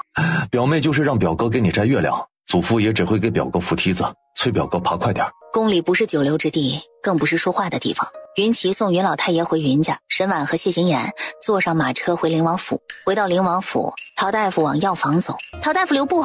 王妃找我。陶大夫给皇上把脉，皇上龙体当真没问题吗？皇上龙体确实没问题，不是有所顾忌才没有说实话。既然给皇上把脉了，自然有一说一。那皇上还能活多久？这么大不敬的话，灵王妃怎么敢问的？皇上龙体康泰得很，灵王妃不需要操心那么多。陶大夫赶紧进院子了。皇上身体没问题，前世怎么会驾崩的那么早？难不成前世皇上的死有蹊跷？谢景琰去了书房，陈峰跳窗进来。他和陶大夫说什么了？陈峰支支吾吾，张不开口。说。王妃问陶大夫，皇上还能活多久？陶大夫怎么回答的？陶大夫被王妃吓到了，只说皇上身体没问题，让王妃别操这么多心。沈婉喝了半盏茶，珠帘外就进来一小丫鬟。王妃，皇后召您进宫。沈婉带着一肚子气从床上下来，把裙裳穿好，然后就带着银霜出了门。书房内，爷，皇后召王妃进宫。皇后找她进宫做什么？以后她的事不用禀告我知道，还不退下？那属下还要跟着保护王妃吗？不用。陈峰怕陈宇真缺心眼儿，不跟去保护，万一王妃出点事儿怎么办？到了王府大门口，沈婉坐上马车进宫后，跟着领路公公去了宋皇后的凤仪宫。但沈婉没想到沈英也在，不知道皇后娘娘找我进宫是……昨日灵王也在晋王府中催情散了。我不知道灵王有没有中催情散，你这个灵王妃都不知道？谁告诉皇后灵王中催情散了？昨日灵王去晋王府给晋王庆生辰，突然离开还是翻墙离开的，走得很急。我看到他的下人说他面色潮红，很不对劲儿。我找人打听过了，灵王是回去找大姐姐你解毒的。昨日傅大姑娘在晋王府被人下了催情散，两人应该是一起中的计。晋王府里不会有人算计傅大姑娘，定是有人算计灵王，牵扯到了无辜。沈英这是要谢景琰替他背黑锅呢。只要确定傅叔是受谢景琰牵连，沈英就能理直气壮的反对谢景英娶傅叔做平妻。我没听灵王说他中了催情散，灵王什么性子皇后应该知道，他不可能在晋王府吃了这么大的闷亏不找晋王要说法。既然没这回事儿，那便退下吧。沈婉俯身告退，他带着银霜出了凤仪宫，没走几步，站住！你为什么不配合我？只要灵王把这事认下，傅叔就休想和我平起。沈婉手一抬，一巴掌就朝沈英脸上呼了过去。灵王妃，你好大的胆子，敢过斩我皇嫂！说话的人正是寿春公主。寿春公主不只是晋王妃是你皇嫂，我也是。我打晋王妃了吗？我不过是看她脸上有蚊子，帮她拍蚊子。你若不信，可以问她。沈英满心屈辱，却也只能打落牙齿或血吞。是，大姐姐是在帮我打蚊子。不用谢。丢下这3个字，沈婉抬脚就走了。王妃在凤仪宫外当着寿春公主的面鼓掌了二姑奶奶一巴掌，说是打蚊子，二姑奶奶竟然都认下了，简直就像是做梦一样。回去说给海棠听，她肯定不会信。到了停马场，沈婉和银霜主仆俩坐上马车就出了宫。好在灵王府距离皇宫不远，很快就到了。沈婉从马车里出来，就看到谢景琰送成王出府。见过成王。我就送王叔到这里了，过些日子我再去看巡地。谢景琰和成王在说话，沈婉则注意到拎着药箱子过来的陶大夫。成王是来找陶大夫去医治成王府世子的。成王是当今皇上异母同胞的亲弟弟，仅有1双儿女，只是可惜当年成王妃怀孕被召进宫，因为头晕目眩，从御花园桥上滚了下去，早产了。沈婉望着成王离开的方向走神儿。王妃，王爷走远了。沈婉轻提裙摆进府，吃了一顿饭，就扛不住困意上床了。换衣时瞥到床架上那块莲花玉佩，这块玉佩谢景琰竟然没拿走。王爷的玉佩要给他送去吗？不必，他倒要看看他能忍几天不取走这块玉佩。丫鬟拎热水来，沈婉就去屏风后泡澡了。这一刻什么烦恼都被抛诸脑后了。突然柜门打开的声音传来，又看到了谢景琰。你谁让你进来的？佛心自己的屋子还需要你准许？有什么好遮的？你身上哪里我们看过？沈婉又羞又恼。谢景琰扫了沈婉一眼，抬脚就走了。他进来你们不拦着就算了，都不告诉我一声，怎么可能拦呢？两丫鬟巴不得谢景琰进屋，这王爷不让他进自己屋子，奴婢会被打死的。沈婉气得早也不泡了。等他走到床边，就见那块玉佩还在，竟然真的只是拿锦袍，这么点小事，至于他亲自回来拿吗？使唤一声丫鬟不行吗？这日天气晴好，沈婉吃过早饭，就坐到小榻上，准备做针线活打发时间。王妃有好几天没去过花园了，今儿天气好，我们去花园转转吧。王爷刚刚出府了。谢景琰出去了。沈婉果断把绣绷子放下，走，去花园。几日没来，花园里的花开得更艳丽了。从花园回来，已经快吃午饭了。王爷回来了没有？王爷还没回来。难得他不在，他可以趁机去书房多拿几本喜欢看的书。沈婉转身朝书房走去，挑了半天也才选到2本喜欢的，低处的没找到喜欢的，沈婉就往高处看，有些够不着，只能踮起脚拿，差点撞倒放在书架上的瓷瓶。他碰到瓷瓶别说摔地上，连晃都没晃一下，伸手试了试，瓷瓶不能摇晃，但是能转动。瓷瓶转了一圈，右边的书架自动移开，露出不大的暗格。这个暗格不大，一眼就能看到暗格里放着2幅画，然而才看到一点女子发髻。把画给我放下！谁准你进书房，还乱翻我东西的？成亲时你说过，灵王府我哪儿都能去的，哪里都能去，自然包括书房。银霜吓住了，怕沈婉和谢景琰吵起来，生拉硬拽的把沈婉拉走了，才反应过来书没拿，挑了半天才选的书。更重要的是，他的绣帕也落书房了。哎，奴婢去拿。书房内，爷交代的事儿，属下已经办妥了。还有什么事要禀告的？方才属下办事回来，碰到了平阳侯世子，他被兵部尚书李三少爷拉去赛马了。属下记得王妃曾叮嘱平阳侯世子不许赛马，这事儿要告诉王妃吗？银霜走到书房外，正好听到陈峰这话，转身就赶紧回屋找沈婉了。王妃，世子爷和人赛马去了。你是听谁说世子爷和人赛马的？陈峰看见的。银霜话还没说完，沈婉已经迈步出门了。他朝书房走。陈峰，你快帮我去赛马场，把我大哥带来灵王府。只是赛马而已，王妃过于紧张了吧？平阳侯世子答应王妃不再赛马，还被拉去赛马场，可见拒绝不掉。我去只怕没用啊。劝不了，你就把他打晕带回来。我打不过您的兄长。沈婉就转身进书房去找谢景琰了。谢景琰，你快去救我大哥。救这个字用的未免太严重了些，这就是你求人的态度？你快去把我大哥带回来，你快去啊！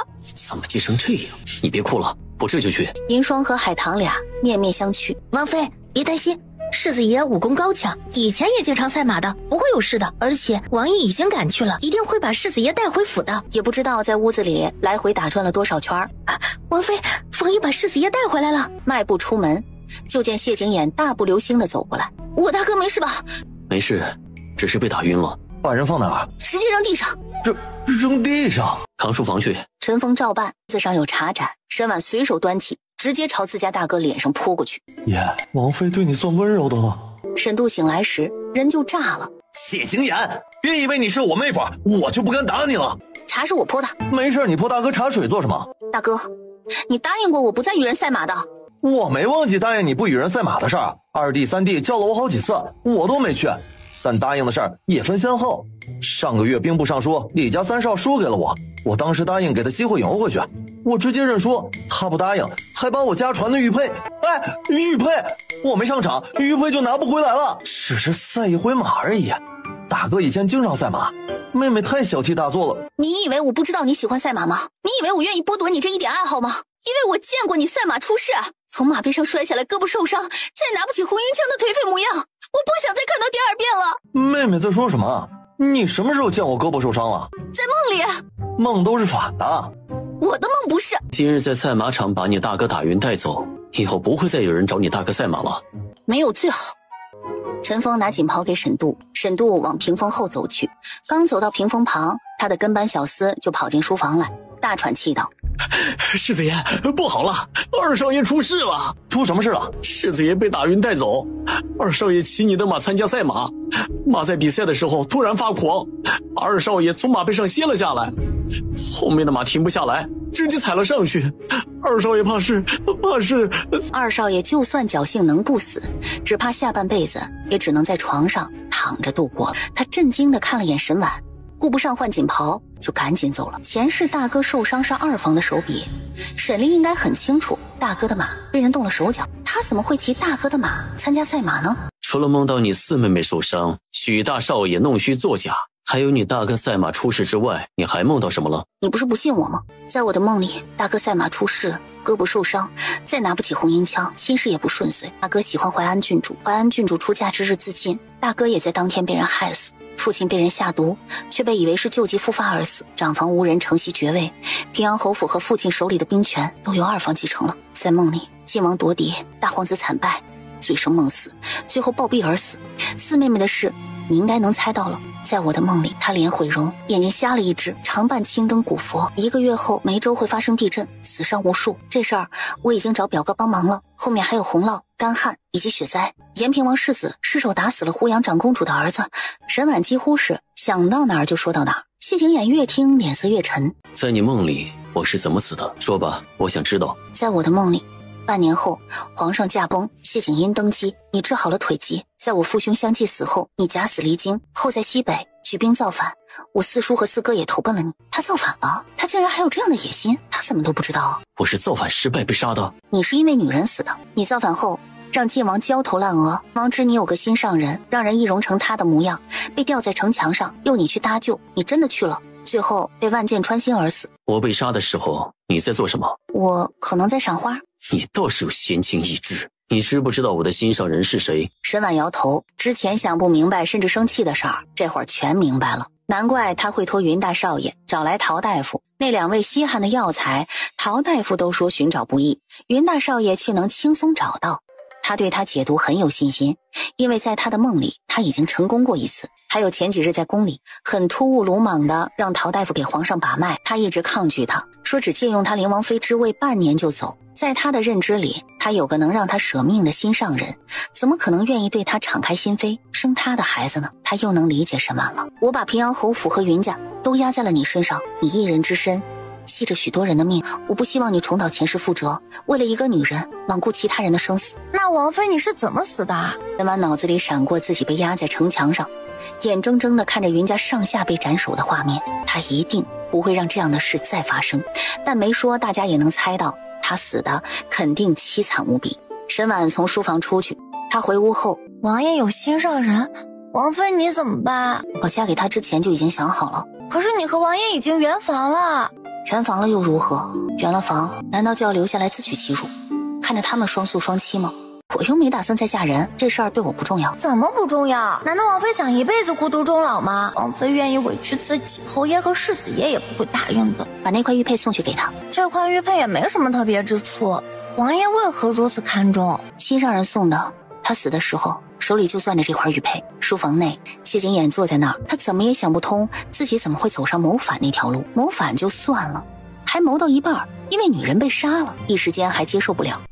进来。王爷的玉佩落在那屋里了，王妃让奴婢给您送过来。谢景琰看着手中玉佩，也赶去赛马场，及时把平阳侯世子带回来。王妃对您心怀感激，主动示好，请您搬回去住呢。可能吗？在王妃眼里，爷是个痴情种，但痴情的不是他。也不知道王妃梦里让爷舍命的女子是谁，未免她成为爷的绊脚石，应该把她找出来，扔得远远的。再不行就直接杀了，让爷这辈子都没机会见到她，一绝后患。王爷，平阳侯府派人来请陶大夫去救沈二少爷。禀告完谢景琰，退出书房后，又让丫鬟禀告沈婉知道。沈婉作为出嫁的女儿，肯定要回去看看。迈步出门，就看到谢景琰走过来。没有王爷这么过分的，王妃舍身替他解催情散，他竟一点也不顾王妃的感受，把玉佩招摇地挂在腰间，时时捅王妃的心窝子，简直就是欺人太甚。王妃这丫鬟是吃了雄心豹子胆，还是嫌命太长了？竟敢在背后拿眼刀子削王爷，别以为她是王妃的贴身丫鬟，爷就不会把她打板子了。等他们到王府大门口时，马车已经停在那儿。怎么不走了？我的马车还没来，我回平阳侯府。你以为我去哪儿？等反应过来，他也是要去平阳侯府，就赶紧上了马车。腿疼，你给我揉揉。沈婉当即吩咐小厮回灵王府。回王府做什么？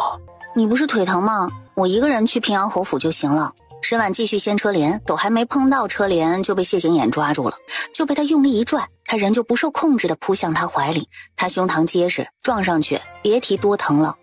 你混蛋！哪儿撞疼了？我给你揉揉。撞疼的是胸，他手直接就伸了过来。等反应过来，他抓过谢景琰的手，狠狠咬上去。又不是第一次了，至于咬这么狠吗？你还说。直到马车在平阳侯府大门前停下，两人迈步进府，就看到小厮送大夫出府，李管事又送陶大夫走过来。二少爷如何了？二少爷已经没了。老夫人受不住打击，晕死过去。沈婉和谢景琰往沈丽住的院子走去，沈度出来把沈婉和谢景琰拦下了。父亲让你们去看望一下老夫人，就回去。沈婉回头就看到二太太和沈英母女俩急步过来，太太过来直接揪住了沈度的衣领子。就为了你那块祖传的玉佩，我的丽儿没了，你还我儿子命来！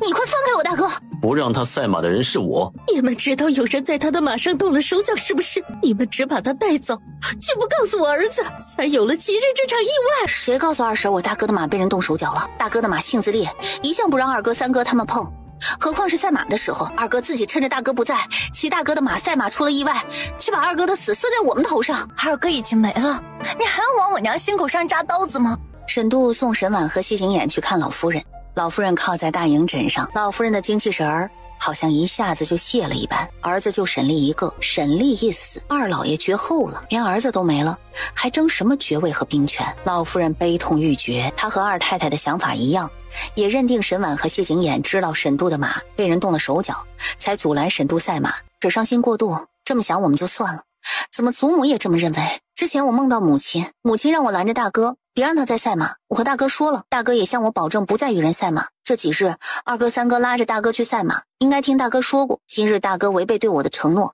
我一时气不过，就让相公去赛马场把大哥带回来。但我没想到二哥会骑大哥的马。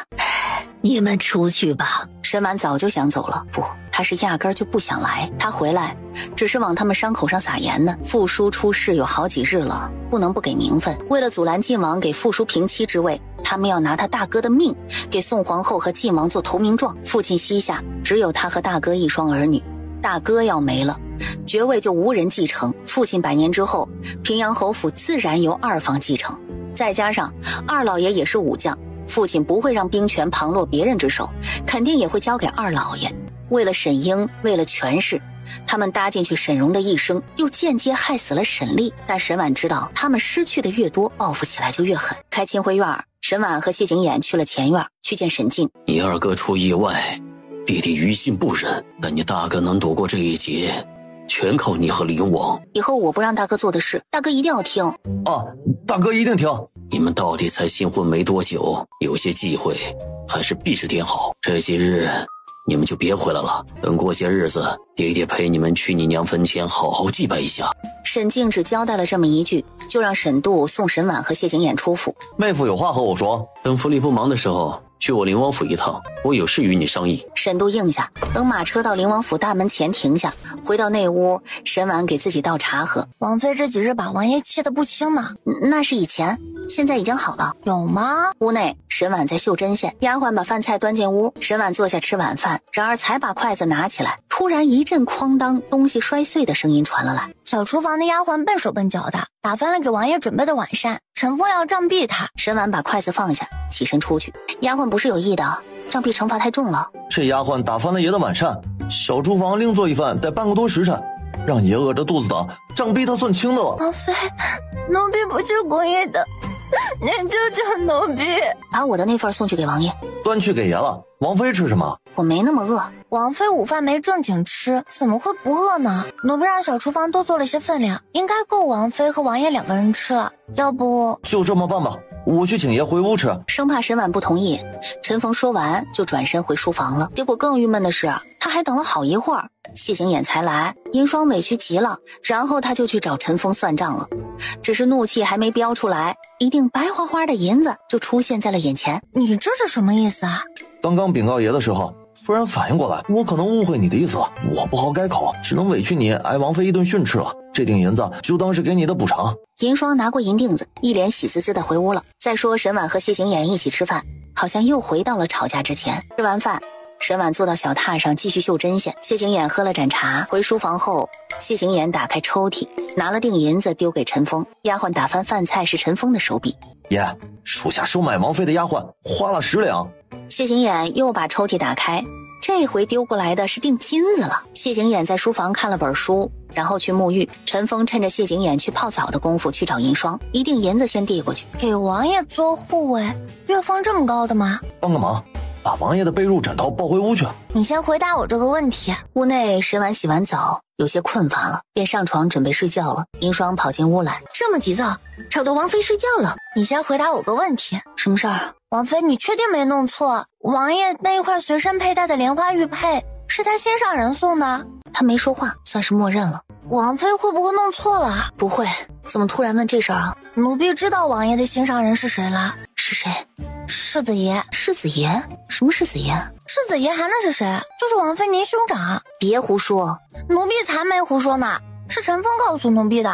陈峰还以为银霜问的是什么难题，没想到是问玉佩。嗨，这有什么好问的？那玉佩不是王妃送给王爷的吗？你作为王妃的贴身丫鬟，你不知道？那块玉佩不是王妃送的。不是吗？我是王妃的贴身丫鬟，我能不知道吗？那不是王妃送的，就是平阳侯世子送的。你不愿意告诉我就算了，你少骗我。谁骗你了？那玉佩是去年王爷生辰那日收到的生辰礼物，那日上午只有平阳侯世子来过，他和王爷在湖边说了好一会儿话，他走后王爷手里就多了这块玉佩，不是平阳侯世子送的，难道是天上掉下来的？他之前一直以为玉佩是平阳侯世子送的，还纳闷王爷怎么对平阳侯世子送的玉佩爱不释手。直到那日八皇子要玉佩，王爷说是王妃送的，他才惊觉自己误会了。陈峰能肯定玉佩是沈度带来的，银霜就丢下陈峰，赶紧回屋告诉沈婉了。玉佩怎么会是他大哥送的呢？他大哥送的玉佩，谢景琰怎么会当个宝贝似的成天挂身上？总觉得有哪里不对劲儿。沈婉躺被子里，等他醒来已经日上三竿。王妃可算醒了，再不醒奴婢都要叫醒你了。世子爷来了。我大哥来了，已经来了好一会儿。侯府办丧事，大哥不忙着招呼宾客，怎么来灵王府了？二少爷是骑世子爷的马出意外的，二太太看到世子爷就情绪激动，侯爷体谅二房丧子之痛，再加上侯府不缺人迎来送往的，就没让世子爷露面。世子爷在府里闲得无聊，就来王府找王爷了。听小厮说，世子爷的马被老夫人杀了。沈婉梳洗完就去了书房。妹妹，你也太能睡了，昨晚没睡好才起晚了。哎，妹夫，你有没有觉得我妹妹看我们俩的眼神很奇怪，像是我们俩有奸情似的？王妃，您还没吃早饭吗？沈婉都忘了自己还没吃早饭这回事儿，走之前还眼神复杂的朝两人看了一眼。现是在下逐客令。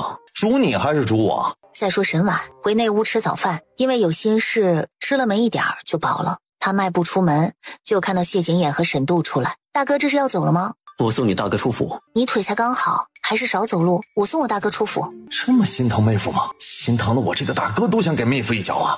沈婉送沈度离开，出了墨玉轩。妹妹有话与大哥说。灵王腰间佩戴的玉佩是大哥送他的。妹妹想知道，直接问灵王不就行了？哎呀，大哥告诉我就是了。没注意灵王腰间佩戴的是什么玉佩啊？哎，就是那块雕刻莲花的玉佩，去年灵王生辰大哥送给他的。是大哥送的？真是大哥你送的啊？是大哥送的，也不是大哥送的，那块玉佩是大哥帮你送给他的。帮我送的？经过沈度提醒，沈婉才想起来是有过这么一回事儿。那时候的他一心只有谢景音，提前几个月就给他准备生辰礼物。大哥知道了，提醒他灵王的生辰更早，让他别忘了给灵王也准备一份。后来到了谢景琰生辰那天，大哥找他拿礼物，他告诉大哥没准备，父亲不让他送给谢景音，肯定也不会让他送给谢景琰啊。大哥当时回他，灵王和晋王不一样，你送灵王生辰礼物，父亲不会怪你的。为什么？我都告诉灵王你给他准备了生辰礼物，结果最后空着手去，岂不成大哥信口胡诌了？可我来不及准备了。我去父亲的库房看看有没有合适的。后来这事儿就不了了之了，他没问大哥有没有帮他送，也没问送的是什么。父亲的库房里没找到合适你送的，去灵王府的路上路过金宝阁，进去转了一圈，挑了那块莲花玉佩。灵王知道那玉佩是我送的？不告诉他是你送的，那不是白送了吗？沈婉只觉得头顶上一道惊雷炸响，银霜跟在沈婉身后。王妃说那玉佩是王爷的心上人送的，死的时候都还攥在手里，是王爷的命根子。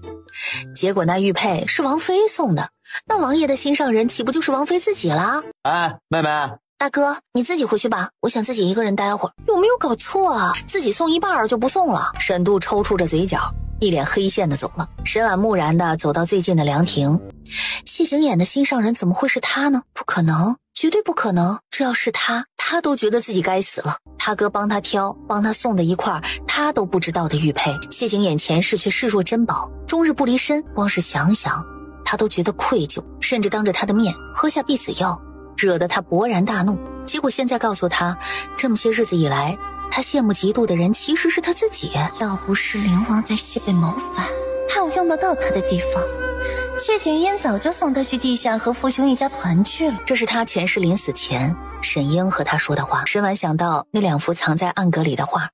银霜见谢景琰往王府大门口方向走，王妃，王爷出府了，赶紧起了身。上回没能看到那两幅画，现在谢景琰不在，他可以去看个清楚。很快书架一开，露出那两幅画来。昨儿王妃要看画就已经惹怒王爷，王妃你还是别看了吧。直接就把画从暗格里拿了出来，飞快地展开，就看到画像上的女子了，不是她，有几分眼熟。画像上的是谢景琰的生母。沈婉把陈飞的画像卷起来放回去，又拿另一幅，刚拿到手里，好奇心这么重吗？你不是出府了吗？送你大哥出府，一去半天不回，我还以为你把你大哥送回平阳侯府了。我就看一下不行吗？没听说过好奇害死猫吗？他手一伸，就把沈婉禁锢在了自己和书架之间。他抬头望着谢景琰，然而还没开口，嘴就被堵住了。让我搬回去住。你还是离我远点吧。这么多人都避开了你梦里的惨剧，你是不是也该给我一个机会？或许我不会喜欢上别人的。连幅画都不给我看，还说什么？我怕你看了生气。我才没那么容易生气呢。这可是你说的。你看吧。沈婉默默把画拿出来，把画展开。画像上画的正是当年纸鸢掉到树上，他爬树上去捡，被他看到的一幕。你画我就算了，你还把我画得这么难看。可我看到的就是这样。沈婉气呼呼的把画呼在他身上，抬脚走了。这两幅画根本就不是昨天的那两幅。这混蛋不仅换了画，还防备他偷看，换了幅让他看了就心头冒火的画。回屋后，沈婉一朵兰花还没绣好，就到吃午饭的时辰了。午饭分开吃的，晚饭也一样。吃完晚饭，回廊上灯笼将黑夜照耀得如同白昼。准备回屋的他想了想，还是转身去书房。昨儿我放在桌子上没拿走的书，你给我放哪儿了？就在书桌上。他拿起书，不打扰谢景琰看书就走了。回屋看了半本书，沈婉就宽衣进浴桶泡澡。泡了1刻钟，沈婉从浴桶里出来，就看到大床上多了床被褥和枕头。你让人把我被褥抱回屋的？我没有。不是你，那被褥自己长脚跑回来的？我给你送回去。既然抱回来了，将就着住吧。说罢，人就躺下了。你起来，我帮你把被褥抱回书房，你不用将就。可是他那点力气哪里拽得动谢景琰啊？非但拽不动，谢景琰稍一用力，沈婉就不受控制地扑到他怀里了。再一个翻身，就被他压在了身下。铺天盖地的吻随之落下。收回刚刚的话，不然我现在就要了你。我搬回来住，在你确定我对你的心意之前，我不碰你。沈婉沉默不语。怎么不说话？你丫疼我了。谢景琰从沈婉身上下去，把沈婉抱在怀里。你说过不碰我的。我只说不碰你，可没说不抱你不亲你。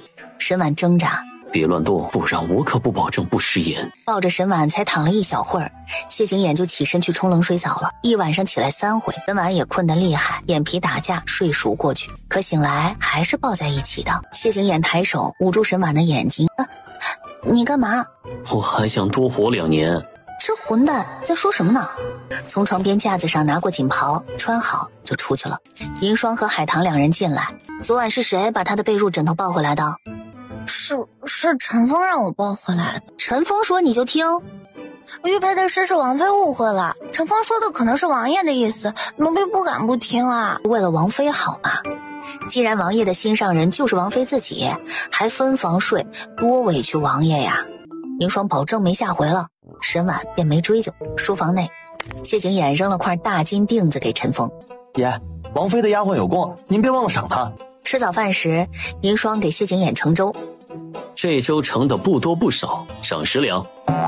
银霜就像是被天上掉下来的馅饼砸中了似的，这混蛋竟然当着他的面收买他的丫鬟，都这么明目张胆了，还找什么理由啊？吃完早饭，谢景琰去了书房。王妃，宫里传来消息了，皇上下旨把中国公府博大姑娘赐婚给了晋王做平妻，位分上和二姑奶奶不分上下，将来谁先生下儿子，世子之位就是谁的。这2人生活在一个屋檐下，晋王府绝对会鸡飞狗跳，有看不完的热闹。沈婉已经在期待了。沈丽死于马蹄践踏之下，老夫人悲痛欲绝，当日就病倒了。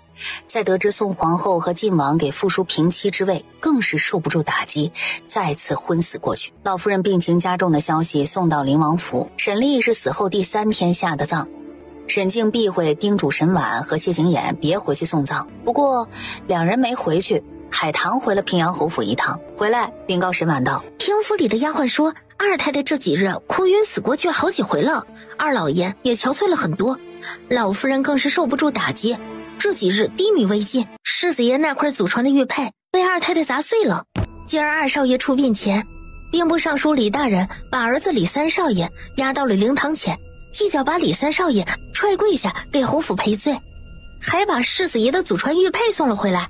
世子爷伸手去接，二太太跟疯了似的，从李尚书的手里抢过玉佩，狠狠地朝地上砸去。李三少爷说他不是故意的，他没想到会有人在世子爷的马上动手脚，他要和世子爷比试赛马。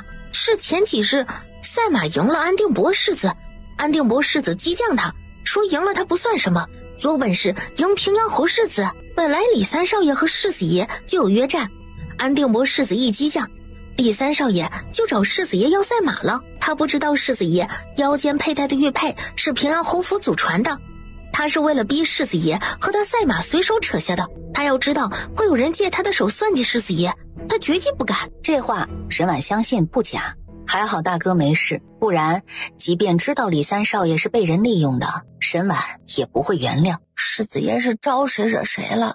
好好的马被杀了，老太爷生前给世子爷的玉佩也被砸了。二太太越闹腾，越把沈丽的死摁在他大哥身上。回头他劝父亲分家就会更容易。讲到分家，有些事须得提前安排好。老夫人还在病重，他没回去参加葬礼，勉强还说得过去，不回去探望老夫人视为不孝。沈婉决定明天回平阳侯府一趟。王妃，王爷让您去给他研墨。书房内，沈婉走到书桌前，拿起墨棒就给他研墨，磨得浓浓的，欲言又止。有话就说。老夫人和二太太病倒了，虽然我不是很想回去，但不回去难免被人诟病。肩膀有点酸了，你帮我捏捏。沈婉走到谢景琰身后给他捏肩。是不是还有别的事求我？没别的事，就这一件。当真没有？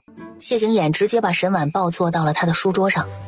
突然态度对我这么好，还没要紧事求我，那就是对我做了亏心事了？没有。做了什么对不起我的事？没有。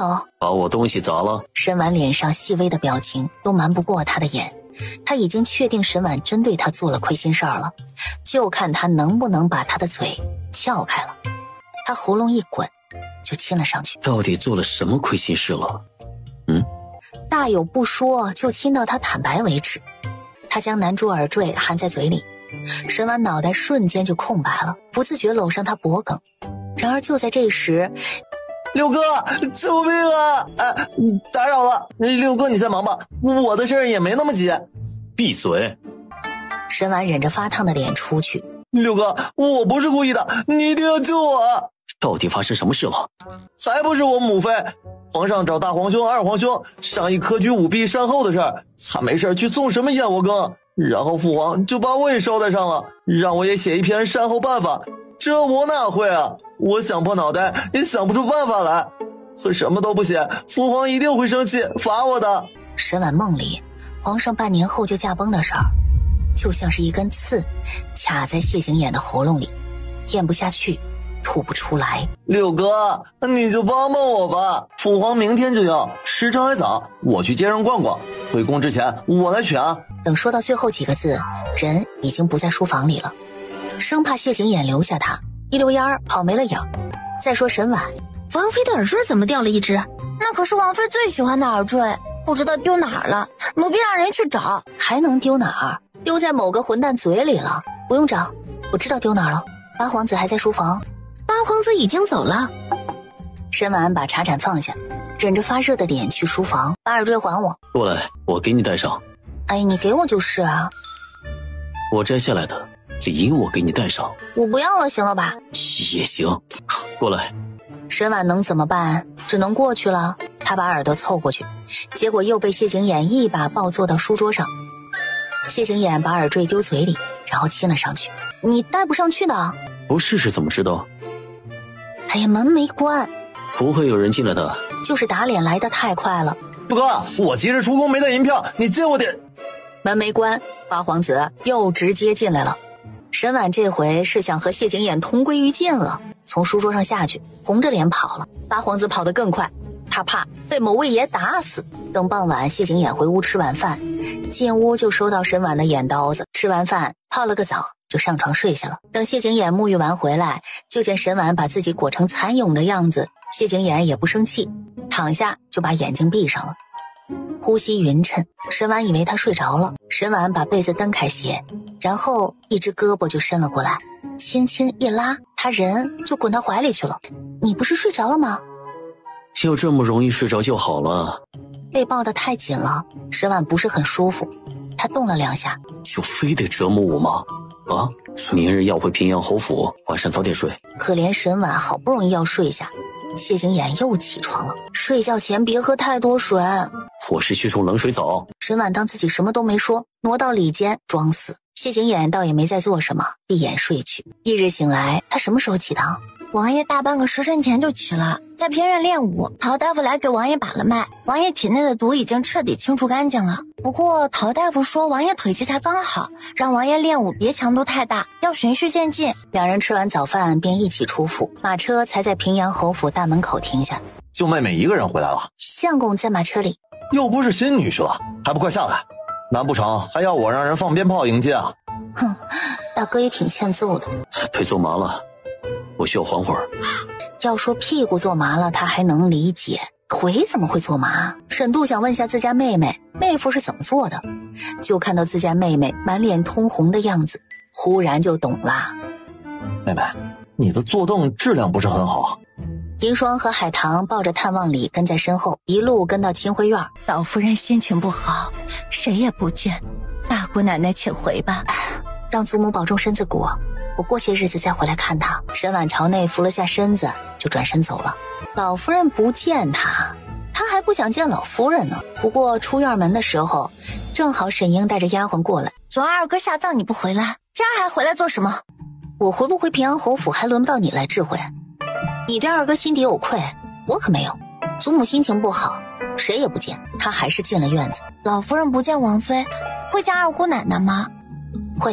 沈婉在老夫人这里吃完闭门羹，去南院又吃了二太太给的闭门羹。沈婉往花园方向走，已经去北院请四太太了。四太太正忙着和庄子生的管事对账，说是一会儿就来。沈婉去凉亭等四太太。大姑奶奶，您的表兄云大少爷有事找您。这是有什么要紧事啊？不会是往梅州运送粮食的事吧？刚走到花园门口，大姑奶奶，您不用去外院了。怎么又不用去了？奴婢也不知道，是林蛙让奴婢来传的话。谢景琰说不用，那应该是表哥的事儿，他帮着处理了，便又折回凉亭里。大姐姐，我还想和大姐姐说说提姐话呢。大姐姐找我娘来做什么呀？你大姐姐找娘必然是有要紧的事，何况有什么话不能娘听见的？我确实有事和四婶说。沈婉才说了几个字儿，突然凉亭不远处传来一声凄厉惨叫声，是二婶院里的二等丫鬟。她和四太太在凉亭说话，二房的丫鬟也敢偷听，这侯府真是越发的乌烟瘴气了。四太太不是会随便说这话的人，一定是有事发生。四婶为何这么说？昨儿我带丫鬟从小道回北院，无意间听到三婶和丫鬟说话，二哥没了，三婶人前悲伤，人后幸灾乐祸。为了帮沈英坐稳晋王正妃之位，三太太把自己女儿搭了进去。三太太狮子大开口，要二房弥补沈荣的损失。二太太呢，吴大少爷办事不力，沈荣是自己送上去的，二太太不认，二房三房早就交恶了。如今为了沈英，二太太的儿子没了，三太太心底平衡多了。更重要的是，二老爷膝下无子了，以后老夫人未必还会扶持二老爷，就算扶持，二老爷无后，最后还是三房的。我就是为侯府这些糟心事找的四婶儿。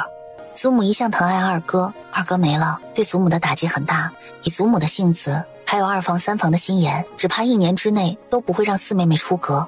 四叔四婶儿得尽早做打算，不止四妹妹要出嫁，我大哥也到了娶妻之龄，但祖母要铁了心压着，父亲都得依着他，只能做最坏的打算。四叔和父亲关系最好，我希望分家的时候，四房能挨着侯府，往来也方便。只是隔壁的宅子能买下来吗？4万两能买下来的，要钱不够，四叔不好意思和父亲借，我可以借给四婶。四婶知道你是真心为威儿，为我四房好，这是我回去就和你四叔商议。事情说过了，四太太没多留，就回北院了，留下沈薇和沈婉在凉亭说梯阶话。沈薇和沈婉有说不完的话，以后在府里闷得无聊，可以去灵王府啊。忙不迭的点头，两人在凉亭里说话。银霜出去转了一圈，回来告诉沈婉，二姑奶奶今儿回侯府，又是找老夫人诉苦的。这回是诉什么苦啊？皇上下旨把中国公府傅大姑娘赐婚给靖王做嫔妻，按理该二姑奶奶筹备着靖王迎娶傅大姑娘过门的事宜，但宋皇后把身边的嬷嬷派去了靖王府，不让二姑奶奶插手这事。还另外赐了2名宫女给二姑奶奶。又坐了会儿，一个丫鬟过来道：“大姑奶奶，灵王说时辰不早了，该回府了。”沈婉便起了身，走到前院，远远的就看到沈度和谢景琰走过来。大表哥呢？大表哥那么忙，哪会在侯府久待？早就走了。大哥有什么想问的就问吧。妹妹，我真的对淮安郡主一见钟情了。岂止是一见钟情啊，大哥是非他不娶。我有这么痴情吗？回头大哥见到就知道了。沈度还真有些期待。走到侯府大门口，谢景琰扶沈婉坐上马车，然后自己也钻了进去。我大表哥找我什么事儿啊？你猜不到。为了我让他往梅州送粮食的事儿。可是有困难。确实有些棘手的地方，这事儿我会处理。你不能抢我表哥的功劳。你表哥在皇上那里领赏，我在你这里领赏并不妨碍。事情还没开始就谈领赏，是不是太早了些啊？这点是由我和你大哥还有云大少爷3个人办，要还出岔子，以后可以远离朝堂了，免得祸害大楚百姓。怎么是3个人？大哥也管这事儿吗？事情办成了，我要在这马车里领赏。无耻！我以为你听不懂的。好在很快就到灵王府了，然后看到迎面骑马过来的人，来人不是别人，正是昨天没在灵王府尴尬死的八皇子。皇嫂。进了灵王府，谢景轩不知道从哪里掏出来一方端砚，递给谢景琰。给我砚台做什么？昨儿六哥帮我写的科举舞弊善后的折子，父皇看后夸了我好几句，还赏了我这方端砚。我受之有愧，就给六哥你送来了。父皇虽然没说半个字，但他心知肚明，父皇夸的不是他，赏赐的也不是他，他识时务的给六哥送来。既然皇上赏给你的，收着就是了。可父皇赏赐的分明是六哥不要，那我可就带回去了。祝六哥六嫂早生贵子。要不是谢景轩跑得快，谢景琰估计会一脚把他踹出灵王府。谢景琰撇头就看到沈婉尴尬的脸色，陈峰过来禀告道：送陶大夫出城的暗卫已经回来了。陶大夫走了？怎么了？你没把陶大夫留下来做辅医？陶大夫已经答应爷留在王府做辅医，只是他还有家人在古州，另外还有些事要办，需要亲自回去一趟，大概1个月就回来了，最迟不超过1个半月。沈婉回屋，银霜道：陶大夫这一走要1个多月才能回来呢。王爷的腿疾已经完全好了，又没哪儿不舒服了，不然也不会放陶大夫走的。可王爷好了，王妃还没看大夫呢，王妃癸水一直不准，需要调理啊。陶大夫在的时候你怎么不说？彼时已经是吃午饭的时候了。谢景琰从书房回来，两人坐下吃饭。吃到一半的时候，小丫鬟拿了张大红请帖进来。王爷王妃，镇国公府派人送来请帖，请王爷王妃3日后去镇国公府喝镇国公府小少爷的满月酒。要去吗？不去，让周管事送份贺礼去就行了。这语气怎么听着有些酸呢？没脸去。为什么没脸去啊？镇国公世子只比我年长1个月，孩子都满月了，我连孩子他娘都还没搞定，哪来的脸去啊？沈婉埋头扒饭，不敢看他。吃完午饭，去书房给我研墨。回侯府走了不少路，太累了，我要午睡会儿。王爷，皇上传召您进宫。我进宫去，你好好睡一觉。怎么这么看着我？平常皇上传召他不都不进宫的吗？那你快进宫吧。谢景琰走后，沈婉打着哈欠上床了，上床没一会儿就睡着了。睡得正香的时候，就被银霜摇醒过来。王妃你醒醒啊，皇上赏赐您好多东西。皇上怎么突然赏赐我？赏赐还没送到墨玉轩，谢景琰也没回来。王爷人呢？奴婢去问问。很快银霜回来道：世子爷来了，皇上赏了世子爷1匹好马，王爷这会儿正在前院看世子爷驯马。今天是什么好日子啊？皇上对他们兄妹大加赏赐。大哥做什么了？皇上赐你这样1匹好马？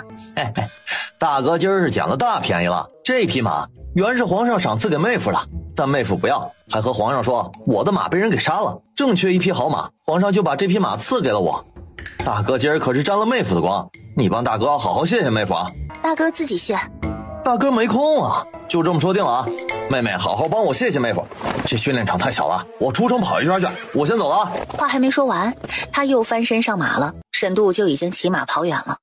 你准备怎么帮你大哥谢我？扇你光的是我大哥，又不是我。你大哥让你帮他谢我，你没听见，我可是听清楚。我又没答应，但你也没拒绝。我请你吃饭。自己做的也行。回去了。等回到墨玉轩，沈婉进屋就看到皇上的赏赐了，赏赐他一大堆，给谢景琰就2匹绸缎，这2匹绸缎你要不要？不要。你真不要啊？那我给大哥做锦袍。刚刚你问我什么要不要？我问你这2匹绸缎要不要？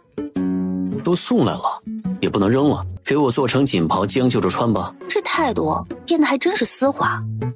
父皇赏赐我这么多东西，哪天我得进宫向父皇道谢。随你。丢下2个字，谢景琰就去书房了。王妃晚上要下厨吗？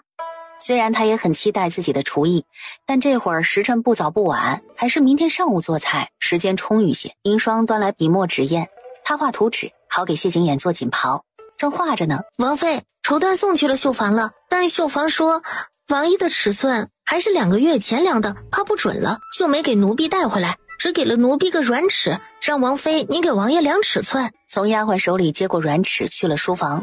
有事啊，我来给你量尺寸，先量肩膀，然后胳膊，环过他的腰，明明是给他量腰围，可总感觉在抱他似的。量完尺寸，沈婉就赶紧走了。给王爷做锦袍，还要给王爷洗手做羹汤，王妃现在越发有王妃的样子了。吃完晚饭，又想明日做什么菜，沈婉决定做8菜一汤。吃完早饭，沈婉就去了小厨房。切菜这样的小事，还是让丫鬟代劳吧。沈婉想亲力亲为的，可实在没那个本事，也就算了。要王妃做的饭菜真不能吃，中午就只能委屈王爷吃面条了。你们出去吧，把火烧得顶旺，菜糊起来更快。一个从没下过厨府的大家闺秀和2个也不曾做过菜的丫鬟帮助下，小厨房很快就飘出了糊锅的味道。沈婉在小厨房烟熏火燎中，总算把菜烧好了。银霜和海棠呆住了，他们已经不记得王妃要烧的是什么菜了。让赵妈妈把大厨房的菜端去给王爷吃吧。王妃，赵妈妈没让大厨房另外准备您和王爷的午膳。这时候，王妃，菜还没烧好吗？王爷已经饿了。怎么办啊？把菜端去。这能吃吗？他又不傻，肯定不会吃的嘛。那王爷午饭吃什么？哎呀，饿一顿饿不死的。银霜和海棠赶紧找来托盘，把菜端托盘里去。再说谢景琰，期待了一上午，总算是等到吃午饭了。吃饭吧，把盖子揭开。银霜把盖子揭开，然后某位爷期待的眼神凝固住。这是什么菜？红烧排骨。红烧炭排。银霜打开另外一道菜，烤鸡。看出来了，这只鸡差点就被你挫骨扬灰了。其他菜没这2道严重，但也好不到哪里去。王妃还蒸了馒头，应该能吃。说着，馒头就送来了。几乎碰到馒头，他嘴角就抽了下。给陈峰吧，给陈峰做暗器，打死人轻轻松松。午饭没得吃了。过来，你被熏过了，我吃你也一样。饭都没得吃了，这混蛋还不忘撩他。赵妈妈让人揉了面粉，奴婢让赵妈妈下2碗面端来吧。还不见小厨房把面端来，面还没做好吗？估计还有一会儿，锅炸了，用炭炉煮面快不了。小厨房托你的福，能用上新锅了。又等了半盏茶的功夫，小厨房才把面端来。吃完了，谢景琰去书房，沈婉则准备热水沐浴。泡到一半的时候，肚子就隐隐作疼，刚穿好衣服就往茅房跑去。王爷，王妃好像吃坏肚子了。菜做成那样，她不会笨到还是菜。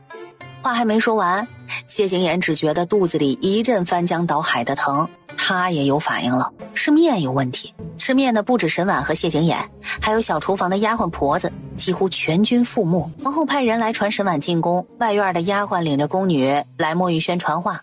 是墨玉轩没错呀，怎么院子里连个丫鬟都没有啊？墨玉轩人呢？都去哪儿了？在王府的各个茅房里呢。怎么了？王妃做菜的时候不小心把赵妈妈的巴豆粉打到面粉里去了，墨玉轩上下都吃坏肚子了。王妃今儿怕是没法进宫了。沈婉趴在小榻上，虚弱到动弹的力气都没有了。托王妃的福，墨玉轩丫鬟婆子也过上了被丫鬟伺候的日子。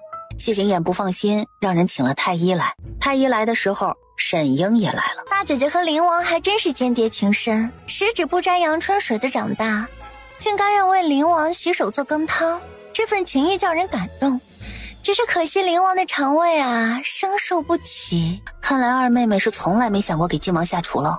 我有自知之明，不敢祸害靖王。外面快步走进来个丫鬟。王妃，皇上听说您做菜把王爷和莫玉轩上下都撂倒了，赐了个御厨给您，让王妃以后别做菜了。皇上是吃错药了吗？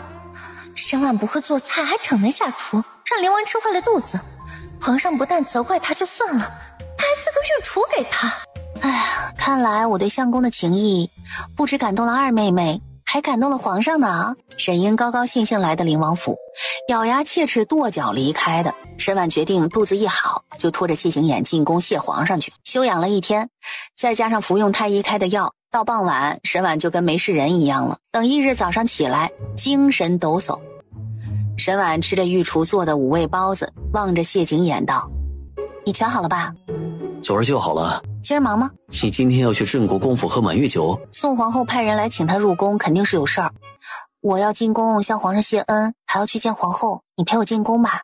谢景琰摆了下手，银霜和海棠就俯身退下。你让他们出去做。难道你想当着丫鬟的面亲我？谁要亲你啊？亲我一口，我就陪你进宫。最后沈婉把自己说服了，不就亲他一口吗？又不会少块肉。沈婉把自己说服进沟里去了。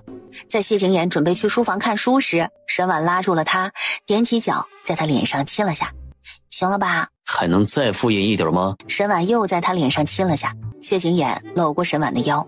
你还真是听话，我教你怎么亲我。吻随着话音落下，沈婉被他亲得浑身软绵，站不住的时候，谢景琰才道：学会了没有？沈婉哪敢说不会啊，忙不迭的点头。怕这混蛋还来，赶紧拽着他出去。哎呀，早点进宫嘛，不然赶不及回来吃午饭。赶不及就在宫里吃就是了。等他们到大门口时，马车已经等候在那儿了。进宫后，两人先去了御书房，不过去的不巧，皇上正在和大臣商议朝政。先去见皇后吧。不等沈婉说话，谢景琰就把他拉走了。不到半盏茶的功夫，皇上就把几位大臣打发走了。让他们进来吧。袁公公抽了下嘴角。灵王妃以为皇上商议朝政要许久，先去见皇后了。皇上因为陈妃迁怒灵王，把灵王打发去守皇陵长达4年之久。那日，平阳侯世子进宫告诉皇上，灵王高烧不退，已然病危。皇上放灵王回京，袁公公就知道皇上有些后悔了。再后来，灵王坠马摔断腿，再站不起来，性情也阴晴不定，和皇上的隔阂也越来越深。可皇上的怒气消了，灵王吃的那些苦头可消不掉。在皇陵那样的地方守了4年，这是何等的毅力了！何况皇上和灵王父子之间还有陈妃一条命呢。殿内，娘娘，灵王妃来了。让他们进来。灵王妃的感情还真是羡煞旁人呢，连本宫传召都不放心，要陪着一块儿来。相公和我一起进宫谢皇上，皇上忙着和大臣商议朝政，相公就陪我一起来给皇后请安了。前儿皇后找我进宫，不巧我身体不适，没法前来，不知皇后找我是？前几日进贡了一匹烟霞纱，寿春想要许久了，皇上也应承给他，最后赏赐给了你。感情找他进宫是要他忍痛割爱，把烟霞纱让给寿春公主呢。皇后消息怕是有误，烟霞纱皇上没赏赐给我。没有赏赐了，在送去莫玉轩之前，我直接让人送去了绣房，准备给你一个惊喜。相公怎么直接把烟霞纱送去绣房了？万一做的不合我的心意怎么办？我的眼光你还不看好？娘娘不好了，靖王妃起早下厨，给靖王准备了一桌早饭，把靖王吃得上吐下泻的。平阳侯府上的姑娘还真是十指不沾阳春水，一样的不通厨艺。不通厨艺无妨，皇上赐你御厨，可见在皇上眼里，你是一个大家闺秀，不需要学做菜。没什么事儿了，谢景琰和沈婉便起身告退，然后还没出去，一小公公快步进殿。皇上听说晋王妃做的早饭吃坏了晋王的肚子，派了个太医去晋王府。还有呢？没有了。没赐御厨？袁公公问皇上要不要给晋王妃也赐个御厨，皇上训斥了袁公公2句，问袁公公御膳房的御厨够赐几个皇子妃。沈婉没回头，但后脑勺都仿佛看见了宋皇后青紫的脸色，她强忍着才没有笑出声，但肩膀抖得快脱臼了。沈英这回啊，可是闹了大笑话了。她和谢景琰2人往御书房方向走去。皇上还有朝政要处理，让你们半个时辰后再去。既然皇上没空，我们改日再来吧。一刻钟不愿意等，皇上就要他们等半个时辰了。要半个时辰不愿意等，下回来就不知道要等多久才能见到皇上了。他们的细胳膊怎么拧得过皇上的大腿啊？哎，来一趟也差不多要半个时辰了，咱们就等一下吧。这里离御花园不远，你陪我去御花园赏花。走吧。去哪儿啊？不是要去逛御花园吗？可去御花园不是走这个方向啊。你对皇宫熟悉，还是我对皇宫更熟悉？沈婉任由谢景琰带着往前，谢景琰带他走的是一条沈婉从未走过的路，直通御花园西北角。他记得那里养着一只丹顶鹤，这般想，沈婉就见到前世那只孤傲的丹顶鹤了。然而那只丹顶鹤在他们跟前停下，亲昵地拿脑袋去蹭谢景琰。我媳妇儿胆小，别吓她。丹顶鹤看了沈婉一眼，朝他叫了一声：“你养的？”只是以前在宫里的时候经常来喂养她，没想到还记得我。他抓过沈婉的手往前走去，半个时辰刚好走出御花园，两人往御书房走去。沈婉和谢景琰迈步进去。父皇，进宫找父皇有事啊？父皇赏了婉儿一堆东西，还赐了位御厨。王爷是陪婉儿进宫向父皇道谢的。在灵王府住的可还习惯？王爷对我很好。都消瘦了。真的，这话有点接不下去了。皇上，御膳已经准备好了，该用午膳了。可愿陪父皇用午膳了？敢说不愿意吗？沈婉乖巧地点了下头。我们回去吃。皇上没理他，直接起身去用午膳了。他就说皇上怎么要他们半个时辰后再来了。原来皇上是想要他们陪他一起吃午饭，就没见过这么别扭的父子。我一个人不敢和父皇吃饭，你陪我一起吧。进宫之前你说过太晚了就在宫里吃的。沈婉见他眉间松动，果断拽着他朝膳桌走去。一顿饭，两个人愣是没和皇上说一句话。吃完午膳，两人就告退了。皇上心情挺好，趁这儿子有软肋了。有软肋了不是什么好事吧？不过对皇上来说是好事一桩。现在不一样了，皇上有事可以吩咐灵王妃呀，灵王就不能不管了。再说沈婉被谢景琰带出御书房。哎，你生气了？难道你还能看出来我在生气？今日之事必须给他一个教训，不然还有下回。他抓过沈婉的手，就把沈婉带到那边假山后，不由分说就亲了下来。哎，去马车里再亲。这可是你说的，不要后悔。可谢景琰不给他反悔的机会，带着他就到了停马场，在假山边亲他，到底有所顾忌，不能胡来。可在马车里，谢景琰就随心所欲多了。在沈婉没察觉的时候，他的手探入他的衣襟。沈婉见他收回手，赶紧把被他扯得松散的裙长收拾好。等小厮赶马车回到灵王府，赶紧掀开马车出去，就迈步进府了。沈婉回到墨玉轩，王妃，晋王府上午派人送来喜帖，7日后晋王迎娶傅大姑娘过门。王妃要和王爷一起去喝喜酒吗？既然是请我和灵王一起去喝酒，这个面子肯定要给。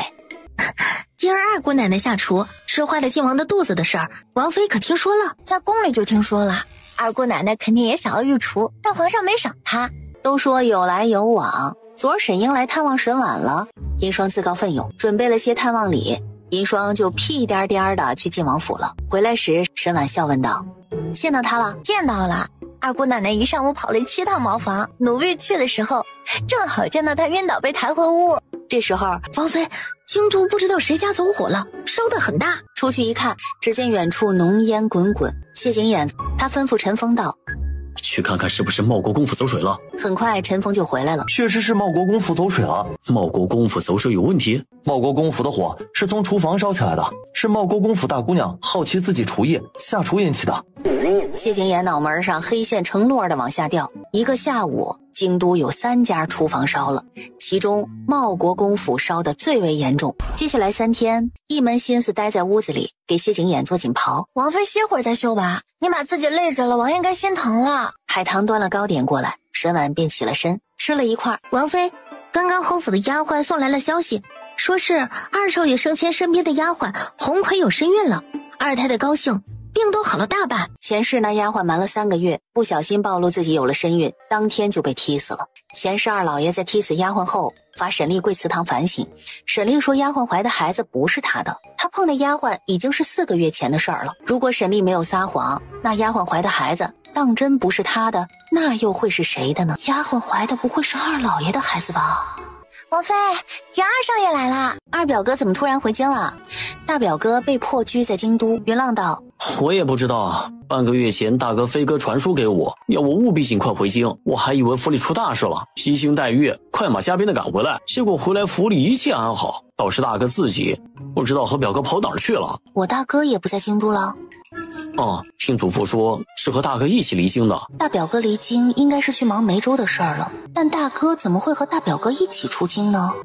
还有外祖父都不知道大表哥去哪儿了吗？不然不会不告诉二表哥才是啊。我还以为你出嫁还早呢，到处给你准备贺礼，没想到等我回京你都嫁人了。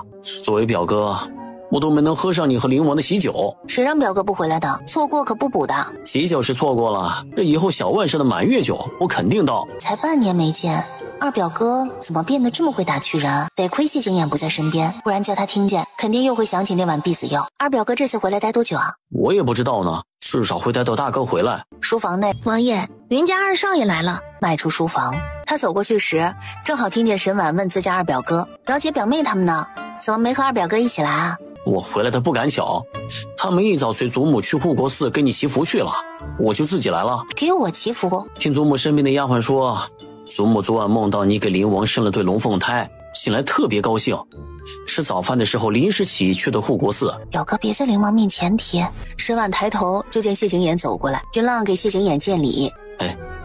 你是婉儿的表哥，无需和我见外。听你大哥说你的棋艺在他之上，若是不忙的话，陪我下一盘，自当奉陪。谢景琰请云浪去书房，云浪落后2步。表妹让我别在灵王面前提什么？别提生孩子的事儿。成亲了生孩子不是很正常的事吗？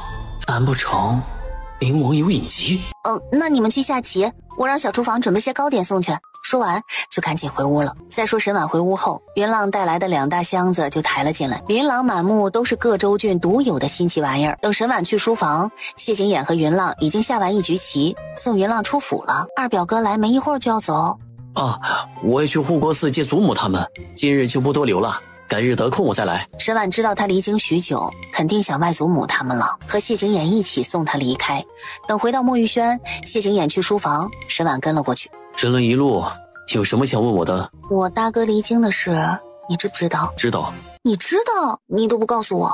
我以为你知道，你大哥离京没空，才让你代向我道谢。我大哥去哪儿了？梅州。也是为梅州地震的事儿去的？不全是，依照你的梦，梅州发生地震，官道塌方，运不进去粮食和药材，以致饿死病死不少百姓。药材就算了，但饿死百姓这事儿按说不该发生。为什么这么说？梅州有粮仓。你是怀疑梅州粮仓里已经没有粮食了？谢景琰点头。云家在梅州虽然开有粮食铺，但生意并不好，从其他州郡往梅州调粮食不仅不挣钱，甚至还会亏本。那些掌柜的都不赞同你大表哥往梅州运粮，还运那么多。那日你大哥找你，就是想知道你到底为何要往梅州送粮食。我不能随意离京，只能你大哥去了。你大哥只是去暗查，以他的身手不会有事的。你大哥还有别的事要去办。还有什么事啊？这时候，王妃，不好了，大表姑娘在护国寺出事了。出什么事了？来意传话的人说的不是很清楚，只说大表姑娘在护国寺差点被马车撞到，被陈大少爷给救了。哪个陈大少爷？就是前不久丁忧的礼部右侍郎陈家大少爷。沈婉不放心，当即让人准备马车，他要去云家。等他们走到王府大门口，坐上马车就直奔云家而去。到了云家，表姐没受伤吧？大姑娘受了些皮外伤，没有大碍。可等绕过屏风进屋，云墨是只受了些皮外伤，但伤在额头上。怎么伤得这么严重啊？大姐姐额头上的伤是被地痞追时不小心摔倒磕到的。不是险些被马车撞到吗？怎么是被地痞追？云蕊说起来才知道，云墨差点被马车撞是真的，不是小厮传错话，但被地痞追也是真的。今儿一早，云老夫人临时起意去护国寺祈福，云墨、云蕊他们肯定会跟着去的。先是去护国寺脚下的集市逛了逛，才看到一半，就有2个模样猥琐的地痞流氓盯上了他们，吓得云墨、云蕊蒙头就跑。云墨就是跑的时候摔了一跤，脑袋磕到了石头上。就在他们觉得在劫难逃时，不知道是谁暗中帮了他们。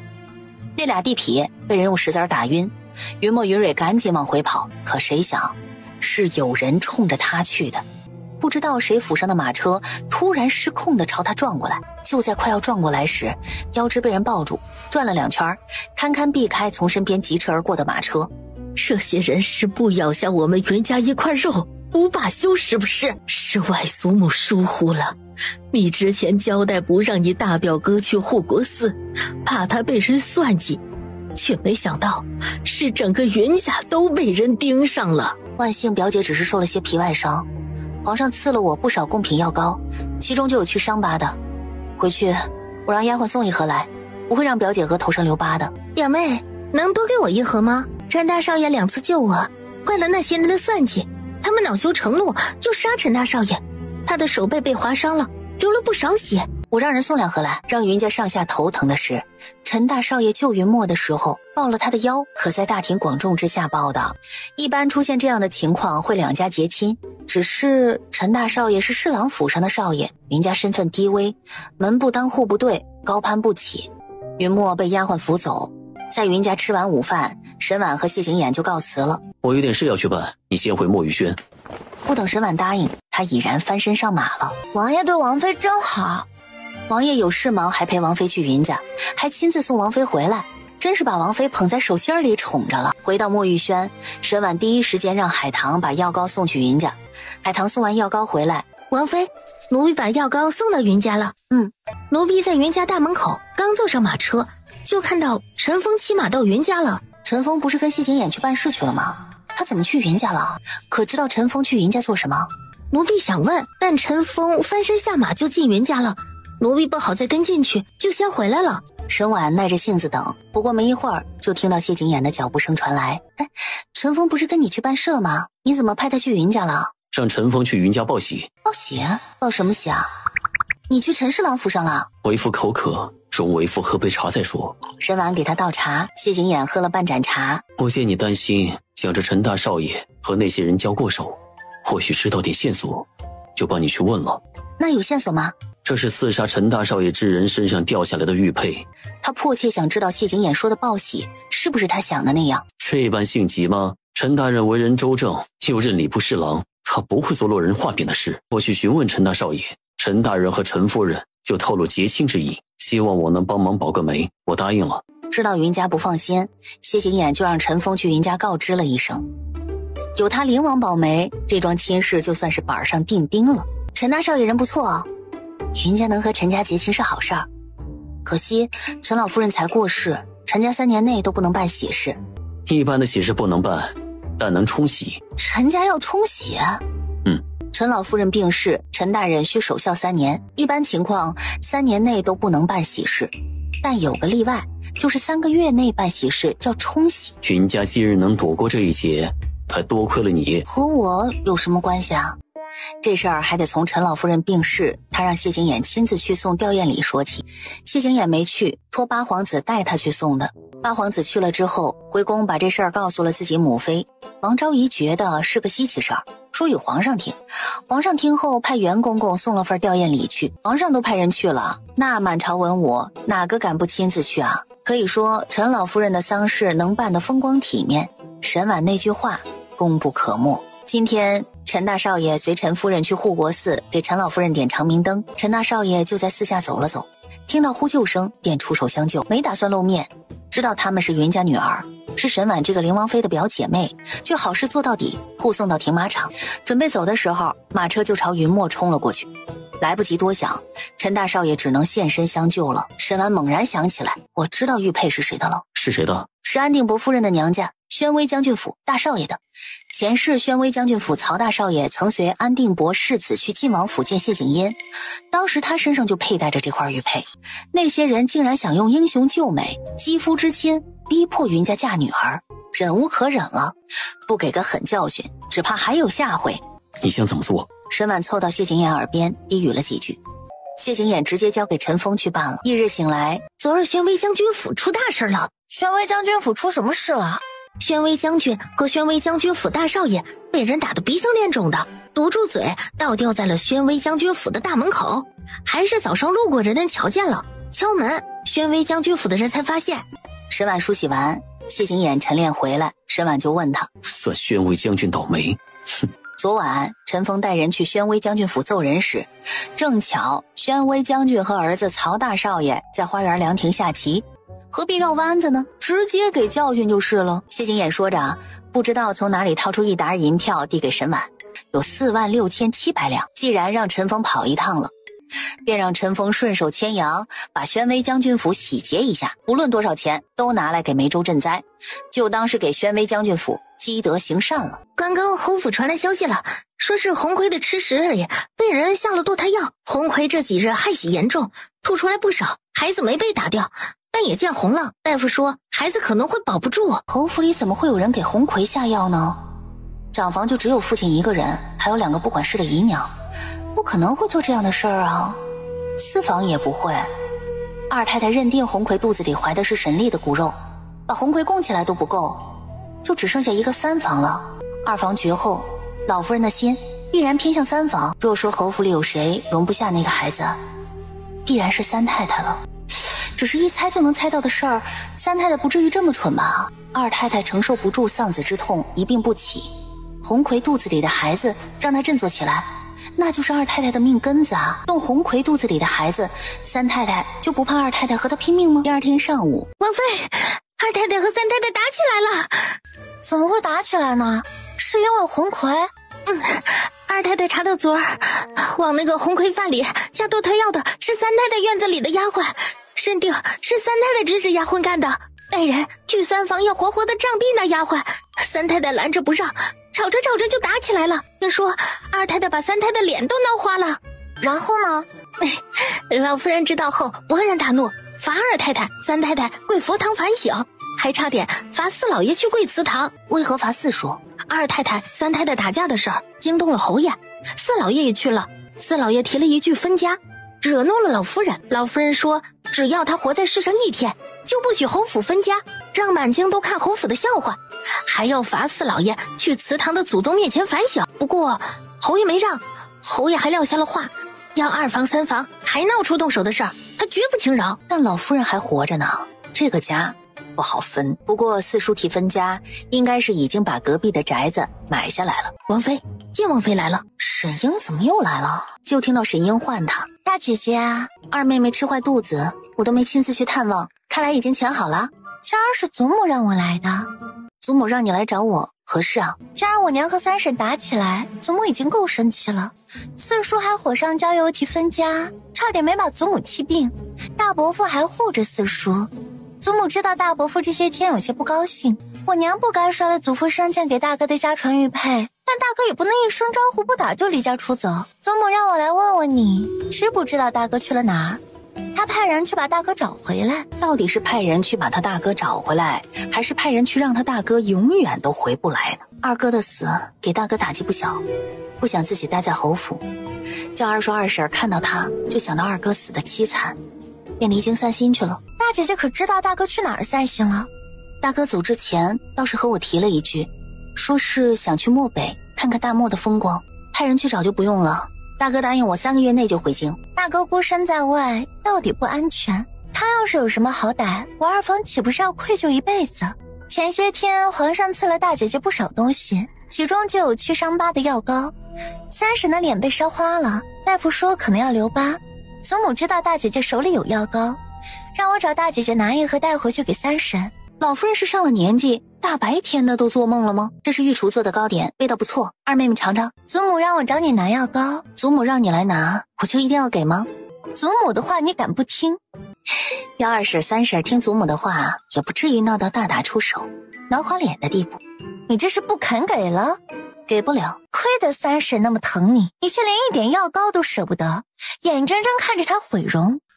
我记性不好，二妹妹倒是与我仔细说说3婶都是怎么疼我的。你不肯给药膏，我会如实告诉祖母。丢下这一句，沈英趾高气昂的就走了。得亏王妃把药膏给表姑娘了，不然这得便宜他们。她就是扔了也不会给他们的。她打发了沈英没用，老夫人还会找她的。沈英走后堪堪半个时辰，平阳侯府就派人来传话，老夫人让她回去一趟。老夫人找王妃肯定是要药膏，奴婢让人回了，说王妃今儿没空回去。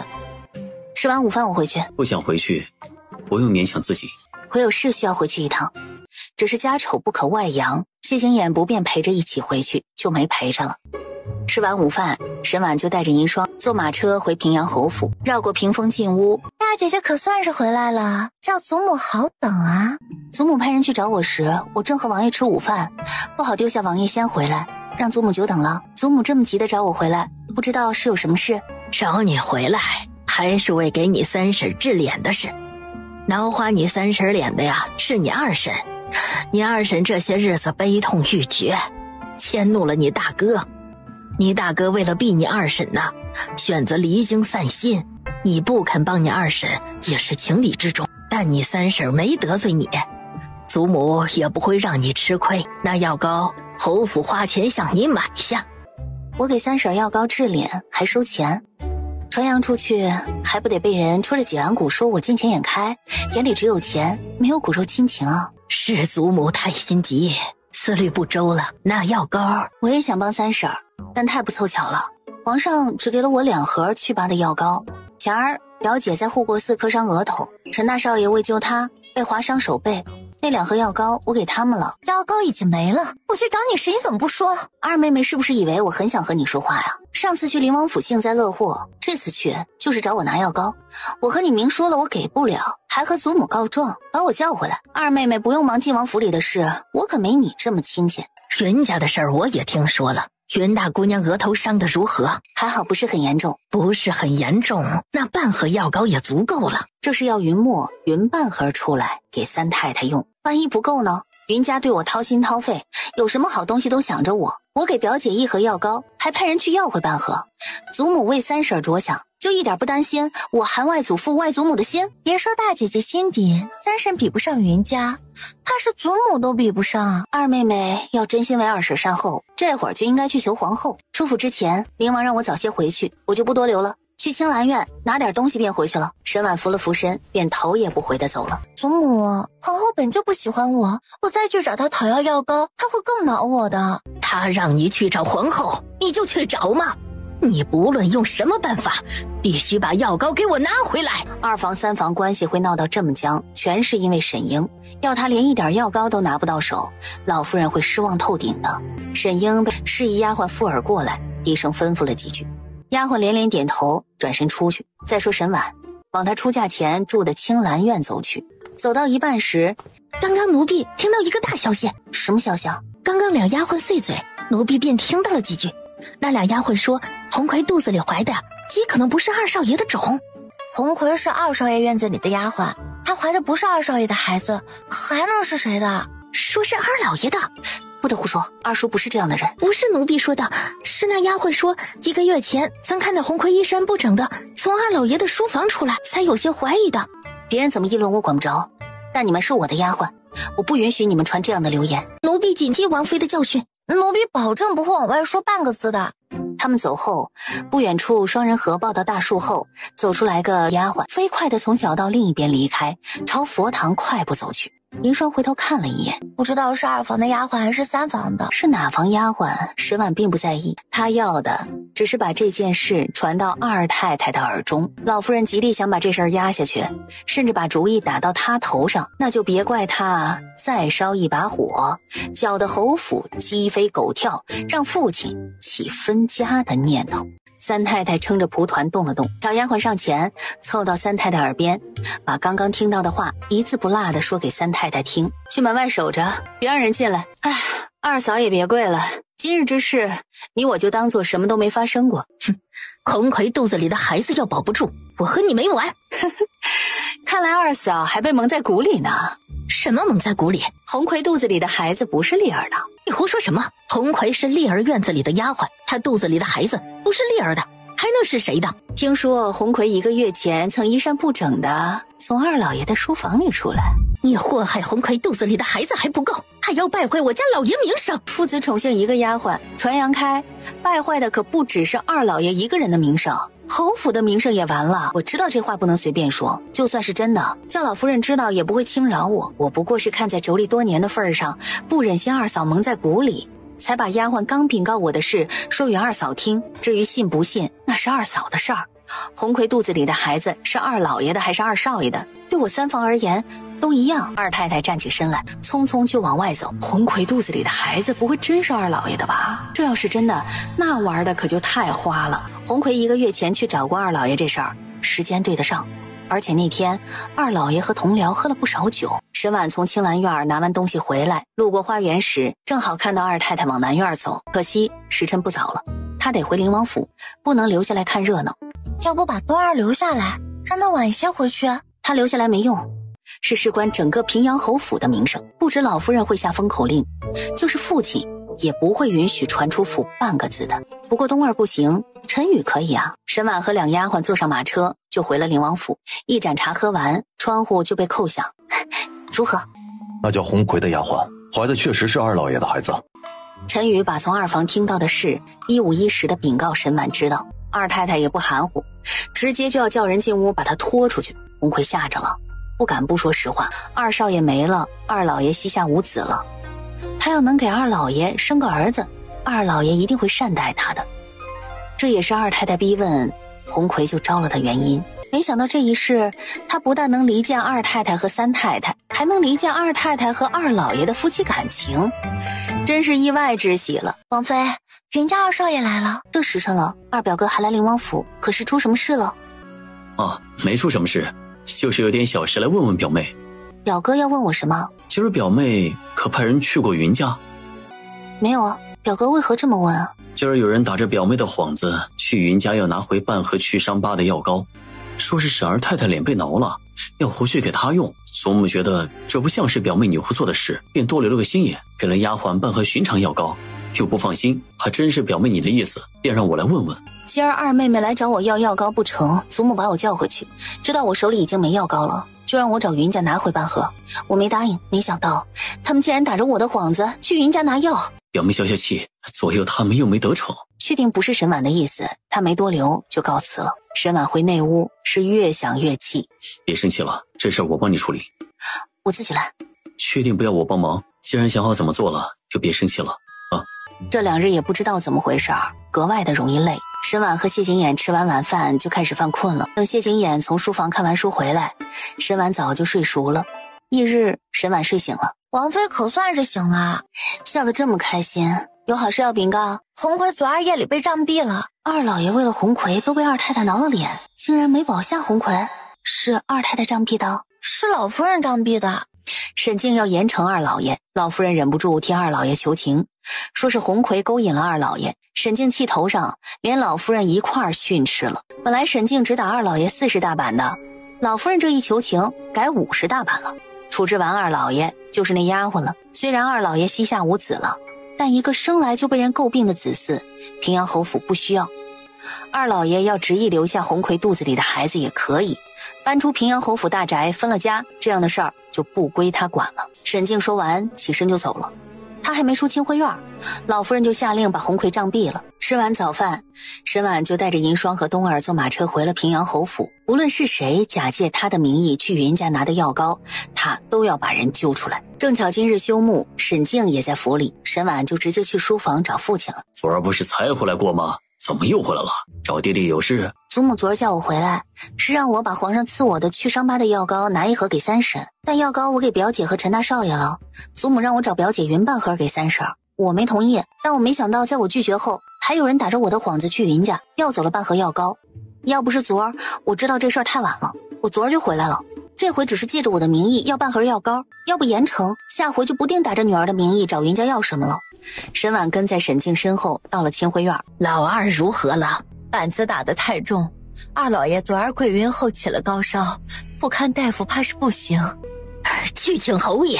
老夫人，侯爷来了。老二高烧了，你打也打过了，罚也罚过了，你不能要了他的命啊！昨儿是老夫人借婉儿的名义去云家要的药膏，在侯爷眼里，我是会做这样跌份事的人吗？不是祖母，那是二妹妹了。云家和你告状，难道没告诉你是谁去拿的吗？云家不知道是谁，不然我也不用查，直接就找他了。要不派个人去问问三太太吧。王妈妈叫了个丫鬟去办这事儿，你去问三太太，再让人请个大夫进府。丫鬟回来的很快。老夫人，三太太说没有人给她送过药膏，奴婢去问的时候，三太太还很生气。没有证据就和你爹告状，怀疑祖母也就罢了，你二妹妹如今已经是晋王妃，你诬赖她传道。是我太心急了，处事不当。既然从云家拿走的药膏没有给三婶用，那我就不用担心了。什么担心？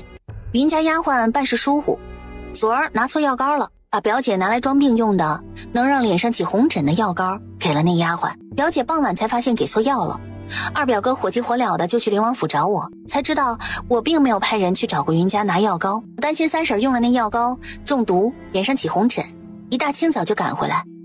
既然是我误会了，那二表哥给我的解毒药我也不需要留着了。借你的名义找云家拿药膏，你不找他麻烦已经仁至义尽了，不必给他留解药。老夫人，不好了，三太太的脸不知道怎么回事，起了不少红疹。药膏摆明了就在三太太手里，陈宇夜里来一趟，往药膏里下点药又不是很麻烦的事儿。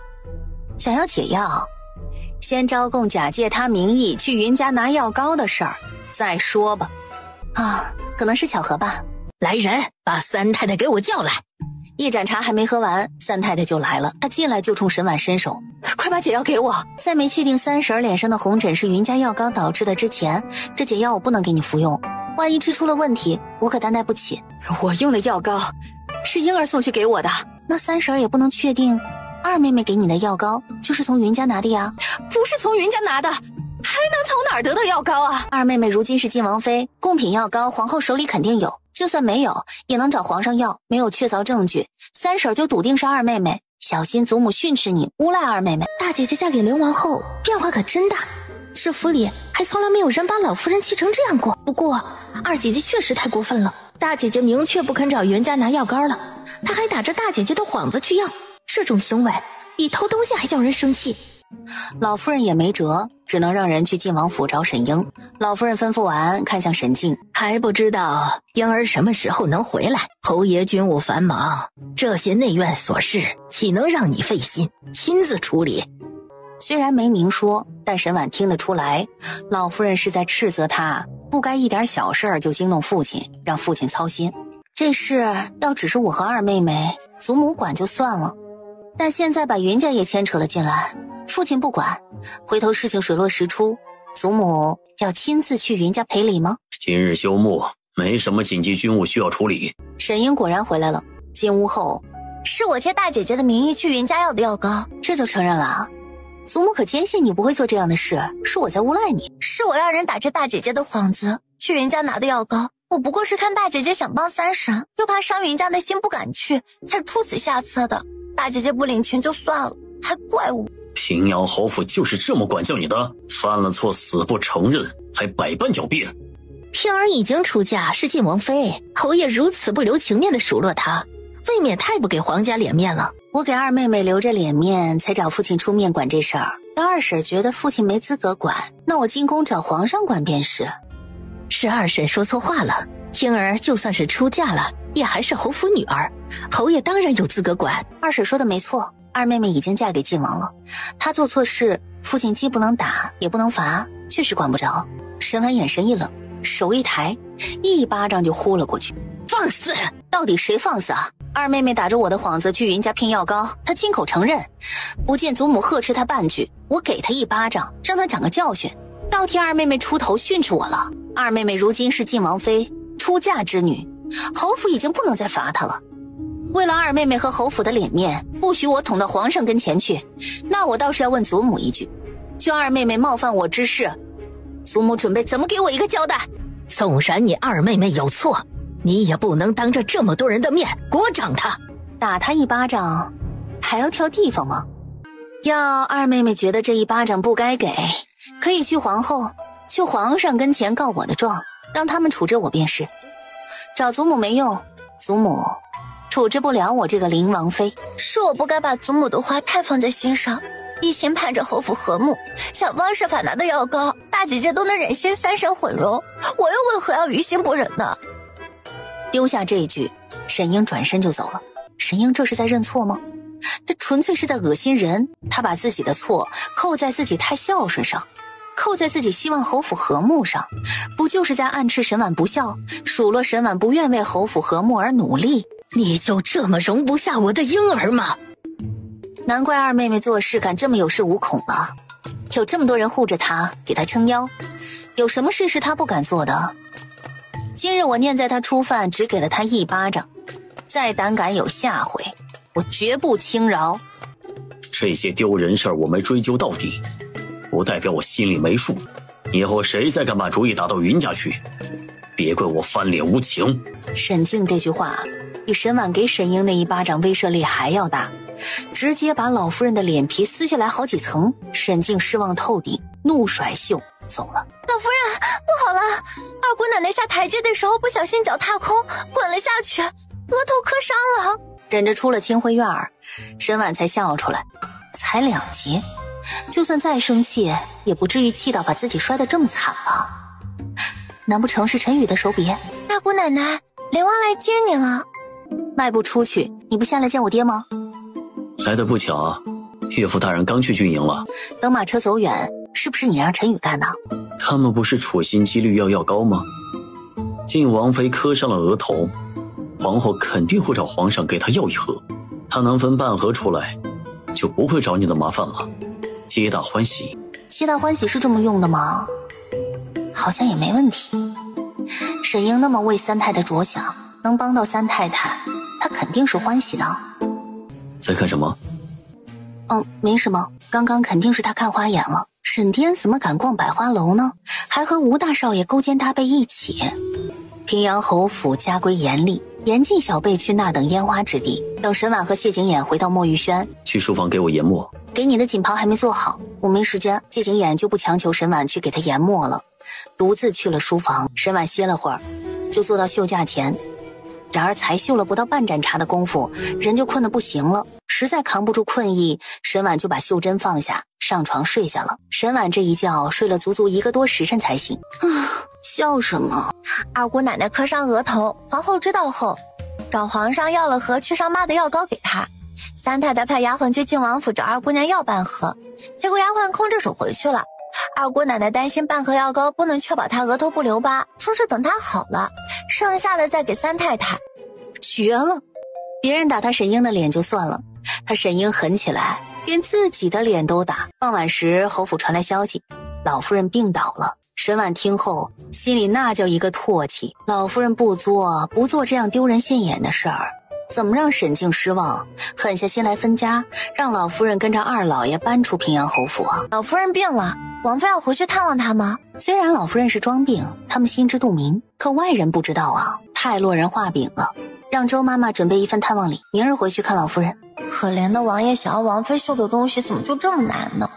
之前要腰带，王妃给大少爷还有侯爷绣完了才轮到王爷，给王爷做锦袍又碰到一堆烦心事，平常不给王爷绣东西，王妃日子过得别提有多清闲了。吃完晚饭，沈婉梅和往常一样去花园遛食，歇了会儿就坐到绣架前，结果还没到往常睡觉的点儿，就开始打哈欠了。等泡澡水准备好，沈婉就起了身，泡进浴桶里。王妃这2个日怎的格外疲惫？这样的情况前世也曾出现过，在她怀身孕的时候，还及时服了避子药。就是有病也不可能有身孕啊。银霜，给我倒杯茶。但端茶过来的不是银霜，而是谢景琰。怎么是你给我倒茶？丫鬟出去了。不用你给我倒茶，我不渴了。当真不渴？不渴。还要我喂你吗？飞快地抢过茶盏，3两口喝光，然后把茶盏塞回给谢景琰。水冷了，起来吧。你先走。谢景琰真听话地走了。谢景琰走后，银霜和海棠进屋伺候沈婉。你们俩刚刚去哪儿了？没去哪儿，就守在门外。沈婉穿好亵衣就上了床。这么一闹，她困意早没了，只是等了半天也不见谢景琰回来。王爷人呢？王爷在书房跨院练武。早上练武就够勤奋了，大晚上的还练武，是不是勤奋过头了？之前沈婉一直以为谢景琰有起夜频繁的毛病，还准备等陶大夫回来让陶大夫给他瞧瞧。这会儿总算知道他每天晚上起来去做什么了。想到谢景琰每晚起来好几回，沈婉都觉得自己很过分。又等了2刻钟，谢景琰才回来。见沈婉醒着，怎么还没睡？谢景琰躺下来，沈婉挪过去抱住他，结果谢景琰想都没想就把他推回去了，把被子给他裹好。睡觉。他好不容易鼓足勇气主动一回，这混蛋竟然把他推开了，把后脑勺对着他。后来你有梦到我的心上人吗？为什么这么问我？梦到了告诉我，我把他吓得远远的。省得你担心我负你。实在不行，杀了以绝后患。炙热的气息喷在沈婉的脖颈处。怎么心跳得这么快？感动了？他要早知道那块玉佩是大哥替他送给他的，他说什么也不会告诉他前世有心上人的事儿。不信我？我信。老夫人病了，明儿我得回去探望她，要睡觉了。睡吧。很快就睡着了。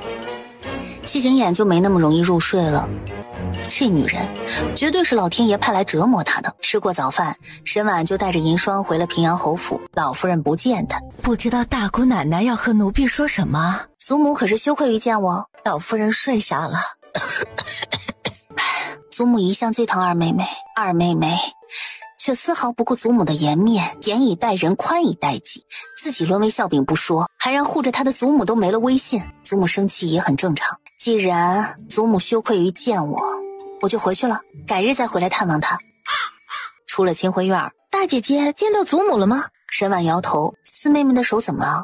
走路不小心踩到了裙摆，手心从假山的石头上滑了下，不碍事的。姑娘手上的伤分明是……沈巍一记不许她多嘴的眼神扫过来。大姐姐回来几次，我都没能和大姐姐好好说会儿话呢。正好，我要上街买点东西，你陪我逛街去。我表姐后天及笄，我原打算今儿去一趟金宝阁，给她挑吃玉簪做及笄礼，但祖母病了，我们去逛街是不是不大好？沈婉吩咐春兰，你回去问一下四婶，我要四妹妹陪我逛街，她同不同意？沈婉和沈巍往侯府大门口走去。大姑奶奶让姑娘陪着逛街，四太太同意了。小厮赶马车过来，沈巍和沈婉坐一架马车，银霜和春兰坐侯府的马车，很快就到了京都最繁华的昌平街。大姐姐要买的东西买了吗？我买块玉佩，也要去金宝阁。两人朝金宝阁走去，刚走到金宝阁，就看到清河县主从里面出来。没想到这么巧，会在这里碰到清河县主。是挺巧的，温母妃在前面绸缎铺等我，只能改日再陪凌王妃逛街了。四妹妹先进去逛会儿，我和清河县主说两句话。沈巍走后，县主有话与我说，我有点事想托袁大少爷帮忙。你可知道他人在哪里？大表哥有要紧事要办，前几日就离京了，估计还要1个月才能回来。清河县主有什么需要云家帮忙的，只管和我说。大表哥不在，我替他帮你。国母妃肯定的着急了，我就先走了。不等沈婉张口，清河县主逃似的走了。到了2楼，见他和武定侯府郑三姑娘对面而立。王妃，武定侯府三姑娘欺负四姑娘，四姑娘的手就是郑三姑娘给弄伤的。郑三姑娘今儿对姑娘很热情，帮姑娘选玉簪，就是留了只玉簪在姑娘头上，忘了取了下来。沈巍伸手要拿下来，挺好看的，就带着吧。沈婉也买了一只，然后去选了块玉佩，就准备结账走人了。2只玉簪，一共210两。这么贵？这不贵，只要30两。贵的是那只，180两。这只我不要。姑娘都戴了半天了，现在说不要，不好吧？买只玉簪而已，用得着戴在头上是吗？戴一下也就算了，戴这么半天还不买下来，回头别人花这么昂贵的价格买只被人戴过的玉簪也就罢了，就怕被误会玉簪是偷东西的你沈四姑娘的。还请沈四姑娘别让我们金宝阁为难。你这小伙计也忒没眼力劲了些，这玉簪找谁结账都不知道吗？这玉簪是我四妹妹自己簪到发髻上的吗？小伙计摇头。是丫鬟给她戴的吗？小伙计再摇头。是谁拿的玉簪给我四妹妹戴的？是武定侯府的三姑娘。我四妹妹脸皮薄，没想到郑三姑娘脸皮更薄。昨儿郑三姑娘在护国寺不小心绊倒我四妹妹，让我四妹妹摔伤手，心下愧疚，送我四妹妹一只玉簪赔礼。只是这送的太不显山露水了，金宝阁的小伙计领悟不到，险些赔礼不成，更添矛盾。昨天郑三姑娘不小心绊倒沈巍的事儿，虽然没传开，但也是有人看到的，脸上挤出一抹比哭还难看的笑容。他问丫鬟，玉簪你没结账吗？姑娘还没买完东西，奴婢想着沈四姑娘没这么快走，既是误会一场，解释清楚就没事了。林王妃说的是。从金宝阁出来，沈婉从银霜手里接过锦盒，递给沈巍。大姐姐这是？你柳家表姐及笄，我不得空去，你帮我把及笄礼带给她。那我替表姐谢谢大姐姐，还有谢谢方才帮我。义府姐妹说谢谢就太见外了，不过四妹妹这软绵性子也该改改了。魏国公夫人是不喜欢太强势的世子夫人，但太软弱她也不会满意的。以后谁欺负你，只管还回去，由我给你撑腰。他带着银霜坐马车回灵王府，沈巍带春兰回平阳侯府。郑三姑娘本来就欺负四姑娘，王妃帮四姑娘坑了她一只玉簪，只怕她会更记恨四姑娘。沈巍只是和魏国公世子定亲，先世子夫人的娘家就这么找沈巍的茬了。他倒要看看魏国公世子和魏国公夫人知道了会怎么做。第二天，魏国公夫人去平阳侯府探望老夫人，看了沈巍受伤的手，知道沈巍受了委屈，把手上戴的碧玉镯送给了沈巍，并向四太太表态，他会敲打武定侯夫人，让她管好女儿，绝不会让沈巍再受委屈，并说自己儿子魏国公世子手里有皇上赐的药膏，回头让他送来。四太太感激沈婉给沈巍撑腰，知道沈婉喜欢吃他做的红豆糕，便亲自下厨做了些，让春兰给沈婉送来。屋内，王妃猜最后魏国公世子有没有给四姑娘送药膏？都问得这么明显了，还用猜吗？春兰悄悄告诉奴婢，魏国公夫人走后，魏国公世子翻墙去北院送药膏，没差点吓坏了四姑娘。明日就是去晋王府喝喜酒的日子了。明日还去晋王府喝喜酒，晚上早点睡。你先睡吧，还差最后一点就修完了。先睡觉，剩下的明天再修。不行，我要修完。给我一个今天必须修完的理由。我想你明天穿我给你做的锦袍去喝喜酒。理由？这不是上次做菜太丢人了吗？给你做身锦袍，显得我贤惠。你都没把自己当林王妃，你要贤惠之名做什么？哎呀，你先睡吧，你先睡。半个时辰后，沈婉终于把锦袍绣完了。哎，你没睡啊？睡觉。沈婉拢了个舒服的姿势，抱着他沉沉睡去。第二天醒来，我准备让大家知道你贤惠了。拿来锦袍，帮谢景琰穿上。沈婉看得移不开眼。为夫这么好看吗？是我绣的锦袍好看。带那块莲花玉佩，这是我前2日特地上街买的，配你这身锦袍正合适。我更喜欢这块。为什么？他不知道莲花玉佩对谢景琰有多重要。那时候的他心灰意冷，在苟活和寻死之间徘徊，是沈度带给他的这块玉佩，给了他活下去的希望。将来当传家玉佩，代代传下去。我的耳坠你什么时候还我？在书房书桌的抽屉里，去拿来。银霜很快把耳坠取回来。我给你戴上。哎，我自己戴就行了。我怎么感觉你挺喜欢我那么给你戴？3两下就戴好了。到王府大门口，你不骑马去吗？你不想和我坐一架马车？知道还问？没有。谢景琰扶沈婉上了马车，然后自己也钻了进去。坐那么远做什么？走过来。哎，你抱我会把锦袍弄皱的。怕弄皱？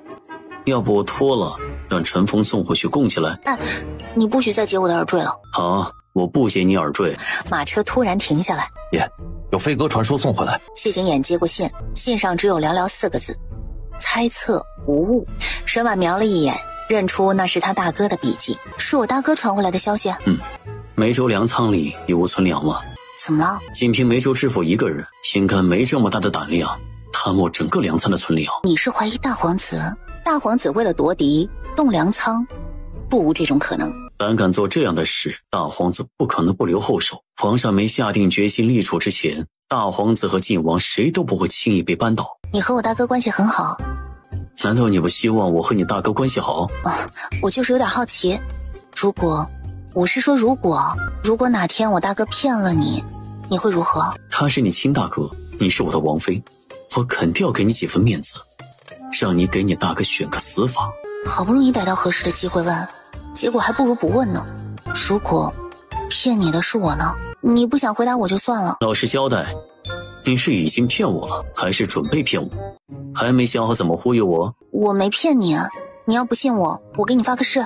直觉告诉他，这女人绝对有事瞒着他。骗了我就瞒严实了，叫我知道了，别说这辈子，就是下辈子都休想离开我半步。沈婉心底有细流淌过，他嘀咕了2句，谢景琰没听见。你说什么？也不知道是谁说过会喝我和晋王的喜酒呢。你说什么？我说快到晋王府了。沈婉和谢景琰进晋王府，3皇子、4皇子他们就迎了上来。丫鬟过来领沈婉去内院。去吧。只是才转身，就听4皇子道：八皇帝呢？刚刚还在呢，怎么不见他人了？7皇子道：八皇帝一听6皇兄来了，吓得转身就跑了，我拉都拉不住。八皇帝一向最亲6皇帝，他跑什么？不知道他干了什么好事，说是怕6皇兄揍他。外院人多，内院人也不少。没想到大姐姐会来晋王府喝喜酒，为什么会觉得我不会来？怕我嘲讽你吗？你这话是什么意思？我什么意思？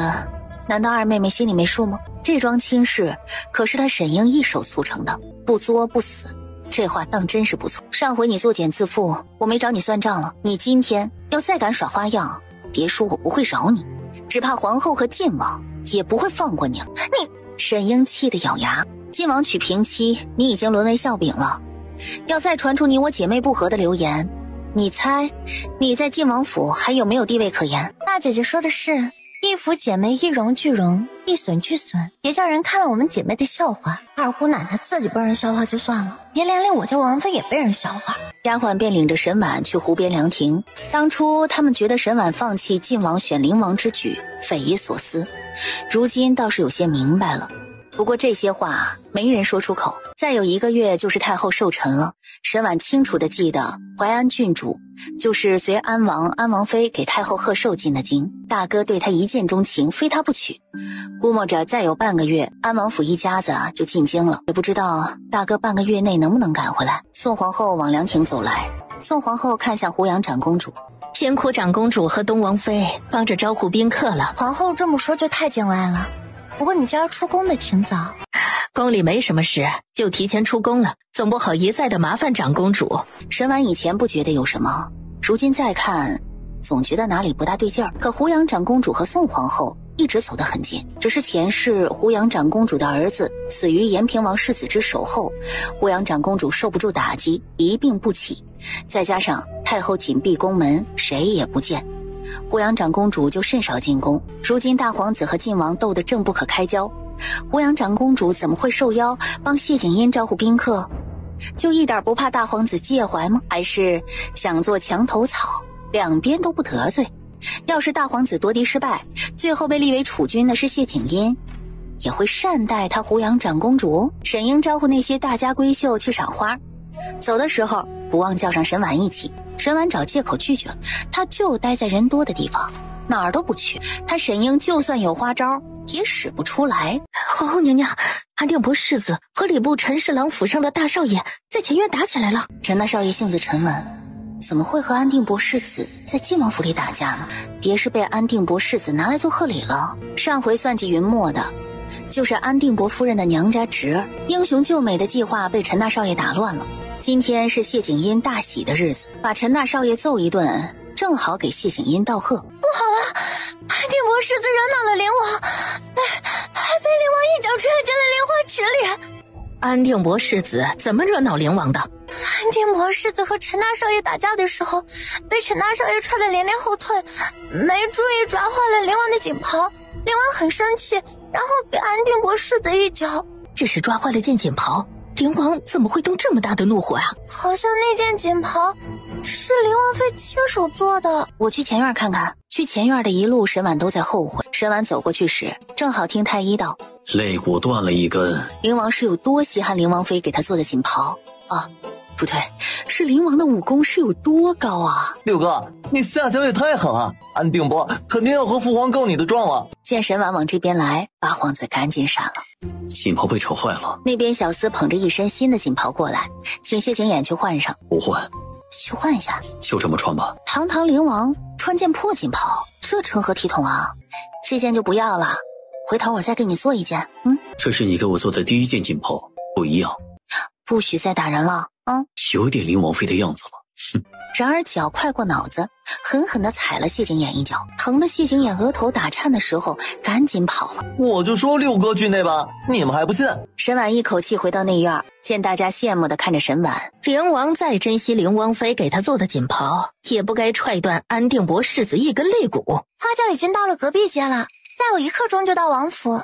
花轿快要到了，嬷嬷扶宋皇后起身，去前院看新人拜天地。等他们到前院喜堂，鞭炮声震天响。见谢景英和傅叔夫妻对拜，眸光却落在沈婉身上。谢景琰心底没来由一阵不爽，随着司仪高呼送入洞房。新人拜完天地，接着就是宾客入席喝喜酒了。沈婉、沈英还有寿春公主、丹阳郡主他们一桌。丹阳郡主性子活泼，这果子酒味道真不错。寿春公主笑道：这是今年新进贡的果子酒，前几日才进贡的，难怪这么好喝。别处可喝不到，我可得要多喝几杯过足瘾。大姐姐不喝一杯吗？啊，我酒量不好，还是不喝了。这是果子酒，就是喝一壶也不会醉的。这些日子我在服药，大夫叮嘱切忌饮酒。大姐姐身体不适吗？怎么要吃药啊？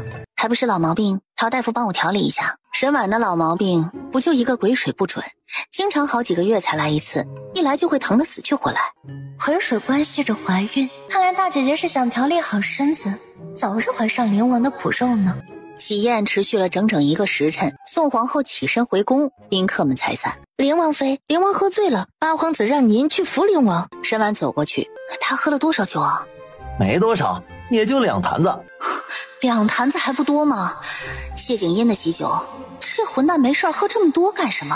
沈婉扶谢景琰，那边陈峰过来帮忙，听说谢景琰只喝了2坛子酒就醉了，以爷的酒量只会越喝越清醒。不得不说，爷为了撩王妃真是无所不用其极了，竟然连装醉都使上了。谢景琰上马车后，沈婉也钻了进去，一进去就被谢景琰抱住了，要亲他。哎呀，你给我老实点儿！他们都知道你很贤惠了。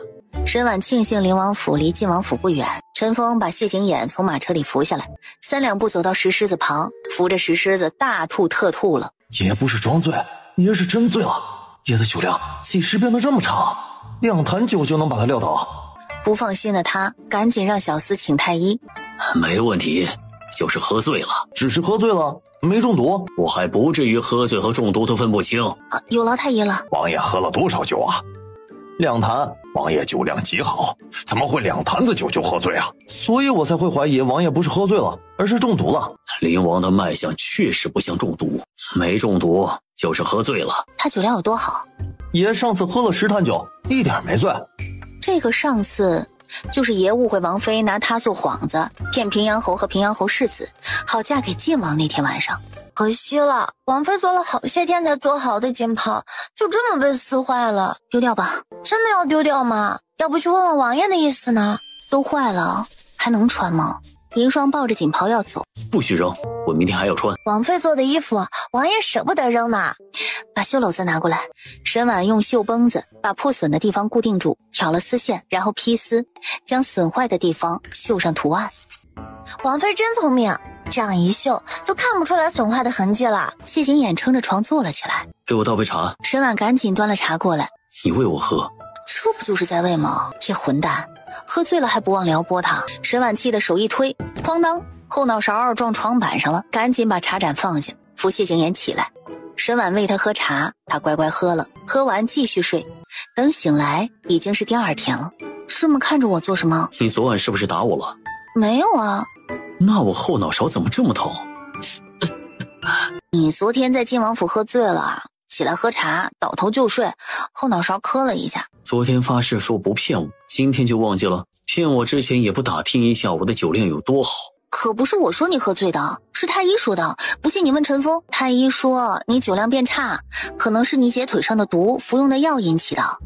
谢景琰从床上下去，准备拿叠放在小鸡上的锦袍穿。你给我做的锦袍呢？扔了。谁准你扔我锦袍的？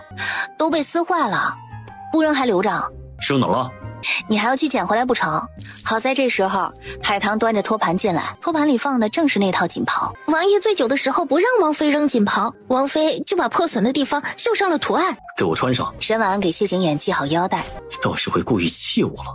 你昨晚没吃晚饭，快去洗漱，一会儿吃早饭。谢景琰在沈婉脸上亲了下，方才出去。彼时丫鬟已经把饭菜都摆好了。那张纸条你扔了？那纸条还有用？梅州粮仓的事情得禀告皇上知道。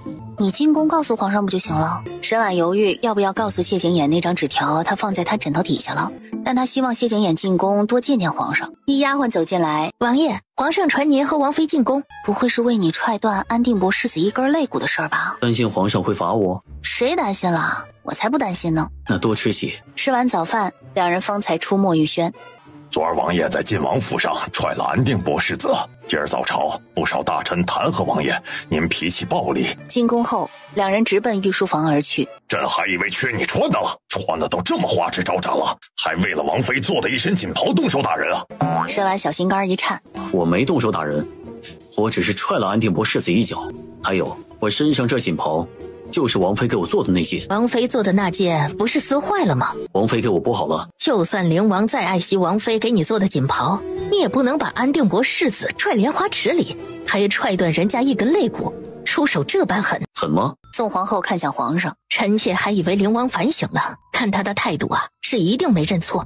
安定伯对朝廷忠心耿耿，昨儿又是皇儿迎娶中国公之女的大喜之日，在晋王府百官都在场，灵王就敢如此伤人了，若不严惩，实在有损皇上仁厚之名。皇后知道我踹断安定伯世子一根肋骨，不知皇后可知道安定伯世子为何打陈侍郎府大少爷？不管安定伯世子因何和陈大少爷打起来，都不是你对他下手那么狠的理由。皇后平时都是这么掌管后宫的吗？不问前因后果，一知半解，凭喜好断案。皇后不知道安定伯世子为何和陈大少爷打起来，安定伯总该知道吧？欺君是死罪。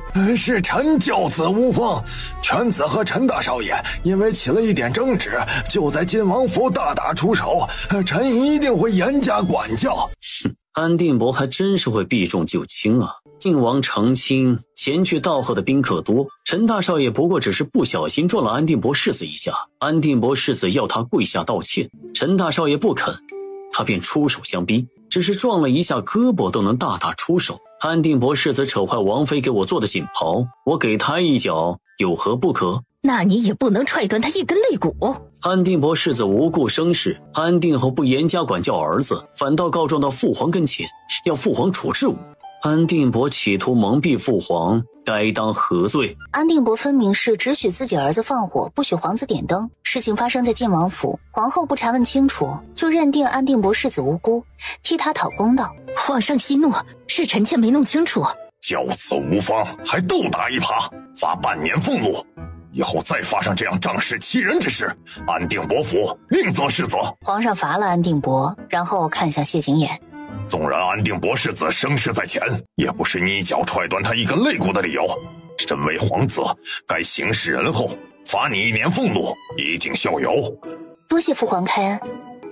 想不到你一个大家闺秀，绣工竟不输宫里的绣娘，着实不错。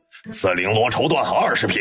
沈婉没想到皇上竟然会赏他，宋皇后的脸都绿了。谢景琰踹断安定伯世子一根肋骨，皇上罚他1年俸禄，已经是轻到不能再轻了。结果前脚罚完谢景琰，后脚就赐沈婉20匹绸缎。昨日晋王府喜宴，文武百官几乎都到了。这些弹劾折子只写了儿臣踹安定伯世子之事，却对安定伯世子和陈大少爷打下只字未提，分明是对人不对事。儿臣倒是要问问这些朝臣，他们是受了安定伯的好处，帮安定伯遮掩，还是儿臣得罪过他们，趁机落井下石？没想到谢景琰竟然会反过来追究这些弹劾他的人。凡指上了折子弹劾灵王的，一人罚3个月俸禄。皇上英明。皇上，右相有要事禀告。让他进来。不多会儿，右相走进来。皇上，军期监剑令周达突然暴毙了。怎么突然暴毙啊？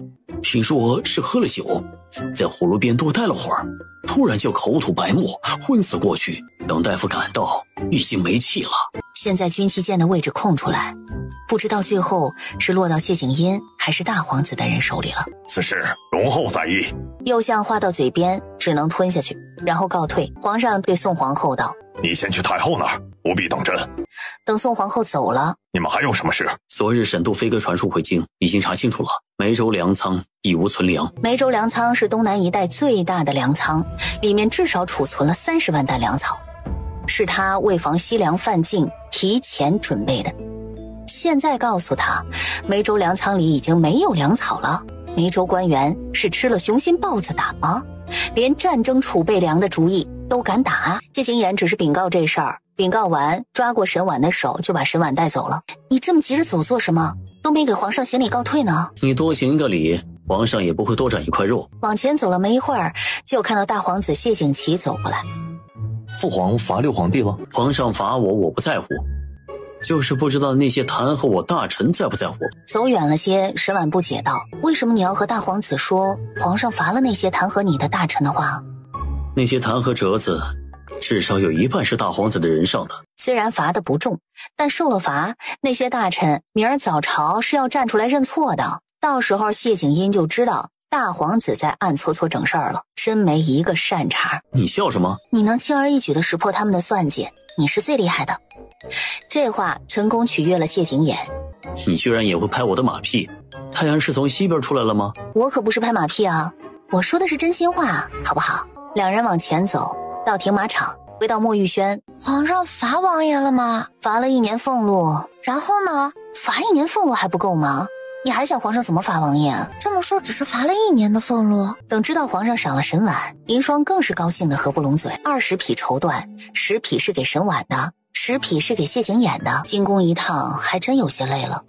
沈婉吃过午饭，扛不住困意就上床睡下了。沈婉一觉睡了大半个时辰才醒。王妃睡着的时候啊，侯府送来了消息，说是军器监监令暴毙而死，二老爷有意谋军器监的位置。他知道谢景英和大皇子都会争军器监一职，但没想到谢景英会安排二老爷去争。接下来几天，朝堂各方势力都在争军器监一职。这天下午，总算是有了结果。王妃，有好消息！什么好消息啊？皇上提拔四老爷做军器监监令了。消息属实。冬儿点头如小鸡啄米。可知道是谁举荐的四叔？是王爷举荐的。哪个王爷？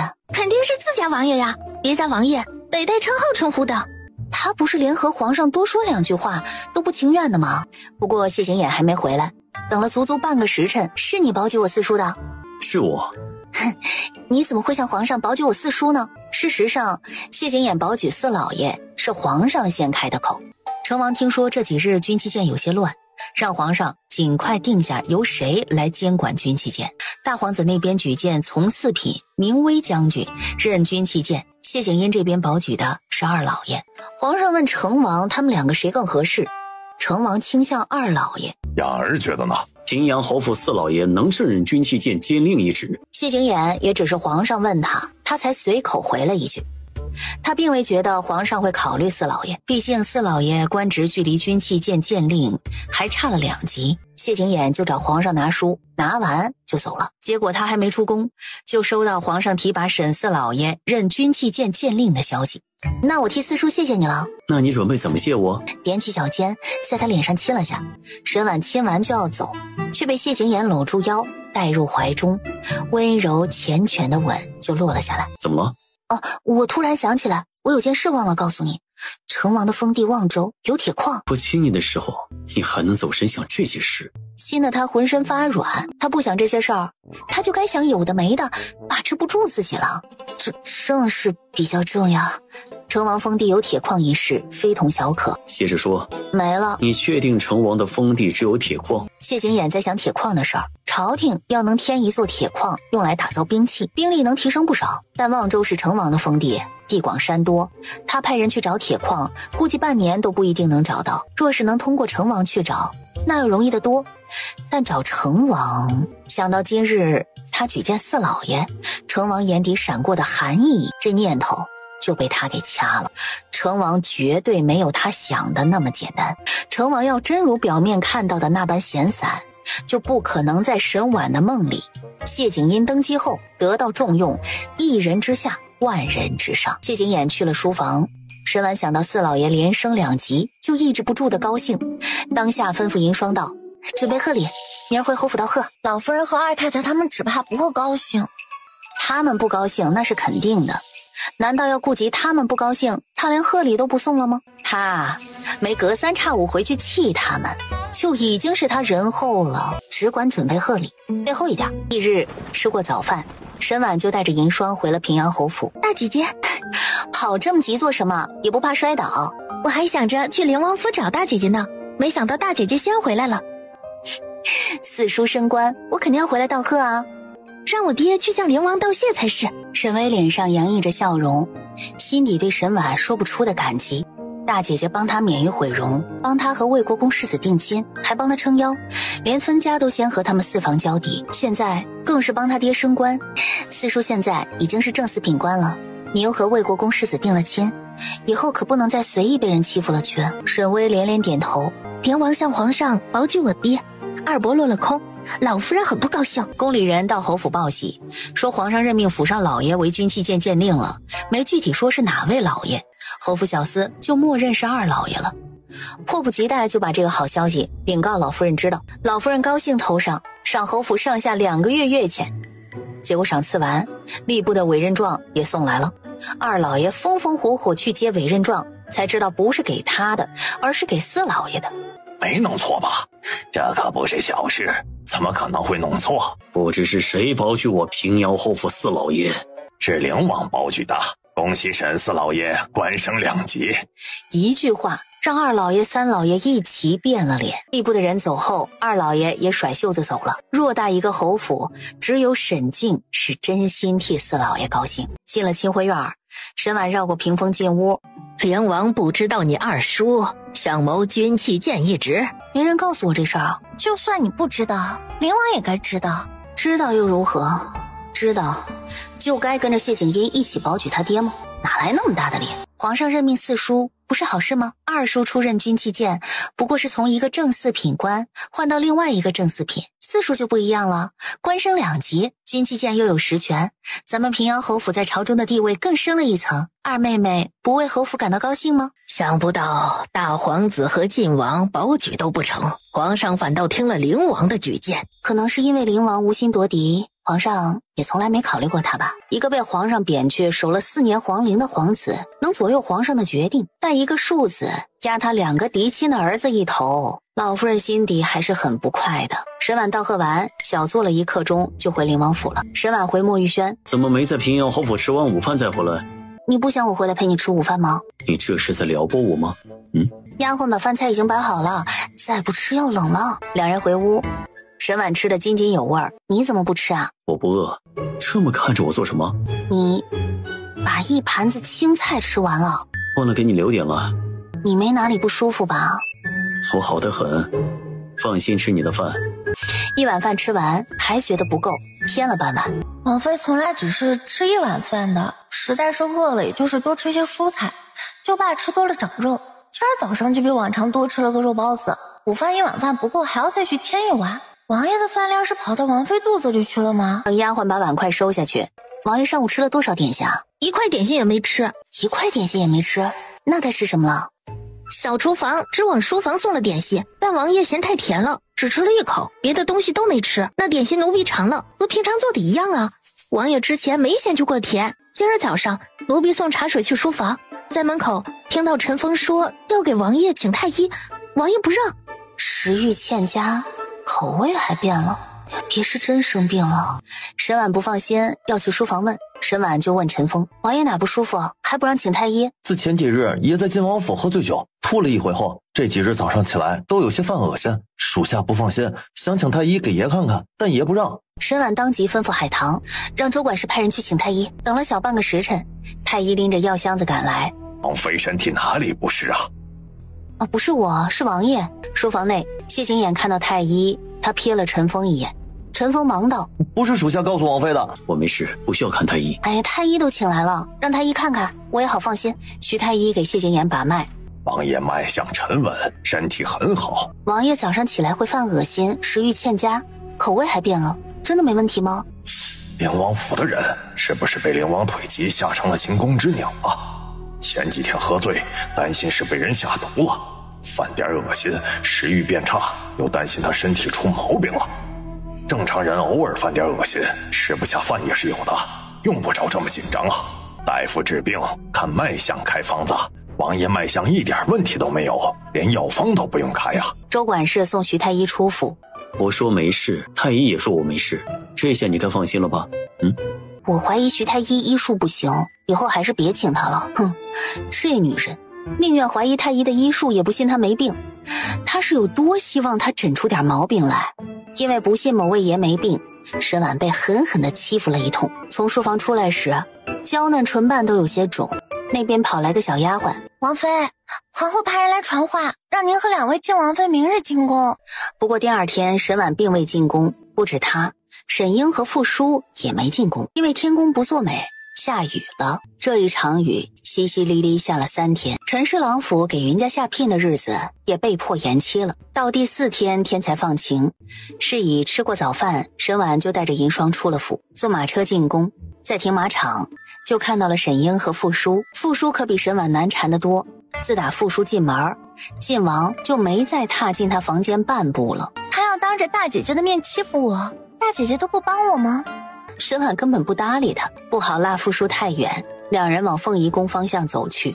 不知皇后召我们进宫是？你们俩嫁给晋王灵王也有不少时日了，本宫一直没对你们训诫，教你们宫规，这回就和淑儿一起吧。傅叔率先俯身，儿臣谨遵母后教诲。宋皇后看了眼站在一旁的嬷嬷，教得仔细些，要有学不会的地方，本宫拿你试问。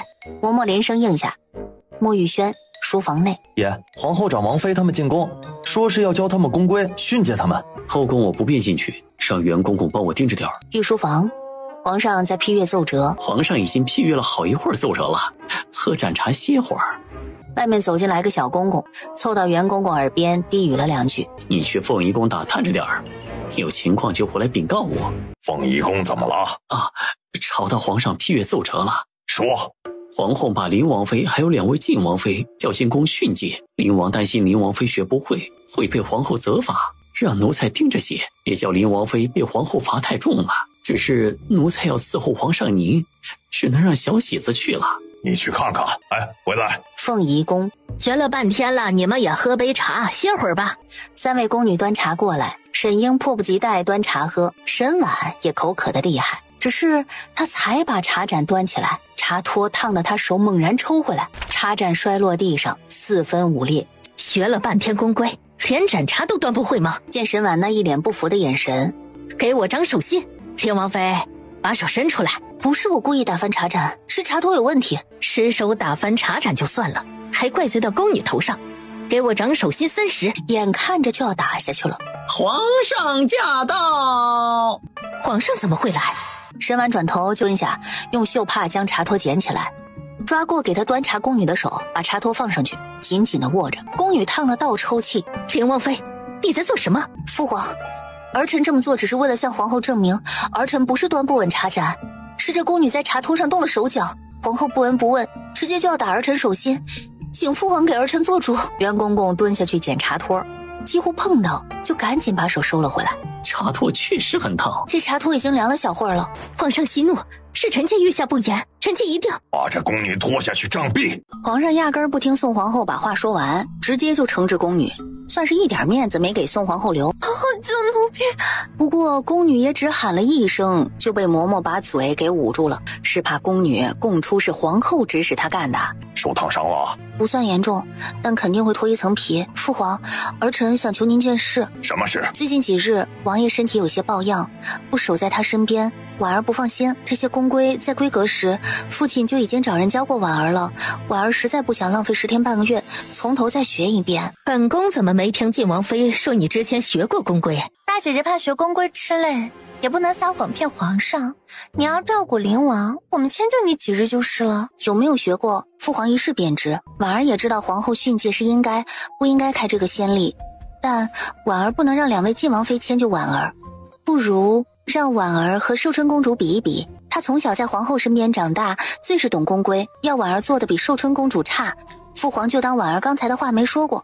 宋皇后没法反对，也不会反对。沈婉要自取其辱，她不会拦着。皇上当下准了，袁公公吩咐小公公道：速去传寿春公主前来。林王妃自找羞辱，她没理由不成全她。寿春公主没耽搁，立马就来凤仪宫了。你要和本公主比宫规，你要比什么？比什么？公主定便是。让父皇定吧，免得说本公主欺负你。沈婉不在乎由谁定，但凡一个皇后该懂的宫规，她都懂。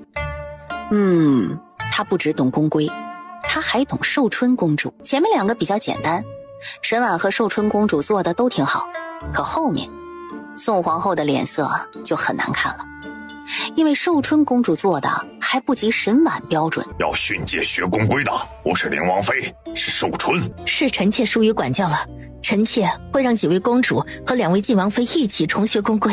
不愧是宋皇后啊！皇上让寿春公主重学宫规，她就把宫里的公主都叫上一起，唯恐寿春公主被其他公主笑话，顺带再煽风点火，让其他公主恼恨上她。大伯父几时找人教过大姐姐这些宫规？我怎都不知道。你不知道的事儿多着呢。我才满月，皇上就给我赐婚，我一个准皇子妃，父亲母亲能不对我严加要求吗？父亲嫌我愚笨，怕我嫁进皇家给皇家丢人，便让我把该学会的、需要学的都提前学会，省得给皇后添麻烦，给皇子丢人。他可没在灵王府学过这些，沈英暗气，却又没法揭穿沈婉。平阳侯教女有方，朕自愧弗如啊！平阳侯教出这么好一个女儿，皇家添了这么好一个王妃，肯定得赏赐啊。然后沈静人在军营坐，赏赐天边来。皇上要不要考考儿臣宫规啊？1000多条宫规，儿臣都烂熟于心呢。皇上来了兴致，拿起宫规抽问了沈婉几条，沈婉一字不落的全背出来了。考完沈婉，皇上也不忘寿春公主。你来回答，第860条宫规是什么？寿春公主支支吾吾，宫规她都没正经从头到尾看过一遍。皇上看向宋皇后，宋皇后也答不上来。平阳侯对女儿管教这么严，臣妾事先不知，要是知道肯定会免了灵王妃学宫规的。宋皇后没想到自己拿捏沈婉不成，反倒搬起石头砸了自己的脚。皇上起身要走，皇上，梅州送来800里加急，说是粮仓走水，几十万担粮草全被烧了。梅州官员胆子是真肥呀！皇上都已经知道梅州粮仓里没粮草了，还敢火烧粮草，来个毁尸灭迹。只是皇上前几日才知道梅州粮仓空了的事，就算在知道这事儿的第一时间就派人去梅州了，这会儿应该还没到才是。更何况梅州粮仓被烧的消息，800里加急送进京也要4、5日。想到这里，可别是他大哥查粮仓的时候露了蛛丝马迹，被梅州官员发现了，真是这样，那他大哥岂不是危险了？顾不上和宋皇后告退，跟在皇上身后就出了凤仪宫。要是粮仓被烧还有隐情，大皇子都难逃干系，这是扳倒大皇子的好机会啊！让晋王来见本宫。再说沈婉等马车到王府大门前停下，王爷在哪儿？王爷在书房。书房内，爷，属下有事禀告。这时候门被推开，沈婉走了进去。梅州粮仓被烧了的事，你知不知道？梅州粮仓被烧了，我大哥不会有事吧？别担心，你大哥不会有事的。你一定要确保我大哥不会有事。你大哥不是一个人去的，我还派了暗卫跟着。你大哥只是去确认梅州粮仓是空的，剩下的事自有你表哥朝廷去办。他应该在飞鸽传书给我的时候就已经离开梅州了。你收到飞鸽传书也有7、8天了，我大哥怎么还没回京？你大哥有别的事要去办，估计还有几天才能回来，也可能和你表哥一起回京。我大哥离京还有什么事要办啊？梅州紧挨着怀州，你大哥不信自己对怀州郡主一见钟情，非他不娶，要顺带去怀州看一眼淮安郡主长什么模样，可能去梅州查粮仓才是顺带的。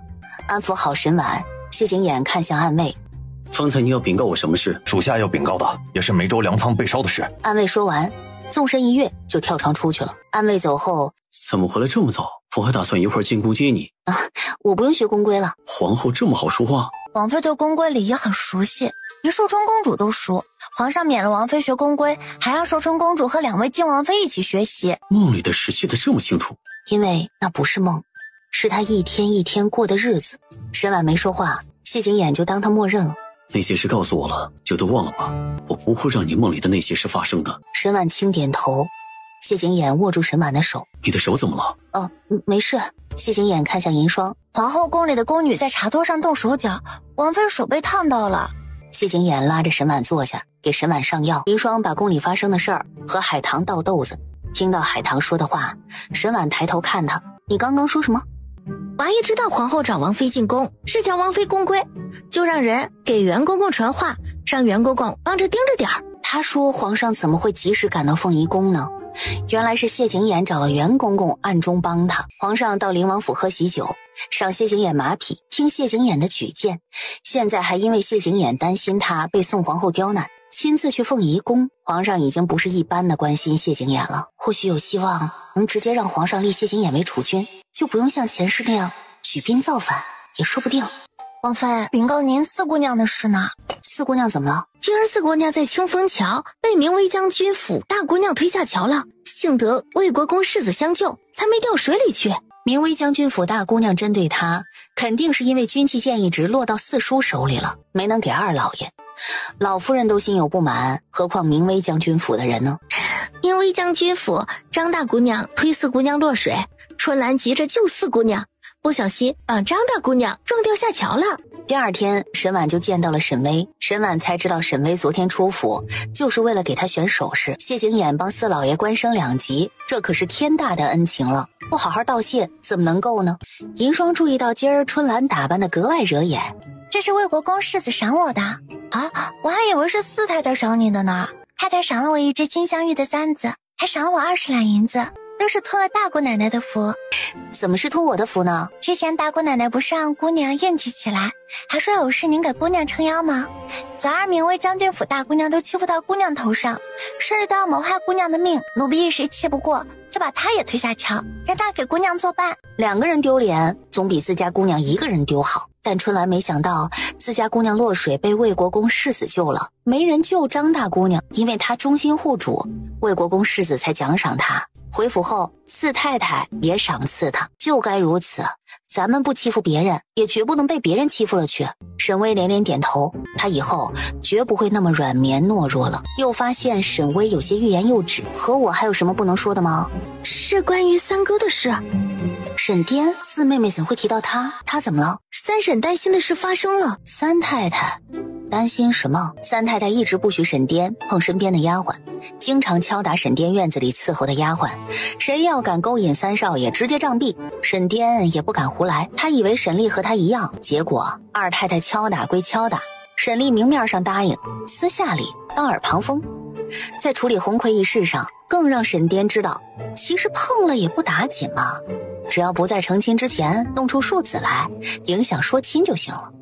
然后院子里有姿色没姿色的丫鬟都被沈颠霍霍了个遍，这事儿沈婉不知道，但四太太知道后狠狠敲打了四少爷沈旦。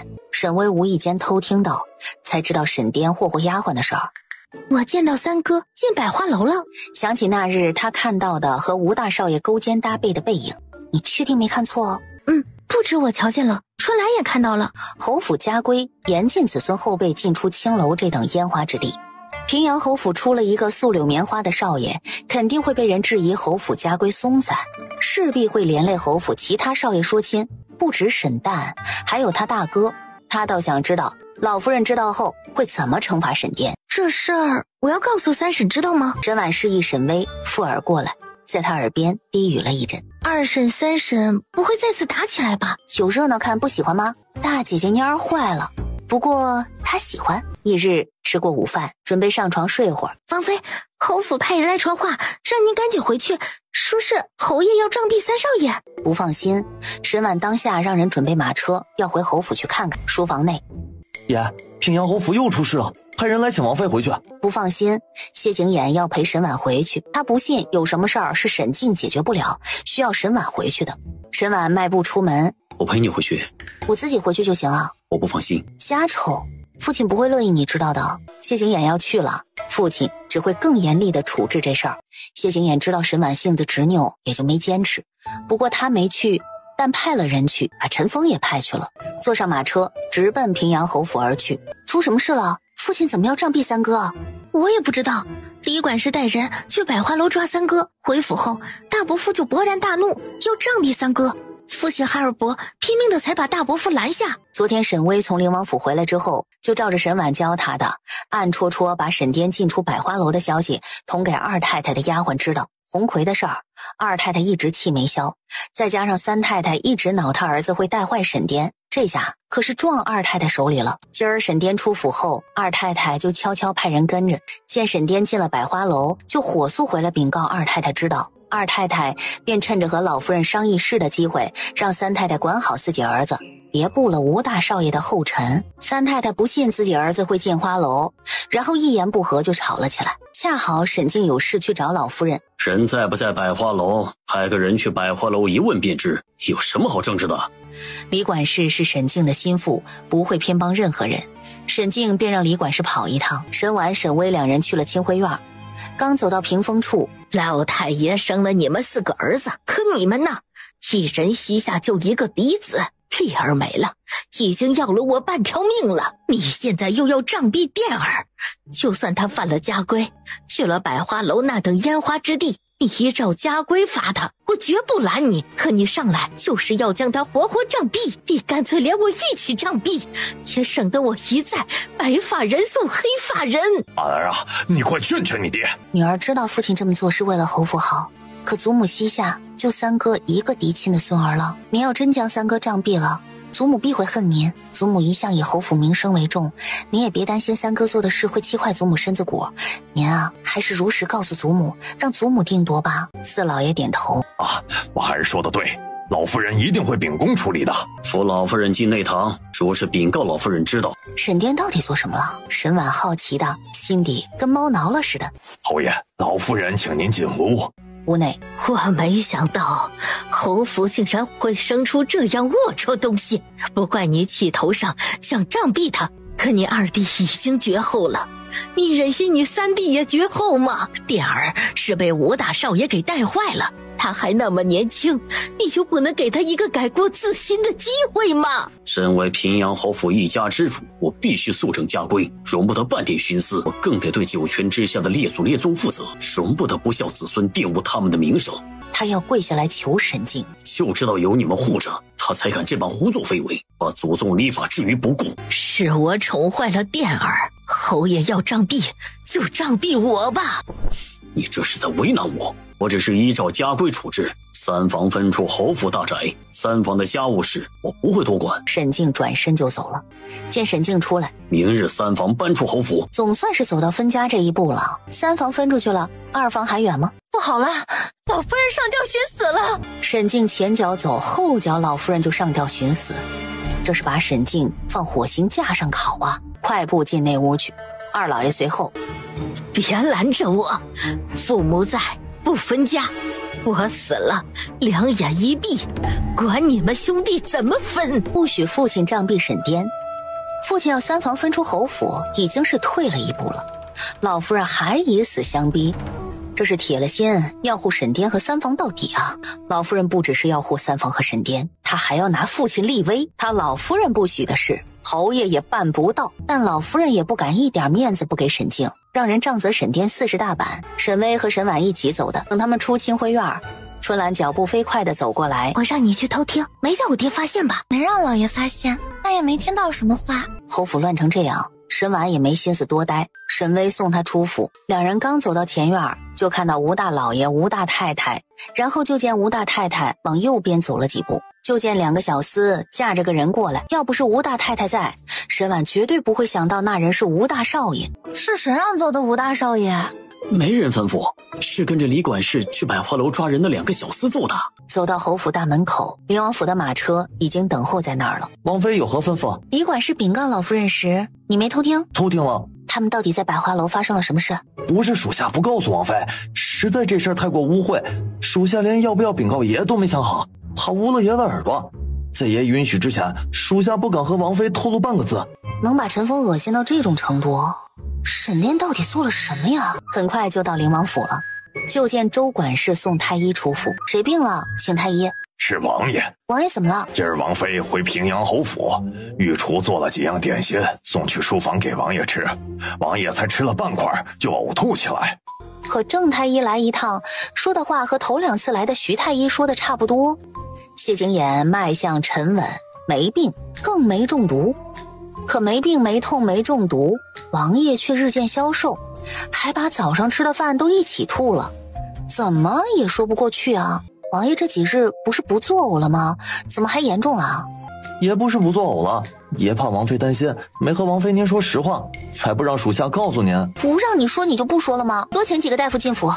然而屋子里只有海棠在擦桌椅，并不见谢景琰的人影。王爷呢？王爷在书房看书。都吐了还看书？他是要考状元吗？你不是呕吐了吗？不用卧床静养？吐完就没事了。这是什么病啊？你哪里不舒服？没有，平阳侯府的事解决了。我爹为什么要杖毙三少爷？陈峰知道，但要先禀告你，然后由你决定告不告诉我。爷才吐过，属下还是不说了。免得爷您再吐一回。谢景琰打发沈婉道：“你先出去。”爷，属下不是因为王妃在才这么说的，属下是真的担心恶心吐您。我还不至于一点恶心事都不能听，连属下都差点恶心吐。属下不说，是真的为王爷王妃好。不打扰沈婉和谢景琰说话，陈峰退下。陈峰也要么待书房，要么和陈宇一起待树上。一上树，陈宇就问道：“你今儿到底听到什么了？我可不怕恶心。你不要高估自己啊！你要能把我恶心吐，这个月的月钱就归你了。沈三少爷、吴大少爷，还有百花楼的姑娘在叠罗汉，就这，沈三少爷在中间。这要传开，绝对会连着平阳侯世子出门都会被人指指点点，甚至平阳侯府几位老爷都抬不起头来。陈峰还要再说，够了，别说了。陈宇愿赌服输，从怀里摸出一锭银子丢给陈峰。沈颠的沦落，说到底还是老夫人和沈英的野心给害的。为了晋王正妃之位，不惜拿吴大少爷算计沈婉，最后自食恶果，把沈荣搭了进去。吴大少爷那就是青楼酒肆的常客，沈荣回去告状，气得三太太昏了头，竟然让自己儿子沈颠去花楼抓吴大少爷。沈颠体会到了什么叫飘飘欲仙的滋味。打那以后，不仅不再拦吴大少爷，甚至还帮吴大少爷遮掩。这些肮脏事儿说出来，污王爷王妃的耳朵。王妃，周管事请了2位大夫进府，然后就看到了走进来的2大夫。虽然太医看过了，但我实在不放心，又让周管事多请了几个大夫进府。2大夫把了好一会儿，然后还换了只手。怪哉，是什么病啊？王妃莫担心，我只是奇怪王爷脉象沉稳，5脏6腑7经8脉都没问题，怎么会频频作呕，甚至呕吐呢？沈婉看向另一个大夫：“你再给王爷看看。”他也给谢景琰把了好一会儿脉，道：“王妃多虑了，王爷的身子骨要比一般人结实得多，没有半点毛病。我家王爷以后还会吐吗？从王爷脉象来看，呕吐对王爷身子骨无害。王爷这病症我之前没见过，确实奇怪。为了王爷身子骨着想，最好每日行个平安脉。”等大夫走后，我知道你不乐意看太医，但为了以防万一，还是得每天看太医。这么怕我死？你必须给我长命百岁。我只能保证你在我身边的时候，我努力活着。至于长命百岁，孤独的岁月活太久是一种痛苦。你一定要比我活得久。王爷王妃，饭菜准备好了，该吃晚饭了。沈婉坐下，就往谢景琰碗里夹了只大鸡腿。怎么不吃啊？他将筷子拿起来，将鸡腿夹起来，可下一秒就泛起了恶心，跑一旁吐去了。谢景琰坐在那儿看着他吃，见沈婉添饭，吃饱了，沈婉将碗放下。这么看着我做什么？我在想，你给我守寡会是什么样子？你不会死的。王爷王妃，赵院正来了。打发走，我不需要看太医。哎，请赵院正进来。应该是皇上派赵院正来的，你现在让他回去，明儿父亲知道了也会请赵院正来给你把脉的，你又何必让人家赵院正再跑一趟呢？你爹请赵院正来，我就一定要给他面子吗？我今晚睡书房。丢下这句，他抬脚就走了。王妃刚刚把王爷给气着了。谢景琰是借口生气搬去书房住的，他担心自己的病会传染给他，他抬脚跟出去。沈婉领着赵院正去书房，让他去回皇上，就说我无碍。赵院正可不敢欺君，你不要为难他。谁给你胆子管本王的事？给我一份休书，以后你的事我绝不再管。你当真是一物降一物，这世上大概也只有王妃能镇得住爷的性子了。谢景琰坐在那儿没动，坐那里去啊！还真听话的坐了过去。赵院正仔细的给谢景琰把脉，赵院正松了把脉的手。王爷为何呕吐？王妃见谅，我也没看出来。还是没看出问题后，就回宫回禀皇上去了。你还要休书，我给你。沈婉瞪了他一眼，就转身回屋了。王妃，陈峰让奴婢把王爷的被褥搬书房去。书房内，爷，王妃让你今晚回屋睡，不止内屋有被褥，铺好床铺。陈峰只能照办。沈婉在屋子里一等再等，都不见谢景琰回去，就去了书房。谢景琰正在宽衣，沈婉下意识地背过身去，连看我都不敢，还敢叫我回屋睡？沈婉走到他跟前，捧过他的脸就亲了上去，将他抱紧，加深这个吻。就在沈婉被亲的意识迷离的时候，谢景琰突然松开了他，他用了3分力道，这一推没能站稳，摔到地上了。沈婉爬起来，咬牙切齿地回屋了，再不管谢景琰。书房内，谢景琰吐无可吐了，缓了好一会儿方才回屋。谢景琰掀开被褥上了床，很快就入睡了。第二天，沈婉醒来，床上已经不见谢景琰的人影了。王爷人呢？在书房吐呢。王妃身体没有哪里不舒服。王妃，皇后让您进宫一趟。我知道了，让周管事准备好马车，我吃完早饭就进宫。谢景琰走过来，你要进宫？谢景琰吩咐小丫鬟，让周管事派人进宫说一声，就说王妃要照顾本王，没时间进宫。皇后找我今儿不进宫，过2日还是得去，这一趟是省不掉的。谢景琰也只能随他了，坐上马车就直奔进宫了。不知皇后找我进宫是？本宫听说灵王近来身体颇有不适，还惊动皇上，找赵彦中去看了。王爷不知道怎么了，先是酒量变差，喝不了2坛酒就醉了，再是早起作呕，食欲不振，这2日更是严重到吃什么吐什么。但找了徐太医、郑太医以及宫外的大夫，就连赵院正也给王爷把了脉，都说王爷脉象沉稳，一点毛病也没有。不知道是什么导致灵王如此的吗？徐太医之前猜测王爷可能是治腿疾留下的后遗症。那边沈英突然开口，你脸色怎么这么差啊？他是对傅叔说的。淑儿这是怎么了？王妃这几日早起也有些犯恶心，这几日也有些吃不下饭。话还没说完，傅叔已经犯起了恶心，跑一旁吐去了。这症状倒是和谢景琰差不多。快传太医！皇后娘娘，皇上传召灵王妃。申婉只能俯身告退，随小公公去御书房见皇上。雅儿到底什么情况？怎么会没病没中毒，却频繁作呕，甚至呕吐？婉儿也不知道。王爷那日在晋王府2坛酒就喝醉了，陈峰觉得不对劲儿，给他请了徐太医。打那天起，王爷就早日作呕，这2日情况越发严重，已经到吃什么吐什么的地步了。但不论请太医还是宫外的大夫，都说王爷脉象沉稳，没有生病。不过刚刚在皇后那儿，晋王妃傅氏也有早起作呕、食欲不振的症状，皇后已经给他请太医了。他和王爷都曾中过催情散，不知道是不是和催情散有关。雅儿什么时候中过催情散？晋王生辰那日，不止傅叔中了催情散，王爷也中了。万幸王爷腿疾好了大半，才没有中人算计，及时离开了晋王府。说起这事儿，袁公公就想起了某位王爷白日宣淫，被沈婉赶去书房住了好几天的事儿。袁公公还诧异，灵王不该是这样的人才是啊，原来是中了催情散的缘故。皇上瞥过来一眼，袁公公立马会意，赶紧吩咐小公公道：去皇后那儿看看。见沈婉一脸担忧啊，王爷吉人自有天相，不会有事的。没多久，小公公就跑进来，皇上，晋王妃有喜了。恭喜皇上医要添小皇孙。说完，不等皇上开口，胡乱一俯身就赶紧跑了。王妃刚刚差点就撞到侯爷了。我爹！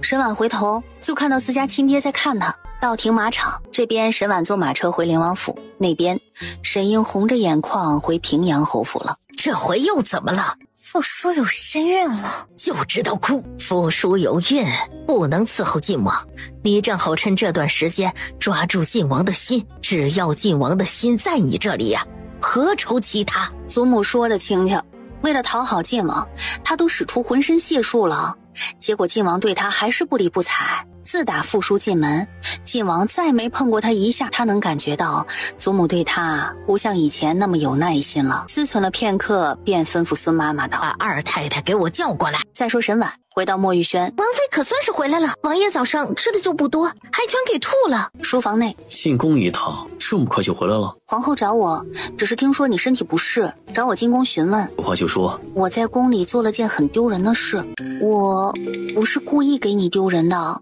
我不怪你，真的？真的。王爷、王妃、侯爷来了。只见沈静大步走过来，他身侧跟着袁公公，身后还跟着7、8位太医。父亲，小婿见过岳父大人，听说你身体不适，皇上甚是担心，让袁公公领太医来给你看看，我也顺道来看看你，让岳父大人担心了，我没有大碍。袁公公就招呼太医给谢景琰把脉，几位太医排队给谢景琰把脉，但结果出奇的一致，没病。细群用意，灵王都吐成这样了，还说没问题，一个个是没长眼睛吗？皇上担心王爷的身子骨，奴才就先行回宫复命了。周管事送袁公公和几位太医离开。可能真如几位太医说的，虽然呕吐，但没有生病。不过为了谨慎起见，还是多找些大夫看看吧。沈婉连连点头，见他气色还好，也没有多待就走了。沈婉送他出府，然而一转身就听到一阵骑马声传来，就见大皇子、三皇子和八皇子他们骑马过来。六皇嫂，六皇帝还好吧？王爷当着太医们的面吐了，但太医还是坚持王爷脉象沉稳，没有生病。太医院一群庸医，治不好六哥的腿疾，连呕吐也治不好。我们去看六皇帝吧。然而等他带着银霜回墨玉轩，大皇子他们已经探望完出来了。六皇嫂，我对不起你。沈婉正要问，八皇子已经跑了。沈婉看向其他皇子，也是一个比一个闪得快。沈婉一头雾水，他去书房找谢景琰。晋王妃得了什么病？说。晋王妃没病，她有身孕了。刚刚大皇子他们来探病，谢景琰知道这些人里只有八皇子是真心关心他的。王爷王妃，皇上二人张榜寻名医，不论谁治好王爷的病，赏黄金1000两，良田100亩。沈婉和谢景琰午饭还没吃完，大夫就已经在墨玉轩正堂等候了。一个下午见了不下10几20位大夫，看完最后一个大夫，没大夫来了吧？今儿王爷累着了，已经吩咐前院回绝来的大夫，让他们明天再来了。沈婉累到不想说话，回屋直接就趴小榻上。周妈妈在珠帘外朝银霜招手，等她回来。什么事？晋王妃有了身孕，皇上给了不少赏赐，还有皇后和太后也都赏了。不少人前去道贺，周妈妈问王妃要不要准备份贺礼送去，不送。银霜就去回赵妈妈了，跑了回来，脸上洋溢着笑容。王妃，三老爷被皇上外放了。当时父亲什么都没说，原来早做好了安排，不屑地和老夫人多费唇舌。清回院屋内，老夫人不好了，三老爷被皇上外放了。去请侯爷。侯爷说他有军务要处理，没空来。侯爷真是铁了心要赶我们三房出侯府啊！你还有脸哭？还不都是你娘家侄儿干的好事？沈静没空来见他，他去见他便是。到沈静的书房，侯爷军务就有这么繁忙吗？老夫人是今日才知道我军务繁忙吗？侯爷军务繁忙，我知道，我一直想让老二老三帮你分担一二，你们是骨肉兄弟，为了一个不孝侄儿，就把老三外放，未免太狠了些。你让皇上收回成命，我同意你把三房分出侯府。老夫人把朝廷调令当什么？儿戏吗？送老夫人回去。孙妈妈赶紧把老夫人劝走了，告诉老三，他要管教不好儿子，让我听到他在明州胡作非为的消息，我会连着他一起从族谱上除名。退下。沈婉别提多痛快了。老夫人不会又寻死逼侯爷吧？这次不会。为什么？因为没用啊。转眼6天就过去了，少了三房，侯府应该能清静不少。不过这几天灵王府是一点不清静，不过忙了几天，这日总算没那么忙了，毕竟能来灵王府的大夫都来差不多了。王妃，晋王妃害喜严重，吃什么吐什么，皇上赐了位御厨给她。不就是赐了位御厨吗？王妃又不是没有，要是王爷那些症状都出现在王妃身上就好了。唉，可惜出现错了位置啊。赐御厨给傅叔，绝对是宋皇后帮着向皇上讨要的。王妃，云家的2位表姑娘来了。远远的就看到云墨云蕊走过来。灵王的病好些了吗？吐得昏天黑地，人消瘦了一圈，也没找出病因来。你也别太担心，灵王肯定会没事的。三人就去花园走了走。沈婉毕竟累了几天，没走一会儿就有些疲乏。云墨云蕊他们便告辞要走。表姐有话不妨和我直说。我也不知道该不该和你说。你说就是。平阳侯府2房在城北是不是有个别院？沈婉点了下头。我就说我不会记错吧。怎么回事啊？这不是大姐姐快要出嫁了吗？之前准备的陪嫁，祖父祖母都觉得晦气，便重新给大姐姐准备一份。二哥前些日子在城北给大姐姐买了个别院，我们昨儿这时辰呢去看那别院，瞧见一个穿戴华贵、面罩轻纱的女子从一架很普通的马车上下来，从后门进了一间别院。因为觉得那女子身上的绸缎很眼熟，便多看了2眼，越看越眼熟，像是表姐的二堂妹。沈婉的二堂妹正是沈英。沈英偷偷摸摸去城北别院做什么？得让人去查一下。外祖父外祖母身子骨还好吧？祖父还好，祖母贪凉，夜里睡着凉了。这2日头有些晕沉，躺的都还好。来的时候祖母还让我们提醒你。提醒有什么用？外祖母明明知道不能贪凉，最后还不是睡着凉了。回屋，沈婉就朝窗户走去。王妃有何吩咐？你去城北查一下晋王妃去别院做什么。银霜送走云墨云蕊回来，我脱不开身去云家，让周妈妈准备一份探望礼。明儿你带我去云家探望一下外祖母。你亲自去云家？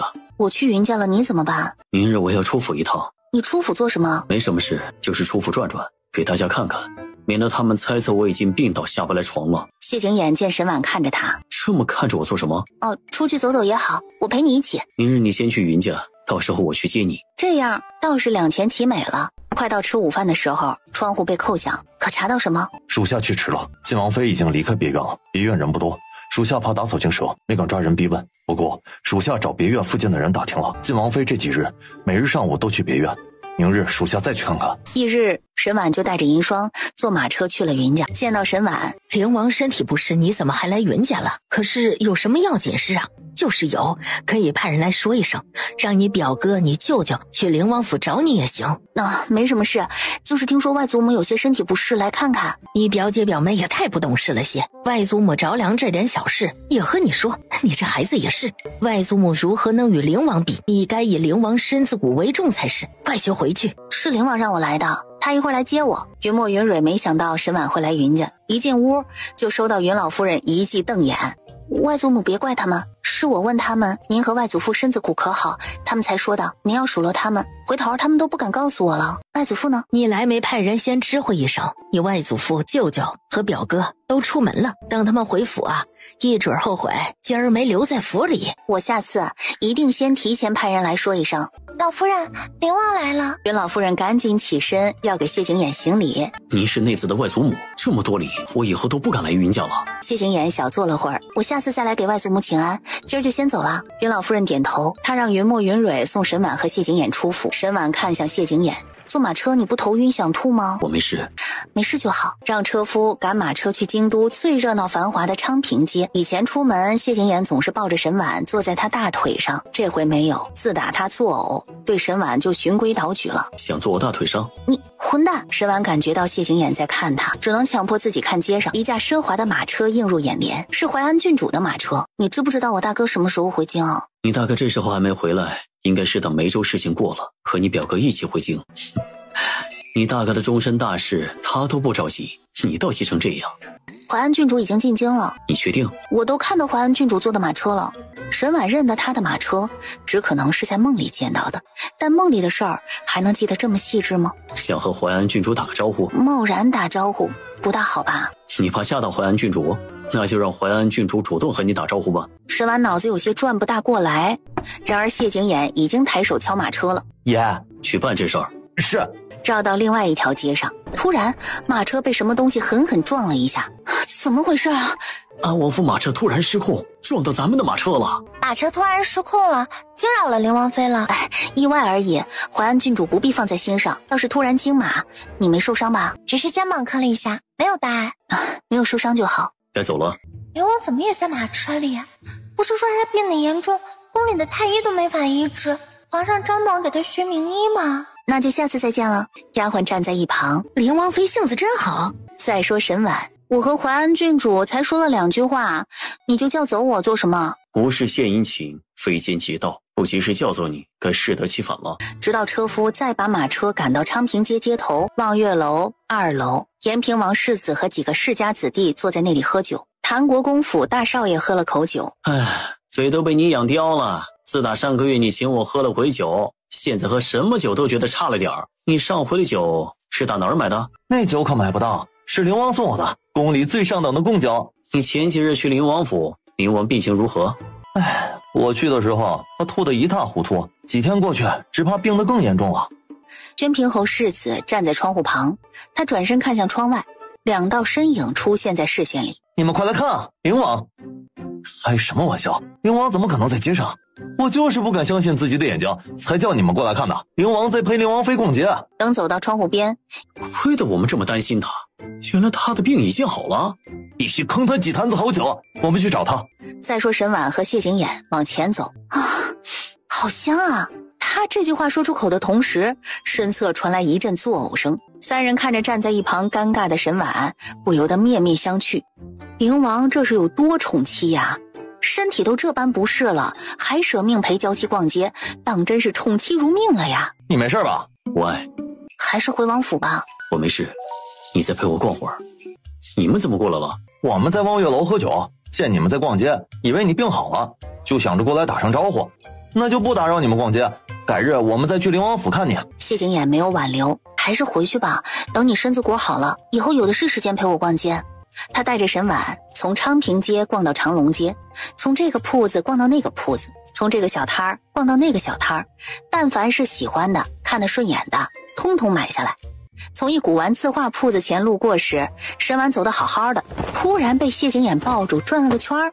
在铺子里打斗的人出来，打架的两人其中一个是茂国公世子，另外一个谢景琰只觉得有些眼熟，那就是安王世子。谢景琰让打斗的两人停下来。灵王不好生待在府里养病，套出来管本世子的闲事儿。刚刚险些砸到内子的瓷瓶，是谁扔出来的？这时候大皇子从铺子里走出来。没想到这么巧会在街上碰到，我也没想到你也在。他们只是几年没见了，一时手痒，互相切磋一下而已，没想到差点伤到灵王妃。本王带他们向灵王妃赔个不是。我也有些累了，我们回府吧。谢景琰就没再管这事儿，带沈婉离开了。茂国公世子一脸不快，大皇子出声道：你少招惹他，不过就是个不受宠的皇子，何必怕他？只要他不觊觎储君之位，犯不着和他为敌。再说沈婉和谢景琰坐上马车，你为什么要帮安王世子啊？我帮的是你大哥，以后你就知道了。不知想到什么，他突然笑起来。在笑什么？先不告诉你，以后你就知道了。是女人，心眼未免也太小了些吧。马车直到回到灵王府方才停下。进屋后，沈婉直接朝窗户走去，这回没白跑一趟吧？没有。说了这2个字就没下文了。没白跑，那你倒是快点说，晋王妃去城北别院做什么去了？有些难以启齿，属下还没想好怎么禀告王妃。照实说就是。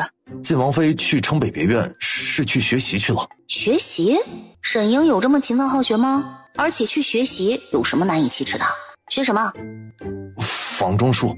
难怪两世谢景英对沈英的态度很不同了。他一直以为谢景英和沈英暗中勾搭到一起，是因为二老爷夺得了平阳侯府爵位和父亲手里的兵权。现在看来，分明是妻不如妾，妾不如偷。沈英为了牢牢抓住谢景英的心，竟然放下大家闺秀的身段，去向勾栏女子请教如何伺候男人。屋内只剩沈婉和站在他身后的谢景琰。不许这么看着我，我才不会学那些。为夫伺候你，要学也是为夫学。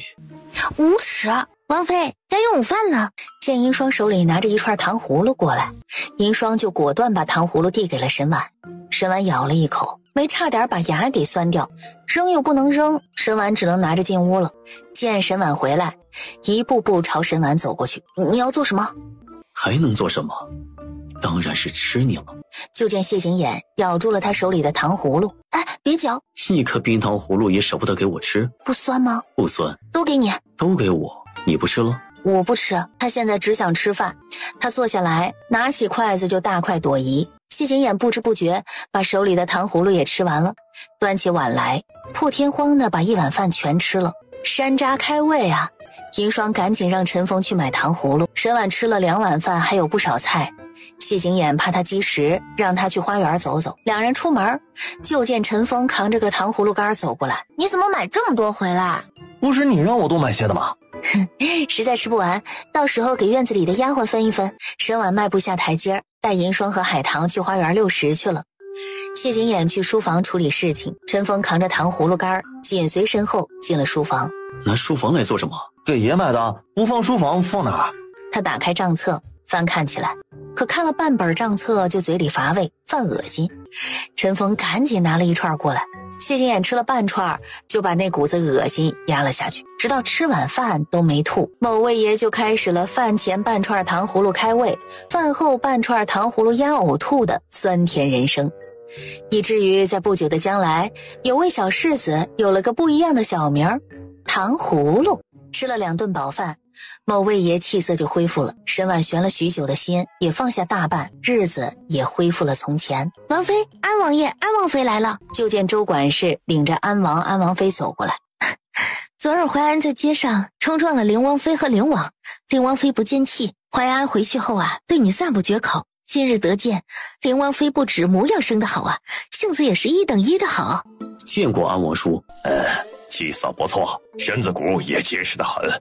王叔亲眼见到，放心多了。淮安冲撞灵王，灵王妃在前，我那孽子与人打架，又险些伤到了灵王妃。我这心底呀，实在是过意不去。安王妃严重了，淮安郡主不是故意的，世子也不是，我也没受伤。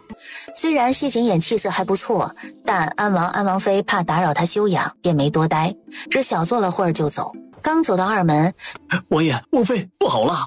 世子爷在街上打人，被抓去大理寺关起来了。不是让你们看好世子吗？怎么又和人打架了？这回又是和谁打架？这回是和个道士。到底怎么回事？这回不怪世子爷，是那道士胡说八道在先。世子爷走在路上好好的，那道士拉着世子爷说，世子爷乌云罩顶，最近要受皮肉之苦，他可以帮世子爷化解。世子爷才入京，就和茂国公世子结了怨，有些担心，就坐下来让那道士给他好好算算。结果那道士越说越过分，说世子爷要改性子，否则将来要吃大亏。这些世子爷都忍了，可那道士说，世子爷将来要被准妹夫暴揍一顿。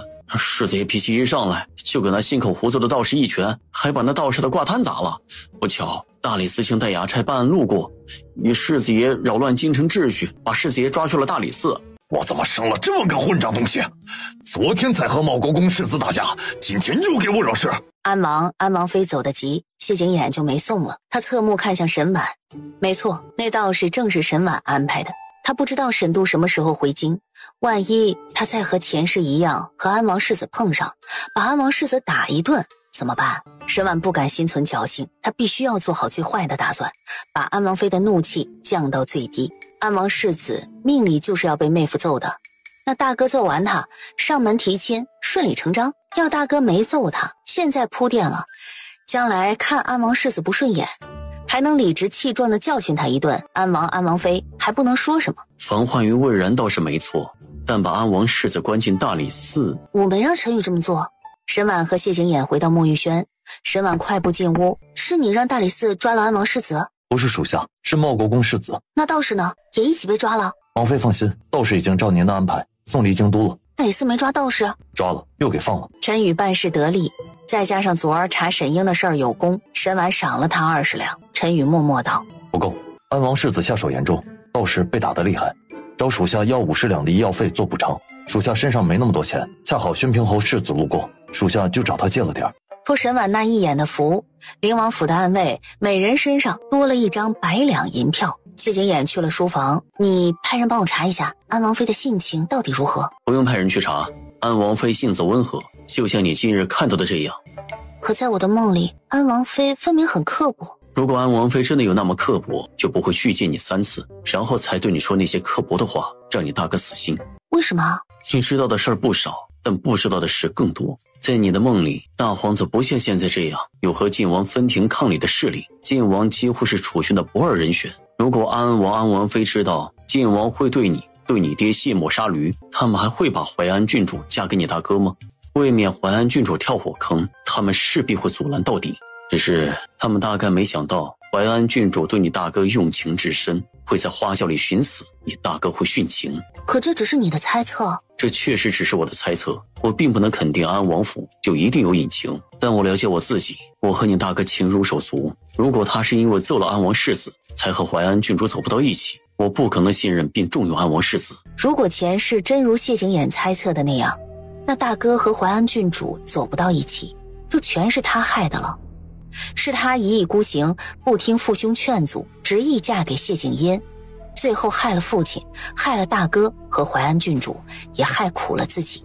怎么了？要你猜测的没错，那我大哥想娶淮安郡主就没有我想的那么难了，是不是？就是岳父大人现在去帮你大哥提亲，安王妃未必不会答应。王妃，是我家大少奶奶来了。沈荣，她怎么会来灵王府找她？大姐姐，三妹妹怎么有空来灵王府？找我有事？没什么事，就是许久没见大姐姐，来看看大姐姐。大伯父最疼大姐姐你了，大姐姐帮我爹娘和大伯父说说好话，不要让我爹娘被外放。父亲再疼我，也只会在小事上依我，连祖母都劝不动父亲的事，我可帮不上忙。大姐姐，你一定能劝得动大伯父的。爹娘一旦被外放，我只怕1年都见不上他们一面。三妹妹这么舍不得三叔三婶，不妨跟着他们一起去明州。我都出嫁了，怎么跟爹娘去明州？不试试怎么知道办不到？吴家是三婶的娘家，吴大老爷吴大太太管不了吴大少爷，跟着去明州，三叔三婶严加管教，没准他还能有学好的一天呢。大姐姐，你就帮帮我们三房吧，以后大姐姐但有差遣，爹娘和我一定会不遗余力的帮你的，哪怕你和二姐姐为敌，我们也向着你。我不会帮你去求父亲的，要求你自己去求吧，父亲没准会看在你孝心一片的份上，请皇上收回成命，吩咐冬儿送他出府。沈婉回屋，王妃心肠也太软了，三姑奶奶求你就帮她支招，那三房被外放那是应得的。你还真以为我在帮他出主意啊？难道不是吗？老夫人以死相逼在前，沈荣在用苦肉计，父亲一定会震怒，认定是老夫人让沈荣这么做的。第二天，王妃真是了解侯爷，快说说侯爷怎么生气的？昨儿三姑奶奶从王府走后，就去了侯府，跪在侯府书外啊，求侯爷不让三少爷外放。据说当时侯爷的脸都绿了，没管三姑奶奶，任由他在书房外面跪着。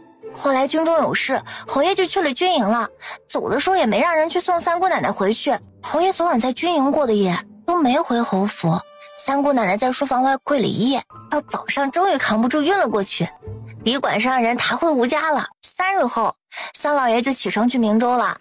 3天后，三老爷就带着三太太和儿子沈颠离开了侯府。这日，王妃，王爷让您去他书房帮他研墨。书房内，沈婉走过去，熟练地拿起墨棒研起来。不一会儿，将墨棒放下，沈婉就要走。就不能多陪我会儿？我这不是怕打扰你看书吗？手酸了，帮我翻译。王爷，魏国公世子来了。魏国公世子怎么会来啊？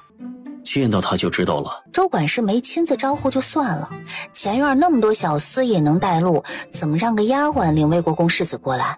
周管事人呢？丫鬟正要回话，王爷，袁公公来了。我知道了。刚刚周管事送魏国公世子进内院，碰巧宫里来人，周管事就赶紧回外院了，让奴婢领魏国公世子来见王爷您。是我来的不巧。袁公公走进来，哈，王爷气色比上回见好了不少。王爷的病莫不是已经好了？没有。王爷虽然没完全好，但这几日都没呕吐了。是哪位大夫？医术这般高超？不是大夫，是糖葫芦。糖葫芦？就是街上卖的糖葫芦，既能开胃又能压恶心，效果极好。灵王打小就最怕吃酸了，没想到治他的呕吐之症的竟然是酸不拉几的糖葫芦。我呕吐了就好，皇上悬着许久的心呐，总算是能放下一点了。没想到魏国公世子也在啊。我来探望一下灵王，顺道送份请帖过来，请灵王、灵王妃过几日赏脸，参加家父的寿宴。魏国公的寿宴还有几日，要这几天不再呕吐，我会和王妃一起前去。转眼就到魏国公寿宴这天了，依约陪沈婉去魏国公府贺寿，坐马车去往魏国公府。这边谢景琰扶沈婉下马车，对面谢景阴也扶沈英下来。看来房中术真没白学啊。灵王病还没好，来给魏国公贺寿不合适吧？是哪位太医告诉晋王我病了？谢景阴眸光一沉，沈婉强忍着才没有笑出声来。他还从来没见谁在口头上占过谢景琰的便宜去。恭迎两位王爷，快请入府。大姐姐，沈婉回头，四叔、四婶，我还以为大姐姐不会来了呢。四妹妹和魏国公世子定亲了，魏国公府办寿宴，我岂能不来呢？谢景琰和四老爷留在外院，沈婉、沈薇还有四太太则去了内院。正堂内热闹的说笑声很快停歇，眸光不约而同地落在沈薇身上。当初沈薇和魏国公世子定亲的时候，沈四老爷不过五品官，一个五品官的女儿竟然能嫁给国公府世子，虽然是做续弦，但也是高攀的不能再高攀了。沈婉走进去，她抬头望去，就看到了武定侯夫人，作为已过世的魏国公世子夫人的母亲，看到沈薇，怎么可能有好心情呢？沈婉和沈薇便没多待，大家闺秀们都在花园，他们也去花园了。一个四品官的女儿能嫁给魏国公世子呀，可全是托了你长姐的福气。哎呀，真是叫人羡慕。只是定亲了而已，最后能不能如愿嫁给魏国公府还不一定呢。不知想到什么，眼底闪过一抹算计的光芒。再说沈婉和沈薇往花园中心走去，两人随意的逛着，沈婉有些乏了，便找了个没人的凉亭歇脚。沈薇去净手，沈婉没一起去，就在凉亭等他。一盏茶喝完，又吃了2块点心，还不见沈薇回来，只是去净手，怎么去那么久啊？然而才出凉亭，远远的就见沈薇牵了个孩子过来。这不会是魏国公府小少爷吧？和魏国公世子几乎一个模子刻出来的，能不是魏国公世子的儿子吗？你怎么把魏国公府小少爷领过来了？方才我去净手，小少爷乱跑，奶娘追他不小心把脚给崴伤了。奶娘不放心把小少爷交给别人，就让我帮着照看一会儿。你还没嫁给魏国公世子，不宜和这小少爷走得太近，还是让人来把他带走吧。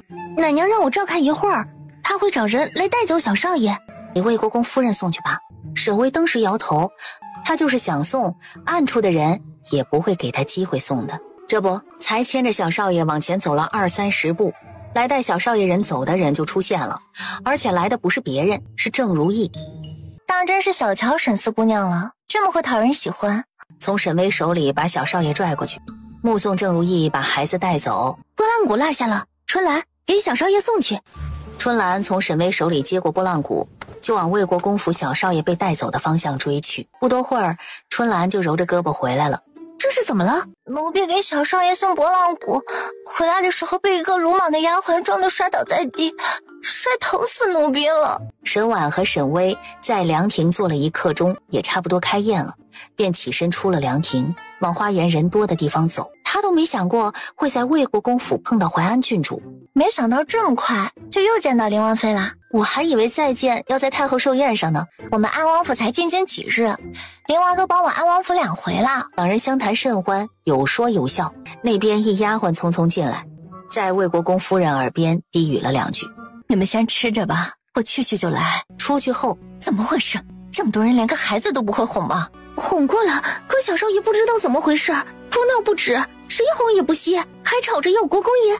还没进屋，就听到小孙儿撕心裂肺的哭声。阿儿乖，阿儿不哭。祖祖，不会喊祖父，只会叫祖祖。阿儿不哭，祖母带你去找祖父啊。小孙儿给祖父拜寿，更添几分热闹。他把小少爷抱去宴席。怎么把安儿抱来了？还不是你平素太宠安儿，才半天见不到你，就又哭又闹，连我都哄不歇。我膝下就这么一个小孙儿，我不宠他宠谁啊？叫祖父。祖祖，一会儿安儿不闹了，就把他抱走。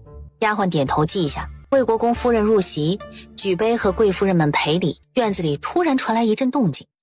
国公夫人，不好了，小少爷吐血晕倒了。怎么回事？好端端的安儿怎么会吐血晕倒呢？奴婢也不知道，小少爷好端端的坐在国公爷的怀里，突然就一口血喷了出来，晕死过去，已经在看太医了。注意到沈巍在碰眼皮，怎么了？不知道怎么回事，听丫鬟说魏国公府小少爷出事了，他眼皮就跳得厉害，心慌不安。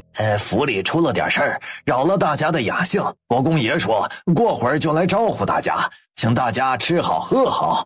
那边疾步过来一丫鬟，走到沈巍身边。沈四姑娘，国公夫人请您过去。我陪你去。看到沈巍，武定侯夫人手一抬，一巴掌呼在了沈巍脸上。还没嫁进魏国公府，就敢算计我外孙，你好大的胆子！魏国公世子大步走过来，将沈巍护在身后。安儿被他害成这样，你还护着他？武定侯夫人，你有何证据证明是我四妹妹害的魏国公府小少爷？无凭无证你就动手打人？不是他，还能有谁？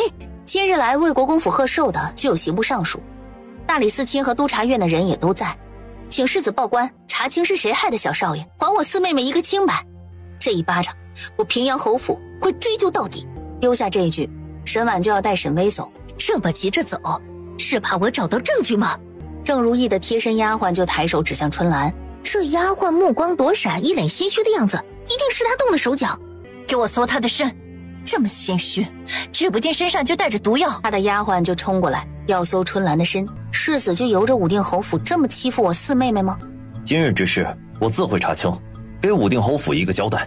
身正不怕影子斜，这么怕搜丫鬟的身，别是心虚了。哼，看来今儿不让你们搜身是不行了。搜就搜，我没做过的事情不怕你们搜身。沈婉心底倏然涌起一阵不好的预感，一定有问题。给我搜，就连鞋都检查了。就在沈婉怀疑自己多心的时候，一小纸包从春兰怀里掉出来，让赵院正检查。请赵院正如实说，府上小少爷中的确实是这个毒。我没有给小少爷下毒，这包药也不是我的，从你怀里掉下来的药包不是你的，难不成还是有人给你塞过去的？当真是我看走了眼。去请沈四老爷、沈四太太。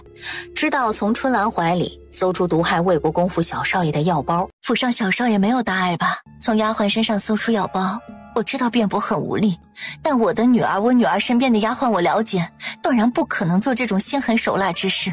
派遣魏国公府彻查，若真是我女儿做的，我绝不偏私，任由魏国公府处置。都罪证确凿了，还想要怎么查？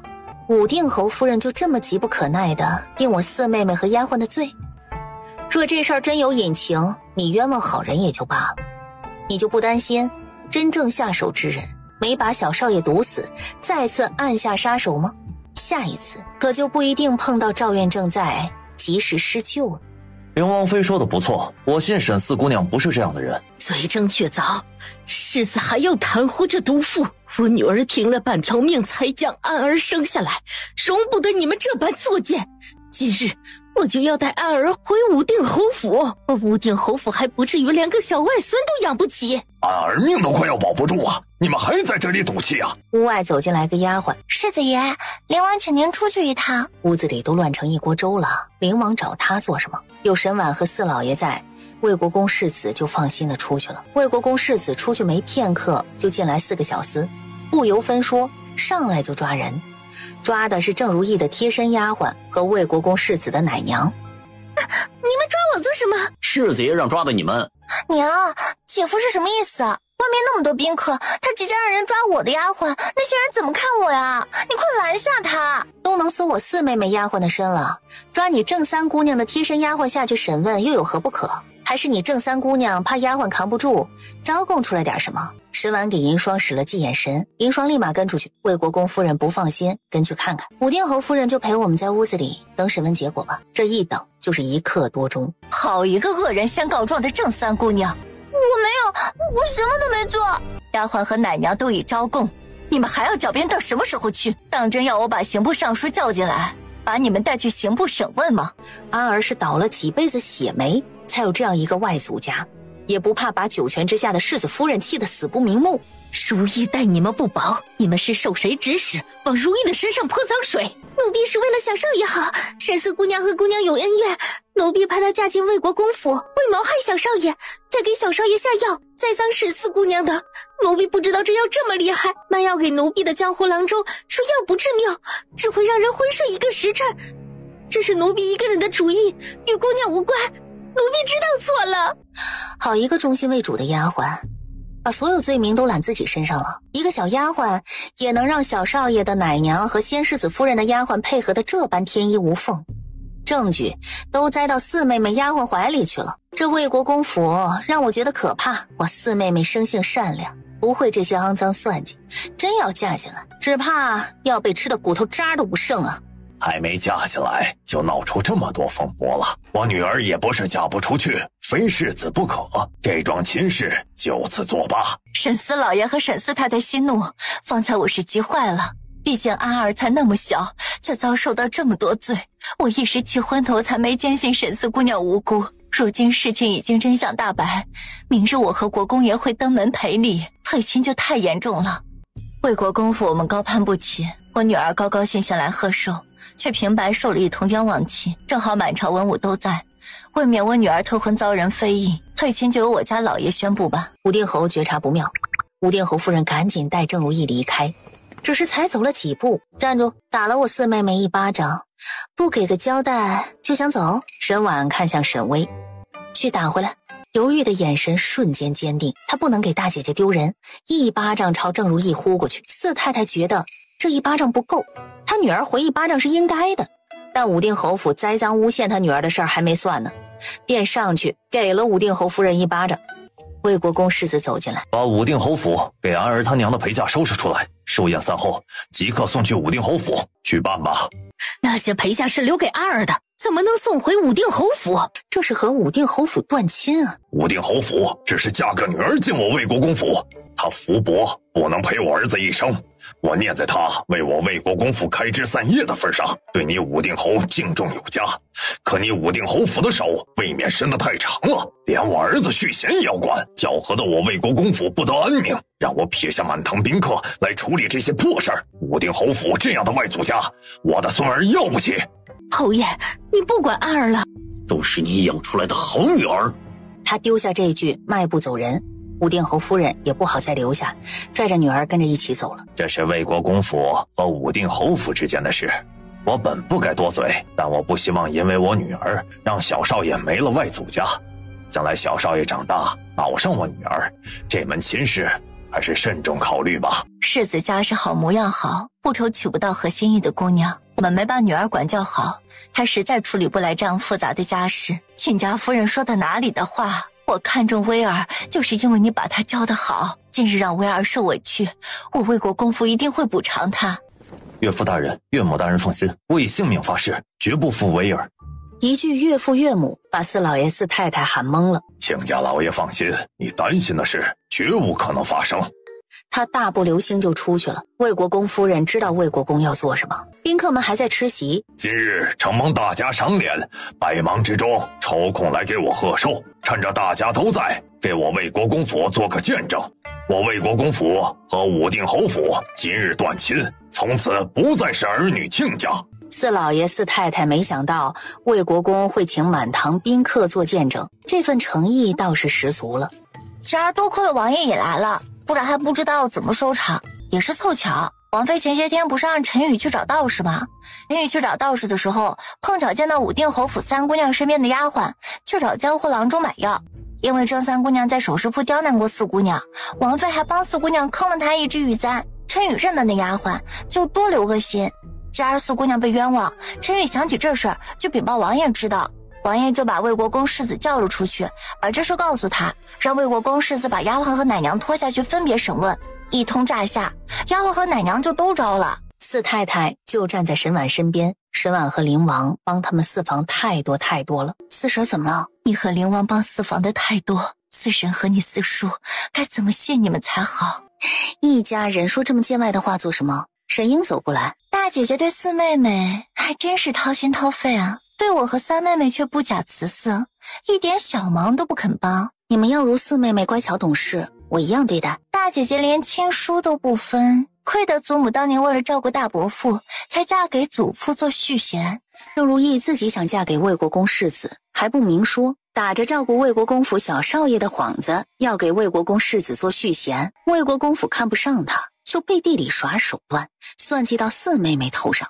嘴上姐妹情深，其实私心比谁都重。老夫人可不就是这样的人，她不信老夫人当年真的是为了报先夫人救命之恩才嫁给祖父的，别也是看中了祖父的权势地位，拿照顾父亲做幌子。二妹妹只得一点小忙，是拿药膏给三婶治脸吗？沈婉不再理会她，她坐回原位上，气氛又恢复之前的热闹了。又喝了一轮酒，宴会就差不多结束了。沈婉和谢景琰宴会散了就告辞了。等回到莫玉轩，赏陈宇10两银子，海棠拿10两银子送去给陈宇。我的呢？你的什么？你不准备谢我？我都让你抱了一路了，还不够？这么谢我可不够。那你要我怎么谢你啊？谢景琰嘴角一勾，直接打横将沈婉抱了起来，朝床榻走去。他欺身压下来。哎，还是大白天呢。午睡不大白天睡，还什么时候睡？他是抱他上床午睡的。你不会以为我要做什么吧？白天不行，那是晚上可以了。睡吧。帮沈婉把被褥掖好，谢景琰就起身走了。等醒来，太阳都快落山了。王妃可算是醒了，再不醒晚上也该睡不着了。魏国公府说到做到，真把已经过世的世子夫人的陪嫁抬回到武定侯府，连带着丫鬟和小厮和奶娘都送了回去。魏国公府娶沈巍的诚意有目共睹了。阿王世子和茂国公世子又打起来了。怎么又打起来了？上回是为了争一幅字画，这回又是因为什么打起来的？因为好狗不挡道这5个字打起来的。今儿魏国公寿宴，安王、安王妃前去贺寿，都没带安王世子前去，只带了淮安郡主。但茂国公世子是去了魏国公府的。茂国公世子在魏国公府寿宴上没喝过瘾，约了几个人，宴会散后再去德月楼喝个痛快。茂国公世子去德月楼的时候，正好碰到吃完午饭下楼的安王世子，一个上楼一个下楼，都认定对方是故意的。好狗不挡道，说的不错。2句话一说，就火花四溅，噼里啪啦了。2人拳脚相加，没差点把德月楼给拆了。谢景琰从书房过来，2人一起坐下吃晚饭。沈婉很快就把1碗饭吃完了，银霜就要给他添饭。哎，我吃饱了。我不嫌你胖，确定吃饱了？我的肚子我不能确定，谁还能确定啊？吃完饭以后白天别睡这么久了。沈婉没接话。有心事？没有。那是怎么了？沈婉不说话，但看他的眼神带了几分小火苗，长臂一揽就把沈婉带到怀里。我惹到你了？没有。没有问你怎么不说话？我没事啊，我就是什么？有点饿了。什么？我饿了。就这么点小事？不然呢？饿了让小厨房给你准备点吃的就是了。你想吃什么？我想吃面。行，我让小厨房给你下面。我不想吃小厨房下的面。我让御厨给你做。沈婉还是摇头。那你想吃什么面？我想吃那天街上的猪大肠面。今晚非吃不可。然后下床走到窗户边。爷，有何吩咐？去街上买1碗猪大肠面回来。爷，你不是和属下开玩笑的吧？立刻马上去。谢景琰关好窗户。再忍忍，陈凤很快就回来了。然而等了又等，窗户才被扣下。怎么去了这么久？本来很快的，不巧回来的路上被巡城司的人发现。巡城司当属下是刺客窃贼，要抓属下。打斗时不小心把面洒了，只得又回去重新买了1碗。沈婉饿惨了，把面端出来，拿起筷子就吃起来，1碗面吃了个精光。该睡觉了。端茶漱口，到床上后睡吧。沈婉在他怀里拱了个舒服的位置，心满意足的回周公去了。翌日，王妃，皇后让您进宫一趟。等丫鬟禀告马车准备好，就带着银霜进宫了。本宫听说昨日灵王把你从灵王府大门口抱回墨玉轩，他的病好了。王爷呕吐之症有所好转。有好转就好。不知皇后找我进宫是？找你来也不是什么要紧的事，只是怀孕的人嘴馋，晋王妃想吃龙须酥，但最擅长做这道点心的御厨被皇上赐给了你。本宫找你就为这事儿。皇后是想灵王府做好龙须酥送去晋王府，还是想让李御厨教会晋王府的御厨做龙须酥呢？也不好总是麻烦李御厨，上晋王府的御厨去学吧。没事了，退下吧。沈婉扶了扶身，就带着银霜离开。为这点小事也把王妃叫进宫一趟，王妃都不生气吗？怎么可能不生气呢？只是生气没用，那是皇后。沈婉迈步往停马场走去，半道上突然哎呀一声叫疼起来。王妃怎么了？哎呀，崴脚了。奴婢让人给您请太医。哎，一点崴伤，回王府涂点药就行了，别叫王爷等着急了。王爷要知道皇后找您进宫是为了晋王妃找李御厨做龙须酥，肯定是很生气。这事不许告诉王爷，王爷要问起来，就说皇后找我进宫是关心她的病情，记住没有？哎，奴婢记下了。这边银霜扶着沈婉坐马车出宫，那边一小公公快步进了御书房。御书房内，皇上已经看了半天折子了，喝口茶歇会儿吧。小公公走进去，凑到袁公公耳边低语了2句。没看太医？灵王妃没看太医，直接就出宫了。怎么了？皇后召灵王妃进宫，灵王妃急着回去陪王爷，走得太快，不小心把脚给崴了。皇后找灵王妃进宫做什么？好像是晋王妃怀了身孕嘴刁，想吃龙须酥。宫里龙须酥做的最好的是李御厨，被皇上您赏给灵王妃了。皇后找灵王妃进宫就为这事儿。灵王妃的丫鬟有微词，灵王妃怕灵王知道生气，叮嘱丫鬟不许告诉灵王。灵王要问起来，就说皇后找她进宫是关心她身体情况。去问问皇后，太后寿宴筹备的怎么样了？凤仪宫，娘娘，袁公公来了。不多会儿，袁公公就走了进来。袁公公来本宫这儿，可是皇上有什么吩咐？皇上让咱下来问问，太后的寿宴筹备的如何了？皇上日理万机，还这么记挂太后的寿宴，让皇上只管放心。太后寿宴已经筹备妥当了。皇上说寿宴筹备妥当了，让皇后娘娘您再抄100遍佛经，替太后祈福。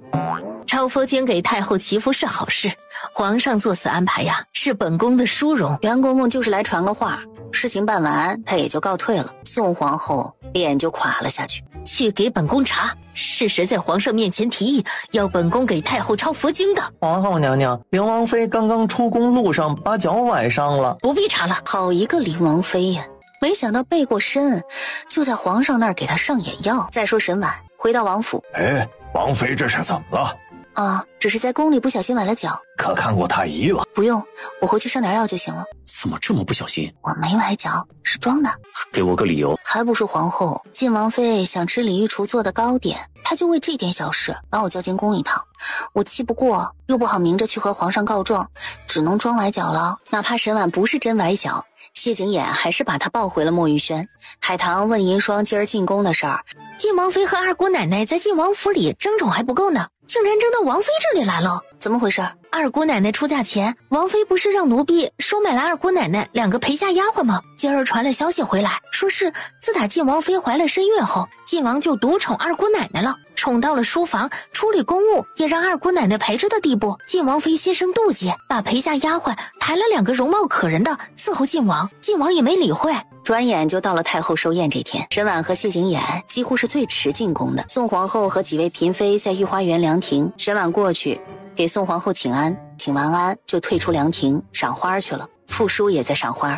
沈英走过来，妹妹好兴致啊！太后寿宴，我当然好兴致了。难不成你不替太后高兴？怀了身孕的人还真是既吃不记罚呢。你什么意思啊？是我记错了，受罚的又不是你，你怎么会记得？皇后为了你一时嘴馋，被皇上罚抄了几天的佛经，你不会不知道吧？你有话就说，我只是来提醒你一声，趁着肚子里有护身符，想做什么只管去做。等哪天我怀上身孕，可没你傅叔什么事儿了。笑着说完离开。他是想借王妃您的手除掉林王妃，为自己兄长报仇，您别上当。再说沈婉为了躲清静，稍稍远离人多的地方。大姐姐，我找了你半天了。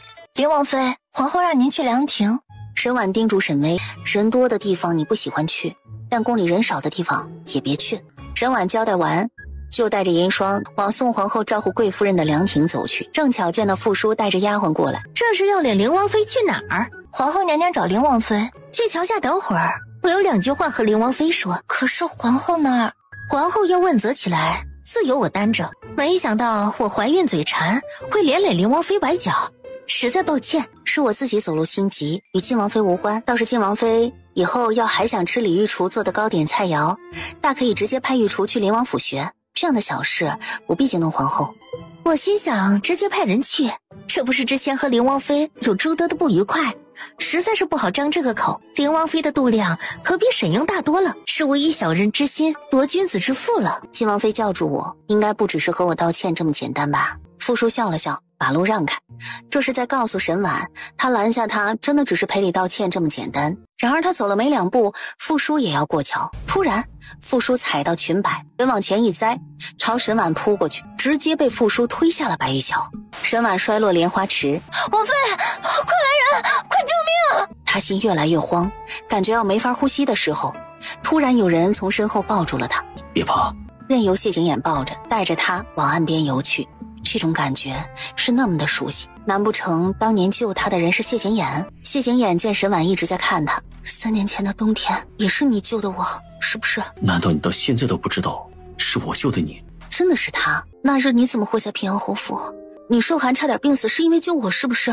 我大哥知道是你救的我，是不是？你大哥给我送兵书，告诉我送你的那株梅花盛开了，我去平阳侯府赏梅，却没想到会碰到你落水。然后呢？谢景琰接着说，沈荣借脚滑把他推下水，然后慌慌张张的去找人来救他。他在水里挣扎时，谢景琰解下狐毛斗篷就跳水救他。沈荣估计他已经淹死了，才把人找来。谢景琰毕竟被皇上罚去看守皇陵，却出现在平阳侯府，他不怕皇上罚他，却怕牵连到平阳侯府，把他救起来，将狐毛斗篷盖在他身上御寒。见有人过来就赶紧走了。谢景琰浑身湿漉漉的离开平阳侯府，也还是风邪入体了。他将沈婉救起来的时候，沈婉已经晕过去了。醒来时见到的是谢景殷，就认定是谢景殷救的他。谢景殷没有否认，沈英、沈荣也是这么告诉父亲的，他便深信不疑。沈静和沈度为何那么反对沈婉选晋王，就是因为从一开始就知道晋王目的不纯，为人不够厚道，心思深沉，还有2房3房竟然帮晋王隐瞒他们，这也是沈婉要嫁给谢景琰，沈静觉得他会祸害谢景琰的原因。当初谢景琰为救他就差点送过1回命了，要不是那次，谢景琰也不会回宫，不回宫也就不会跟去狩猎，最后坠马摔断腿。两人迈步出偏殿，就见宋皇后身边的杜嬷嬷走过来，他身后还跟着个太医。皇后知道靖王妃不小心将灵王妃您撞下桥，担心您受凉，特派太医前来给您看看。让太医给你看看，我也能放心。任由蒋太医给他把脉。从王妃脉象看，有些受惊，但问题不大，就不给您开药了，让御膳房给您熬一碗姜汤，以防寒气入体即可。既然灵王妃没有大碍，奴婢就回去禀明皇后，以免她担心。杜嬷嬷扶了扶身，和蒋太医一同退下。出了偏殿，蒋太医在他耳边低语了2句，杜嬷嬷眼珠子没差点瞪出来。御花园，太医去看过了，灵王妃如何？灵王妃有些受惊，但没有大碍。没有大碍就好啊。今儿要不是灵王妃替靖王妃挡着一下，落水的十有八九就是靖王妃了。她有孕在身，这一落水呀，就后果难料了。杜嬷嬷站到宋皇后身边去，主仆俩目光对上。有什么事不方便禀告的？灵王妃有身孕了。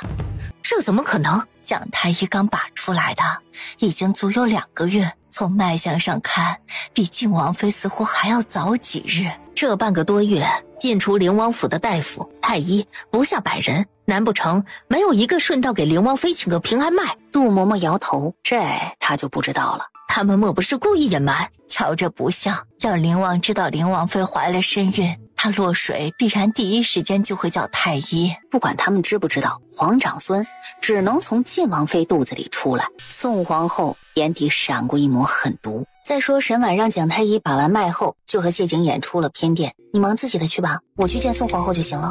那你小心些。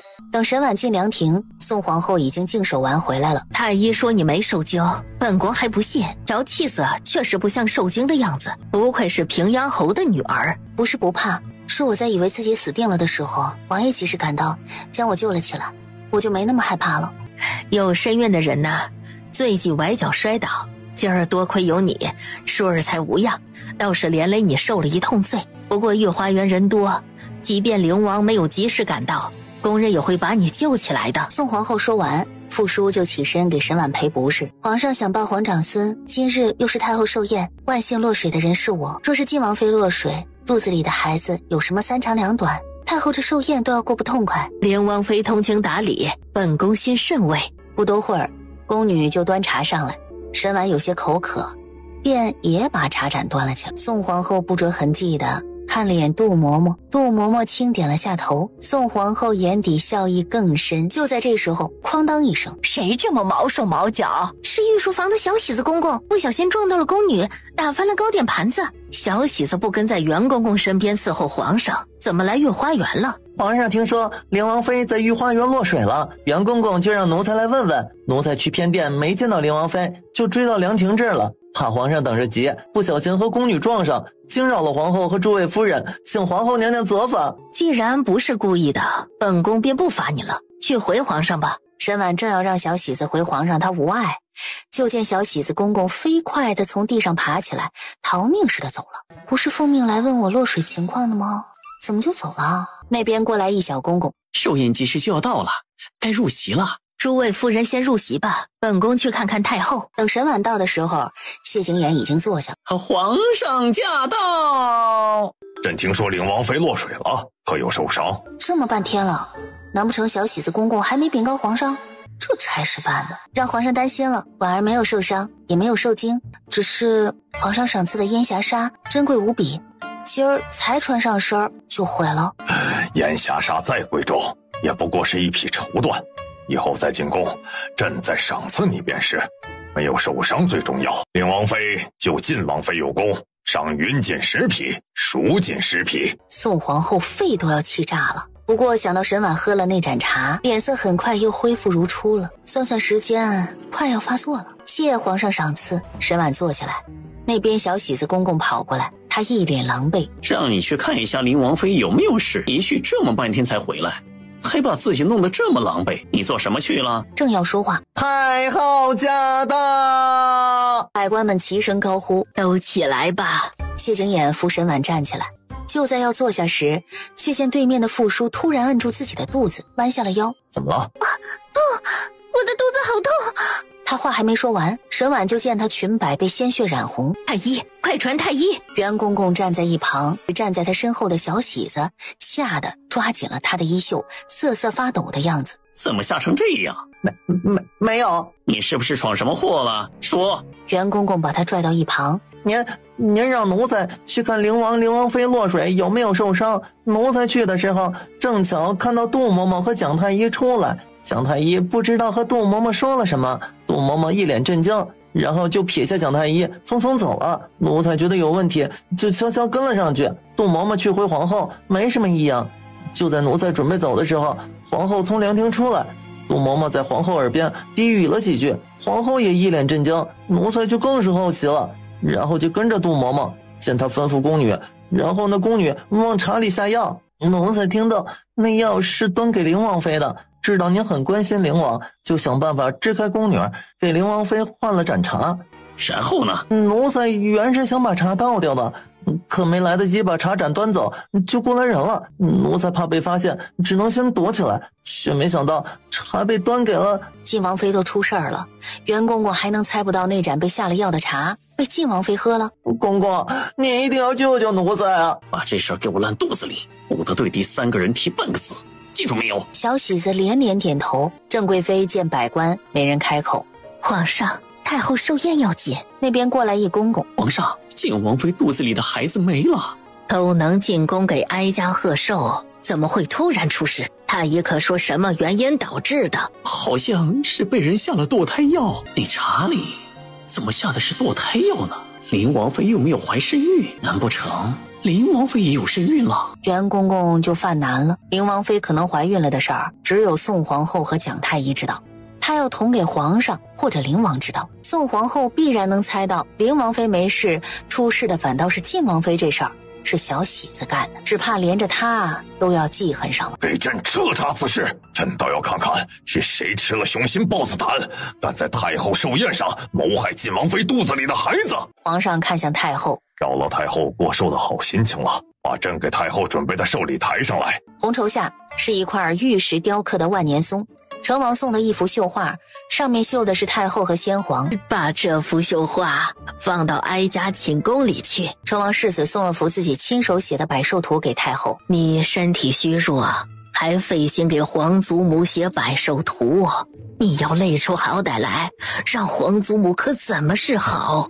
孙儿希望皇祖母长命百岁。光是拜寿送寿礼就花了1个多时辰。就在这时，一小公公压低步子进殿，绕了一大圈，走到右相身边。小公公低语了几句，右相神情一变，禀告皇上道：皇上，梅州派人送来800里加急，呈上来。将竹筒里的奏折取出来，再由袁公公呈给皇上过目。看到最后，眉头拢成麻花。梅州出什么事了？梅州于5日前发生了一场地震，严不严重？地震的大小比20年前青州那次有过之而无不及，且发生在夜里子时。梅州伤亡如何？梅州这次地震事先有所防备，伤亡应该可以控制在1000人以内。当年青州那场地震死了上万人，受伤的更不少。梅州能把伤亡人数降到这么低，梅州官员功不可没，皇上一定要重重嘉奖。梅州知府和几位要员都已经命丧此次地震中了。茂国公站起身来道：梅州这次地震伤亡较轻，但梅州知府不幸遇难，需要尽快派遣一位知府前去主持赈灾事宜。左相就道：茂国公不必担心，舍弟奉命去梅州查粮仓走水案，梅州地震，知府遇难，舍弟自会肩负起知府之责。都别争了，他们都遇难了。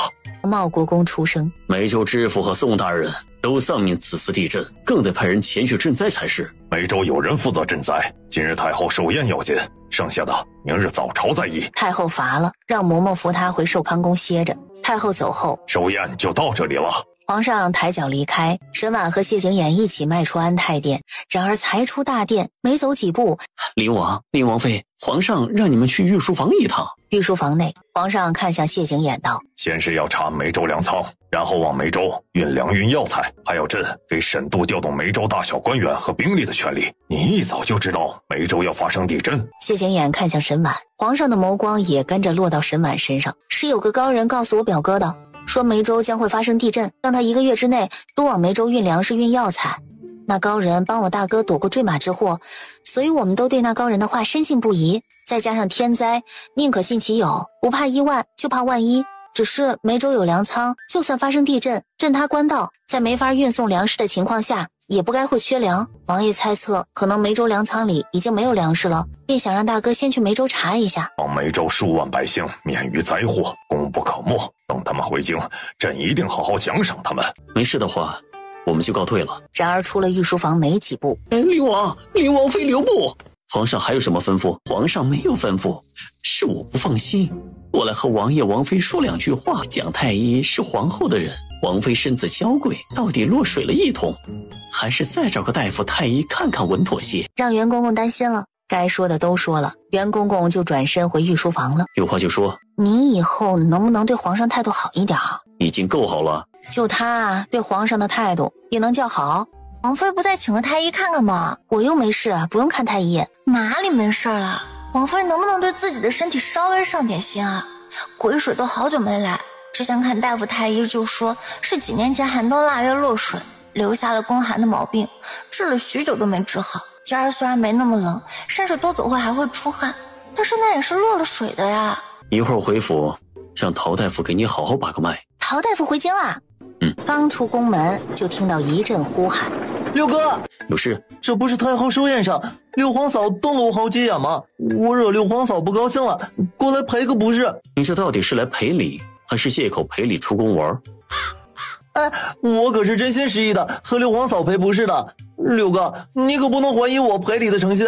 我和母妃说好了，晚上赏玩花灯会，宫里宵禁了，我回不去，就住灵王府，明儿再回宫，不打扰六哥和六皇嫂，我就先走了。话还没说完，人已经跑没影了。八皇子给您准备了一盘紫核桃，寿宴散后，昭仪娘娘训斥了八皇子几句，八皇子就说出宫给您和王妃赔不是。走的时候说晚上在宫外赏花灯，住在灵王府不回了。昭仪娘娘还没答应，八皇子就跑了。沈婉看着谢景琰，花灯会上人山人海，八皇子只带一个小公公，太不安全了。谢景琰便吩咐陈峰安排2个人跟着保护八皇子。小厮继续赶马车回灵王府。进府后，王爷，陶大夫的家人已经接近京了，刚到，这会儿正在偏厅等着给您和王妃见礼。让他们过来吧。不多会儿，有陶老夫人、陶夫人还有陶姑娘3人上前俯身给沈婉和谢景琰行礼。陶老夫人不必多礼，这一路进京辛苦了，王爷把陶大夫留在京都，倒是连累你们跟着受累。见过医术能得王爷王妃看重，是我们陶家的福气，不敢言累。今儿进京的巧，恰逢太后寿宴，京都举办花灯会，你们一路舟车劳顿，趁着时间还早休息会儿，晚上可以上街转转，有什么缺的安排不周的地方，尽管和周管事说。陶老夫人他们走后，沈婉问周管事：陶大夫呢？陶大夫没一起回来。没一起回来？本来是一起出发的，结果走了还不到半天，就碰到去找陶大夫治病的至交好友。陶大夫曾受过那好友恩惠，不好拒绝，便让陶老夫人他们先进京，他带着儿子去治病去了，说是短则3、5日，迟则10天半个月就回来了。回到沐浴轩，王妃的癸水好久没来，等陶大夫回来，得让陶大夫给王妃好好调理一下。等陶大夫回京，得请陶大夫好好帮他调理一下。沈婉喝了半盏茶，困意袭来，就宽衣上床睡下了。难得晚上有花灯会，得养足精神，晚上才有力气上街赏花灯。醒来时已经是傍晚了，小厮赶马车过来，2人就坐马车去往京都。沈婉在一卖花灯的小摊铺上，一眼相中一只兔子花灯。银霜，付钱！喊完才反应过来，银霜走散了。谢景琰扶额，钱在陈峰那儿。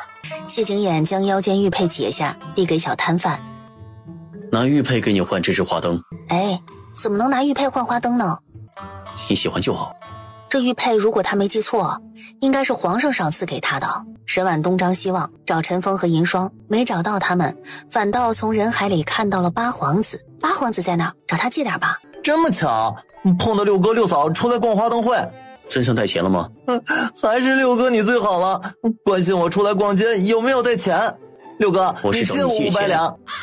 身上还剩多少钱？1个铜板也没有了。你没带钱出宫？我带了钱出宫的，华灯会上人太多了，不知道什么时候荷包被洗掉了，钱全没了。他随手从发髻上拔下一只金簪，我拿金簪跟你换。使不得，花灯不值钱，怎么能收夫人这么贵重的金簪呢？就当是送给夫人的了。沈婉将金簪放小摊子上，然后才接过花灯。谢景琰牵着沈婉的手就往前走。延平王世子他们在前面，要不找他们借去吧？没钱逛花灯太没意思了。三人往桥上走。景琰兄，谭国公府大少爷和宣平侯世子站在船头。怎么只有你们两个？延平王世子呢？宣平侯世子笑道：他忙着找魏姑娘去了，八皇子要找他，可能一整晚都见不到他人影。延平王世子回来了。就见延平王世子走过来。找到那姑娘了？去了这么半天，找到那姑娘没有？延平王世子摇头。那姑娘戴着面纱，我不知道她长什么模样，但她认得我，不知道是朝堂上哪位大臣的千金，不知令王妃可曾见过哪位大家闺秀戴过这金簪。这簪子看着很眼熟，但想不起来在哪里见过了。有缘自会相见，我只是想把这金簪还回去，可没别的意思。几人在桥上说着话，可算是找到王爷王妃了。陈峰，你不跟着六哥，怎么跟在六皇嫂的丫鬟身后，还戴着个面具在脸上？面具一摘下来，大家就看到陈峰左边脸上有个巴掌印子。陈峰飞快地从谭国公府大少爷手里把面具夺回去戴上。巴掌不是很大，像是个姑娘打的。他看向银霜，不会是你这个小丫鬟打的吧？不是我。话说的这么结巴，不会真是银霜打的吧？六哥局内连身边的护卫都怕六皇嫂的丫鬟，福刚这辈子估计都振不起来了。谢景琰吩咐陈峰道：拿1000两给八皇子。六哥，我就知道你对我最好了。谢景琰没搭理他，牵着沈婉的手下了桥。他一个护卫竟然被王妃的丫鬟打了，实在是丢人，不只是丢自己的人，还丢王爷的人。先前他们跟在王爷王妃身后逛花灯会，奈何街上人太多了，一下子就被人群冲开了。怕银霜走散，他就拽着银霜的胳膊带着他往前走，人多的地方就抓银霜的胳膊，人少的地方就松开。一次没注意，手伸过去没抓到银霜的胳膊，倒碰到了不该碰的地方，然后脸上就多了个巴掌印子。陈峰低着头，谢景琰道：把王妃的丫鬟拿下。王妃护短的很，属下拿王妃的丫鬟，王妃会不会打死属下？我是让你娶那丫鬟，属下没成亲的打算。这是命令。命令也不管用啊！延年都没拿下王妃，属下哪有本事拿下王妃的丫鬟？只要花灯会，沈婉都会放一盏许愿灯，正写着呢，那边过来一姑娘，把沈婉往旁边一撞，好好的许愿牌顿时就给毁了。四目对上，是她苏瑶。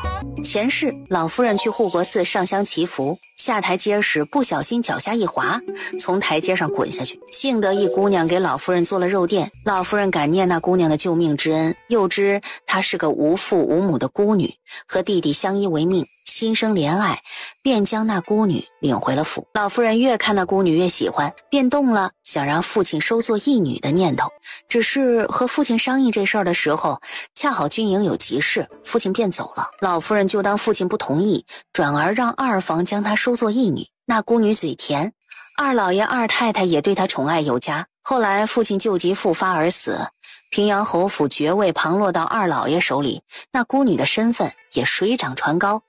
那孤女正是眼前这位姑娘。方才苏瑶见撞的人是她，眼底的惊讶，那眼神儿怎么看都像是认得她。那姑娘收回眸光，拿起许愿牌转身就走。撞了人都不道歉就走吗？头也未回地吩咐了丫鬟一句，陪他一块许愿牌。他太没礼貌了。怎么了？我们走吧，去别处逛逛。王妃，不放莲花灯了吗？这次就不放了。从桥上过去时，瞥见苏瑶带着丫鬟在放莲花灯。沈婉吩咐陈峰道：把他的许愿牌拿给我。走了没几步，陈峰就把许愿牌拿回来了。只见许愿牌上写着希望能早日认祖归宗，确定没拿错？属下确定拿的是那姑娘的许愿牌，不会有错。派个人暗中跟着那姑娘。陈峰领命去办这事儿。沈婉晚饭吃的那点东西早消化了，拉着谢景琰去吃东西，从这个小摊子吃到那个小摊子。谢景琰看出他的背懒，累了吧？沈婉点了下头，那就回府吧。王妃，刚刚奴婢听人说，我大少爷在万花楼和人打架了，被对方一拳打断了鼻梁。还真是狗改不了吃屎啊！车夫赶着马车直奔灵王府而去。突然，谢景琰伸手抓住他，用力一带，他人就扑他怀里去了，一支箭射在了马车里。沈婉就看到远处一群蒙面黑衣人挡住了他们的去路，杀！几名黑衣人就冲杀过来，待在马车里，不要出去。从马车飞出的瞬间，便将腰间佩戴的软剑抽出来，和刺客打起来，杀了5、6个刺客后，撤！刺客飞身上墙离开。怎么会有人要杀你啊？这些人不是冲我来的。不是冲你，那是冲谁来的？冲我来的？这怎么可能呢？谁会杀我？二叔？你二叔没这个本事。他后背都发凉，是宋皇后。有没有受惊？我没事。谢景琰就吩咐陈峰道：回王府。小厮赶马车回到王府。第2天早上，王妃可算是醒了。王妃猜主要让陈峰派人去盯着的那个姑娘是什么人啊？这是查到消息了，是不是二老爷的私生女？啊，王妃是怎么知道的？奴婢还真以为二少爷死后，二老爷就绝后了，没想到他不仅有个私生女，还有个私生子，已经7岁了。那个外室还不是什么正经人家，是二老爷从花楼里赎出来的，就安置在了二老爷从府衙回侯府的必经之路上。老夫人知道二老爷养了外室，每个月只许二老爷去看外室2次，不过最近管得松了，二老爷几乎每天都去。外室住的是一间3进院子，外院有小厮使唤，内院有丫鬟婆子伺候。那外室倒是挺知足的，但那姑娘不满。逛完花灯回去，就把在花灯会上碰到沈婉的事儿告诉她的外室娘，话里话外都是羡慕嫉妒，想早日认祖归宗。再耐心等等，你爹的嫡子意外没了，膝下没别的儿子了，老夫人已经有所松动，估计过不了多久，你和你弟弟就能被接回去。高门大户规矩多，真进了侯府，一定要谨言慎行，万不可骄纵任性。还不知道什么时候爹爹才派人来接我走呢，这会儿就叮嘱我，等进了平阳侯府，娘再叮嘱女儿也不迟。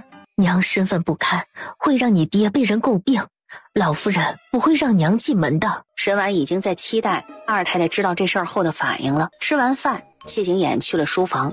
有一个好消息，一个坏消息，还有个不好不坏的消息，王妃要先听哪个？先听好消息吧。昨晚上花灯会，吴大少爷和人在万花楼争斗，被打断了鼻梁。这事被御史知道，御史弹劾吴大老爷教祖无方，身为吏部侍郎，连自己儿子都管教不好，纵容儿子做出这样丢人现眼的事。皇上知道后很是生气，然后就把吴大老爷给贬了，重新提拔了个礼部侍郎。坏消息呢？左相府宋四老爷官拜从3品，他死于梅州地震，职位空出来，成王举荐二老爷，皇上准了，也就是二老爷官升1级。还有一个不好不坏的消息呢。昨晚回王府路上，有人行刺王爷王妃，这是皇上知道后雷霆震怒，当即命令刑部和大理寺查刺杀一事，还说查不出来，就撤了刑部尚书和大理寺卿的职位。二老爷升官，王妃是不是要回府道贺？沈婉去书房找谢景琰，谢景琰正在吩咐陈峰办事。去办吧。陈峰领命退下。二老爷官升1级，我得回侯府道贺，你陪我回去一趟吧。昨天受了2通惊吓，今天你待在府里好好休息，明日朝廷休幕，我陪你回平阳侯府，给你二叔的贺礼我已经让陈峰准备了，你无需操心。翌日，沈婉就在谢景琰的陪同下回了平阳侯府。刚走到屏风处，上次爹爹没能坐上军旗剑一职，女儿还替爹爹惋惜了好一阵子，原来还有更好的在后头等着爹爹呢。说来还得要好好谢谢灵王。谢灵王，上次爹爹要被升做军旗剑，这会皇上肯定不会升爹爹了。见到他，我还想着一会儿去灵王府探望大姐姐呢，没想到大姐姐就回来了。看大姐姐的样子，落水遇刺应都没有受惊。二叔升官，我回来道贺，恭喜二叔了。沈静走进来，父亲。小婿见过岳父大人。沈静点了下头，然后给谢景英行礼。见过晋王。平阳侯和6弟不见外，倒和我这般见外。难得回来碰到父亲在府里。八皇子说你和灵王遭遇刺杀没受惊，弟弟还不信呢。看来嫁给灵王后胆子长了不少啊。不论遇到什么危险，王爷都会护我周全的。二老爷，户部侍郎安定伯来向您道贺。来道贺的人络绎不绝，还有不少携夫人一起来的。沈婉耐着性子等，结果银霜回来，王爷说看完热闹再走。看热闹？哪来的热闹看呀？二太太，不好了，二老爷养的外室找上门来了。外室？什么外室？刚刚侯府大门口来了个女人，还带来2个孩子，那2个孩子见到二老爷就叫爹。老二怎么会养外室呢？别是有心人见老二升了官，心生妒恨，故意闹幺蛾子，败坏老二的名声，给我打出去！打出去？怎么看都有些欲盖弥彰的味道呀。让几位夫人看笑话了。人红是非多，我们相信沈二老爷的为人，今儿时辰不早了，我们就先告辞了，改日再来给您请安。对那外事，老夫人不闻不问，可随着沈丽意外而死，二老爷膝下连个庶子都没有，老夫人就有些松动了。结果倒好，那外事直接就带着孩子寻上门来了，要叫大皇子逮住这个把柄，一定会联合御史弹劾，不止二老爷要受处罚，只怕连保举二老爷的成王都要受牵连。沈婉把老夫人的气愤收于眼底。我说的话都听不见了吗？把人给我打出去！爹爹，你不要赶我们走。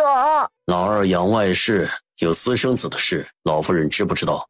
不知道，奴婢不知老夫人知不知道这事儿。说。支支吾吾，半晌也没囫囵出句话来。这样子没说和说了也没两样了。看来老夫人早就知道了，一直替老二瞒着呢。这事儿我确实知道。这事儿不但我知道，老二媳妇也知道。他张口要说不知道，结果还没开口，老夫人一记寒眸就扫了过来。这不是老二的外室，是他纳的妾，只是这妾室和婴儿他娘八字不合，当年原是要发卖了的，偏巧有了身孕，只能留下了。这么多年没让进府，以后也不会。至于这两个孩子，确实早该让他们认祖归宗了。我倒是不知道我平阳侯府有这么讲究，府上老爷那个妾还要和主母合八字。这时候小厮走进来，在李管事耳边低语了两句，然后把小厮禀告他的话原封不动地禀告沈静知道。我平阳侯几时允许那青楼女子为妾了？我一直以为老夫人重规矩，也对老夫人敬重有加，从来没想过老夫人能偏私护短到这地步。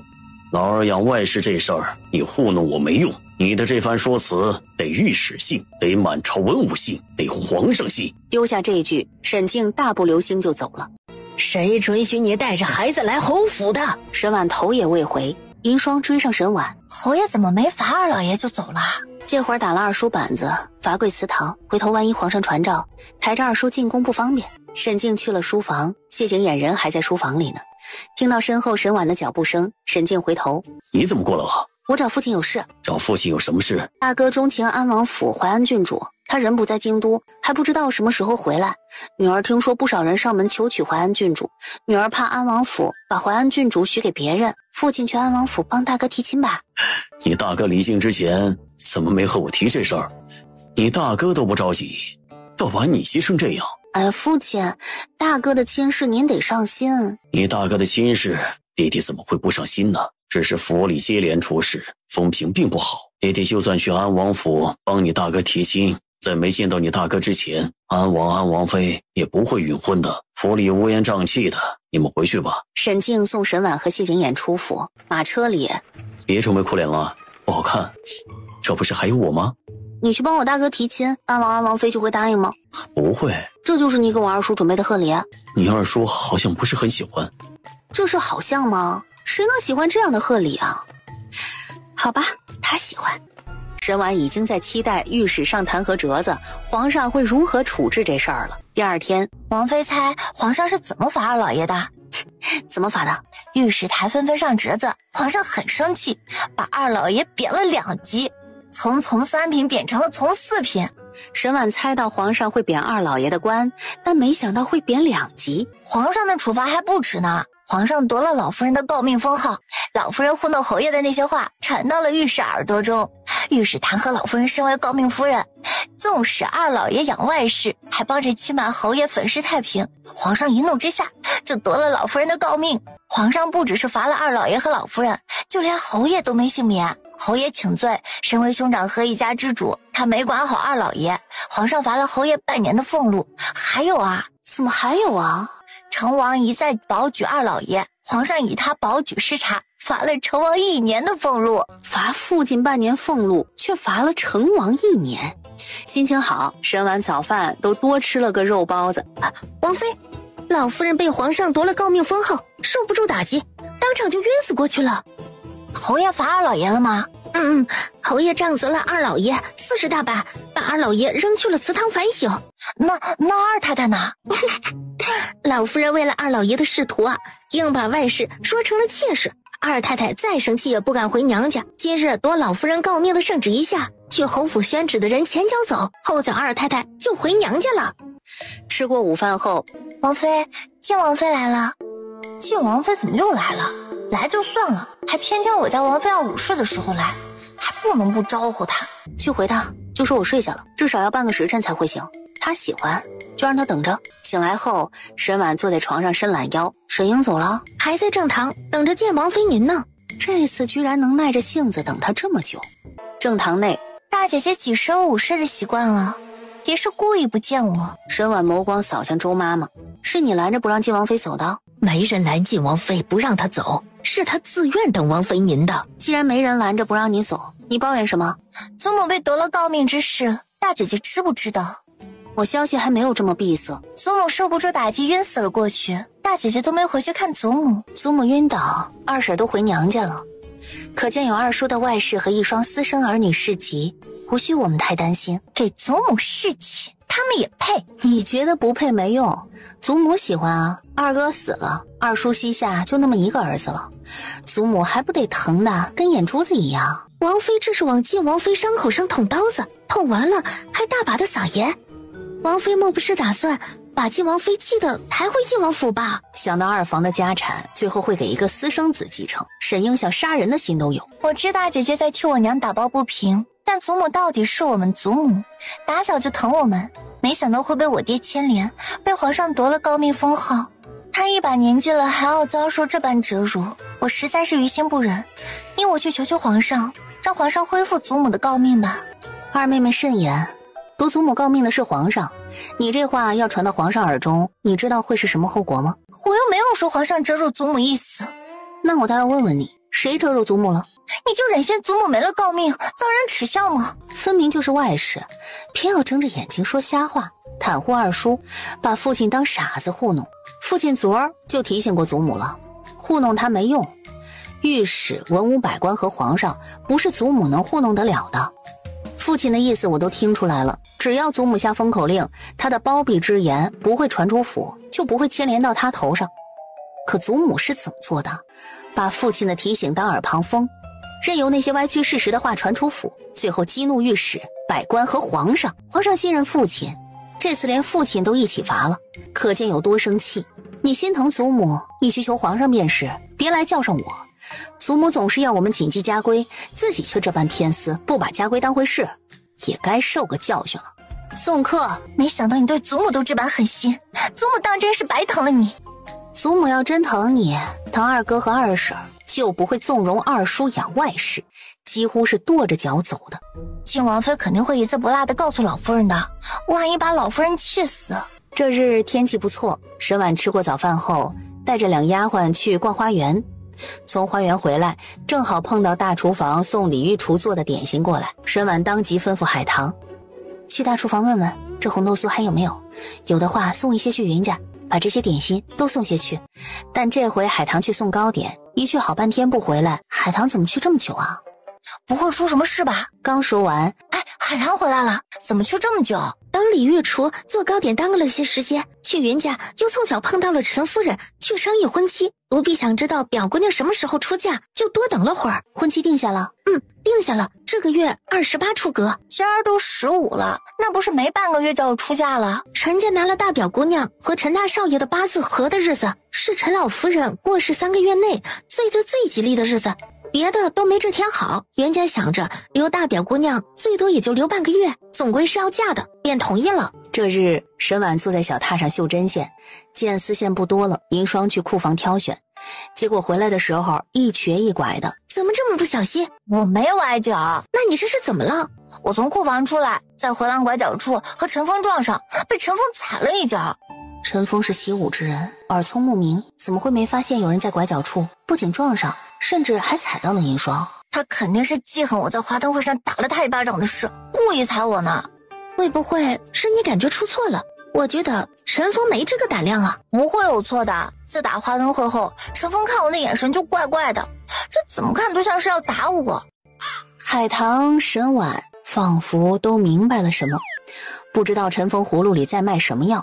外面冬儿进来道：银霜姐姐，陈峰找你。虽然脚很疼，但银霜还是怒气冲冲出去了。陈峰朝他伸手，手里是一大锭银子。对不起，我不是故意踩你脚的，这个赔给你。不用。把银锭子放在他手里，转身就走了。这人是钱多了没地方花吗？说了不要还硬要给。银霜一瘸一拐的进来，陈峰踩了奴婢的脚，赔了奴婢10两银子，奴婢能收下吗？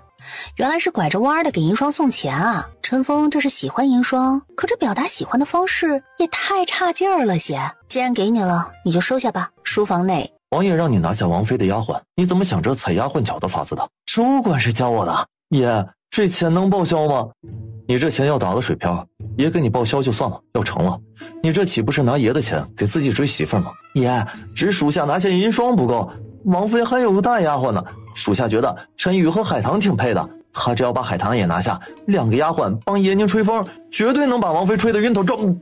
陈峰话还没说完呢，就被陈宇把嘴捂住了。这主意不错，就这么办。爷，你还是给陈峰报销吧。事情办成了，报销；办不成，就打水漂吧。王爷，安王世子把杜国公世子打了。这回又是为何打起来的？今儿杜国公和杜国公夫人去安王府，为世子求娶淮安郡主。杜国公世子也去了，安王世子招呼了杜国公世子。杜国公世子和安王世子保证不会揍他，结果这话把安王世子惹恼了，然后就在花园里把杜国公世子打了一顿。杜国公世子是被抬出安王府的。备马，爷这是要去哪儿？进宫。这边谢景琰进宫，那边安王世子揍杜国公世子的事儿也传到神王耳中了。听到杜国公府上门提亲，再听安王世子把杜国公世子打伤了，杜国公世子被抬出安王府，短时间内应该没人敢去安王府求娶淮安郡主了，算是帮大哥争取到了点时间。王妃，王爷进宫了。皇上传召，谢景琰都不一定会进宫。皇上没传召，他怎么主动进宫了？上回主动进宫找皇上，还是为了梅州地震的事儿。不过谢景琰只是进宫，皇宫那么大，未必就是找皇上吧？没准是去宫里的藏书阁找书。只是谢景琰这一去，到吃午饭的时辰都还没回来。王爷还不知道什么时候才回来，要不王妃先吃吧？把饭菜端上来吧。丫鬟才把饭菜端进屋，谢景琰就回来了。怎么现在才是午饭？在等我？怎么进宫这么久才回来啊？谢景琰坐下来，进宫找父皇商议点事，就到现在了。父皇，私下里他都是喊皇上的，今儿怎么改口了？太反常了。陪父皇吃的午膳。你找父皇商议什么事儿啊？回头你就知道了。以后我不在府里，不用等我回来吃饭。宫里谢景琰进宫找皇上，在御书房待了1个多时辰，还陪皇上吃午膳的事儿，一阵风传到宋皇后、晋王和大皇子他们耳中，他们和沈婉一样觉得不对劲儿，派人去打听下灵王进宫找皇上何事。也不知道过了多久，杜嬷嬷回来了。可打听到什么？灵王为何进宫找皇上？除了袁公公没人知道，不过好像不是什么要紧的事。皇上中途还见了右相、茂国公和谭国公，一再耽搁，到吃午膳的时辰都没商议完，这才有灵王陪皇上吃午膳这回事儿。说到最后，杜嬷嬷笑起来。爷，是平阳侯世子传回来的消息。快拿给我。只扫了一眼，顿时就高兴起来。我大哥和大表哥明天就回京了。沈婉把信纸递给谢景琰，然后吩咐银霜道：你去云家把这事儿告诉外祖母知道。银霜屁颠颠就去云家传话去了。沈婉从书房出去，正好见周妈妈吩咐丫鬟办事儿。见沈婉看着她，王妃有何吩咐？明日我要回侯府探望老夫人，准备一份探望礼。周妈妈赶紧下去准备探望礼。翌日吃过早饭后，沈婉就和谢景琰一起出了门。我有事找你大表哥商议，需要出城，就不送你去平阳侯府了。等见过皇上，我和你大哥一起回去。小半个时辰后，马车在平阳侯府大门前停下。屋内，我还以为您恼了祖母，不会回来看我了。祖母病倒，作为孙女儿怎么能不回来探望呢？今儿才回来，是怕打扰祖母反省自己，不打扰祖母静养，我就先出去了。笑什么？灵王是陪皇上吃了顿午膳，但是人还没出御书房，就全吐了个干净。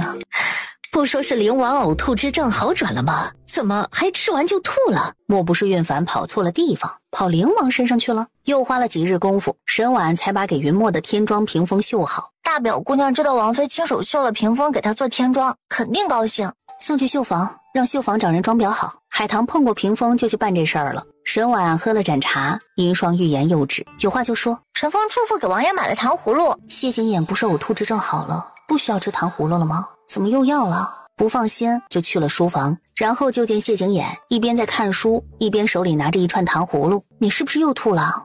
没有，只是有些犯恶心，吃一串以防万一。王妃放心，爷要有事，属下肯定会告诉您的。没事就好。然后就在他要准备走的时候，一只雪白的鸽子落到窗棂上。陈峰走过去，大姑奶奶留步，你二婶回娘家，至今没回来，你帮祖母去劝劝她。给二婶委屈受的是二叔和祖母，二婶不肯回来，必然是气没消。祖母拉不下脸面去见二婶，二叔可以去负荆请罪，也让满京都的男子看看背着嫡妻养外室是什么样的后果，好以此为戒。没再理会老夫人，沈婉转身就走，出了清辉院，远远的就见沈薇过来。大姐姐，陪我去花园走走。我还以为大姐姐探望完祖母就要走了呢。四婶去劝过二婶了啊，我娘妻只是去过，都去过2回了。先是孙妈妈去，然后是我娘。前几天二叔板子伤压好了些，也去了，都没能把二婶劝回来。老夫人也是心疼二老爷些，舍不得二老爷去负荆请罪，竟然让王妃去劝二太太。银霜说话声不小，附近的丫鬟听见，眼睛都睁圆了。就看到远处四太太送魏国公夫人出府。魏国公夫人来了。魏国公夫人想早日迎娶姑娘过门，太太借着大姑奶奶的叮嘱，一直不松口。魏国公夫人执着得很，隔3差5就来一趟，太太都有些招架不住了。四太太送走魏国公夫人，便朝凉亭走过来。四婶见沈薇脸通红，魏二脸怎么这么红？娘和大姐姐说话，我去花园转一转。四婶有话要和我说。今儿是魏国公夫人第3次登门，想我和你四叔同意，早日让魏儿过门。四婶还记得你的叮嘱，最好明年开春再让魏儿出嫁。若这之前嫁了，可是会有什么后果？我和四婶说实话吧，当日我骗了四婶和四妹妹，四妹妹戴面具躲避毁容之祸，并不是什么道士算命，而是我梦到的。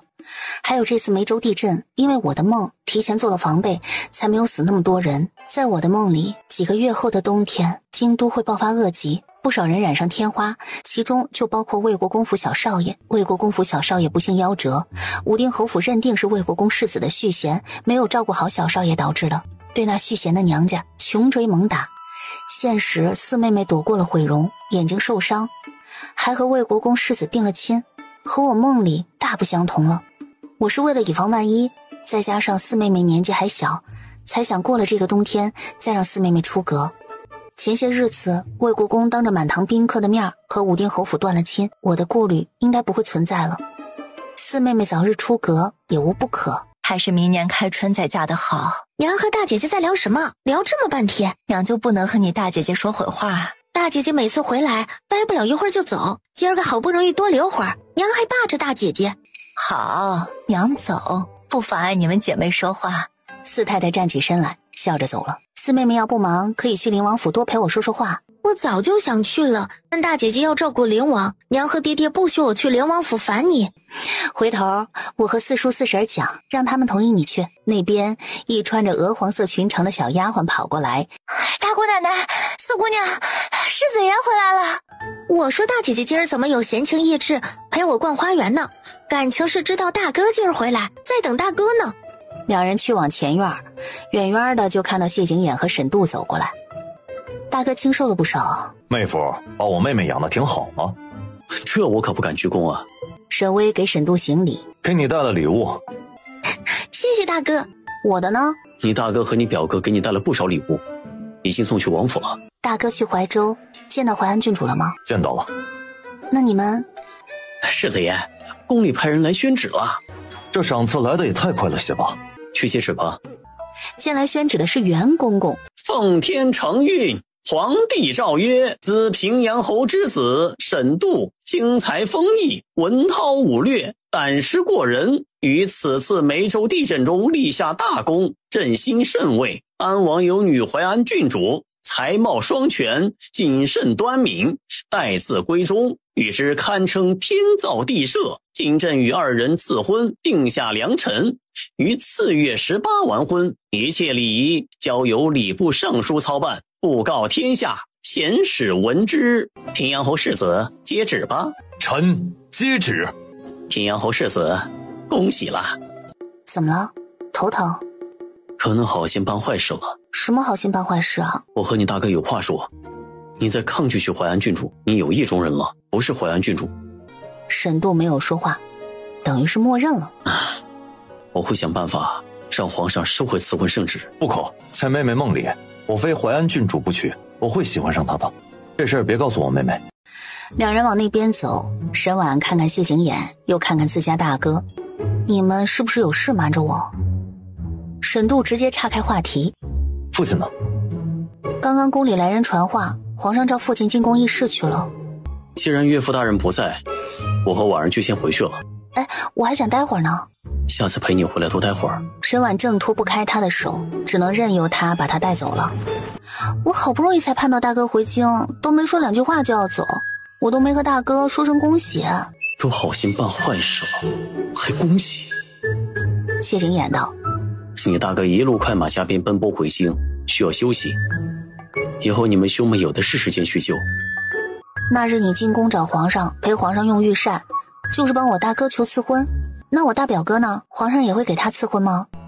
梅州地震，你大表哥出力最多，功劳最大，但云家和延平王府地位太悬殊了，仅凭这份功劳，皇上不会给他们赐婚的。所以我给你表哥求的是别的东西。你帮我表哥要的什么东西啊？免死金牌。皇上能答应？只有太后手里有一块免死金牌，大楚朝再没别人有了。皇上答应了。皇上怎么可能会答应呢？只凭你表哥在梅州立功自然不够，再加上你梦到西周大坝溃堤以及豫州的洪涝水灾，这三份功劳加在一起就不轻了。可后面两件事还未发生啊，就算表哥帮着度过了，要免死金牌也差点吧。再加200万银子帮朝廷组建一支铁骑兵。200万两，这也太多了。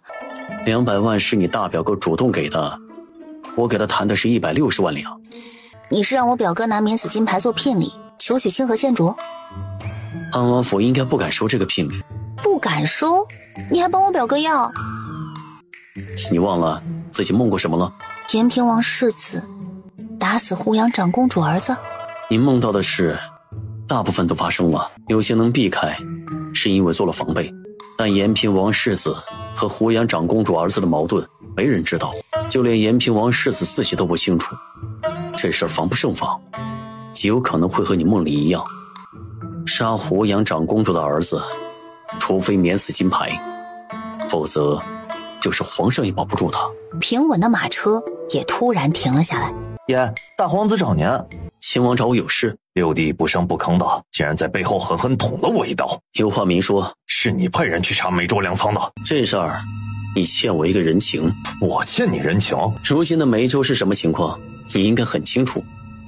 没有云家提前防备，我梅州运粮食和药材，一旦梅州官道被震塌，粮食运不进去，粮仓里还没有粮食赈灾，秦王可想过会有什么后果？既然六弟要卖我人情，何不卖得干脆些，将梅州地震的事提前告诉我知道。平阳侯世子手持皇上令牌，亲自到梅州，都不能让梅州官场相信有地震。秦王觉得自己吩咐一句，梅州上下就会对你的话奉入圭臬吗？事关数万百姓的性命，秦王敢赌，我可不敢。六弟是怎么知道梅州那天深夜会发生地震的？我只能告诉你，西周2个月后会连下几日的暴雨，西周大坝会溃堤。西周大坝去年才修好，怎么可能这么快就溃堤？西周大坝溃堤和梅州地震我是同一天知道的，信或者不信随你。回府。看着马车走远，大皇子眉头拢得松不开。就算西周暴雨再大，新修的堤坝也不可能这么轻易就溃堤，必然是修建时偷工减料了。若这事儿是真的，那他就真欠灵王一个大人情了。大皇子掉头去往工部，马车里，你告诉大皇子西周大坝的事，是让他查这事儿？西周大坝，如果他没记错的话，是谢景殷的人负责修建的。让大皇子去查，要西周大坝真的有问题，晋王的人必然会想方设法阻挠，皇上处理起来会更慎重。等他们回到灵王府，王妃，老夫人让你去劝二太太的事情被侯爷知道，侯爷很生气，勒令二老爷去二太太娘家曹家负荆请罪，还让老夫人搬去佛堂休养，养到病好为止。海棠端了碗莲子羹过来，味道不错，给王爷送去了吗？王爷进宫去了。沈婉眼底闪过一抹诧异，谢景琰怎么又进宫了？他上午不是和大哥才进过宫吗？皇上传召王爷进宫的？皇上没有传召。王妃，不好了，王爷被皇上打了。远远的看到谢景琰扶着额头往这边走，怎么额头受伤了？谢景琰没说话。沈婉看向陈峰，爷头上的伤是被皇上拿镇纸打的。镇纸？皇上龙案上的镇纸可是墨玉的，那是能打死人的好不好？哎，皇上打你，你怎么不躲呀？我头晕，扶着我点儿。王爷好心办坏事儿，只能再进宫求皇上收回赐婚圣旨。爷才开了个口，说自己弄错了，皇上就雷霆震怒，不仅没同意，还气得抓起镇纸就朝爷砸过去。你怎么惹恼皇上的？别问，知道太多对你没好处。不止沈婉好奇，宫里宫外听说了这事儿的，就没有不好奇的。头一个就是宋皇后，不知道灵王怎么惹怒皇上的，皇上下令没有他传召，灵王不得进宫一步。可好奇没用啊，御书房发生的事儿，袁公公给守在御书房外的侍卫传了皇上的封口令，谁要往外传半个字，立斩不饶。屋内，王妃，世子爷来了。大哥怎么来得这么快啊？我和妹夫单独说两句话，你别进来。我不是说了我娶淮安郡主吗？我给你求赐婚是希望你好，不是让你委曲求全。何来委屈啊？在妹妹梦里，我与淮安郡主两情相悦，现实中我和她赐婚了，就足以说明我们有缘。你别再做以卵击石的事了，你要有个三长两短，我妹妹怎么办？我有分寸，我也没奢望皇上一次就会答应。皇上已经下令不许你进宫了。也不是非进宫不可，这几日陶大夫就回京了，到时候给你配点药，染上恶习，安王府求皇上退婚，皇上会答应的。你伤得重不重？别外伤，无碍。你好好养伤，我走了。沈度转身出去，沈婉看着他，好好照顾妹夫。丢下这句，大步流星就离开了。你和我大哥到底瞒了我什么事儿啊？你大哥想装个病。我大哥是想装病冲喜，好早日迎娶淮安郡主过门。谢景琰眼角狠狠一抽，哎呀，我大哥未免也太心急了些，你别听他的，女儿家成亲是一辈子的头等大事，不应迁就任何人。小朝后，免死金牌就送到云家了，云家喜得免死金牌，再加上云墨出嫁在即，谢景琰商议好，沈婉就迫不及待去云家道贺送天妆。这日吃过早饭，沈婉就带着银霜出府，坐马车去云家。沈婉能看到外面人来车往，只见不远处自家大哥骑马过来，可奇怪就奇怪在马背上还抓了个人，因为抓的不是别人，而是大表哥。大哥，大表哥这是怎么了？我把他打晕了，准备送回云家去。大哥打晕大表哥做什么？你不是交代云家拦着不让他去护国寺吗？刚刚我从护国寺回来，路上碰到了他，小厮拦他不住，就让我劝劝他，他执意要去，我没办法，只能出手把他打晕了。大表哥为何非去护国寺不可？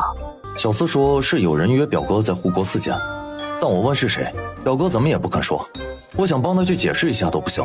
不会是清河县主约大哥见面吧？我知道大表哥是去见谁，我去帮大表哥解释一下吧，免得他误会大表哥故意爽他的约。去护国寺一来一回要不少时间，不耽误你自己的事吗？我只是去云家给表姐送天妆，晚些去没事的。我之前就打算去护国寺给王爷祈福，一直也没去，正好两件事一起办了。沈度骑马送云骑回云家，沈婉则改道去往护国寺。没人注意到一旁酒楼2楼敞开的窗户处一双阴郁的眼神。谢景英看着马车走远，再说沈婉坐马车出城，直奔护国寺而去。到了护国寺山脚下，一架眼熟的马车下山来，没想到会在这里碰到淮安郡主。我也没想到会碰到林王妃。淮安郡主可是身体不适，让林王妃担心了。我家郡主没事儿，只是来给太妃点长命灯。想到太妃生前对她的疼爱，一时有些悲伤，掉了几滴泪。太妃在九泉之下知道郡主这么思念她，一定很欣慰。我就不打扰郡主回府了。到了停马场，正好见到一姑娘走下来。那姑娘不是别人，正是前世不小心摔下台阶，被大表哥所救，最后搅得云家鸡飞狗跳的大表嫂，礼部左侍郎府大姑娘姚菁。见过林王妃。沈婉对她没什么好感，敷衍地应了一声，就带着银霜继续上台阶进大雄宝殿。走了10几步，王妃，请和县主在那边凉亭。沈婉迈步走过去。县主，林王妃来了。这么巧啊？不是巧，我就是来找县主的。母妃和大哥都不知道我来护国寺了，林王妃怎么会知道？不会是袁大少爷告诉他的吧？是袁大少爷让你来的啊？大表哥在来护国寺见你的路上碰到了我大哥，因云家不许大表哥来护国寺，大哥劝他不住，就把他打晕送回云家了。我猜到表哥是来见你，怕你久等担心，我又正好来护国寺给灵王祈福，就顺带来告诉你一声。为什么袁大少爷不能来护国寺啊？这不是我表姐在护国寺出过事吗？外祖父怕那些人故技重施，让表哥来护国寺也会遭人算计。虽然可能来了也不会有事儿，但我大哥怕有万一，这才……我不知道。很快表哥就会去延平王府提亲，我父王母妃不会答应的。精诚所至，金石为开，这世上没有什么事是不可能的。表哥会努力求娶你，我和灵王也会帮表哥。护国寺确实是个好地方，当初我和灵王就是在这里定下终身的。不过京都风景美的地方也不少，也不是非要在护国寺见不可，是不是？我答应母妃回王府吃午饭，时辰不早了，我就先走了。清河县主逃似的跑了。清河县主都走了，王妃不回去吗？歇会儿再走。歇了一刻钟，然而就在他迈步出凉亭时，眼皮突然跳起来。我们快些离开。就在这时，暗处2支短箭瞄准了沈婉，利箭朝沈婉飞射过来。等陈宇察觉现身阻拦时，只来得及打落1支短箭。就在沈婉以为自己要死定了的时候，突然腰肢被人抱住，带着他转了个圈。谢景琰带着沈婉转了个圈，但还没完，暗处还有暗器接二连三的射来，暗卫打掉大部分，还有朝他们射过来的。藏身暗处的刺客杀出来，阳光下他们手里的剑寒光凛凛。凉亭建在悬崖边上，沈婉一退再退，再退就退到悬崖边。就在谢景琰一剑将其中一个刺客封喉时，暗处一颗石子射过来，打中沈婉的脚脖子。沈婉身体不受控制的往后踉跄2步，一脚踏空。谢景琰闻声回头，就见沈婉坠下悬崖，他脸瞬间惨白，想都没想，纵身一跃，也跟着跳下了悬崖。王妃！再说沈婉被暗器打落悬崖，他以为要和谢景琰永别的时候，谢景琰就跟着跳了下来，两人一起往下坠落。悬崖上长了些藤蔓，谢景琰一只手抱着他的腰，另一只手抓住一根藤蔓。不会有事的，别哭。谁让你跳下来救我的？生同亲，死同血，难道你要我眼睁睁地看着你坠崖而死？我不要你再为我死一回了。藤蔓突然松了，他们往下一坠，随即掉下几块石头来。谢景琰侧身将沈婉护在怀里。你快放开我，藤蔓撑不住我们2个的重量。别动，我什么时候为你死过一回？你是为了救我才被万箭穿心而死的。你怎么不早告诉我？我不知道你终日不离身的那块连环玉佩是我送给你的。你送给我的玉佩你不知道？我没有给你准备生辰礼物，是我大哥怕你失望，帮我选了一块送给你。我不值得你一而再舍命相救，你快放开我！把我玩弄鼓掌之间，还想一死了之？将抓住藤蔓的手松开2分，带着沈婉迅速往下掉，然后踩到悬崖上长的树干上，借助树干的弹力往上，踩着悬崖上的石头和藤蔓，带着沈婉飞上了悬崖。小梅坠崖，看来你是准备瞒我一辈子了。对不起啊。他转身就走，走了7、8步，发现沈婉没跟着。需要我抱你走吗？不用。一进去就看到谢景琰受伤的手，马车里带了有药，沈婉赶紧拿出来给谢景琰处理手上的伤口。沈婉眼泪滚下来，看得谢景琰皱眉，疼的是他啊，他哭什么？想到今日沈婉出府后没多会儿他就开始坐立不安，他便去了云家，却被告知他去护国寺了。他连马都没下，当即掉头往护国寺赶。也是凑巧碰到清河县主，清河县主告诉他在护国寺后山崖亭，他才能及时赶到将他救下来。只要耽搁片刻，他就赶不及救他了。想到这里，谢景琰都还在后怕。有没有哪里受伤？我没事。半个时辰后，马车在灵王府大门前停下，谢景琰迈步进府，沈婉跟在后面，吩咐州管事道：快请太医。不许请太医，也不许请大夫。为什么？谢景琰只吩咐了一句，抬脚就走了。你主子到底怎么回事啊？那怎么回事？也要给平安侯世子退婚呗。王妃给王爷上药就行了。他追上谢景琰，进屋后沈婉就吩咐海棠拿药膏。沈婉鼻子泛酸，眼泪又掉了下来。别哭了，这点小伤，就是不上药，过几日也就好了。沈婉帮他穿好锦袍，彼时早到吃午饭的时辰了。吃完午饭就扛不住上床睡下了，直到傍晚方才醒过来。王妃，王爷让您去给他上药。拿上药膏就去找谢景琰了。他已经洗完澡，穿着亵裤坐在小榻上，上好药，伺候他把锦袍穿上。时辰还早，谢景琰便去了书房。沈婉则回屋铺个地铺，等谢景琰从书房回来，就看到地上铺着地铺。你要睡地铺？你伤了肩膀，我怕自己晚上睡觉不老实会压到你胳膊。倒是会为我着想啊，我已经习惯了抱着你睡，你要让我今晚失眠吗？不等他说话，谢景琰已经坐到床上去了。上床睡。两人和往常一样，谢景琰闭紧眼眸，沈婉看着他良久。我睡觉吗？我睡不着。既然都睡不着，那就活动一下吧。沈婉人还没反应过来，他的吻就落了下来，炙热的气息。哎，别，你肩膀还有伤呢，等你伤好了再。你忍心吗？双手轻轻地搂上他的脖子。给我生个孩子吧。我怕我生不了。你都吃了避死药了，你还担心自己生不了？我不是担心吗？万一真生不了。你要真生不了，那也是为父不够努力。欢愉接踵而至，连绵不休。沈婉是被饿醒的，醒来时已经是吃午饭的时辰了。怎么不说话？你去你书房看你的书去，别杵在这里碍事。为父饿了，吃饱了再去看书。这混蛋，最好说的是吃饭。沈婉再挣扎，他就放手了，坐到那边的小榻上喝茶，把早溜出去的银霜叫进来给他梳发髻。发髻梳好，小厨房就把饭菜端进来了。平常沈婉吃2碗就饱了，但今天少吃了1顿，还消耗大。沈婉让银霜给他添饭。我都已经吃2碗了，不能再添了。哪有大家闺秀胃口这么好的？王妃都肉眼可见的圆润起来，尤其是腰，再不控制张放看着吃，会越来越圆润的。银霜看向谢景琰，希望他拦着点儿。再给他添半碗。王妃圆润绝对是有王爷的一份功劳在的。谢景琰给沈婉加排骨。多吃肉才能长力气啊。王妃身份尊贵，又不能走粗活，她要长那么多力气做什么？吃完午饭，谢景琰就去书房了。王妃，礼部右侍郎府派人送来了喜帖，请王妃和王爷过几日去喝喜酒。吃过晚饭，到往常睡觉的时候，谢景琰却没回屋。平常王爷都是这个时辰回屋睡觉的，今儿怎么没回来？你去书房看看。海棠就去书房了，很快回来。王爷在看书，让王妃你去书房。书房的门没关，沈婉走进去。沈婉好奇谢景琰看的是什么书，朝书桌走去。然而走到书桌旁，眸光一瞥，沈婉脸轰的一下炸了。无耻！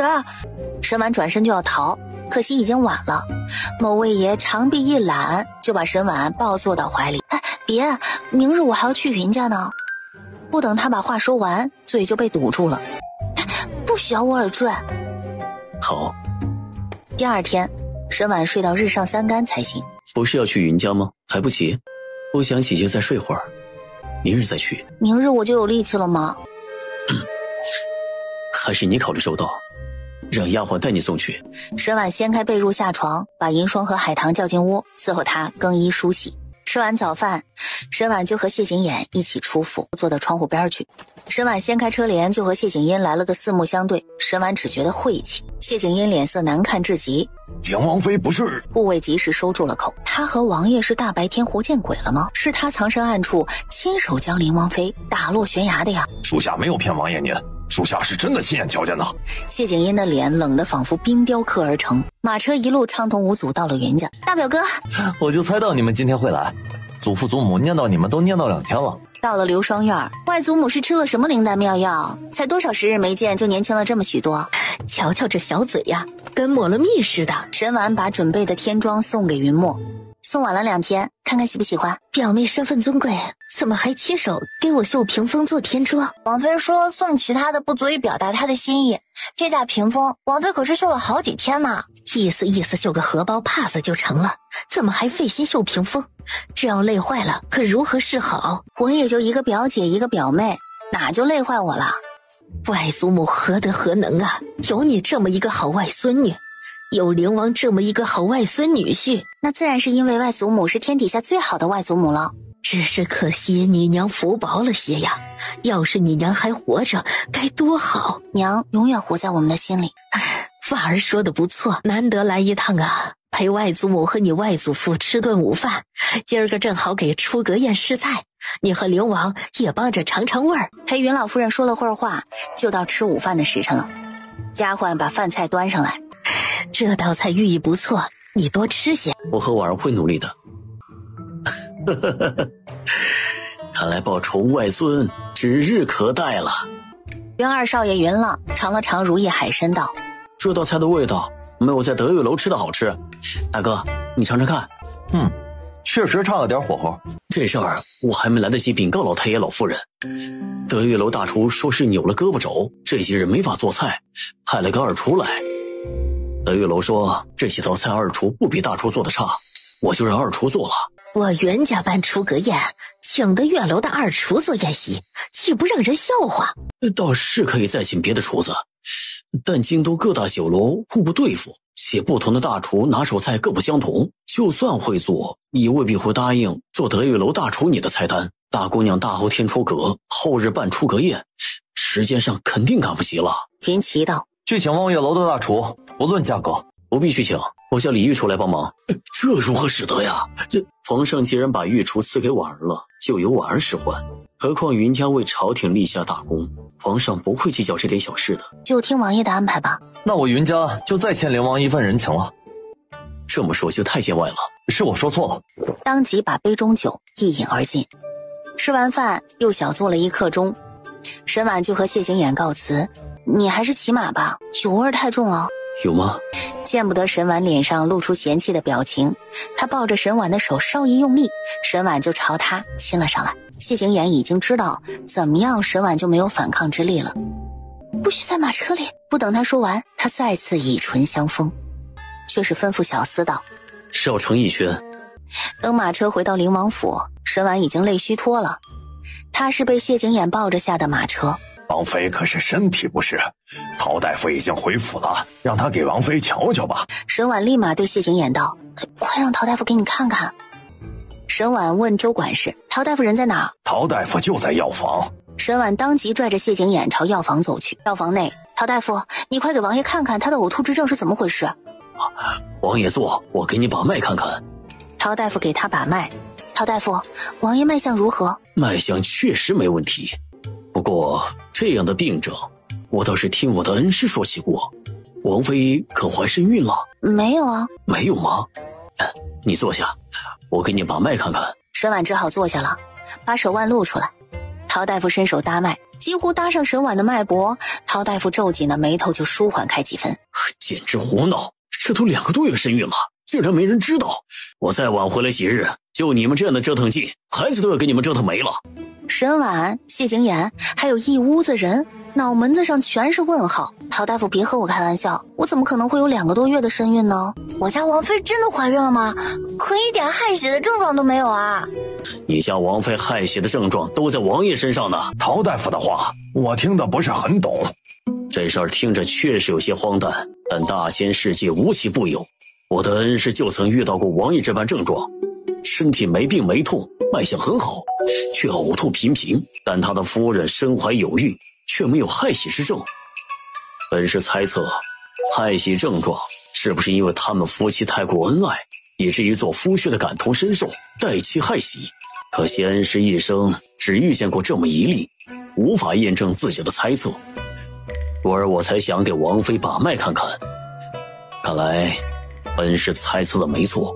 可我吃避死药了呀。王妃确定自己吃的是避死药？沈婉看向银霜，奴婢早就告诉过王爷王妃啊，王妃吃的是坐胎药。我家王妃肚子里的小世子没事吧？已经动胎气了，需要吃安胎药。女子有孕，头3个月、后3个月切忌行房。说完，陶大夫就去给沈婉抓安胎药了。围观的人越多，谢景琰的脸就越黑，吩咐陈峰下封口令。他呕吐的原因要传开，还不知道要笑掉多少人的大牙。爷，现在下封口令已经来不及了，周管事已经派人进宫去和平阳侯府云家报喜了。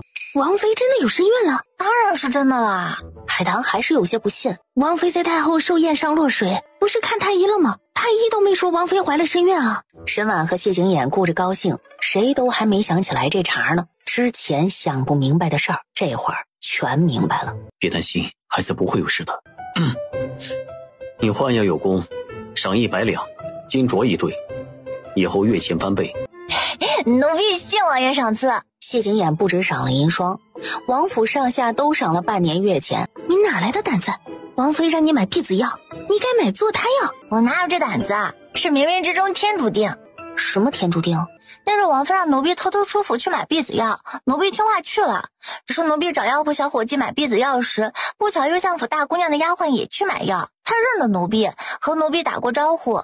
药铺小伙计问奴婢买几副婢子药，奴婢怕王妃吃婢子药的事传开，惹来非议，就说小伙计听错了，奴婢买的是坐胎药。然后小伙计就给抓了一副坐胎药，还说他们药铺的坐胎药效果极好。御书房，皇上，灵王妃有喜了。灵王妃怀了身孕，皇上很快就能抱上皇长孙了。灵王呕吐之症的原因也找到了。什么原因导致的？灵王是替灵王妃害血。这也能代替？什么流言蜚语也敢往皇上耳朵里传？想板子了吗？皇上息怒，借奴才几颗胆子也不敢胡诌这样的话。这话是陶大夫说的。灵王因太宠爱灵王妃，感同身受，才出现犯恶心呕吐的症状。陶大夫等人是生前曾碰到过相同的情况，怀疑是夫婿代妻害血。陶大夫给灵王妃把脉，才把出灵王妃已有2个半月身孕的事。灵王妃怀孕多久了？说是有2个半月了。这时间怕不是弄错了。灵王妃在太后寿宴上落水，当时是看过太医的，太医可没说灵王妃有身孕了。凤仪宫，灵王妃查出有孕了。怎么发现的？是给灵王治呕吐之症发现的。灵王呕吐的病因找到了。病因是什么？灵王确实是没病，他呕吐是因为灵王妃怀了身孕。治好灵王腿疾的陶大夫说，灵王是太过宠爱灵王妃，以至于感同身受，有了害喜的症状。世上怎么可能有这么荒诞离谱的事？灵王不是第一个这样的男子。灵王妃还真是有福气，灵王宠她竟宠到这地步。太后寿宴上，蒋太医给灵王妃把脉，没把出灵王妃有孕的事。皇上传召蒋太医去御书房问话了。蒋太医心思缜密，没有十足的把握，他不敢瞒下灵王妃有孕之事。再者，本宫也不曾对灵王妃做过什么。杜嬷嬷想想也是，当日皇后和她都不曾让蒋太医做这样的事儿，是她自己要讨好皇后。要是当日直接说出来，皇后不会铤而走险，也就不会牵连晋王妃。御书房，蒋太医走到御书房前，不知皇上传召臣前来是太后寿宴之时，灵王妃已有2个月身孕，你给她把脉，为何没把出来？皇上息怒，臣当日把出灵王妃有身孕了，既然把出来了，为何不告知灵王？灵王妃与朕知道。臣没想到灵王妃有身孕的事，灵王妃和灵王都不知道，是臣想当然了，以为皇上张贴告示，悬赏名医给灵王治病，进出灵王府的大夫太医不下100人，肯定会有大夫太医顺带给灵王妃请平安脉的。灵王妃有身孕却不说，臣猜可能是担心有人知道会暗中加害，想等3个月后胎相稳了再禀告皇上知道。灵王妃有意隐瞒，再加上没有动胎气，要是太后寿宴，臣便当作什么都不知道。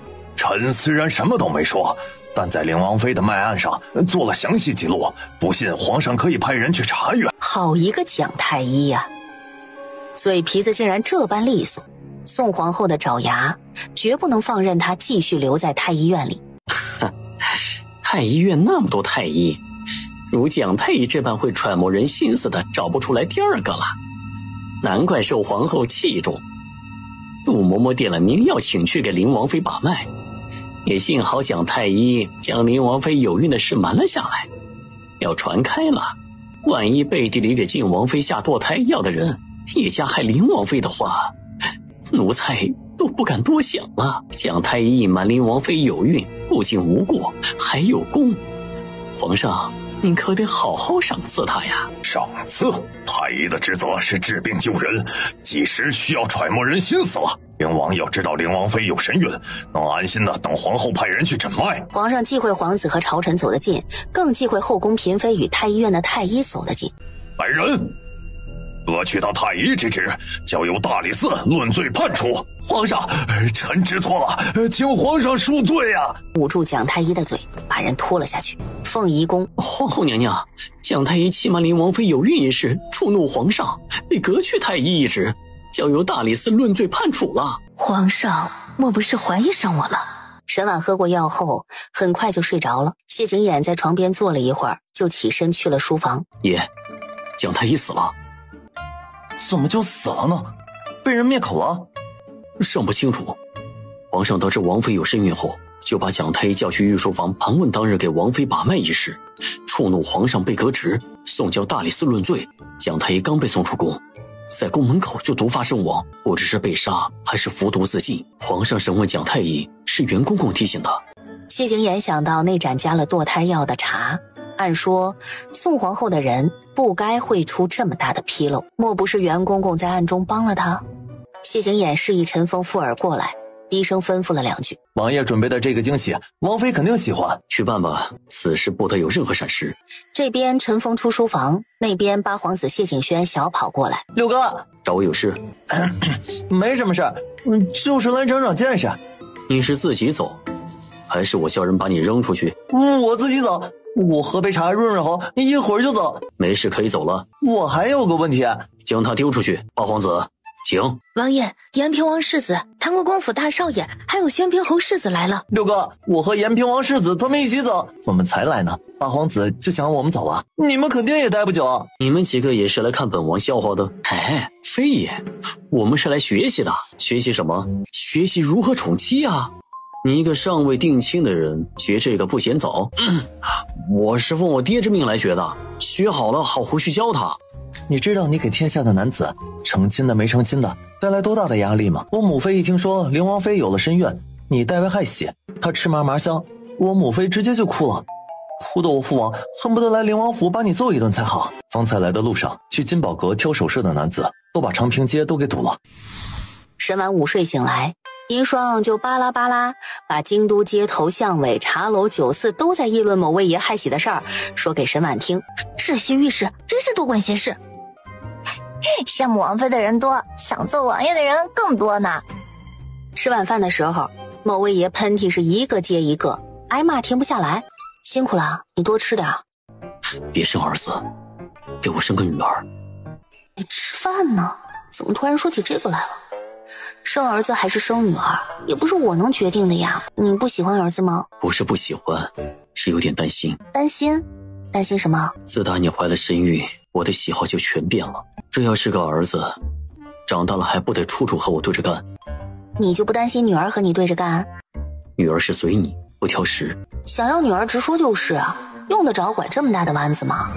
吃完晚饭，谢景琰去了书房，沈婉想去花园走走。银霜和海棠都不同意，动了胎气该卧床静养的。奴婢去问问陶大夫，要陶大夫说可以，奴婢和银霜就不拦着王妃，只能这么办了。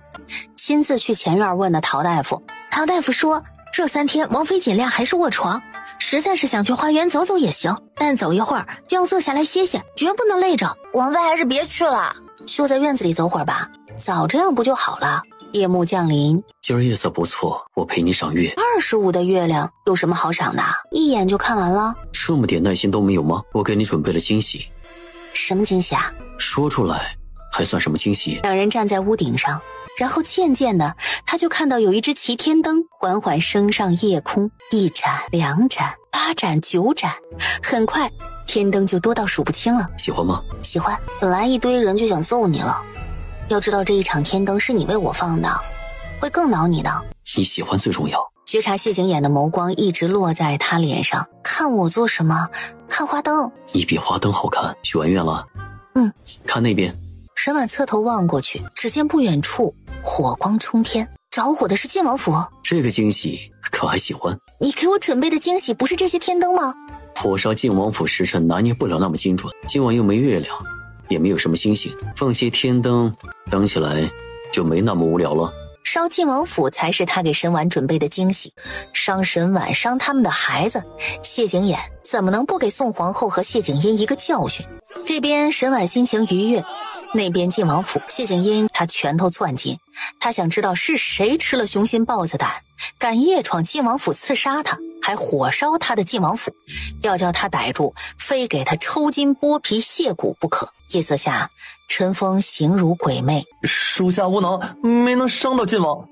事情办得不错，下去领赏，没什么好看的了，回屋吧。沈婉清点了下头，彼时早到沈婉睡觉的时辰了。翌日醒来，王妃，昨晚晋王府闯入刺客把晋王府烧了大半，2位晋王妃的陪嫁都烧得七七八八了。刺客这2个字也太难听了，哪有说自己人是刺客的？王妃，晋王府被烧，皇上雷霆震怒，让刑部查是谁所为，还另赐了晋王一处宅子，就是地段不够好，离皇宫有些远。王妃，四太太和四姑娘来了，奴婢去迎四太太和四姑娘。不多会儿就领着四太太和沈薇进来了。不是说动了胎气吗？怎么没卧床静养？我只是轻微动了胎气，没那么严重，让四婶跟着担心了，哪有这般不上心的？动了胎气即使再轻微也得小心养着，马虎不得。王妃岂止下床，她昨儿还想去花园逛逛呢，奴婢和海棠都差点拦不住。侯爷这几日忙着组建铁骑兵的事，早出晚归，知道你有身孕还动了胎气，很是担心，让四婶来看看你没有大碍，侯爷也能放心。父亲忙于军务，还操心我。王府里有陶大夫在，我不会有事的。大哥迎娶淮安郡主在即，父亲不得空，准备聘礼、筹备喜宴这些事，全赖四婶操心，让四婶受累了。这说的哪儿话？你们帮四房多少忙，四婶帮着做这点小事，根本不值一提。正聊着呢，王妃，云二太太、云二姑娘来了。不多会儿，云二太太和云蕊就来了。今儿四婶就先回去了，过2日再来看你。怎么我一来就要走？侯府有点事儿，明儿我去云家道贺，拉着云二太太你说话，你可不能嫌我烦。怎会嫌烦呢？我求之不得。四太太就走了，不过走的只是四太太，沈薇没走。侯府有什么事？沈薇说起来，沈婉才知道四太太为何急着回去，原因无他，晋王府的火烧到侯府了，沈英和傅叔住的院子都被烧了，人没事儿，但陪嫁损失惨重。中国公夫人心疼女儿傅叔，当着二老爷、二太太还有沈英的面就说给傅叔补一份。平阳侯府不给沈英补，岂不是被傅叔压了一头？二太太当即就拍沈英的手道：放心，侯府也会给你补齐的。二太太去佛堂找老夫人，要宫中拿钱帮沈英补上损失。沈婉还真没想到谢景琰烧晋王府给他出口恶气，会烧到平阳侯府去。等大嫂过门，接管钟馗，这分家之事就不能再拖了。明儿云家办出阁宴，正是忙的时候，舅母怎么还来灵王府了？出阁宴重要，你怀身孕之事更重要。昨儿个在云家的时候还好好的，怎么回来就动胎气了？老夫人昨儿收到消息，是又高兴又担心。之前大哥和大表哥迟迟没回京，我还担心他们赶不回来送表姐出阁，谁想到最后不能送嫁的人是我。你有这份心就足够了，养好胎最要紧。王妃，袁公公来了，还带了一堆皇上的赏赐来。皇上的赏赐太重了。王妃有孕而不知，先是落水，后又遇刺，吃了不少苦头。万幸腹中小柿子没有大碍，皇上都替你捏了一把冷汗呢。这些赏赐是给王妃安胎之用，将来小柿子生下来，重赏还在后头呢。劳烦袁公公帮我向皇上道声谢，等胎相稳了，我和王爷再进宫谢恩。不打扰王妃养胎了，我这就回宫复命了。袁公公留步，王爷请您去书房说话。书房内，袁公公走进去，站起身来，给袁公公行了一礼。使不得，王爷折煞老奴了。若非袁公公暗中相护，当日太后寿宴上出事的就是内子了，当得起这个礼。是小柿子福大命大，姜太医和杜嬷嬷窃窃私语，被小喜子瞧见了。只是他办事不够利索，没能及时倒掉那盏下了药的茶，祸及晋王妃，为保她的命，我甚至都不敢明着告诉王爷，王妃有身孕了。就此之恩，本王铭记于心。皇上是老奴的主子，您和王妃肚子里的小世子也是，老奴做的不过是分内之事。还有一件事，需要袁公公帮我留心。袁二太太从怀里摸出2张银票，递给沈婉。二舅母，这是老太爷老夫人让我带给你的，足足2万两啊，这太多了。我知道灵王待你好，平阳侯也疼你，你什么都不缺，但这是袁家对你的心意，不可拒绝。袁二太太都这么说了，沈婉还能怎么办？只能收下了。袁二太太小坐了1刻钟，和四太太一样先行回府了。云蕊和沈薇留下，多待了半个时辰才一起离开。吃午饭的时辰，谢景琰从书房回来。你找袁公公什么事儿啊？你不是想皇上长命百岁吗？我让袁公公帮你留心皇上的吃食，免得他被人给害了。但是什么叫帮他留心啊？这混蛋明明就很担心皇上嘛，却打着他的幌子，有这样的吗？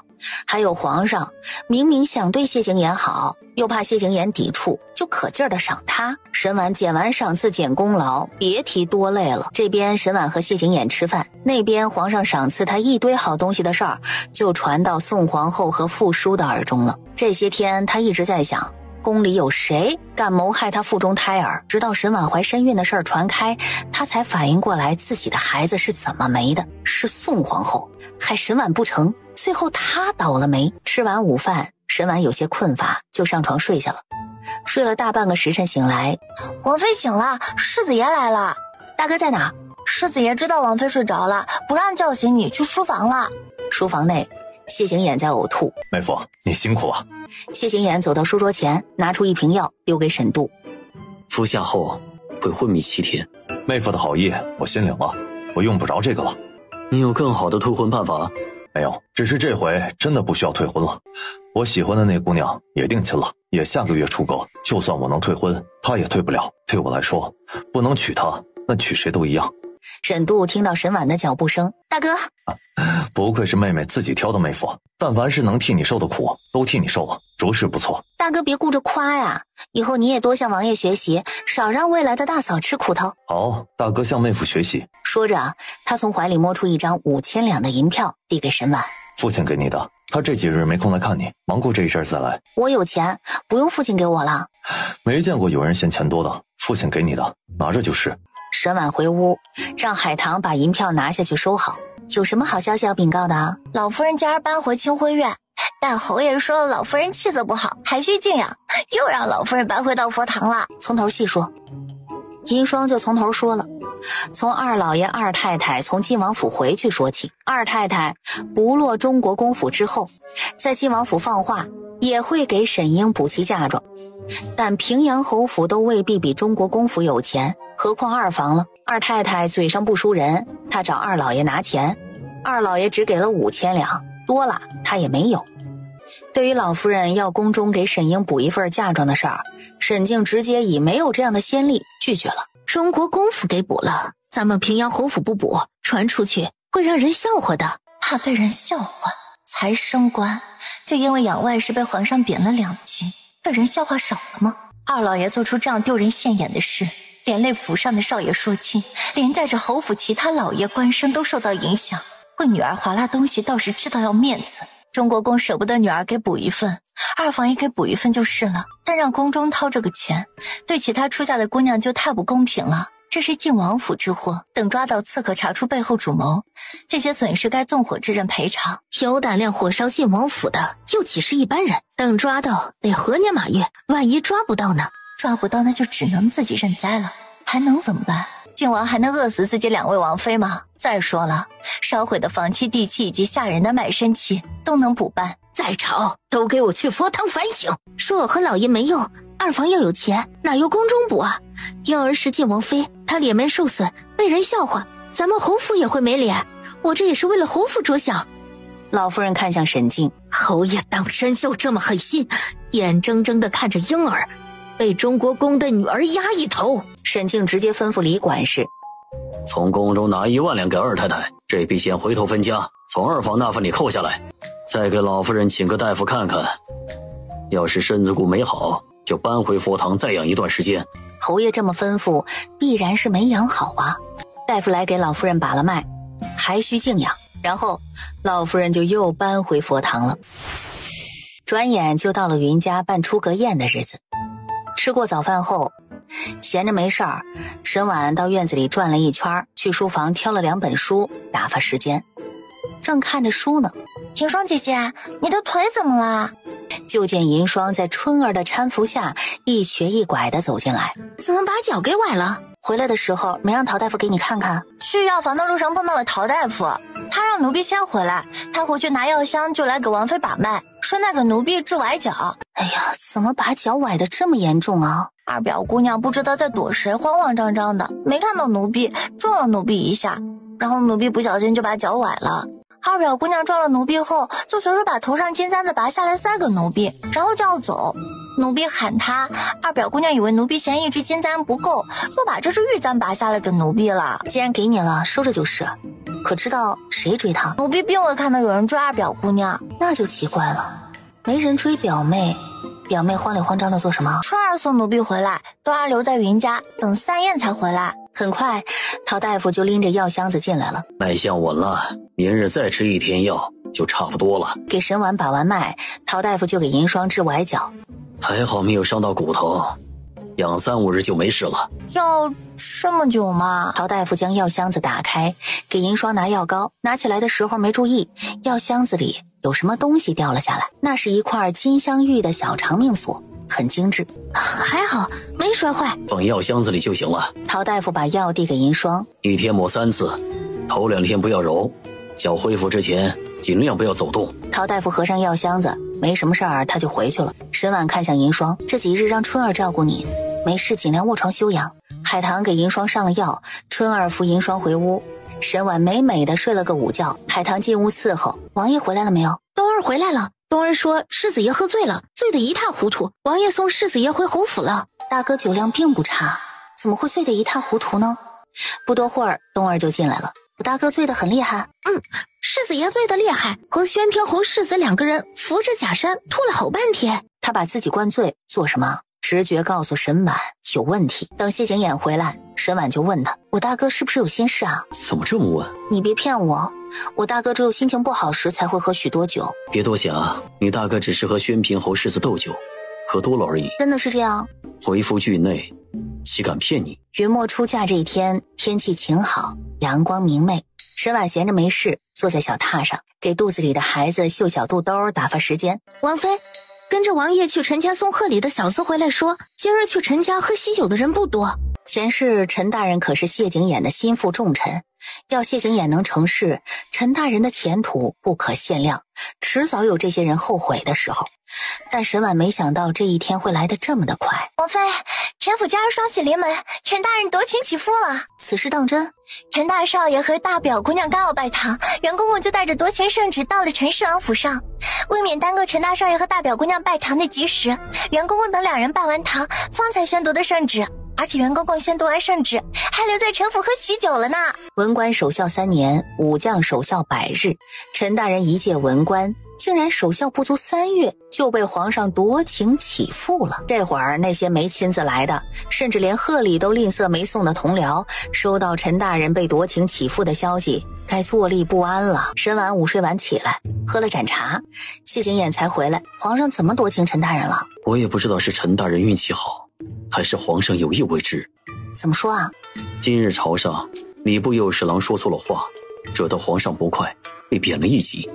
下朝后，皇上把八皇帝叫去御书房，过问他的课业，罚八皇帝抄写。八皇帝向皇上求饶，说他和我说好了，今晚要到陈侍郎府上喝喜酒，喝完喜酒回来就抄。皇上训斥了他几句，也就同意了。八皇子走后，皇上发愁提拔谁任礼部右侍郎好。袁公公就道，礼部右侍郎一时短短2个多月就换了3个了，还都是百官保举最合适礼部右侍郎一职的人选。陈大人丁忧之前做了2年礼部右侍郎，也不曾出过刘侍郎这般的纰漏。可惜他起复还早，要效期满才能继续为朝廷效力，为皇上分忧。陈爱卿在礼部的时候，朕确实很省心，只能委屈他以朝廷之事为重了。然后皇上就让翰林院拟了夺情圣旨，袁公公亲自去陈府宣读。皇上不会是在给你铺路吧？可能吗？明日岳父大人帮你大表哥去延平王府提亲。沈婉在走神，谢景琰抬起他的下巴，吻了上去。你干嘛啊？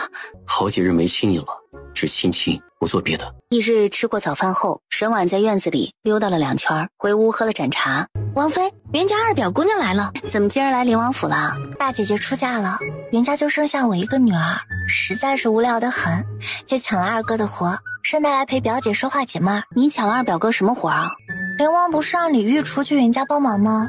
袁家给李玉厨答谢，李玉厨说什么也不肯收，大哥没空，祖父让二哥送来，我就把这活给抢了。说着，云蕊身后的丫鬟就把荷包递给他，云蕊接过又递给沈婉。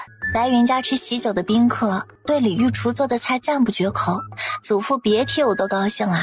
这答谢是一定要收的，表姐让人交给李玉厨吧。沈婉接过荷包，随手递给海棠，给李玉厨送去。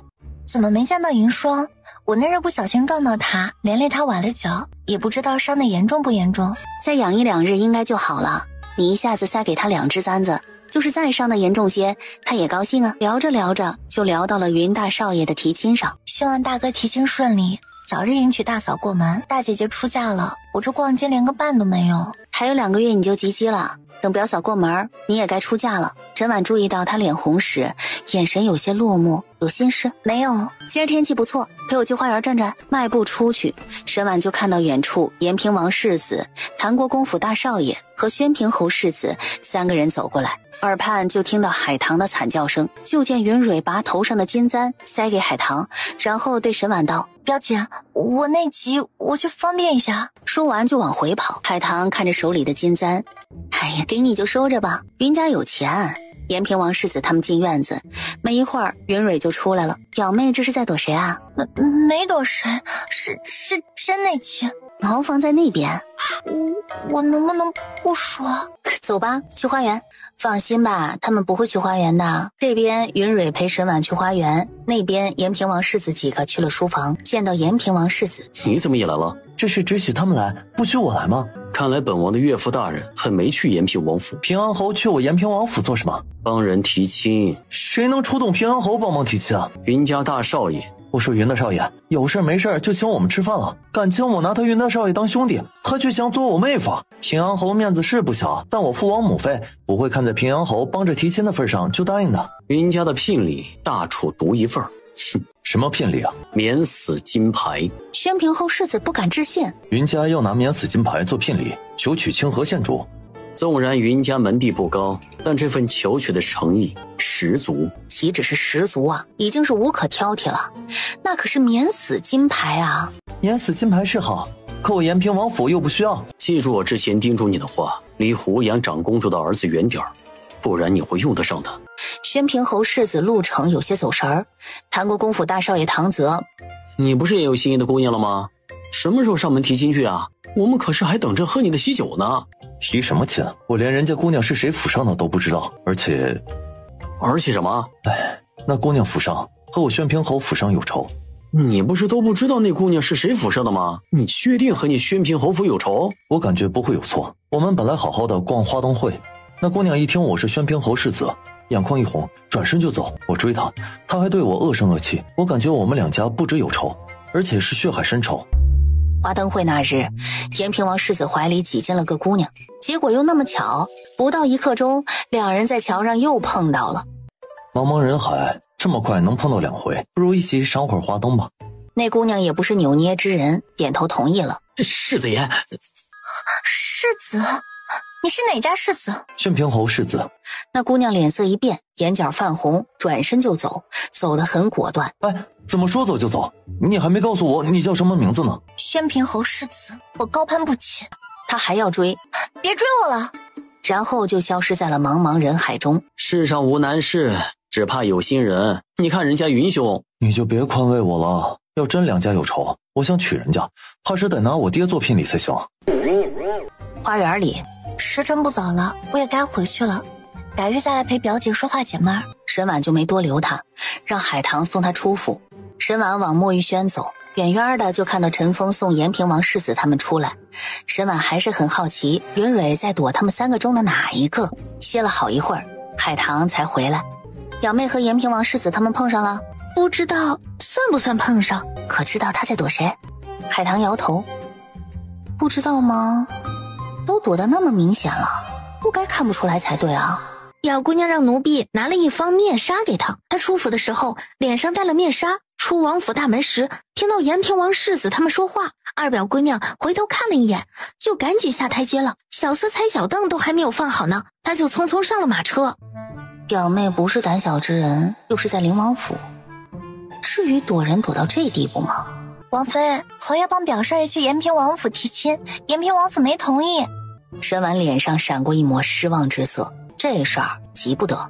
王妃，外面的人都在说大表少爷求娶清河县主，是癞蛤蟆想吃天鹅肉，没一点自知之明。这事儿怎么会传开的？这事儿瞒不住的。今儿侯爷去延平王府比较晚，他到的时候，杜国公和杜国公夫人正帮杜国公世子求娶清河县主，知道侯爷是去帮人提亲的。杜国公夫人当时就有些阴阳怪气，再知道侯爷是帮表少爷提亲，更是明嘲暗讽。侯爷把免死金牌拿出来下聘，杜国公夫人才闭嘴的，肯定是杜国公府往外传的。王妃，不好了，大表少爷把常威将军府的大少爷打了。大表少爷为何要揍长军将军府的大少爷？是曹大少爷自找的，他竟然当着大表少爷的面说大表少爷没有自知之明，癞蛤蟆妄想吃天鹅肉，说的话特别刺耳。当时世子爷和大表少爷一起，世子爷听不下去，要动手揍曹大少爷，大表少爷拦下了世子爷，他自己把曹大少爷打了一顿。奴婢还是第一次知道大表少爷会武功，曹大少爷是武将之子，却被大表少爷打得没有还手之力，脸丢大了，当众嘲笑云家，讥讽大表哥，结果他一个武将之子，连伤苦出身的都打不过，岂止是丢脸啊，那是连着他爹常威将军的脸都给丢尽了。王妃，晋王妃来看您了。请晋王妃来花园说话。等了一盏茶，冬儿才领着沈英过来。二妹妹来找我何事啊？听说大姐姐动了胎气，还想着第二天来探我，谁想当天晚上晋王府会出事，把我的计划都给打乱了，到今天才有空来。但看大姐姐的气色，应该早就好了。只是轻微动胎气，两日就无碍了。灵王待大姐姐还真是好，连害喜都舍不得大姐姐来。知道大姐姐有身孕，放那么多天灯给大姐姐腹中胎儿祈福。皇后欺负大姐姐，我可没有。灵王要给大姐姐出气烧晋王府，但把我住的院子和嫁妆也全烧了，这太过分了。皇后欺负我？二妹妹为何说皇后欺负我？花灯会那晚的刺客，莫非是皇后派来的？我可没这么说。沈婉眸光一冷，皇后没派刺客杀我，二妹妹因何揣度是灵王为了给我出气烧的晋王府？回答我，谁告诉你是灵王烧的晋王府？说，难道不是吗？二妹妹话说的还真是轻松，要不要我拉着你去皇上面前，让皇上治灵王的罪啊？是父叔怀疑你知道我来灵王府，让我诈吓你。还真是会找背锅的。探望过了，你可以走了。我是不该诈吓大姐姐，但大姐姐也用不着拒我于千里吧？凳子都没坐热乎就让我走。云家表哥想要娶清河县主，我有法子帮他。什么条件？40万两，云家拿40万两，我保证玉成此事。二妹妹拿什么帮我云家表哥啊？我自是没这本事，但皇后和晋王有。沈婉笑起来，看向海棠。延平王世子这会儿应该还没走，去问问他怎么看。应该还没走，奴婢这就去问。海棠俯身就要走。我好心想要帮云大少爷，大姐姐却让丫鬟去问延平王世子，大姐姐这是什么意思？你们想卖清河县主，还怕叫延平王世子知道？你不要把话说得这么难听了。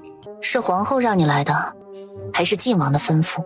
是不是我表哥不接受，你们就要横加阻挠了？是幕僚给晋王出的主意，当着他面说的。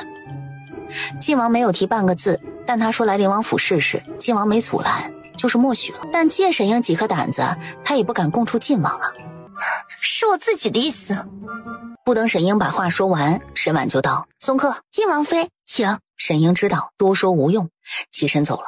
沈婉在凉亭坐了会儿，是越想越气，他非得叫延平王府知道不可。沈婉起身去书房找谢景琰，刚走进去，谢景琰就发现他火气很大。爷，西周出事了，负责修建堤坝的官员被人吊死家中。你梦到的西周大坝被洪水冲垮，十有八九是避免不了了。希望西周百姓能躲过这次天灾人祸。谢景琰看沈婉道：谁惹你不高兴了？刚才王二妹妹来了一趟，以后不想见的人，直接打发了就是。她是为我大表哥娶亲和县主来的，只要云家出40万两，皇后和晋王可以促成此事。我得让延平王府知道，有人想趁火打劫卖亲和县主。这事让延平王府知道没用，得让皇上知道才行。怎么让皇上知道啊？你都进不了宫了。王爷，皇上传召您进宫。刚说谢景琰进不了宫，他就能进宫了？不去。不是要进宫吗？除了你，谁也不能对我呼之即来挥之即去。那我让你进宫呢？你存心气我是不是啊？王爷，传话公公又来了，说皇上传召，王爷又实在是没空进宫，王妃进宫也一样。你给我安生待在府里，哪儿都不许去。翻身上马进宫，直奔御书房。非要我进宫做什么？皇上是同意收回赐婚圣旨了？灵王是真敢说呀，被皇上拿镇纸打伤还不够，他是真想叫皇上叫人把他拖下去打一通板子不成？完成朕交代给你的差事，朕考虑收回赐婚圣旨。什么差事？负责修建西周大坝的官员被杀，施工图纸也被毁，西周大坝修建必存在贪墨，你负责查这事儿。我没这本事，皇上找别人吧。我皇上好不容易松口，只要您查清这事儿，皇上就给平阳侯世子和淮安郡主退婚。平阳侯世子不需要退婚了，赐婚当天王爷就进宫求皇上收回赐婚圣旨，怎么现在又不需要退婚了？现在的年轻人主意变得都这么快的吗？谢景琰也转身走。站住！还有什么事？你不查西周案可以，但西周大坝相关图纸你得交出来。皇上怎么知道我手里有西周大坝的施工图？我手里确实有施工图，但我有个条件。为朝廷效力是你身为皇子应尽的本分，你还要和朕谈条件？云大少爷求娶清河县主，都有人拿这事和内子谈条件，只要云家出40万两，就预成此事了。我拿自己手里的东西和皇上谈条件，有何不可？皇上要觉得我不配做皇子，把我贬为庶民就是了。丢下这句，谢景琰转身就走了。爷，袁公公向属下打听平安侯世子为何又不需要退婚了，属下和袁公公说了实话。无妨，袁公公是自己人。皇上，平阳侯世子确实不需要退婚了。平阳侯世子为梅州赈灾耽误回京，他心仪的姑娘已经与别人定亲，下个月就出阁，退婚也没用了。我是怕冉儿帮他退婚，惹怒朕，故意这么说的啊。平阳侯世子是在灵王给他毒药，让他装病退婚的情况下说的，应该是真的。装病退婚？连朕的赐婚都想退就退，寻常定亲他们会退不掉？你倒是和冉儿走得近，连装病退婚都告诉你。灵王的护卫和奴才坦白相告，是想借奴才之口告诉皇上您知道。没有怪你的意思啊。谢景琰回莫玉轩，皇上传召你进宫做什么呀？皇上怀疑西周大坝存在贪墨，让我查这事儿。你要去西周？带我去吧。我拒绝了。你为什么不接下这个案子啊？晋王还在追查梅州粮仓案，西周案交给大皇子查，他们俩正好互相牵制，我掺和进去做什么？清晨，银霜的脚还没好。银霜的脚已经好了七七八八了，只是走久了还是有些疼。方才他跟来要伺候王妃，奴婢拦他不住，被陈峰瞧见了，陈峰把他撵回去了。银霜有这么听话？银霜可不怕陈峰，但陈峰说银霜要不回去，他就把他扛回去。王妃，陈大少爷和陈大少奶奶来了。远远的就看到周管事领着陈大少爷和云墨过来。新婚燕尔怎么有空来灵王府啊？我能娶到墨儿，灵王妃和灵王算半个媒人，您前来道谢。王爷请陈大少爷去书房说话。陈大少爷就随陈峰去书房了，沈婉和云墨去花厅。陈大少爷待你如何？他待我极好。你值得陈大少爷待你好。说着说着就说到云大少爷求娶清河县主的事儿上。姑父百忙之中抽空登门帮着提亲，以免死金牌为聘，延平王府都不肯允婚。大哥想娶清河县主，也不知道还有没有希望。好事多磨，这事儿急不得。云墨和陈大少爷在灵王府待了小半个时辰才告辞。王妃，晋王妃，二姑奶奶被皇后打了30手板心。宋皇后怎么会打沈英的手掌心？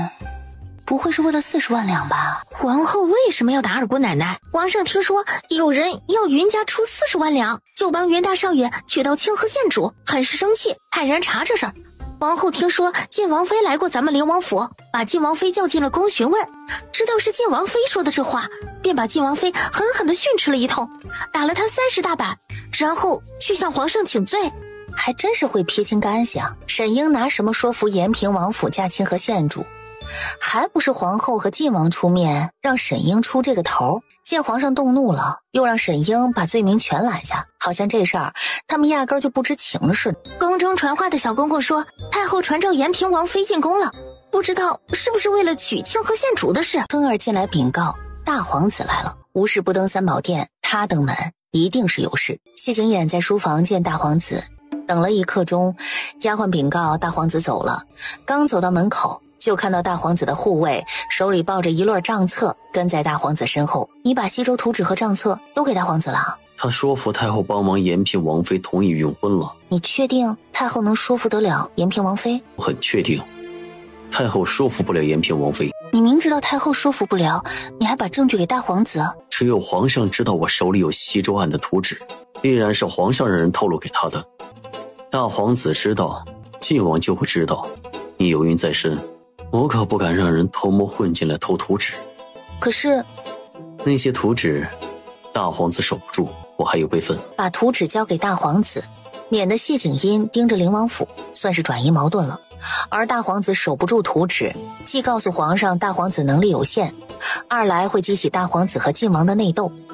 大皇子为了证明自己，会更不遗余力地查西周大坝的贪墨情况。太后为云家的诚心所打动，但结果也如谢景琰预料的那般，延平王妃没同意。虽然没能促成这桩亲事，至少能堵住不少人的嘴了。接下来2天，还有不少皇亲国戚去延平王府劝说延平王、延平王妃。谢景琰在看书，延平王世子怒气冲冲进书房。这2日那么多人去我延平王府劝我父王母妃允婚，是你让那些人去的？我没那么大的脸面。我一直以为我们亲如手足，你竟然如此帮云大少爷。太后劝说都无用，那些人去的再多，除了激怒你父王母妃，对云大少爷求取亲和没有任何帮助。你知道，那你还这么做？因为我是在帮你。你觉得我有这么好忽悠吗？无论去多少人，延平王府好好招待他们，不要将人拒之门外。陈峰送客。延平王世子，请吧。想到谢景琰一再叮嘱他远离胡杨长公主的儿子，莫非与这事儿有关？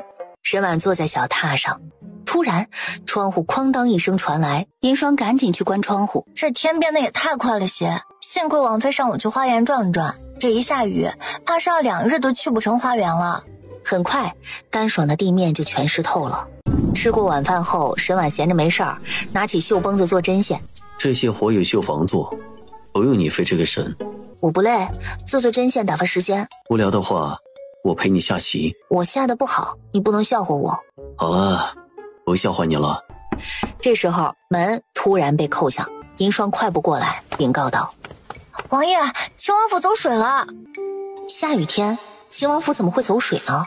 不会是有人借下雨风大烧秦王府，毁大皇子从你手里拿走的那些施工图和账册吧？下雨天火烧秦王府，这一招还真是出其不意啊。翌日上午，西周大坝施工图和物料账册被烧的消息就传到沈婉和谢景琰耳中了。你想去哪儿转转？我陪你去。我可以出去？有我陪着，有何不可？那我想去云家。等2人走到王府大门口，谢景琰扶沈婉坐上马车，自己也钻了进去。天一放晴，都出来散心，马车硬是多走了1刻钟才到。我正打算去灵王府呢，没想到你们就来了。大表哥找我们有事啊？姑父组建铁骑兵，大楚最好的马都在西北，我得去西北一趟。这时候去西北，那表哥和清河县主的亲事怎么办？延平王府本就不是我云家能高攀得起的，我能做的都做了，剩下的也只能听天由命了。总不能因为我一亲就耽误朝廷组建铁骑兵啊！我还是希望表哥以自己的事为重，买战马又不是非表哥去不可。我与西北赵家少主有几分交情，我亲自去谈会顺利不少。表哥要去多久啊？最快也得1个月才能回来。这也太久了。领着他们往袁老夫人住的流霜院走去。窦太气可养好了呀，你心底有外祖母和你外祖父就行了，不用亲自来，没什么比养胎更重要。外祖母，您把我想的也太脆弱了，我都在屋子里憋了好些天了，您要不想看到我，我可以去逛街了。去逛街，那还不如待在云家呢。之前一直当灵王，把你养得太好，倒是一点儿没往你有了身孕上面想。外祖母想到你经历的那些危险事儿，就心惊肉跳的。婉儿的胆量随了平阳侯，虎父无犬女，要换成旁人早就吓坏了。云蕊听说沈婉来了，还好我今儿没出府逛街，不然就和表姐错过了。我看你在府里是一刻也待不住。以前有大姐姐和我玩，如今大姐姐出嫁了，就剩下我一人，那我再不出去多转转，得要憋坏了不可。我看蕊儿这些日子长进不少，出门玩都知道戴面纱了。她也到了许人的年纪了，嫁了人就不比在府里自由了。只要确保安全，她想上哪玩随她去吧。出门玩都戴着面纱，这是有多怕碰到延平王世子、谭国公府大少爷，还有宣平侯世子他们三个中的一个啊！外面袁老太爷走进来，他笑容满面，这么高兴，可是有什么好事儿？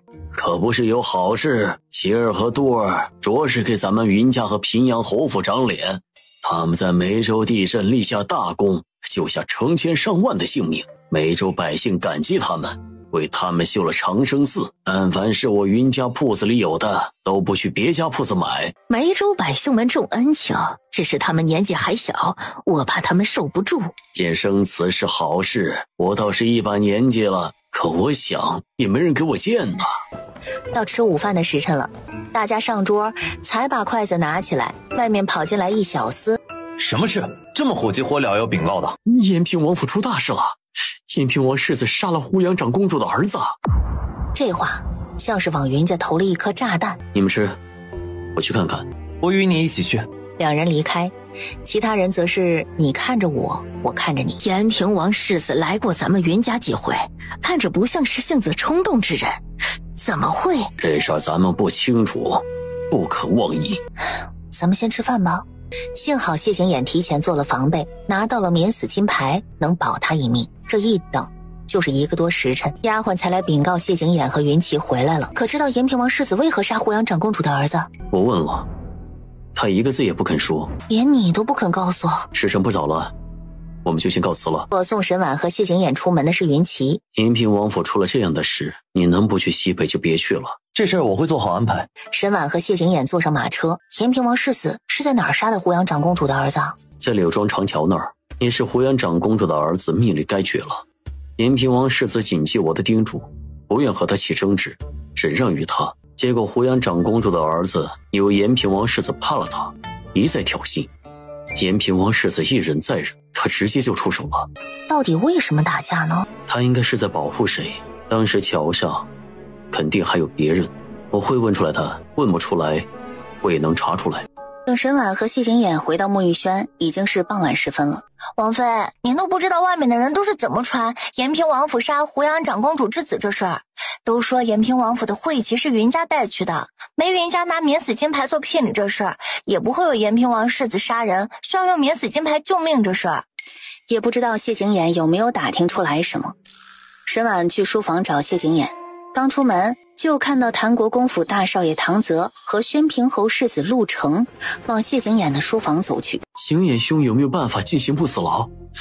我和陆成刚刚去刑部探监，刑部不敢放我们进去，说是太后给刑部下了命令，不得任何人探监延平王世子。而且我的人打听到，昨晚上刑部对延平王世子用刑了。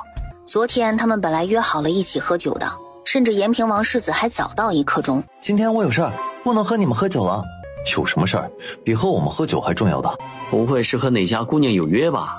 没承认也没否认，只留下一句酒钱算我账上。随后就走了。正好我也准备去探监，一起去吧。我就知道你有办法。谢景琰站起身，正好沈婉走进去。午饭我不一定回来吃，不用等我。他们3个就走了。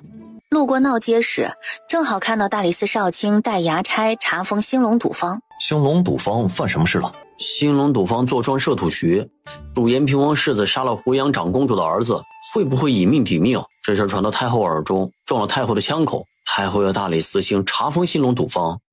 3人骑马很快到刑部大牢。太后有令，不许任何人探监延平王世子，还请延平王妃不要让我们为难。见到谢景琰，见过灵王。劳烦李侍郎带路，我家王爷要探监运州死刑犯程远胜。这和探监延平王世子没区别呀。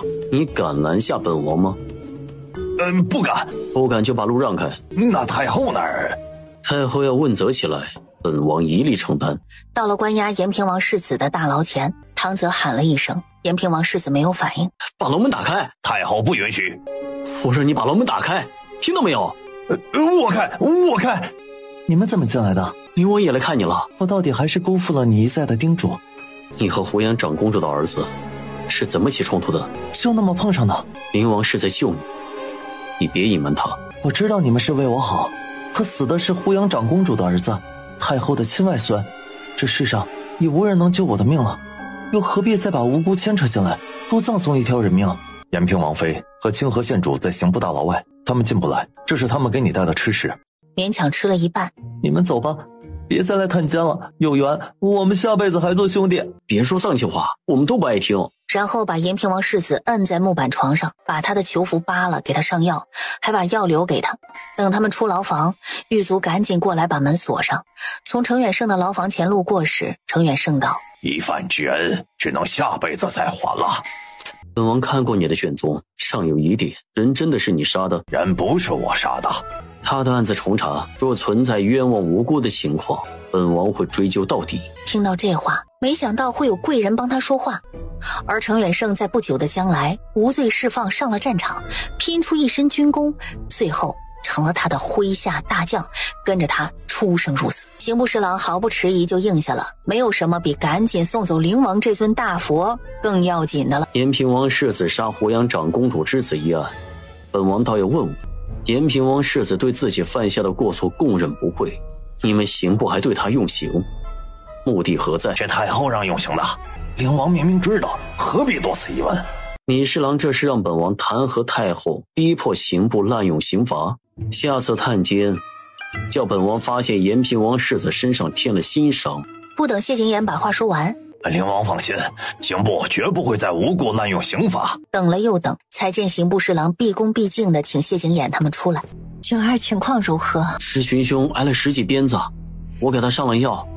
灵王方才已经敲打过刑部，他们应该不敢再对他用刑了。谢景琰让清河县主扶延平王妃回去，他们也翻身上马离开。等谢景琰回墨玉轩，小厨房刚好把饭菜端进屋。延平王世子怎么样了？被打得遍体鳞伤，吃饭吧。有一搭没一搭的说着话。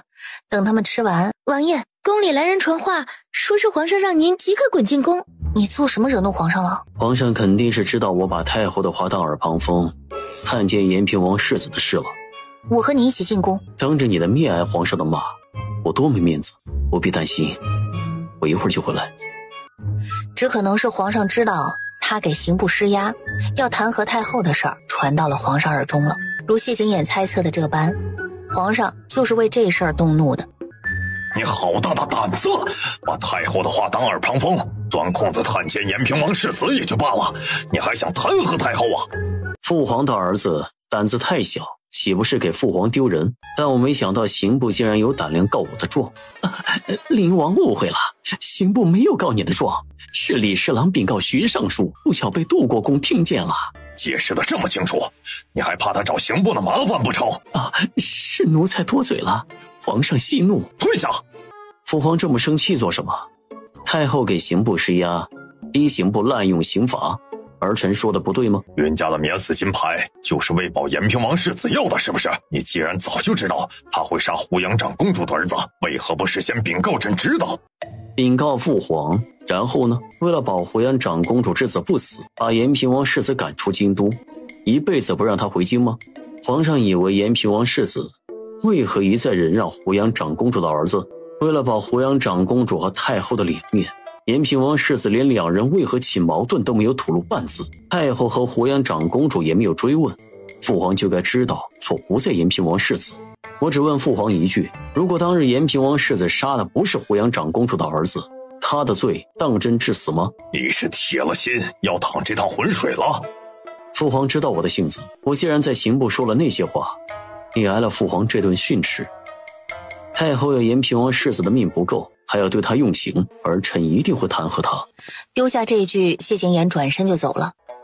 见谢景琰走出来，王爷为延平王世子惹恼太后，实在不理智。皇上给杜国公下了封口令，不许这事儿传到太后耳中。这2日宫里可传出什么流言？不曾听说有什么流言。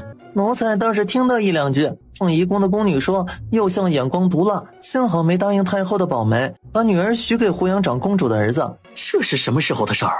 就是前不多天。晨起，沈婉坐在梳妆台前。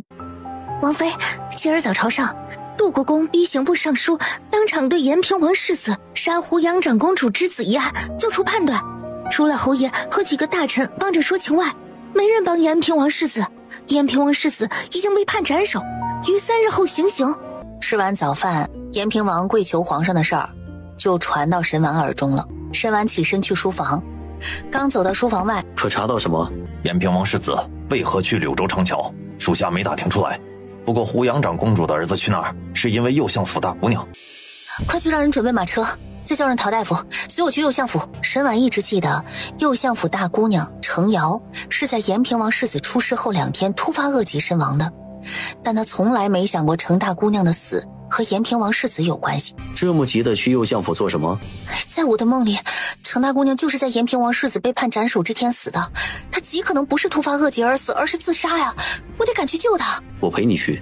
2人一起往王府大门口走去。他们刚走到王府大门口，正好云奇骑马过来，可眼下救人要紧，他直接就上马车了。谢景琰问云奇怎么了，云奇小声和他低语了2句。你带人护送王妃去右相府。等银霜坐上马车，小厮一甩马鞭子，马车就往前跑去。沈婉进了右相府，快去禀告相爷和夫人，就说灵王妃来了。带我去找找你们府上大姑娘。可是我们大姑娘惹到灵王妃了。快带我去。一路走到程大姑娘的院门，就见程大姑娘的闺房紧闭。大姑娘呢？灵王妃要见她。姑娘心情不好，不让我们在屋子里伺候，奴婢这就去禀告姑娘。丫鬟去开门，可是推了一下，竟然没把门推开。姑娘把门落栓了，把门撞开，快点儿！管事的还没反应过来，陈峰已经上前，脚一抬，丫鬟吓了一激灵，赶紧进屋。可脚迈进去，不好了，姑娘上吊了！陈峰，快救人！来人，快请大夫！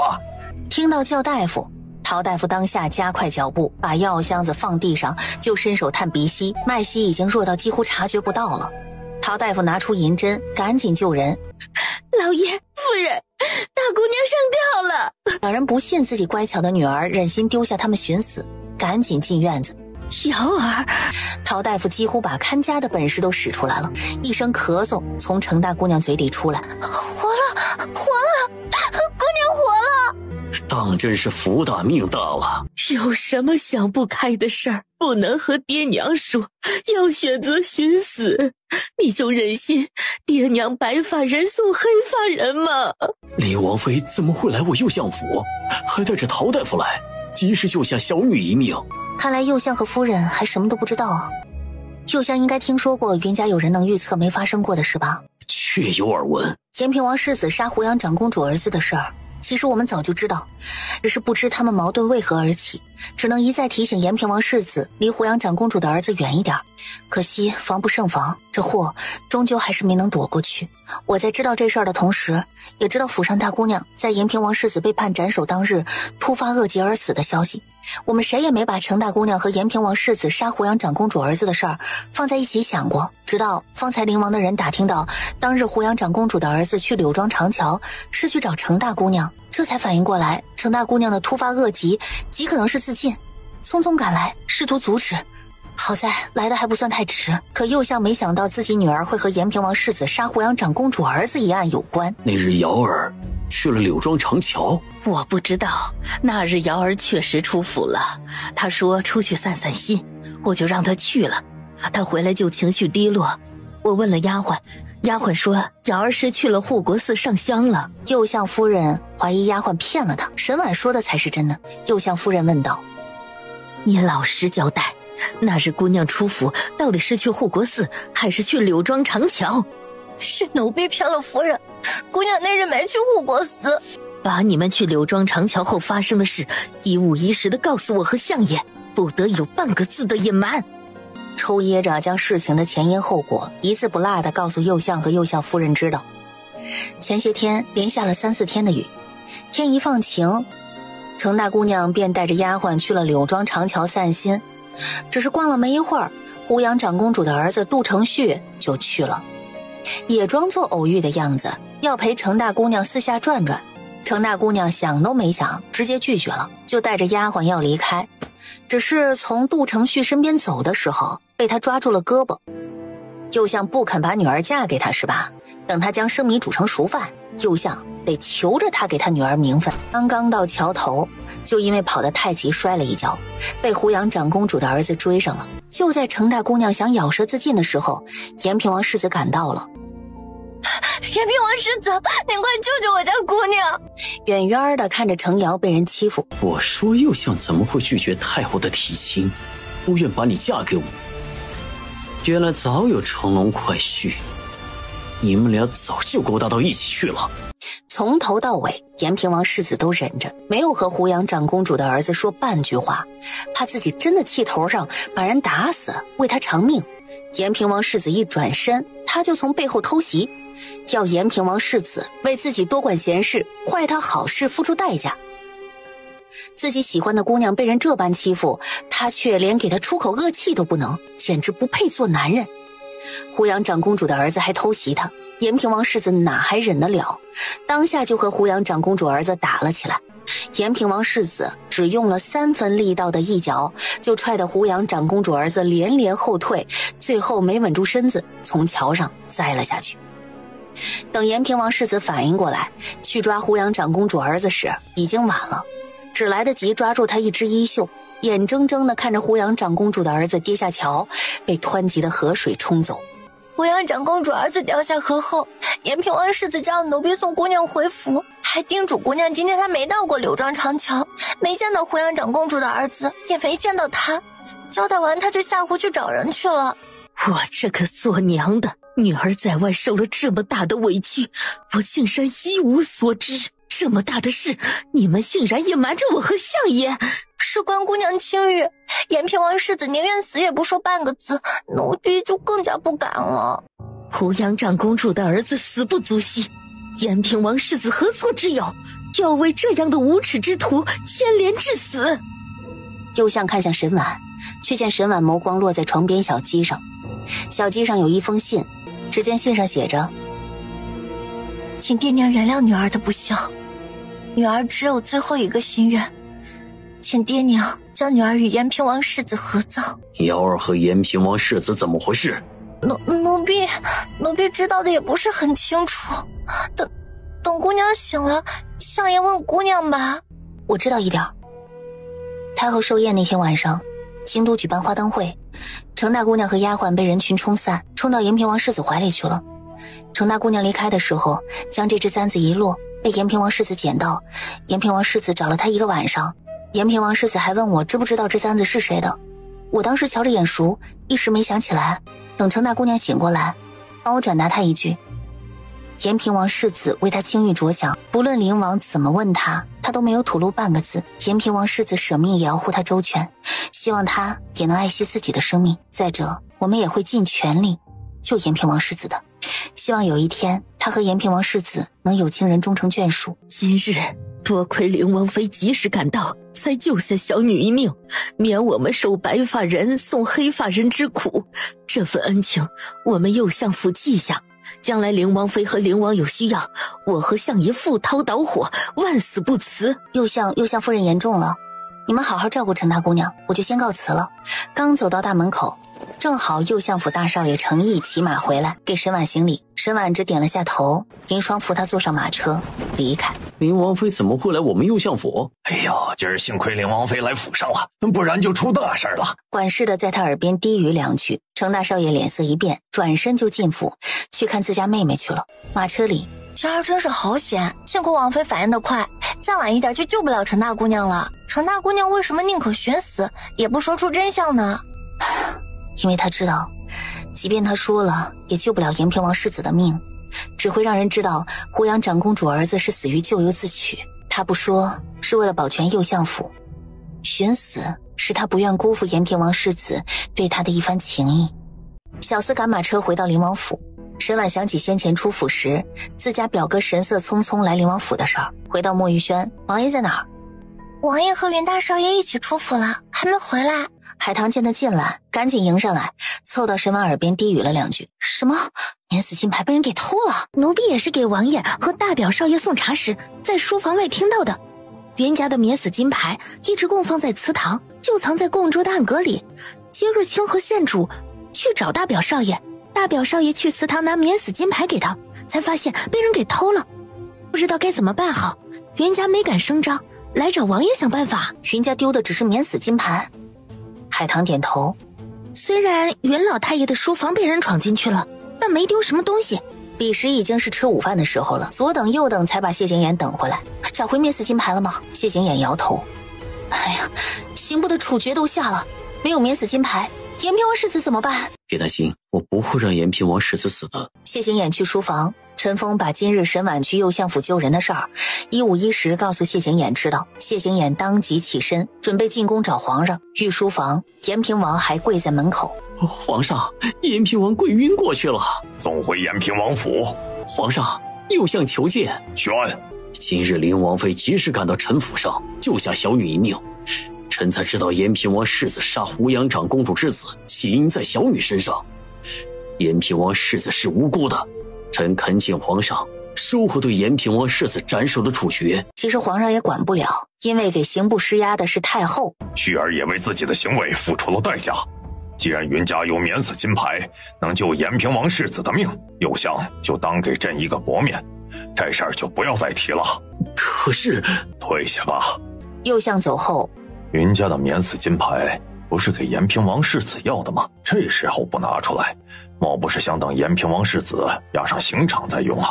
是夜，沈婉和谢景琰俩在书房，他们在等暗卫。暗卫回来了，窗户被推开。属下无能，没能在胡杨长公主府找到免死金牌，还被发现了。去找陶大夫给你包扎伤口。暗卫站起身来，跳窗离开。没一会儿，去茂国公府找免死金牌的暗卫就回来了，但也没找到免死金牌。难不成在太后那儿？有这可能。忧心了2日，刚出院门就见谢景琰回来了。沈婉迎上去，那边唐泽和陆程小跑过来。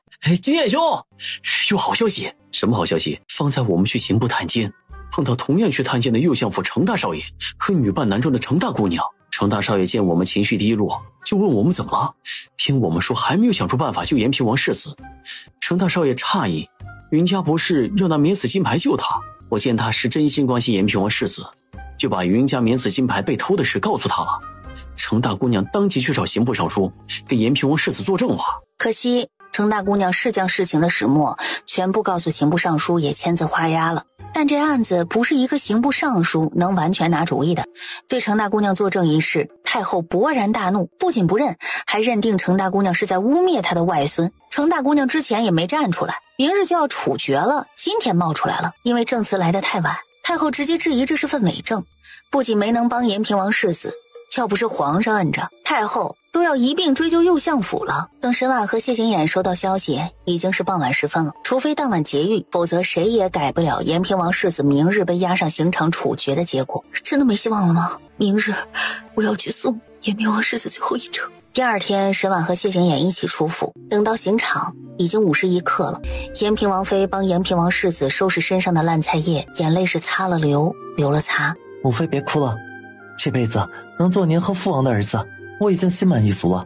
若有来世，我还给你们做儿子。我杀胡杨长公主的儿子，是我躲不掉的劫。清河与云大少爷两情相悦，希望父王母妃能成全他们。53刻一到，就让人请延平王、延平王妃他们离开。行刑！抽出延平王世子背后的木板，举起刀就要朝他脖子砍去。刀下留人！就见云奇骑马过来，他手里拿着一块明晃晃的令牌，正是免死金牌。就在快挨到延平王世子颈脖时，一块银锭子朝刽子手手中的刀射过去。茂国公坐在监斩台上，这块免死金牌是假的。看来免死金牌不是茂国公派人去云家偷的，至少他也知道这件事儿。满京城谁不知道皇上赐了免死金牌给云家？茂国公却说云家的免死金牌是假的。我倒是好奇，茂国公为何这么说了？离得太远，没认出是云家大少爷。但云家既然要拿免死金牌救延平王世子，为何没早拿出来，要等到现在？免死金牌能救命就行，我云家的事不需要向茂国公解释的这么清楚吧？将免死金牌呈上来。刑部衙差赶紧过去，然后才把免死金牌交给衙差。茂国公接过。我知道云家有一块免死金牌，但不代表这块免死金牌就是真的。把世子带回延平王府。灵王，你好大的胆子！就算免死金牌能饶延平王世子，也得皇上点头才准拿回延平王府。我怕延平王世子被押回刑部大牢，会有人给他下毒。延平王世子一定要回到刑部大牢不可吗？按理是不行的，但有灵王担保，只要延平王世子不出延平王府一步，可以回府看押。茂国公看李侍郎的眼神恨不得将他生吞了。今儿他算是把茂国公得罪死了，只怕太后知道也会恼他，仕途怕是要到头了。剩下的事我来就行了，你护送延平王他们回府。我大表哥从哪儿找回来的免死金牌？免死金牌是假的，伪造免死金牌是死罪。太后不敢拿出真的免死金牌，那这块假的就是真的了。还能这样吗？总是要得罪的，只是提前了而已。谢景琰要争储君之位，必然会和大皇子以及扶持大皇子的太后走向对立。那你不早告诉我，让我白白担心了好几天。不是不告诉你，是怕免死金牌赶不及打造好。我送你回王府。我要和你一起进宫。寿康宫。太后应该吃药了，这时辰延平王世子已经伏法，大少爷九泉之下也能瞑目，您不吃东西，药也不吃，身子如何受得了？赵嬷嬷好意通劝，太后才肯吃药。太后，不好了，云家拿免死金牌救下了延平王世子。这怎么可能？云家的免死金牌在胡杨长公主手里，哪来免死金牌救延平王世子？当初还要拿免死金牌当聘礼求娶清河县主呢，拿免死金牌救延平王世子不很正常吗？延平王世子行刑的时候，云家大少爷拿着免死金牌及时赶到，将延平王世子救了下来。灵王担保，延平王世子已经回延平王府了。茂国公刚走到大殿，就听到太后在咳。免死金牌到底怎么回事？这就是云家拿来救延平王世子的那块免死金牌，太后请过目。好一个灵王，好一个云家，向天借胆，敢伪造免死金牌。御书房，灵王找回了免死金牌，救下了延平王世子。养儿没进宫找朕，必然是有把握救延平王世子。还是皇上了解灵王啊。不过被偷走的免死金牌还能找回来，灵王当真是本事了得，只怕太后怕是要气坏不可了。皇上，云家救延平王世子的免死金牌好像是假的，太后很生气，要把灵王和云家一起下狱。再说沈婉和谢景琰坐马车刚到宫门口，就和太后派去传召他们进宫的公公碰上了。相信我，不会有事的。等进了宫，两人就一起朝太后的寿康宫走去。你们和云家好大的胆子，为了救延平王世子，竟然连免死金牌都敢伪造。云家有皇上御赐的免死金牌，为何要造假？说是真的还在，自然用不着造假。真的免死金牌不在云家，难不成在你茂国公府？灵王慎言，茂国公很清楚免死金牌，整个大楚只有2块，别人偷了也没用，却这般怀疑。本王倒是好奇，这怀疑从哪儿来的？云家迟迟没拿免死金牌救延平王世子，外面有流言传云家不是不肯救延平王世子，而是免死金牌被人给偷了。这几日街上流言蜚语是不少，尤其云家之前拿免死金牌做聘礼，延平王世子被下狱需要免死金牌又无动于衷，各种揣测纷至沓来，但谣言止于智者。你茂国公信了云家的免死金牌被偷，难道没听人怀疑是你茂国公偷的吗？你灵王就算再能言善辩，这块假免死金牌也成不了真的。太后凭何断定这块免死金牌是假的？这么粗糙的做工，你以为骗得了谁？茂国公好大的胆子，为了不让云家拿免死金牌救延平王世子，不惜损毁御赐之物。皇上，灵王造假免死金牌已经犯下了不赦死罪，他还对臣倒打一耙，请皇上给臣做主啊！”说本王倒打一耙，那茂国公倒是解释一下你身上穿的朝服上沾的金粉，打哪儿来的？果然，茂国公朝服上沾了些金粉。趁来寿康宫的路上，被一个小公公撞了一下，定是那小公公将金粉洒在了臣身上，将那小公公抓来审问，便能还臣一个清白。与其找一个公公，不如派人去搜一下茂国公进宫的软轿，看能不能找到损毁免死金牌的罪证。茂国公身上有金粉，软轿里要能找到金粉和打磨免死金牌的工具，茂国公百口莫辩。现在的重点已经不是太后追究免死金牌的真假了，而是茂国公损毁御赐之物。除非太后把偷到手的免死金牌拿出来，否则没法揭穿谢景琰伪造免死金牌的罪名。可真的免死金牌，太后敢拿出来吗？借太后几颗胆子，她也不敢呢。袁公公在心底夸灵王，派人去查一下。很快，小公公就回来道：茂国公的软轿里确实有金粉。灵王，你陷害我！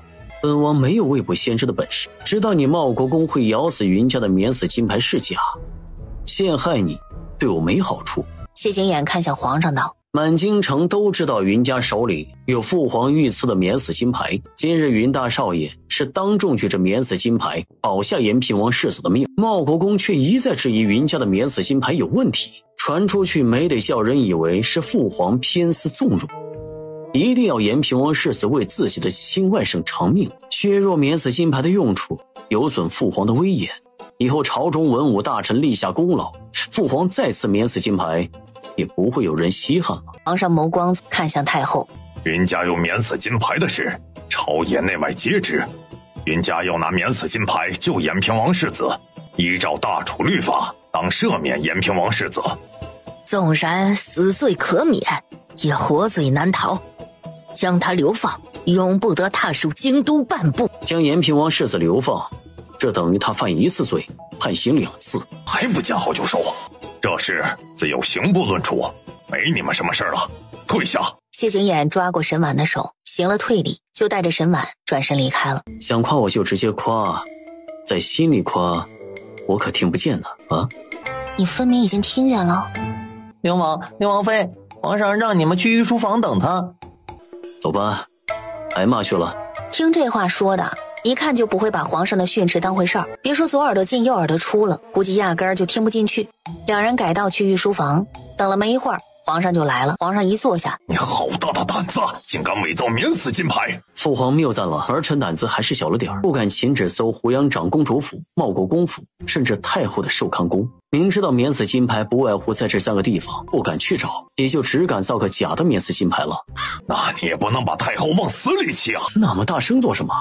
吓到玩了。剩下的事你不要再多管，只要朝廷依律赦免延平王世子，不再另行判处，我不会再管。退下！谢景琰抓过沈婉的手，直接就走了。出了御书房，皇上不让你再管这事儿，是还要严惩延平王府。延平王府10有8九要被削去爵位了。削去爵位，这惩罚可不轻了。沈婉和谢景琰前脚回灵王府，后脚太后病倒的消息就传了来。翌日醒来啊，我今儿还要去云家呢，怎么不早点叫醒我？王爷不让叫醒王妃，奴婢们不敢不听啊。梳洗完，丫鬟把饭菜端进来，刚刚吃完，谢景琰就从书房回来，陪沈婉去云家。刚上台阶，就看到延平王骑马过来。灵王妃，这是要出府，正准备陪王妃去云家，没想到王叔就来了。是我们来的太不巧，那我们先回去，改日再来登门道谢。去云家没那么急。延平王妃，请进府说话。谢景琰招呼延平王妃到外院正堂说话。延平王妃起身给谢景琰和沈婉行礼。王叔多礼了，我也只能帮王叔保住世子一条命了，剩下的我知道皇上为难，我们也只求薰儿能保住性命，别说爵位了，就是要我的命都行啊。延平王妃只待了小1刻钟就告辞了。沈婉和谢景琰准备去云家了。周管事拿着礼单过来道：王爷，延平王府送的谢礼太重了，既然送来了，就先收下吧，等这些事了了再送回去。马车朝前，半个时辰后方才在云家大门前停下，迈步上台阶，老远就听到外祖母和表妹的笑声啦。在笑什么啊？这么高兴？祖母正在给大哥准备聘礼，咱即日就去延平王府下聘。外祖母比上回见憔悴了许多，这些天肯定没少担心。外祖父呢？昨个灵王说延平王世子能得救啊，你外祖父功劳最大，把你外祖父给高兴的呀。这会儿正在书房摆弄他雕刻的木牌呢。云老夫人把礼单拿给沈婉看，这是你大舅母你的礼单，你帮着看看。正聊着呢，老夫人，大少爷回来了，去书房找灵王去了。回来了就好啊，年轻人能聊到一块儿去。丫鬟欲言又止，表姐又不是外人，有话直说就是。大少爷刚刚回来时，身上的锦袍胸前的位置隐约能够看到鞋印子。胸前有脚印，这是和人打架了。妻儿从不轻易与人交手，去找跟着大少爷出府的小厮打听一下，到底怎么回事。一盏茶刚刚喝完，丫鬟就回来了。今儿大少爷去的月楼与人谈生意，碰到茂国公世子，茂国公世子故意找茬，逼大少爷和他动了手。幸亏有刑部尚书府的大少爷劝阻，才没打得不可开交。还有城北几间铺子今儿一早才开门做生意，就有人去捣乱。云老夫人不想沈婉来云家一趟，还要替云家忧心，直接把话题岔开，顺带还关心了下某位爷害喜。我没什么感觉，感觉像怀了个假孕。没感觉不好吗？难不成你还想吐得死去活来才好？说着话，大太太，长命锁打造好了，送来了。云大太太娘家侄媳要生了，她特地打造了这只长命锁，当做给小侄孙的见面礼。沈婉看着那长命锁，脑海里有什么东西一闪而逝。沈婉和谢景琰在云家吃了午饭，方才告辞。表妹有空常去找我玩，我一定常去陪表姐说话解闷儿。沈婉放下车帘，小厮赶马车离开。在云家吃饭的时候，就有些心不在焉的。你在想什么？方才在云家，我看到舅母打造的长命锁，恍惚想起来，前世胡杨长公主儿子死后，长驸马在找一只金镶玉的长命锁。这么半天就在想这事儿？我只是奇怪，长驸马为何花那么大精力找一只长命锁？不过那时候皇上病重，谢景英继位在即，他们谁也没把长驸马找一只长命锁的事儿放在心上。后来过了半年，听宋皇后又提到一句，也就是前后长驸马找那只长命锁至少找了半年的时间，为何非要找到不可呢？沈婉觉得奇怪，谢景琰也这么觉得。想不起来就别为难自己了，我肯定能想起来的。你自己都说了，长驸马找了至少半年的时间都没找到，你想起来又有什么用？长命锁又不会跑到你跟前来。回到墨玉轩，沈婉喝了半盏茶就睡下了。沈婉就梦到那只长命锁了。醒来后，沈婉掀开被子就下床，端笔墨纸砚来。王妃怎么一睡就要笔墨纸砚？这是要做什么啊？赶紧端来纸笔。沈婉喝了口茶润喉，就坐到小榻上，将那只长命锁的图案画下来。这长命锁真好看，越看越眼熟。陶大夫有只长命锁，和王妃画的这个一模一样。你确定陶大夫的长命锁和我画的一模一样？那日袁家出个宴，银霜崴脚回来，陶大夫来给他治崴伤，拿药膏时把长命锁带到了地上，是奴婢帮忙捡起来的。奴婢怕摔坏了，仔细看过，奴婢确定一模一样。你去找陶大夫，就说我要看一眼他的长命锁。很快海棠就把长命锁拿回来了。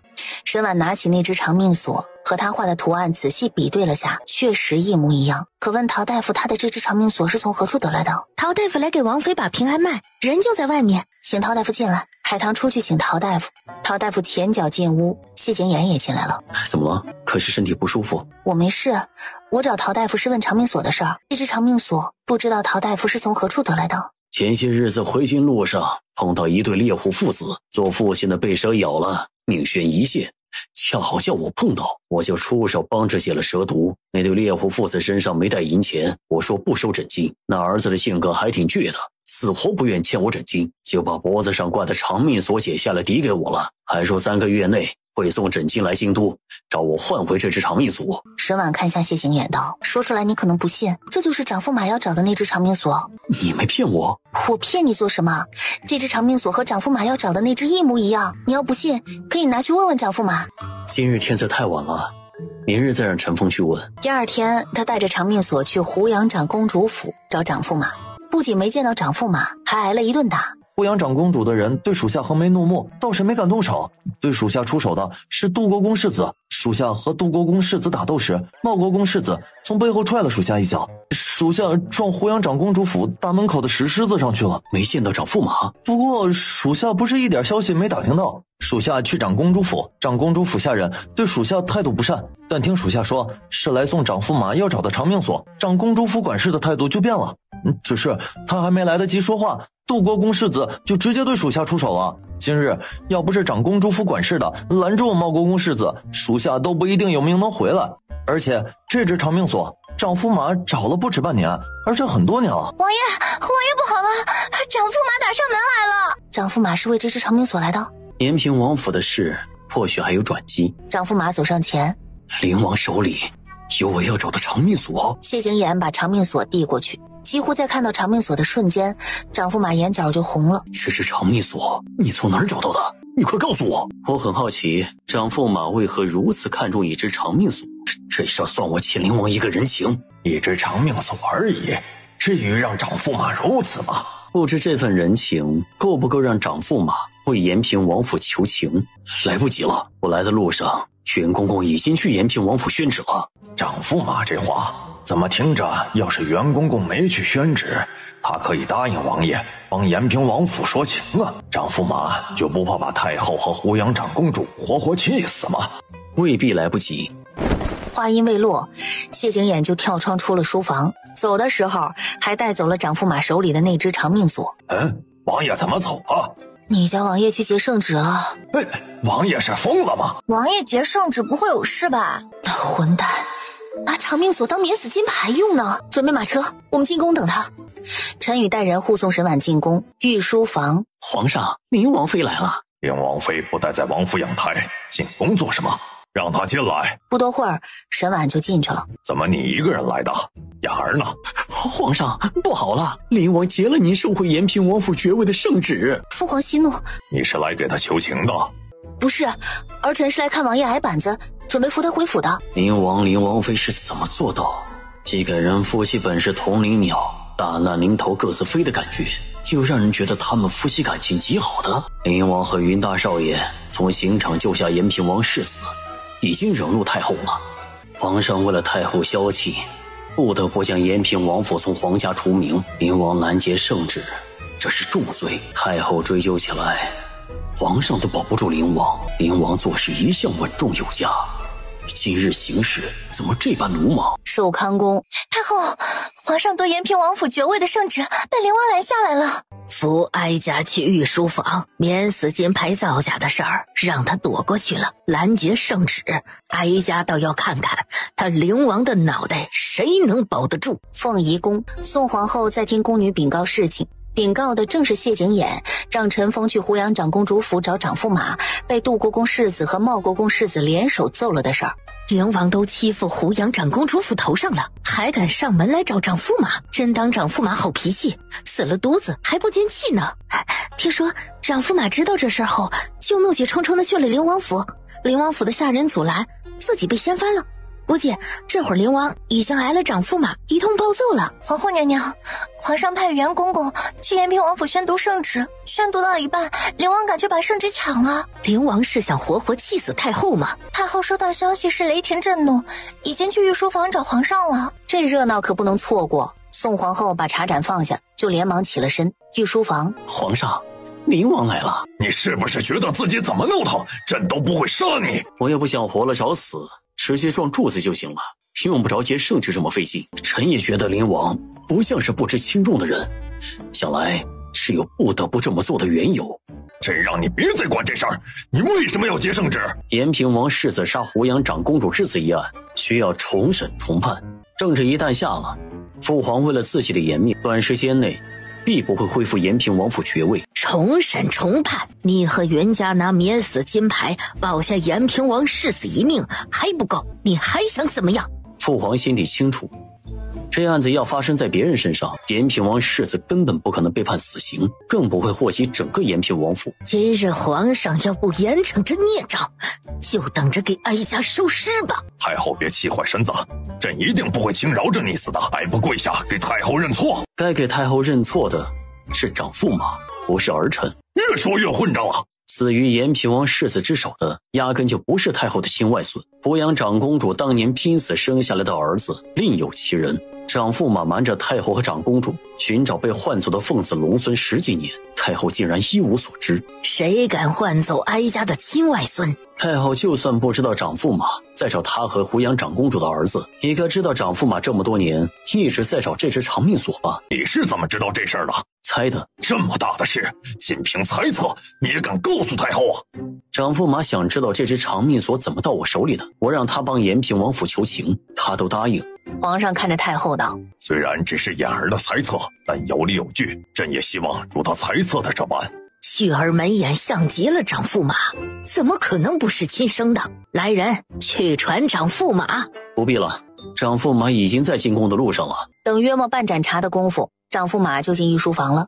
雅儿说的事可都是真的？臣欺瞒了皇上、太后，还有胡杨10几年。旭儿，当真不是胡杨亲生？旭儿是我儿子，但不是胡杨给我生的。胡杨对你一往情深，你就这么对他的？我没做过对不起胡杨的事，这事压在我心底10几年，我无时无刻不想告诉他真相，但我不敢。我斥责旭儿2句，胡杨都能和我闹几日。在没把亲骨肉找回来之前，我告诉胡杨真相，他承受不了。你没做对不起胡杨的事儿，那孩子是怎么来的？都到这份上了，你还想瞒着太后和胡杨吗？从头说起当年的事儿。当年他是杜国公府世子，当年的杜国公夫人，如今的杜国公府老夫人，是老国公的续弦。怕老国公过世他承袭爵位会苛待他们母子，就想把娘家侄女嫁给他。当时他和胡杨已经一见钟情，他决心娶她。他以有心仪的女子为由，拒绝了杜老夫人的提议。杜老夫人不知他喜欢的是胡杨长公主，拿生米煮成熟饭逼他就范。就在给他下药的当天，先皇赐婚的圣旨送到了杜国公府。因为圣旨到杜国公府的时间太赶巧，巧到杜老夫人哪怕得手了也不敢捅出来。只是那一次，杜老夫人的娘家侄女有了身孕，还把孩子生了下来，甚至把歪念头打到了胡杨长公主身上，导致胡杨长公主不足月便生产，差点一尸2命。胡杨长公主生产那天，稳婆把孩子抱出来给她看，她看到孩子大腿上有块云朵胎记。有一次奶娘在屋子里给孩子换尿布，她瞥见孩子大腿根部白白净净，胎记不见了。询问之下才知道，孩子在生下来的当天就被人换走了。有能力有胆量做这样事儿的，只可能是杜老夫人。可惜孩子在被送去杜老夫人娘家的路上，因为丫鬟肚子疼，将装着食盒的孩子放在茅厕外，被人偷走了，从此下落不明。来人，将杜国公府满门押入刑部死牢，把杜国公府老夫人押进宫，哀家要亲自审问他。那只长命锁，灵王到底是从何处得来的？前不久陶大夫在回京路上救了一个被蛇咬伤的猎户，这只长命锁是那猎户儿子从小随身佩戴的，当作枕巾递给了陶大夫。那猎户儿子今年多大？是何模样？年纪和我差不多，模样陶大夫说他眉眼与我有几分像。那是外甥四舅。太后看着皇上道：那孩子这些年流落在外，怕是吃了不少的苦头，尽快派人把他接回来吧。朕这就派人去接他回京。太后走后，灵王、灵王妃留下，其他人退下，派人把长公主的亲生骨肉接回京。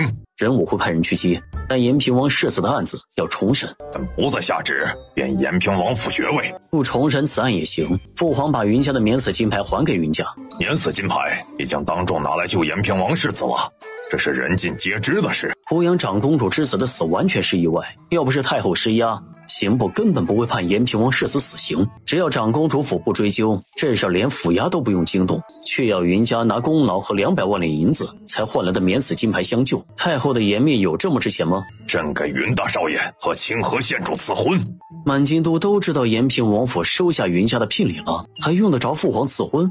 你就非要太后丢这个脸面不可吗？谢景琰抓过沈婉的手道：我们走吧。这么急着走做什么？还留下做什么？让咱们儿子在肚子里就知道自己有一个只要面子不讲道理的皇祖父吗？袁公公是想笑不能笑，憋得肩膀抖了又抖。传朕口谕，让刑部秉公重审延平王世子一案。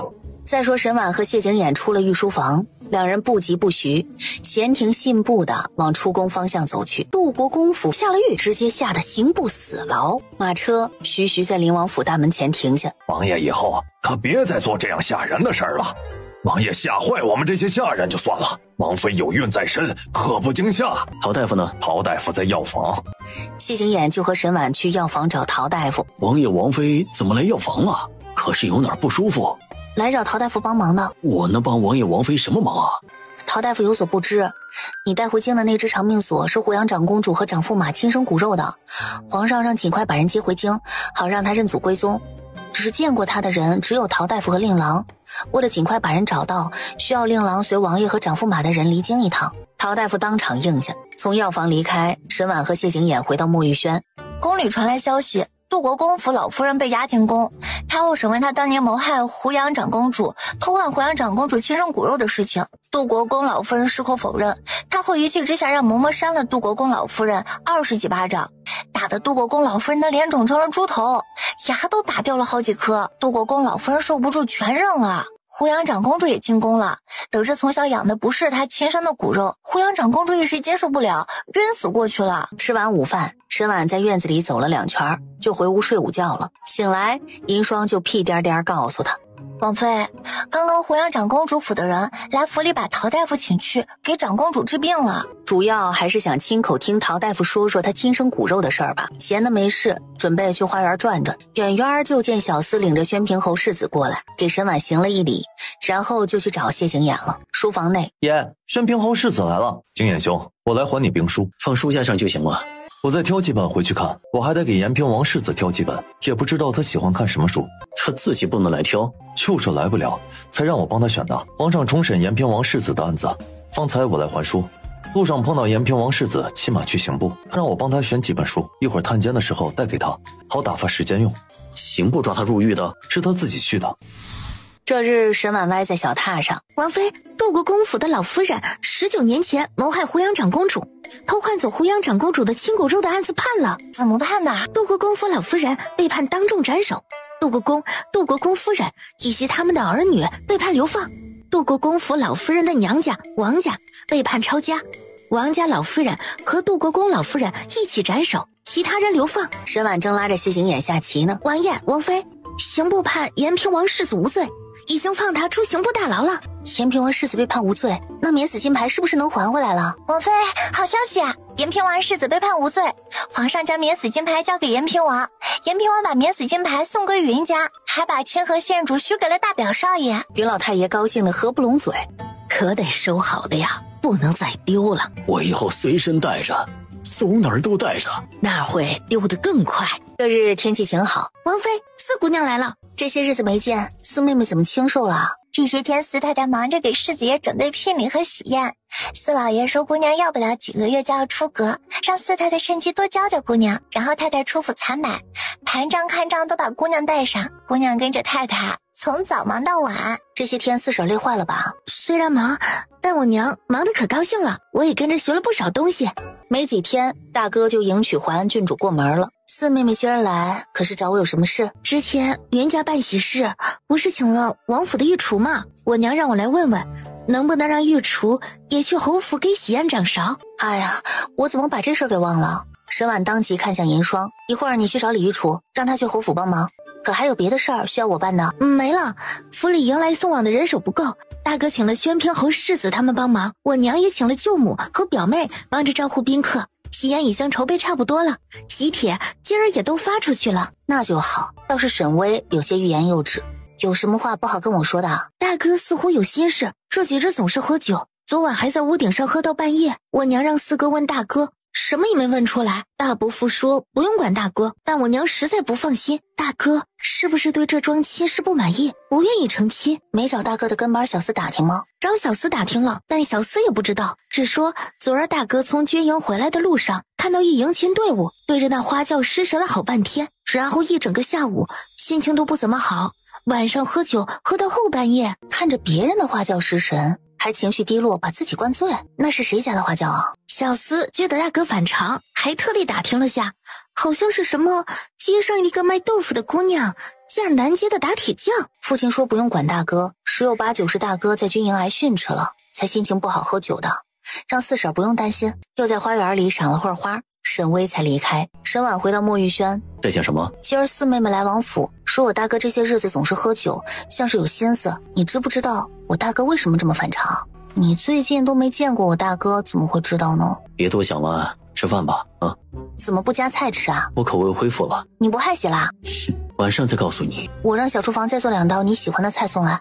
将就着吃吧。吃完饭，谢景琰就去书房了，告诉小厨房晚上多做几道王爷喜欢吃的菜，再做些点心端去书房。结果计划赶不上变化，延平王世子为了感谢谢景琰和云奇，不遗余力的救他，在德月楼请客，谢景琰就没在府里吃晚饭。吃完晚饭，王妃，陶大夫来给您请平安脉。陶大夫拿出小药枕，脉象沉稳，胎儿一切安好，王妃尽可放心。不过虽然胎象很稳，但还是不宜劳累。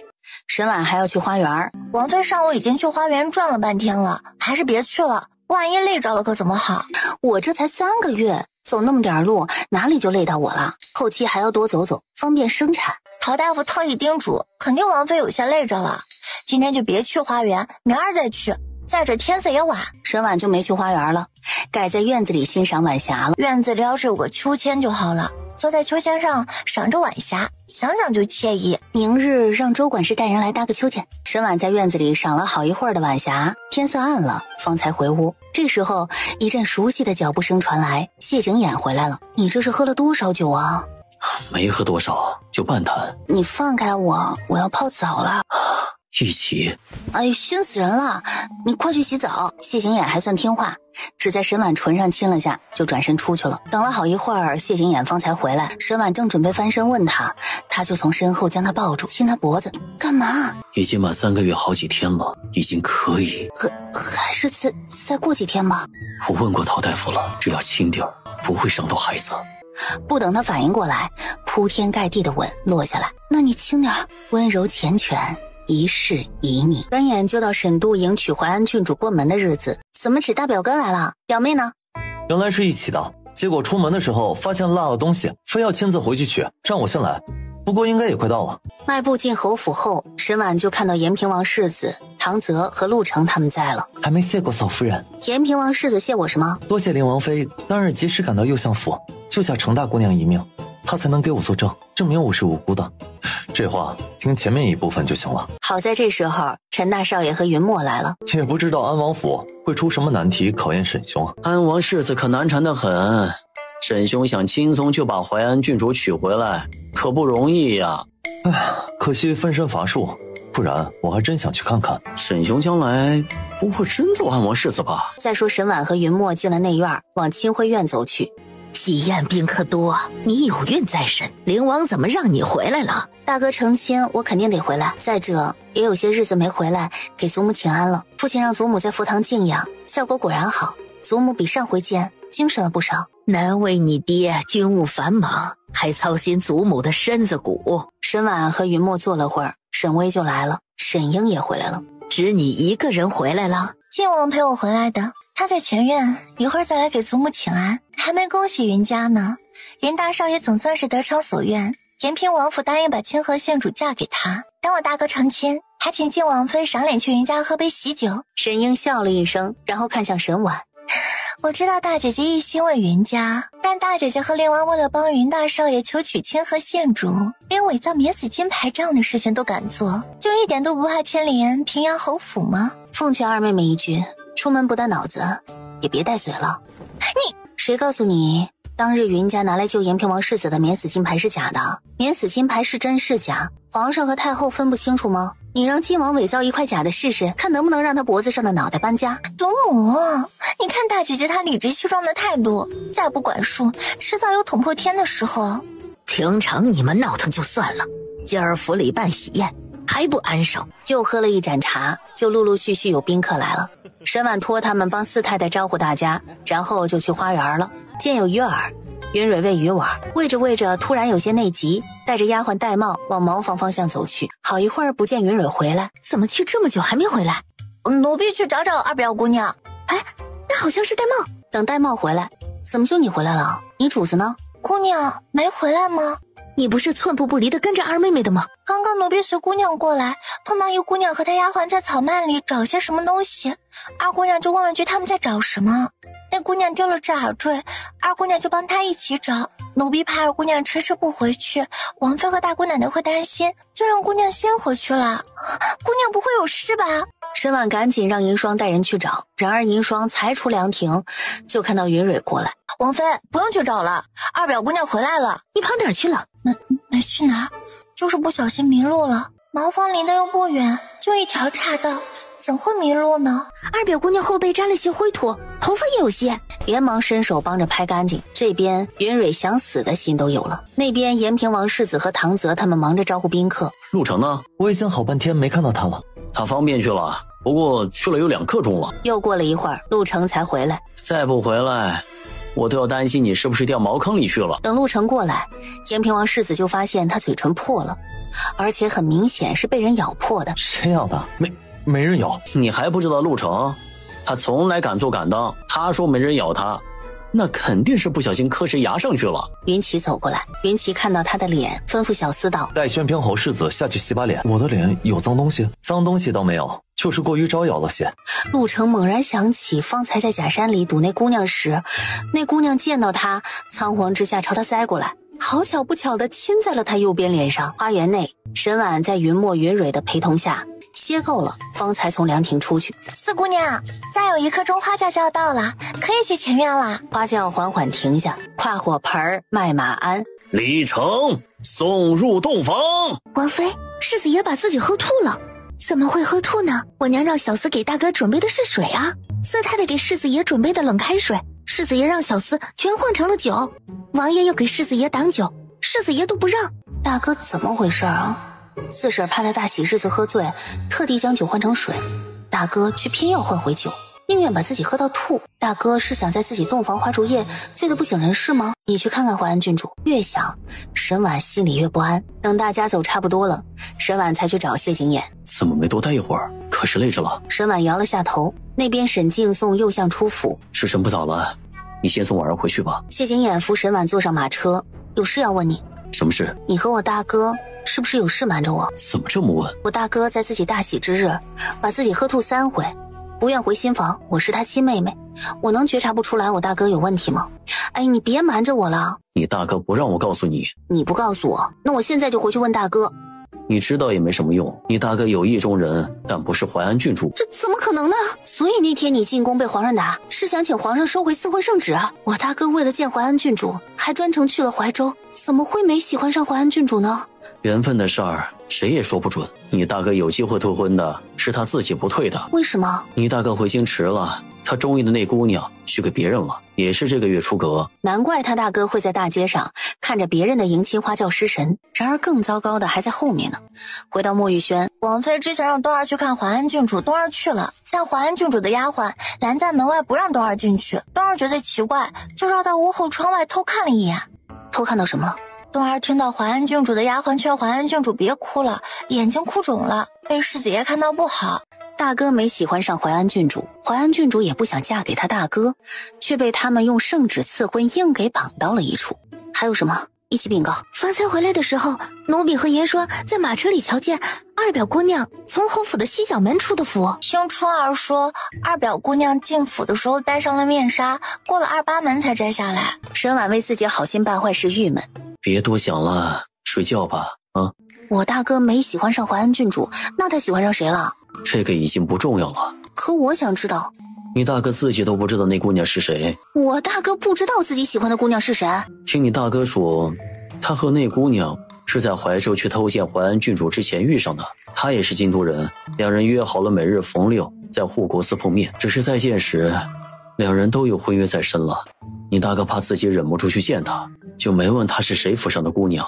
有没有可能那姑娘就是淮安郡主呢？你大哥带着那姑娘一起翻墙去见到淮安郡主。这话就像是一盆冰冷蚀骨的水。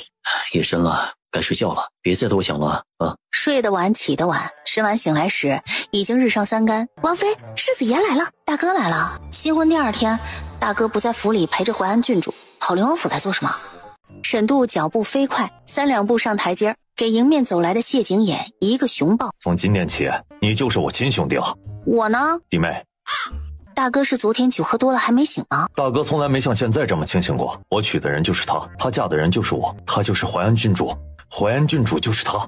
你不是和他一起翻墙去见淮安郡主吗？事情还得从沈丽坠马身亡说起，因为沈丽是骑沈度的马出的意外，老夫人和二太太都把这过错算在沈度的头上。沈度在平阳侯府待不住，又知道在沈婉的梦里，他对安王府的淮安郡主一见钟情，非他不娶。正好谢景琰要查梅州粮仓的事儿，怀州紧挨着梅州，他就把这事儿揽了下来，公事私事一起办。给谢景琰飞鸽传书后，就离开梅州赶往怀州。结果去安王府的路上遇到两地痞流氓在追一少年，一脚踹过去，两地痞流氓被踹飞。当时也到了吃午饭的时候，两人便往怀州最大的酒楼走去，正巧碰到安王世子出来，见到那少年。你还敢来酒楼？安王世子过来抓人，沈度就抓住了他的手，然后两人就在酒楼外打了起来。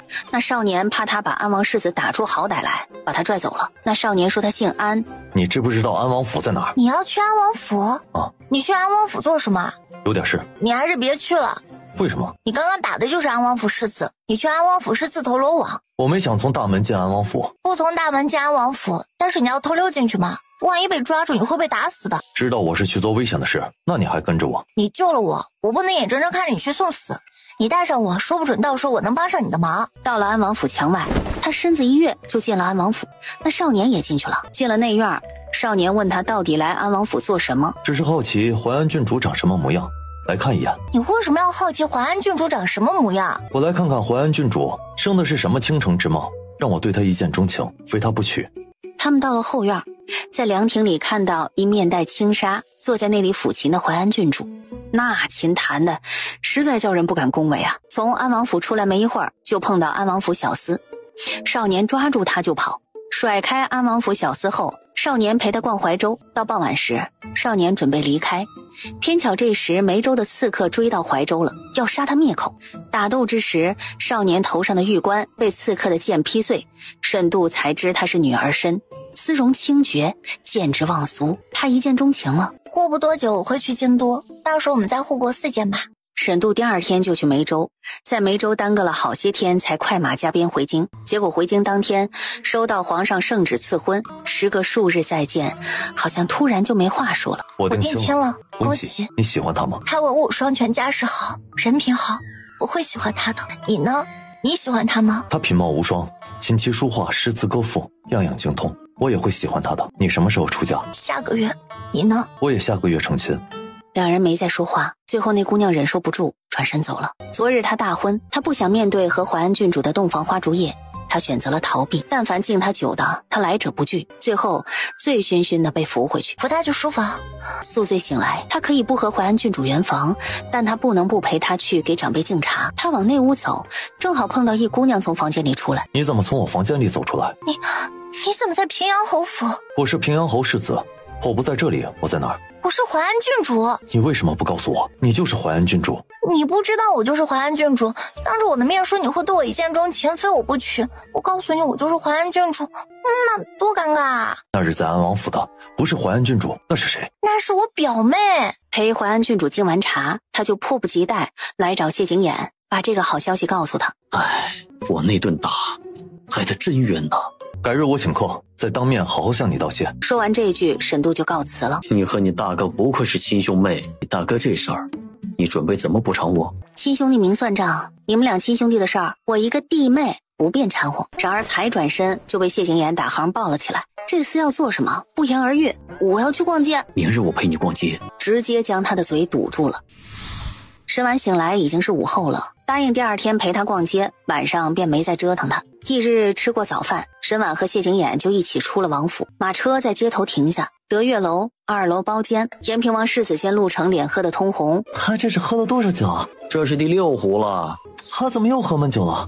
你别问我，陆成给我下了封口令，我要泄露他被个姑娘耍了的事，就灭我的口。谁府上的姑娘敢耍你啊？你就别往陆成伤口上撒盐了。陆成这么气闷，就是因为不知道那姑娘是谁府上的。他在平阳侯府骗陆成，他姓陈，家在城东梨花巷子。昨儿我们狩猎回京，陆成去找他，结果城东压根就没有什么梨花巷子，更没有什么姓陈的人家。唐泽摇着折扇走到窗户处吹风。景琰兄在陪王妃逛街？他都带王妃害喜了，陪王妃逛街有什么好诧异的？你现在可以学如何宠妻了。程兄，你说是不是？延平王世子和右相府大姑娘程瑶的事儿，唐泽他们一清二楚。延平王世子只觉得压力扑面而来。再说沈婉和谢景琰往这边赶，景琰兄，要不要上来喝一杯？你去吧，有丫鬟和陈峰跟着我就成了。和他们喝酒有的是机会，今天只陪你逛街。你只准备陪我逛这一次街啊？不敢说你每一次逛街我都陪着，但只要我有空，我都陪你。我就在这条街转转，不会走远的。谢景琰走后，沈婉从一小摊子上买了几只木雕，走到一卖蜜饯的小摊子前，沈婉挑了几样蜜饯果子，一卖野味的地摊前来了几个生事的人，为首之人一把将那猎户跟前摆着的竹笼踢飞。给我打！那猎户年约是18、19岁的样子，5、6个小厮都不是那猎户的对手。可就在这时，一男子踹过来，一个小小猎户也敢招惹我们家世子爷，看这回有没有人救你。男子话音未落，他转头就见陈峰拳头打过来。德月楼，谢景琰在和延平王世子他们喝酒。昨儿个我们几个去狩猎，想叫你一起去，又不敢，我们约了下次再去狩猎。景琰兄要不要与我们一起？下次叫我。早知道我昨天就叫你一起了。你不知道，我们昨天碰到个神射手，那弓箭术好的，力无虚发，百步穿杨。这时候门被叩响。王爷，茂国公世子的人在街上找茬，惊到王妃了。将手中酒杯放下，都没走大门，直接跳窗出的德月楼。谢景琰到的时候问沈婉道：要不要紧？只是突然有东西朝他的脚飞蹦过来，他吓了一跳。延平王世子他们挤进来，看到那猎户。是你？你认识他？他就是昨天我们狩猎时碰到的那个神射手。昨天他和茂国公世子一同射杀大雁，他一箭射穿大雁的眼睛，让茂国公世子的箭扑了一个空，惹得茂国公世子怒火中烧。昨天要不是知寻兄眼疾手快，他就死在茂国公世子的剑下了。技不如人，就找人的麻烦，甚至要取人性命。茂国公世子的心胸未免太狭隘了些。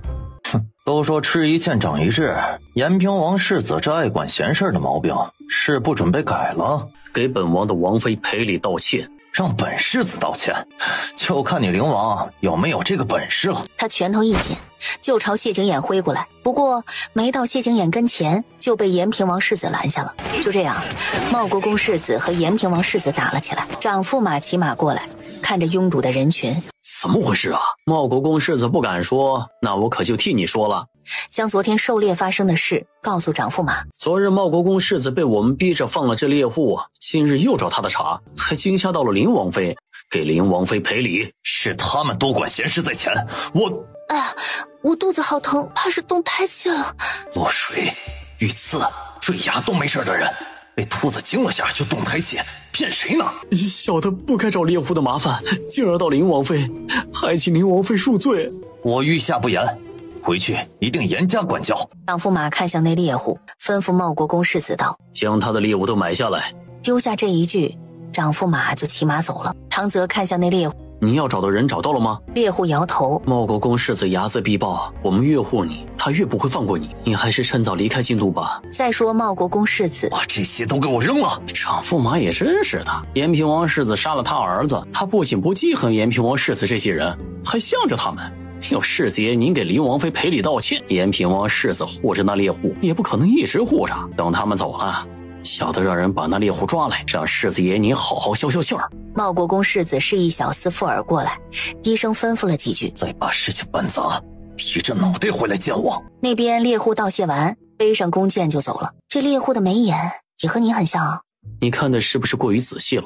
不打扰谢景琰陪沈婉逛街，延平王世子几个很有眼色的走了。回府吧。两人朝马车走去。再说延平王世子几个回德月楼，进屋就看到桌子上谢景琰的折扇落那儿了。唐泽拿起折扇递给小厮，送去给灵王。屁颠颠下楼，然而很快又回来道：灵王好像不在这条街了，要直接送回灵王府吗？唐泽将折扇递给陆成，给我做什么？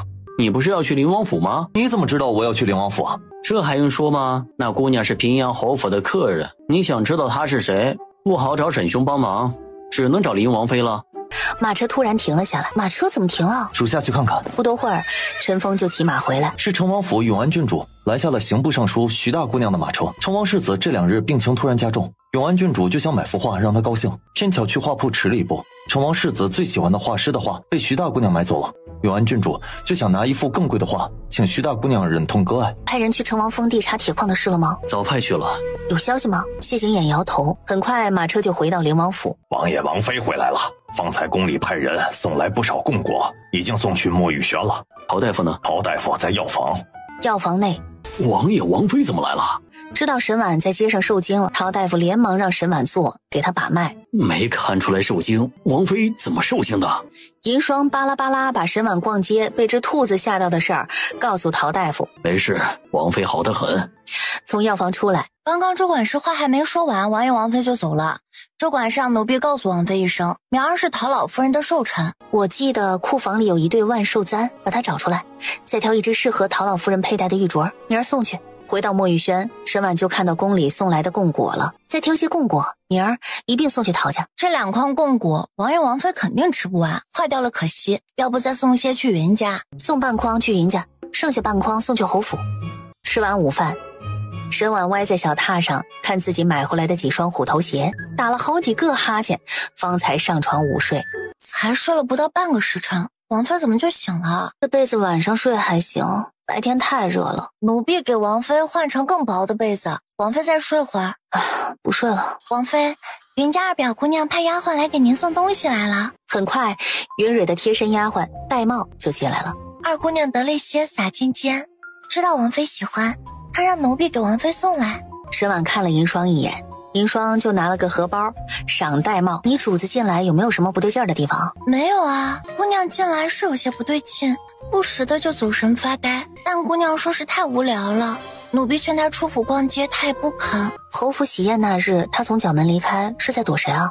戴帽摇头，奴婢也不知道，姑娘不肯告诉奴婢，还叮嘱奴婢不许去告诉老夫人和夫人。戴帽走后，银霜切了盘贡梨端上来，切一盘给王爷送去。银霜想说，午饭后给王爷送过一盘子了，但这天气燥热，梨子生津降火，多吃点没坏处，就又削了一盘。银霜把梨子削好，沈婉亲自给谢景琰送书房去。书房内，你这是准备让我吃多少梨？多吃梨好，降火。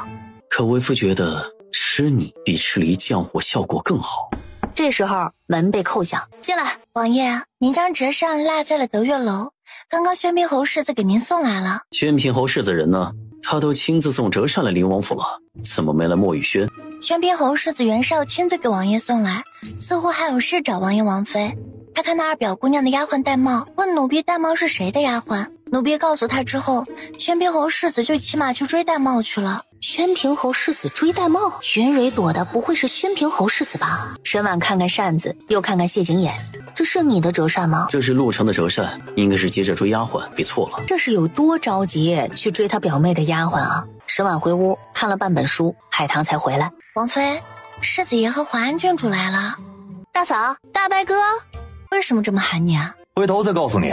沈度和谢景琰去书房说话，留下沈婉招呼淮安郡主。淮安郡主看着沈婉，是灵王求皇上给你和我大哥赐婚的，我大哥不知你就是淮安郡主，灵王又去找皇上收回赐婚旨意，惹怒了皇上，挨了皇上一顿打，大哥心怀感激，视灵王为亲手足，我这个亲妹妹就变成弟妹了。淮安郡主之前和沈婉就相谈甚欢，如今成了姑嫂，关系更亲。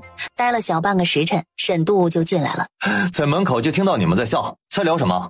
再说你小时候掏鸟窝被挂在树上的事情。时辰不早了，我送你回侯府。要不大嫂在我这里吃，大哥吃完再来接大嫂。来之前我答应四婶，一会儿回去就接手管家。接手管家是要紧事，沈婉就没留淮安郡主了，目送他们走远。听淮安郡主的丫鬟说，敬茶那日，世子爷和淮安郡主去晚了些，二太太阴阳怪气了一句，侯爷当时就以老夫人身体不适需要静养为由，让淮安郡主不必每日给老夫人请安，每3、5日请一次安就行了。沈婉想着分家的事，转身进院子。延平王世子他们来了，就见延平王世子和谭国公府大少爷唐泽走过来。有什么事等不及我去的月楼来王府找我？德月楼的酒喝腻了，来找你要几坛子好酒，一会儿喝。他看向陈峰，去拿几坛酒。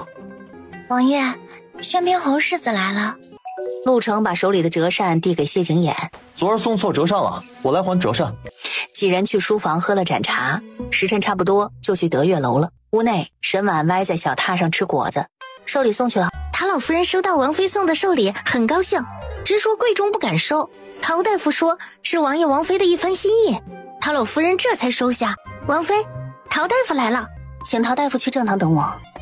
刚刚酒席散，陶大夫送那些管事进府，而莫玉轩则是向沈婉道谢。陶大夫这么说就太见外了，你治好了王爷的腿疾，是我和王爷的恩人，我送陶老夫人一点寿礼算得了什么？若非我有孕在身，都该亲自登门贺寿。陶大夫来就是道声谢，没什么事儿就准备回去了。刚要起身，陶大夫呢？还在不在莫玉轩啊？是唐泽的说话声，然后就见延平王世子和唐泽驾着陆程快步进来。陆程脸色苍白，宣平侯世子这是怎么了？还不清楚，只喝了几杯酒，突然就头晕呕吐起来。宋医馆还看不出来什么，就带回府了。陶大夫，快给他看看。陶大夫坐下来，给陆程把脉。简直是胡闹！磕伤脑袋不静养，到处跑去算了，还敢喝酒？陆兄什么时候磕伤脑袋了？我不知道啊，没听他说。你什么时候受的伤？他伤的重不重？伤的不重，但也不轻，需要服药5日，静养7天，期间切忌饮酒。你这伤到底怎么来的？不小心撞窗户上去了。你这是撞的谁家窗户？陆程被看得坐不住，同谢景琰和沈婉告辞，让他喝了药再走。你翻墙去云家做什么啊？不用问，肯定是他的小厮说的了。他完全没想到云二姑娘大白天会泡澡。他跳窗进去，正好和泡在浴桶里的云二姑娘来了个四目相对。云二姑娘吓得惊叫，她也懵了，想怎么进的屋怎么离开，结果情急之下没注意脚下的力道，跳得太高了，没跳出窗户，哐当撞窗户上去了。陆程长这么大，还没丢过这么大的人，丢下一句我会对你负责，就再次跳窗逃了。我有件事需要你们帮忙出谋划策，我们找个地方坐下说。三人又去了德月楼。你要我们帮你什么忙？我找到耍我的那姑娘了。是谁府上的姑娘敢耍你宣平侯世子？云家姑娘怎敢耍你啊？是我误会，她不是耍我，是存心躲我，我要娶她。伯父伯母能同意吗？我就知道不会同意，所以才找你们帮我出主意啊！我要怎么样才能说服我爹娘帮我去云家提亲啊？你一定要娶她不可吗？陆程重重点头。这事儿难度可不小。哎，我知道，但平阳侯都娶了，我娶有何不可呢？你没试着和伯父伯母提这事儿？我哪敢啊！只怕我今儿提，明儿我爹娘就给我定一门我不想要的亲事了。别看着我，快帮我想办法。哎，我看要想伯父伯母同意，除非你能把娶云二姑娘这事儿变成好事儿，这怎么变？这就要看你自己的本事了。延平王世子和唐泽走后，留下陆程坐在那里琢磨延平王世子说的话。回府的路上，从百花楼前路过时，突然灵光一闪。再说沈婉，海棠走进来，发生什么事了？昨儿银霜跟着王妃逛街，看中了一只银簪，想买又舍不得。陈峰发现就买了下来，但是不好意思送给银霜。几次踌躇，陈宇看不过眼，就帮了陈峰一把。刚刚银霜端热水进屋，是伺候王妃起床，陈宇一脚就把陈峰踹过来，吓了银霜一跳，失手把水打翻了。银霜呢？水湿了银霜一身，银霜没差点气死，回去换衣服去了。银霜换完衣服回来，还在生陈峰的气呢。碰到他就没好事，没王妃这么打趣奴婢的。陈峰是王爷的护卫，岂会怕奴婢？这可未必，就是陈宇打陈峰一巴掌，都未必能办到。银霜脸皮薄，受不住打趣，跺着脚跑了。沈婉和谢景琰吃晚饭，银霜扭扭捏捏的进来，可算舍得把扫把放下了。前院小丫鬟来禀告，说是成王世子病危，急着请陶大夫去治病。陈峰，爷有何吩咐？送陶大夫去成王府。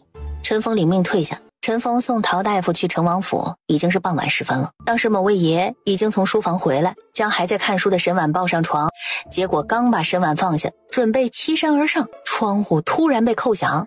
爷，谢景琰黑着脸起身，要禀告什么事？陶大夫今晚去医治成王世子，发现成王世子的病不只是生来孱弱这么简单，而是这些年一直被人暗中下毒，之前毒性轻微没有察觉，这次不知为何毒下的重了些。陶大夫从脉象把出来了。这次给成王世子把脉的不止陶大夫，还有几位太医，因为其他太医都说没中毒之事，不知是没把出来还是不敢说，陶大夫便也没说了。陈峰禀告完就退下了，得把这事儿告诉成王。要能告诉成王，以陶大夫的性子，当时就说了，却选择告诉我，必然是告诉成王有所顾忌吧。睡觉吧，明日我找陶大夫问问再决定。沈婉还要再说，谢景琰已经继续之前未尽的事了。翌日沈婉醒来就被告诉陶大夫来了，在书房和谢景琰说话。我一会儿进宫一趟。你要告诉太后？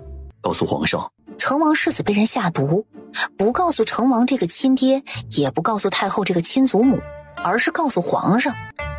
为什么？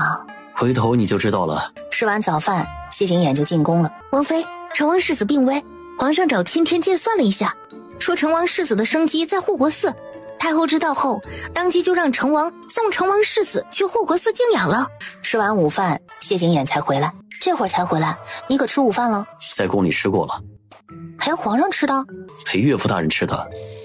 外面东儿进来禀告，左相府四老爷的棺椁从梅州运进京的事儿。谢景琰只让周管事送份吊唁礼去左相府。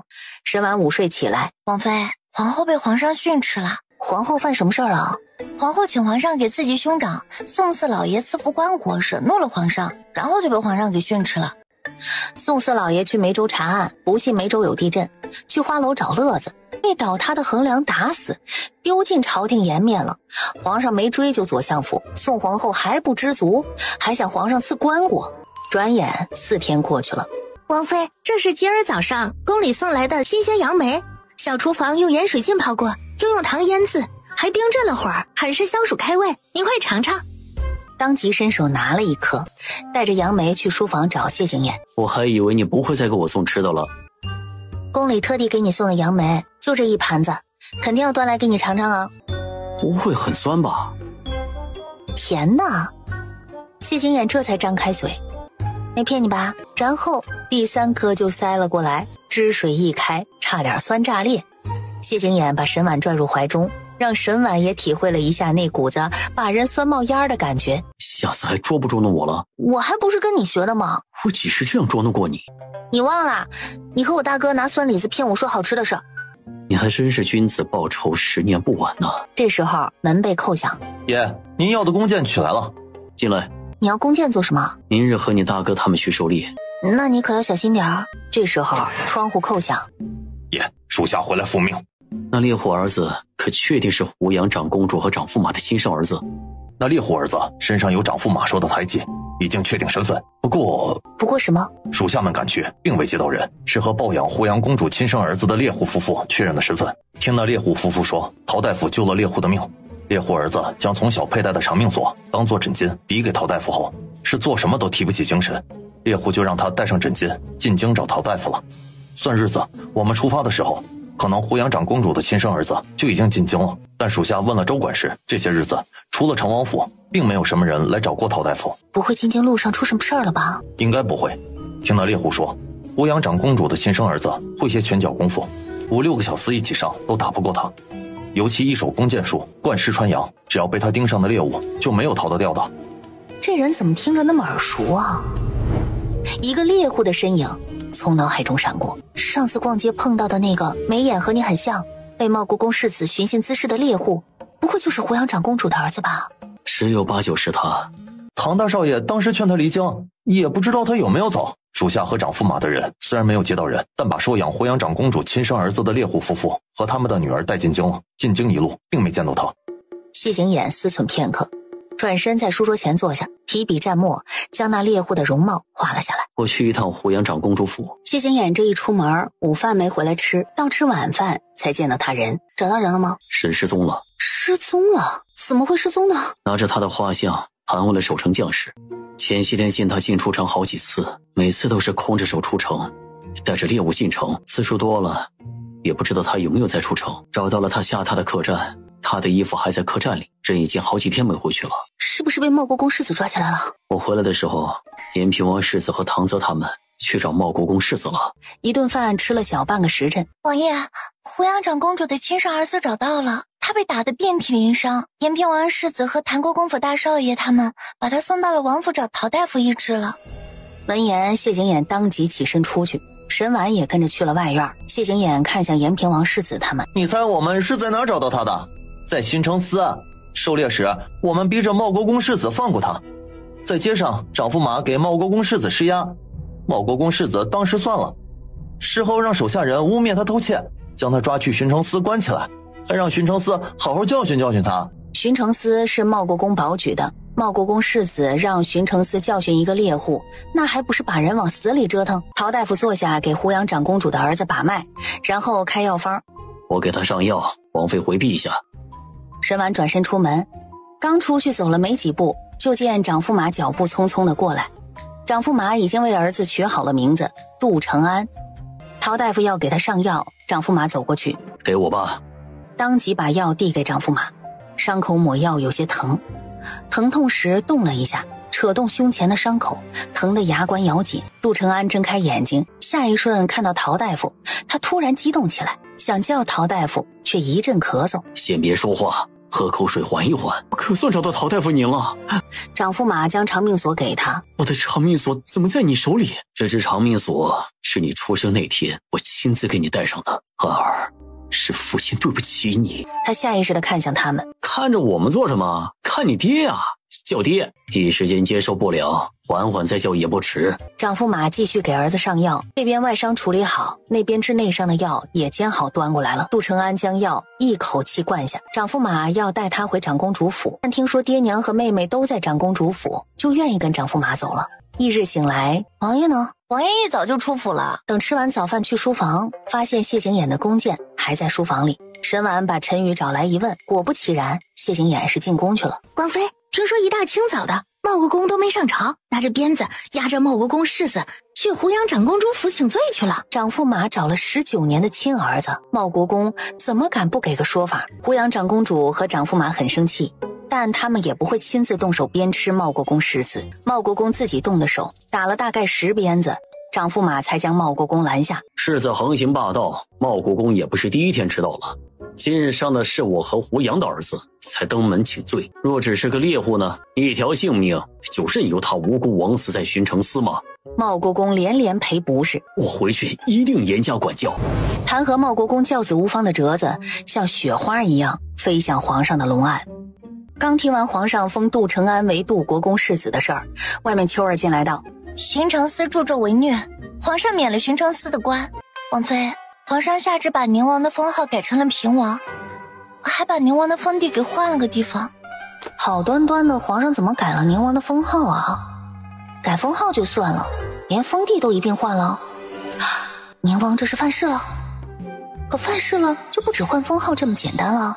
可知道皇上为何突然改宁王的封号？这时候谢景琰回来了。杜承安进京并非没找陶大夫，而是找错地方了。他去了宁王府，宁王府下人态度恶劣，只说没陶大夫这个人，但没告诉他陶大夫在我宁王府，一度让杜承安以为陶大夫骗了他。这事传到太后耳中，太后觉得宁王和我宁王听上去太像了，就让皇上给宁王改了封号。皇上赏陶大夫黄金200两，绫罗绸缎20匹，以及良田100亩。赏完陶大夫，然后是猎户夫妇。皇上赐了他们一座宅院，就挨着胡杨长公主府。生恩不及养恩大。哎，今儿你不是和我大哥他们去狩猎吗？怎么一早进宫去了？今天有要紧事，狩猎改明日了。王爷、王妃，皇上任命延平王世子为巡城司司卿，谭国公府大少爷和宣平侯世子为左右副司卿。你一大早进宫就是为了保举他们3个去了？你机会难得，不容错过。谢景琰保举延平王世子的时候，左相就在御书房，也是冲巡城司的位置去的，当场就反对。谢景琰也不生气，只问左相觉得谁适合接任巡城司一职。如果府上大少爷在入夜宵禁之后在街上晃荡，左相觉得自己保举的人有胆量将他抓去巡城司吗？犬子不会入夜后还在街上晃荡。左相的儿子不会，别家的世家子弟呢，也都不会吗？不论是谁违反宵禁，延平王世子他们都敢抓。就凭这一句，左相就无话可说了。午饭刚刚吃完，延平王世子和陆成就来灵王府找谢景琰了。就见延平王世子和陆成两人神情复杂的走过来，脸上有感激，但也有几分愤怒。四家兄弟不必言谢。你是怎么做到让我们感激你又想揍你的？你除了保举他们，你还做什么了？没做别的。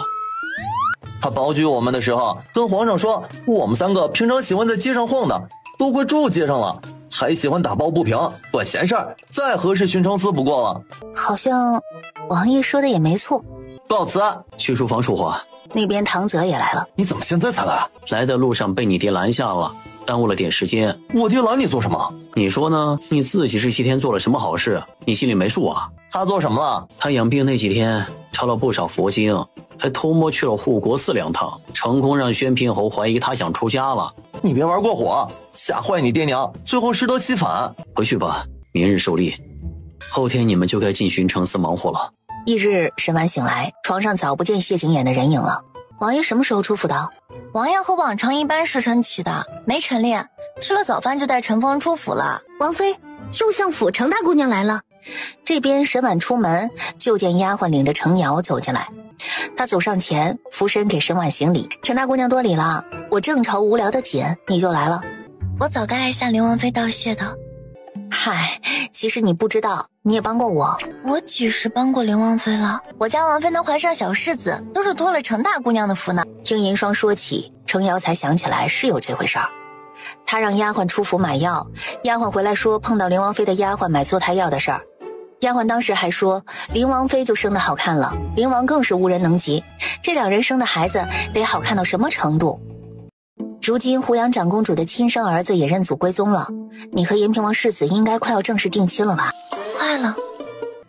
程瑶陪沈晚坐了半个时辰，走的时候沈晚请他常来灵王府坐坐，程瑶一口答应了。程瑶走后，沈晚坐在窗户旁看书。王爷回来了。一整天不在，想我没有？哎，你这是出了多少汗呢？快去洗。味道有那么重吗？都快把我熏死了，你说呢？等银霜进来，沈晚问道：“王爷打了多少猎物回来啊？”奴婢打听了一下，王爷是空着手回来的。打了1天猎，空着手回来。等谢景琰从头到脚洗一遍回来，就到吃晚饭的时辰了。今儿的晚饭全是李御厨做的，一桌子全是野味，这全是你打的？那丫鬟怎么说你空着手回来的？提前让人把猎物送回府了，不然这一桌子你得明儿才能吃到。这日天气晴好，是延平王世子唐泽和陆成进巡城司的日子。晚上夜深人静时，这3个人干了件震惊朝野的大事儿。第二天早上，沈晚刚睁眼，银霜屁颠颠跑进来，禀告他昨晚上巡城司抓人的事儿。昨晚上巡城司抓了谁？抓了谭国公府大老爷。谭国公府大老爷？京城有几个谭国公府大老爷？就一个啊。如果他没记错的话，谭国公府大老爷是唐泽的亲爹吧？唐大少爷真的把他爹抓进巡城司了？他不怕他爹打死他吗？皇上在早朝上听说了这事儿，当着文武百官的面夸赞了他们3个，就算想打也不能打了。唐大老爷明知道自己儿子进了巡城司，还入夜宵禁后才回府，十有8九是被人算计，拿来考验唐泽他们的。只是算计之人没想到唐泽盼这一天盼许久了，都没带犹豫就把他爹抓了。他们几个巡城司正副司卿的位置算是坐稳了。昨儿白天延平王世子他们3个巡了1天街，实在没什么收获，3人体力充沛不死心，晚上继续巡夜。就在后悔还不如回家睡大觉的时候，有马车车轮的滚动声传来。大少爷，是我爹在里面。老爷喝醉了。爹，对不住了，没规矩不成方圆，儿子第一天进巡城司，不能徇私枉法，您见谅。今晚就委屈您在巡城司过夜了，我会禀告母亲，让他明早去巡城司捞你。唐泽手一挥，你要去巡城司？你是认真的？要今晚是你们爹，你们不抓吗？陆成和延平王世子齐齐看向身后的衙差，还愣住做什么？连人带马车先去巡城司，大晚上的也没人瞧见，放行了也不会有人知道的。没人知道也不行，别磨蹭了，快点。大少爷，你来真的呀？老爷会打死你的。他记得告诉自家亲娘，免得自家亲爹没回去担心的睡不着，但忘了给谭国公府大老爷告假。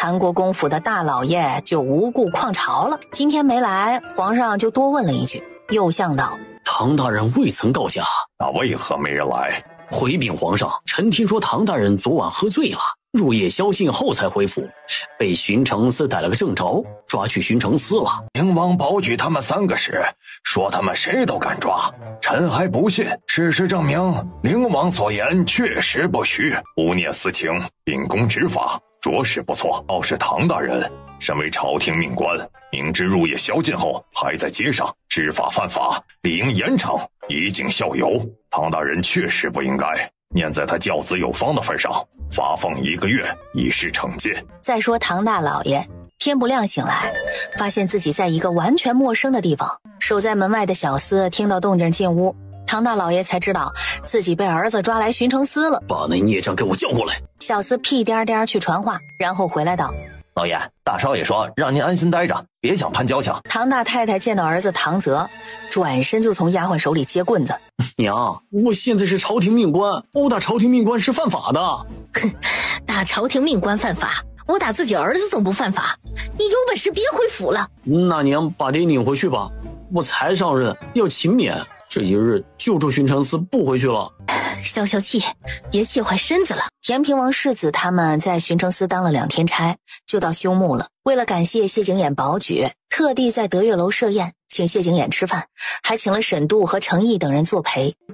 延平王世子和陆程还没到。他们俩今天怎么这么磨蹭啊？约好了43刻之前到，这都过2刻钟了。又等了半盏茶的功夫，延平王世子才来。你怎么来这么晚呢？有点事儿耽搁了，让你们久等了。他在谢景琰身边坐下，坐下时眉头还狠狠颤了下。哎呀，没事儿，我屁股没事儿，不打自招。谁打的？准大舅兄问，延平王世子就不能不说了。还能有谁打的？我父王啊！延平王打你做什么？唉，也怪我一时嘴快，跑的打。晚上和父王母妃一起吃的饭，不可避免地聊起那天晚上抓唐大老爷的事儿。他父王就问了一句：若那晚是我在街上，你们也抓了？这还用问？肯定抓呀！嘴太快，父王甚至破天荒地关心他这个儿子，给他夹菜了，就是菜，夹的是鸡屁股。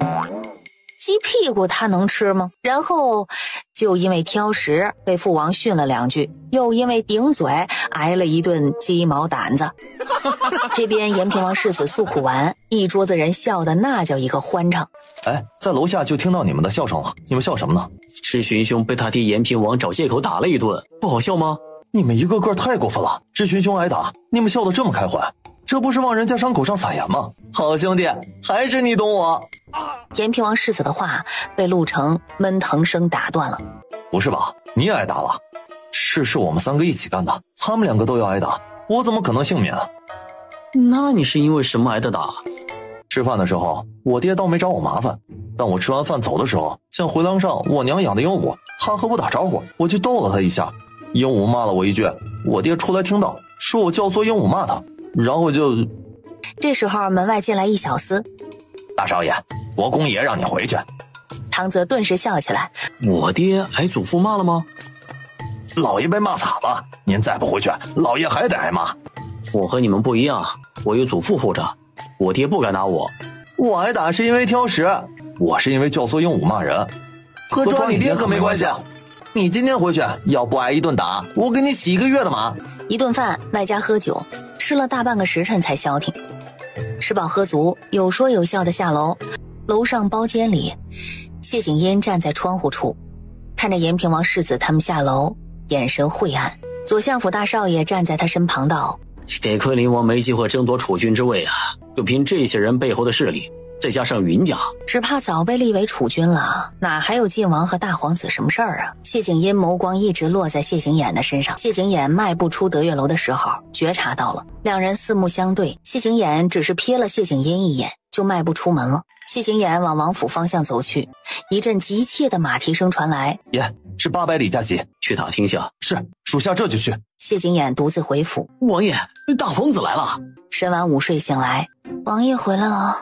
王爷回来了，这会儿正在书房和大皇子说话。大皇子怎么来灵王府找谢景琰？上回来找谢景琰是要西周大坝的图纸，给了他又没守住，应该没脸再要第二回了吧？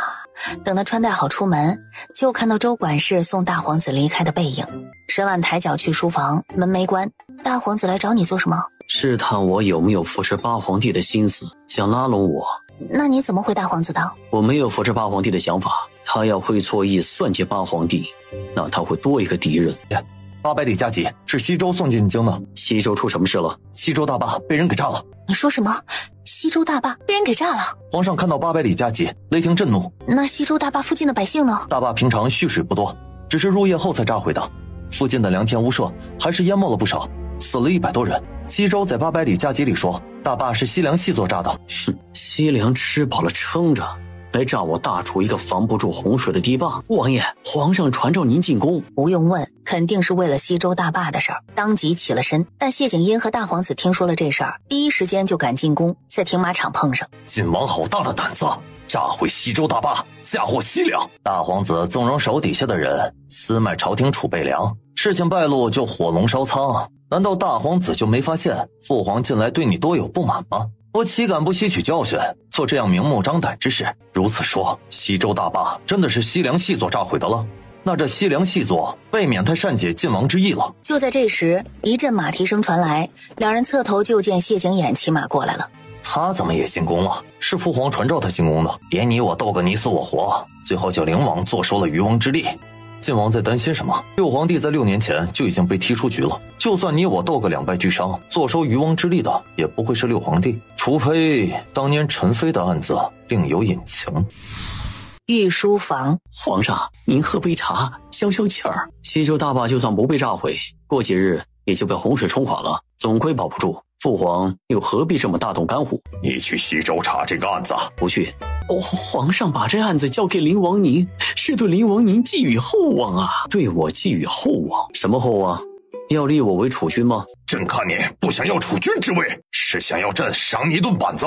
有的是人想去查西周大坝案，皇上又何必惦记我呢？皇上，大皇子和晋王来了，让他们进来。很快，大皇子和晋王就进来了。父皇息怒，六皇帝不是故意忤逆父皇，他只是舍不得丢下有了身孕的王妃去西周，还是儿臣去查这个案子吧。谁告诉晋王查西周大坝案就非要丢下王妃去西周不可？有关西周大坝修建的图纸和账册全都毁了，我亲自去西周怎么查这个案子？毁的只是原稿，可我交给大皇子的那份而已，不代表我手里就没有备份。大皇子惊呆了，你手里还有备份？有，且不止一份。你手里既然还留有设计图和账册，可查了？无人可用，查不了。上次灵王给我的证据，我看护不力，被烧毁了，没了证据，案子没法往下查，你再给我一份。谢景琰看在太后帮云琪说话的份上，再加上知道大皇子保不住证据，勉强给了。这回可没这么轻易了。什么条件？下个月16是母妃的忌日，我要亲自去母妃坟前祭拜，我要知道她埋在哪儿。谁准你提起她的？父皇可以选择不要西周大坝的证据，陈妃埋葬之地皇上并不知道，灵王就是找皇上也没用。当年是谁葬的我母妃？当年是太后让人将陈妃拉出宫埋葬的。就在所有人以为他会爆发的时候，谢景琰一个字儿也没说，转身走了。奴才去找太后问问。给朕滚！再说沈婉，听到熟悉的脚步声，沈婉撇头望去，他从来没见他这样过。皇上传召他进宫，不是为了西周大坝的事吗？怎么像是受了天大的打击一般？谢景琰就过来抱住了他，抱得紧紧的。你这是怎么了？别说话，让我抱你一会儿。谢景琰知道皇上恨陈妃入骨，没有将陈妃葬入皇陵，但他从未想过自己母妃下葬是太后让人去办的。沈婉不敢问谢景琰，他找陈峰打听。属下守在御书房外，听得不是很清楚，好像与王爷的母妃陈妃有关。第二天，王爷，袁公公和太后身边的赵嬷嬷来了。袁公公来就算了，怎么赵嬷嬷也来灵王府了？不多会儿，袁公公和赵嬷嬷就进来了。当年陈妃是赵嬷嬷出宫安葬的，老奴怕弄错地方，请赵嬷嬷亲自来给灵王带路。谢景琰等这一天等许久了，当即让人备马。我也要去。你待在王府，要是平常，王妃去给陈妃磕个头上炷香也应当，只是王妃有孕在身，有些事宁可信其有，万一冲撞了……目送谢景琰他们出墨玉轩，喝了半盏茶。王妃，您猜赵嬷嬷将陈妃埋在哪儿的？乱葬岗。陈妃埋在城外桃林，那桃林王妃今年春天还去看过呢，风景极美。那片桃林王妃去过好几回，没看到有坟墓，也没听说过呀。沈婉倒是知道有座坟，但是座空坟呀。前世大表哥被逼得逃离京都，满大楚的做生意，三表哥被摁在京都，就看中了那片桃林，花重金买下来，建了园子。建园子时把附近的山都转了一遍，在桃林边缘算是人迹罕至处发现了一座孤坟，免影响生意，三表哥让人烧香祭拜，要将坟墓迁去别处。可将坟墓挖开，上等的楠木棺材里空空荡荡的，什么都没有。谢景琰拿西周大坝的相关证据，才让皇上和太后告诉他陈妃的埋葬之地若是座空坟，岂不是在忽悠他？沈婉不放心，走到窗户处。王妃有何吩咐？你快去桃林看看，赵嬷嬷指的陈妃的坟是不是在桃林边缘？若是的话，你让王爷把坟挖开看看。陈宇快马加鞭出城，赶往桃林。他找了一会儿才找到谢景琰，径直走到谢景琰身边，在他耳边低语了几句，把坟挖开。很快暗卫将坟挖开，见是上等的楠木，袁公公着实有些惊讶。开棺。然而在棺盖掀开的瞬间，谢景琰的脸黑成了锅底色。怎么会是空的呢？是不是记错地方了？是我亲自带人安葬的陈妃，我怎么会记错呢？皇上宠爱陈妃，宠爱到几乎虚设6宫，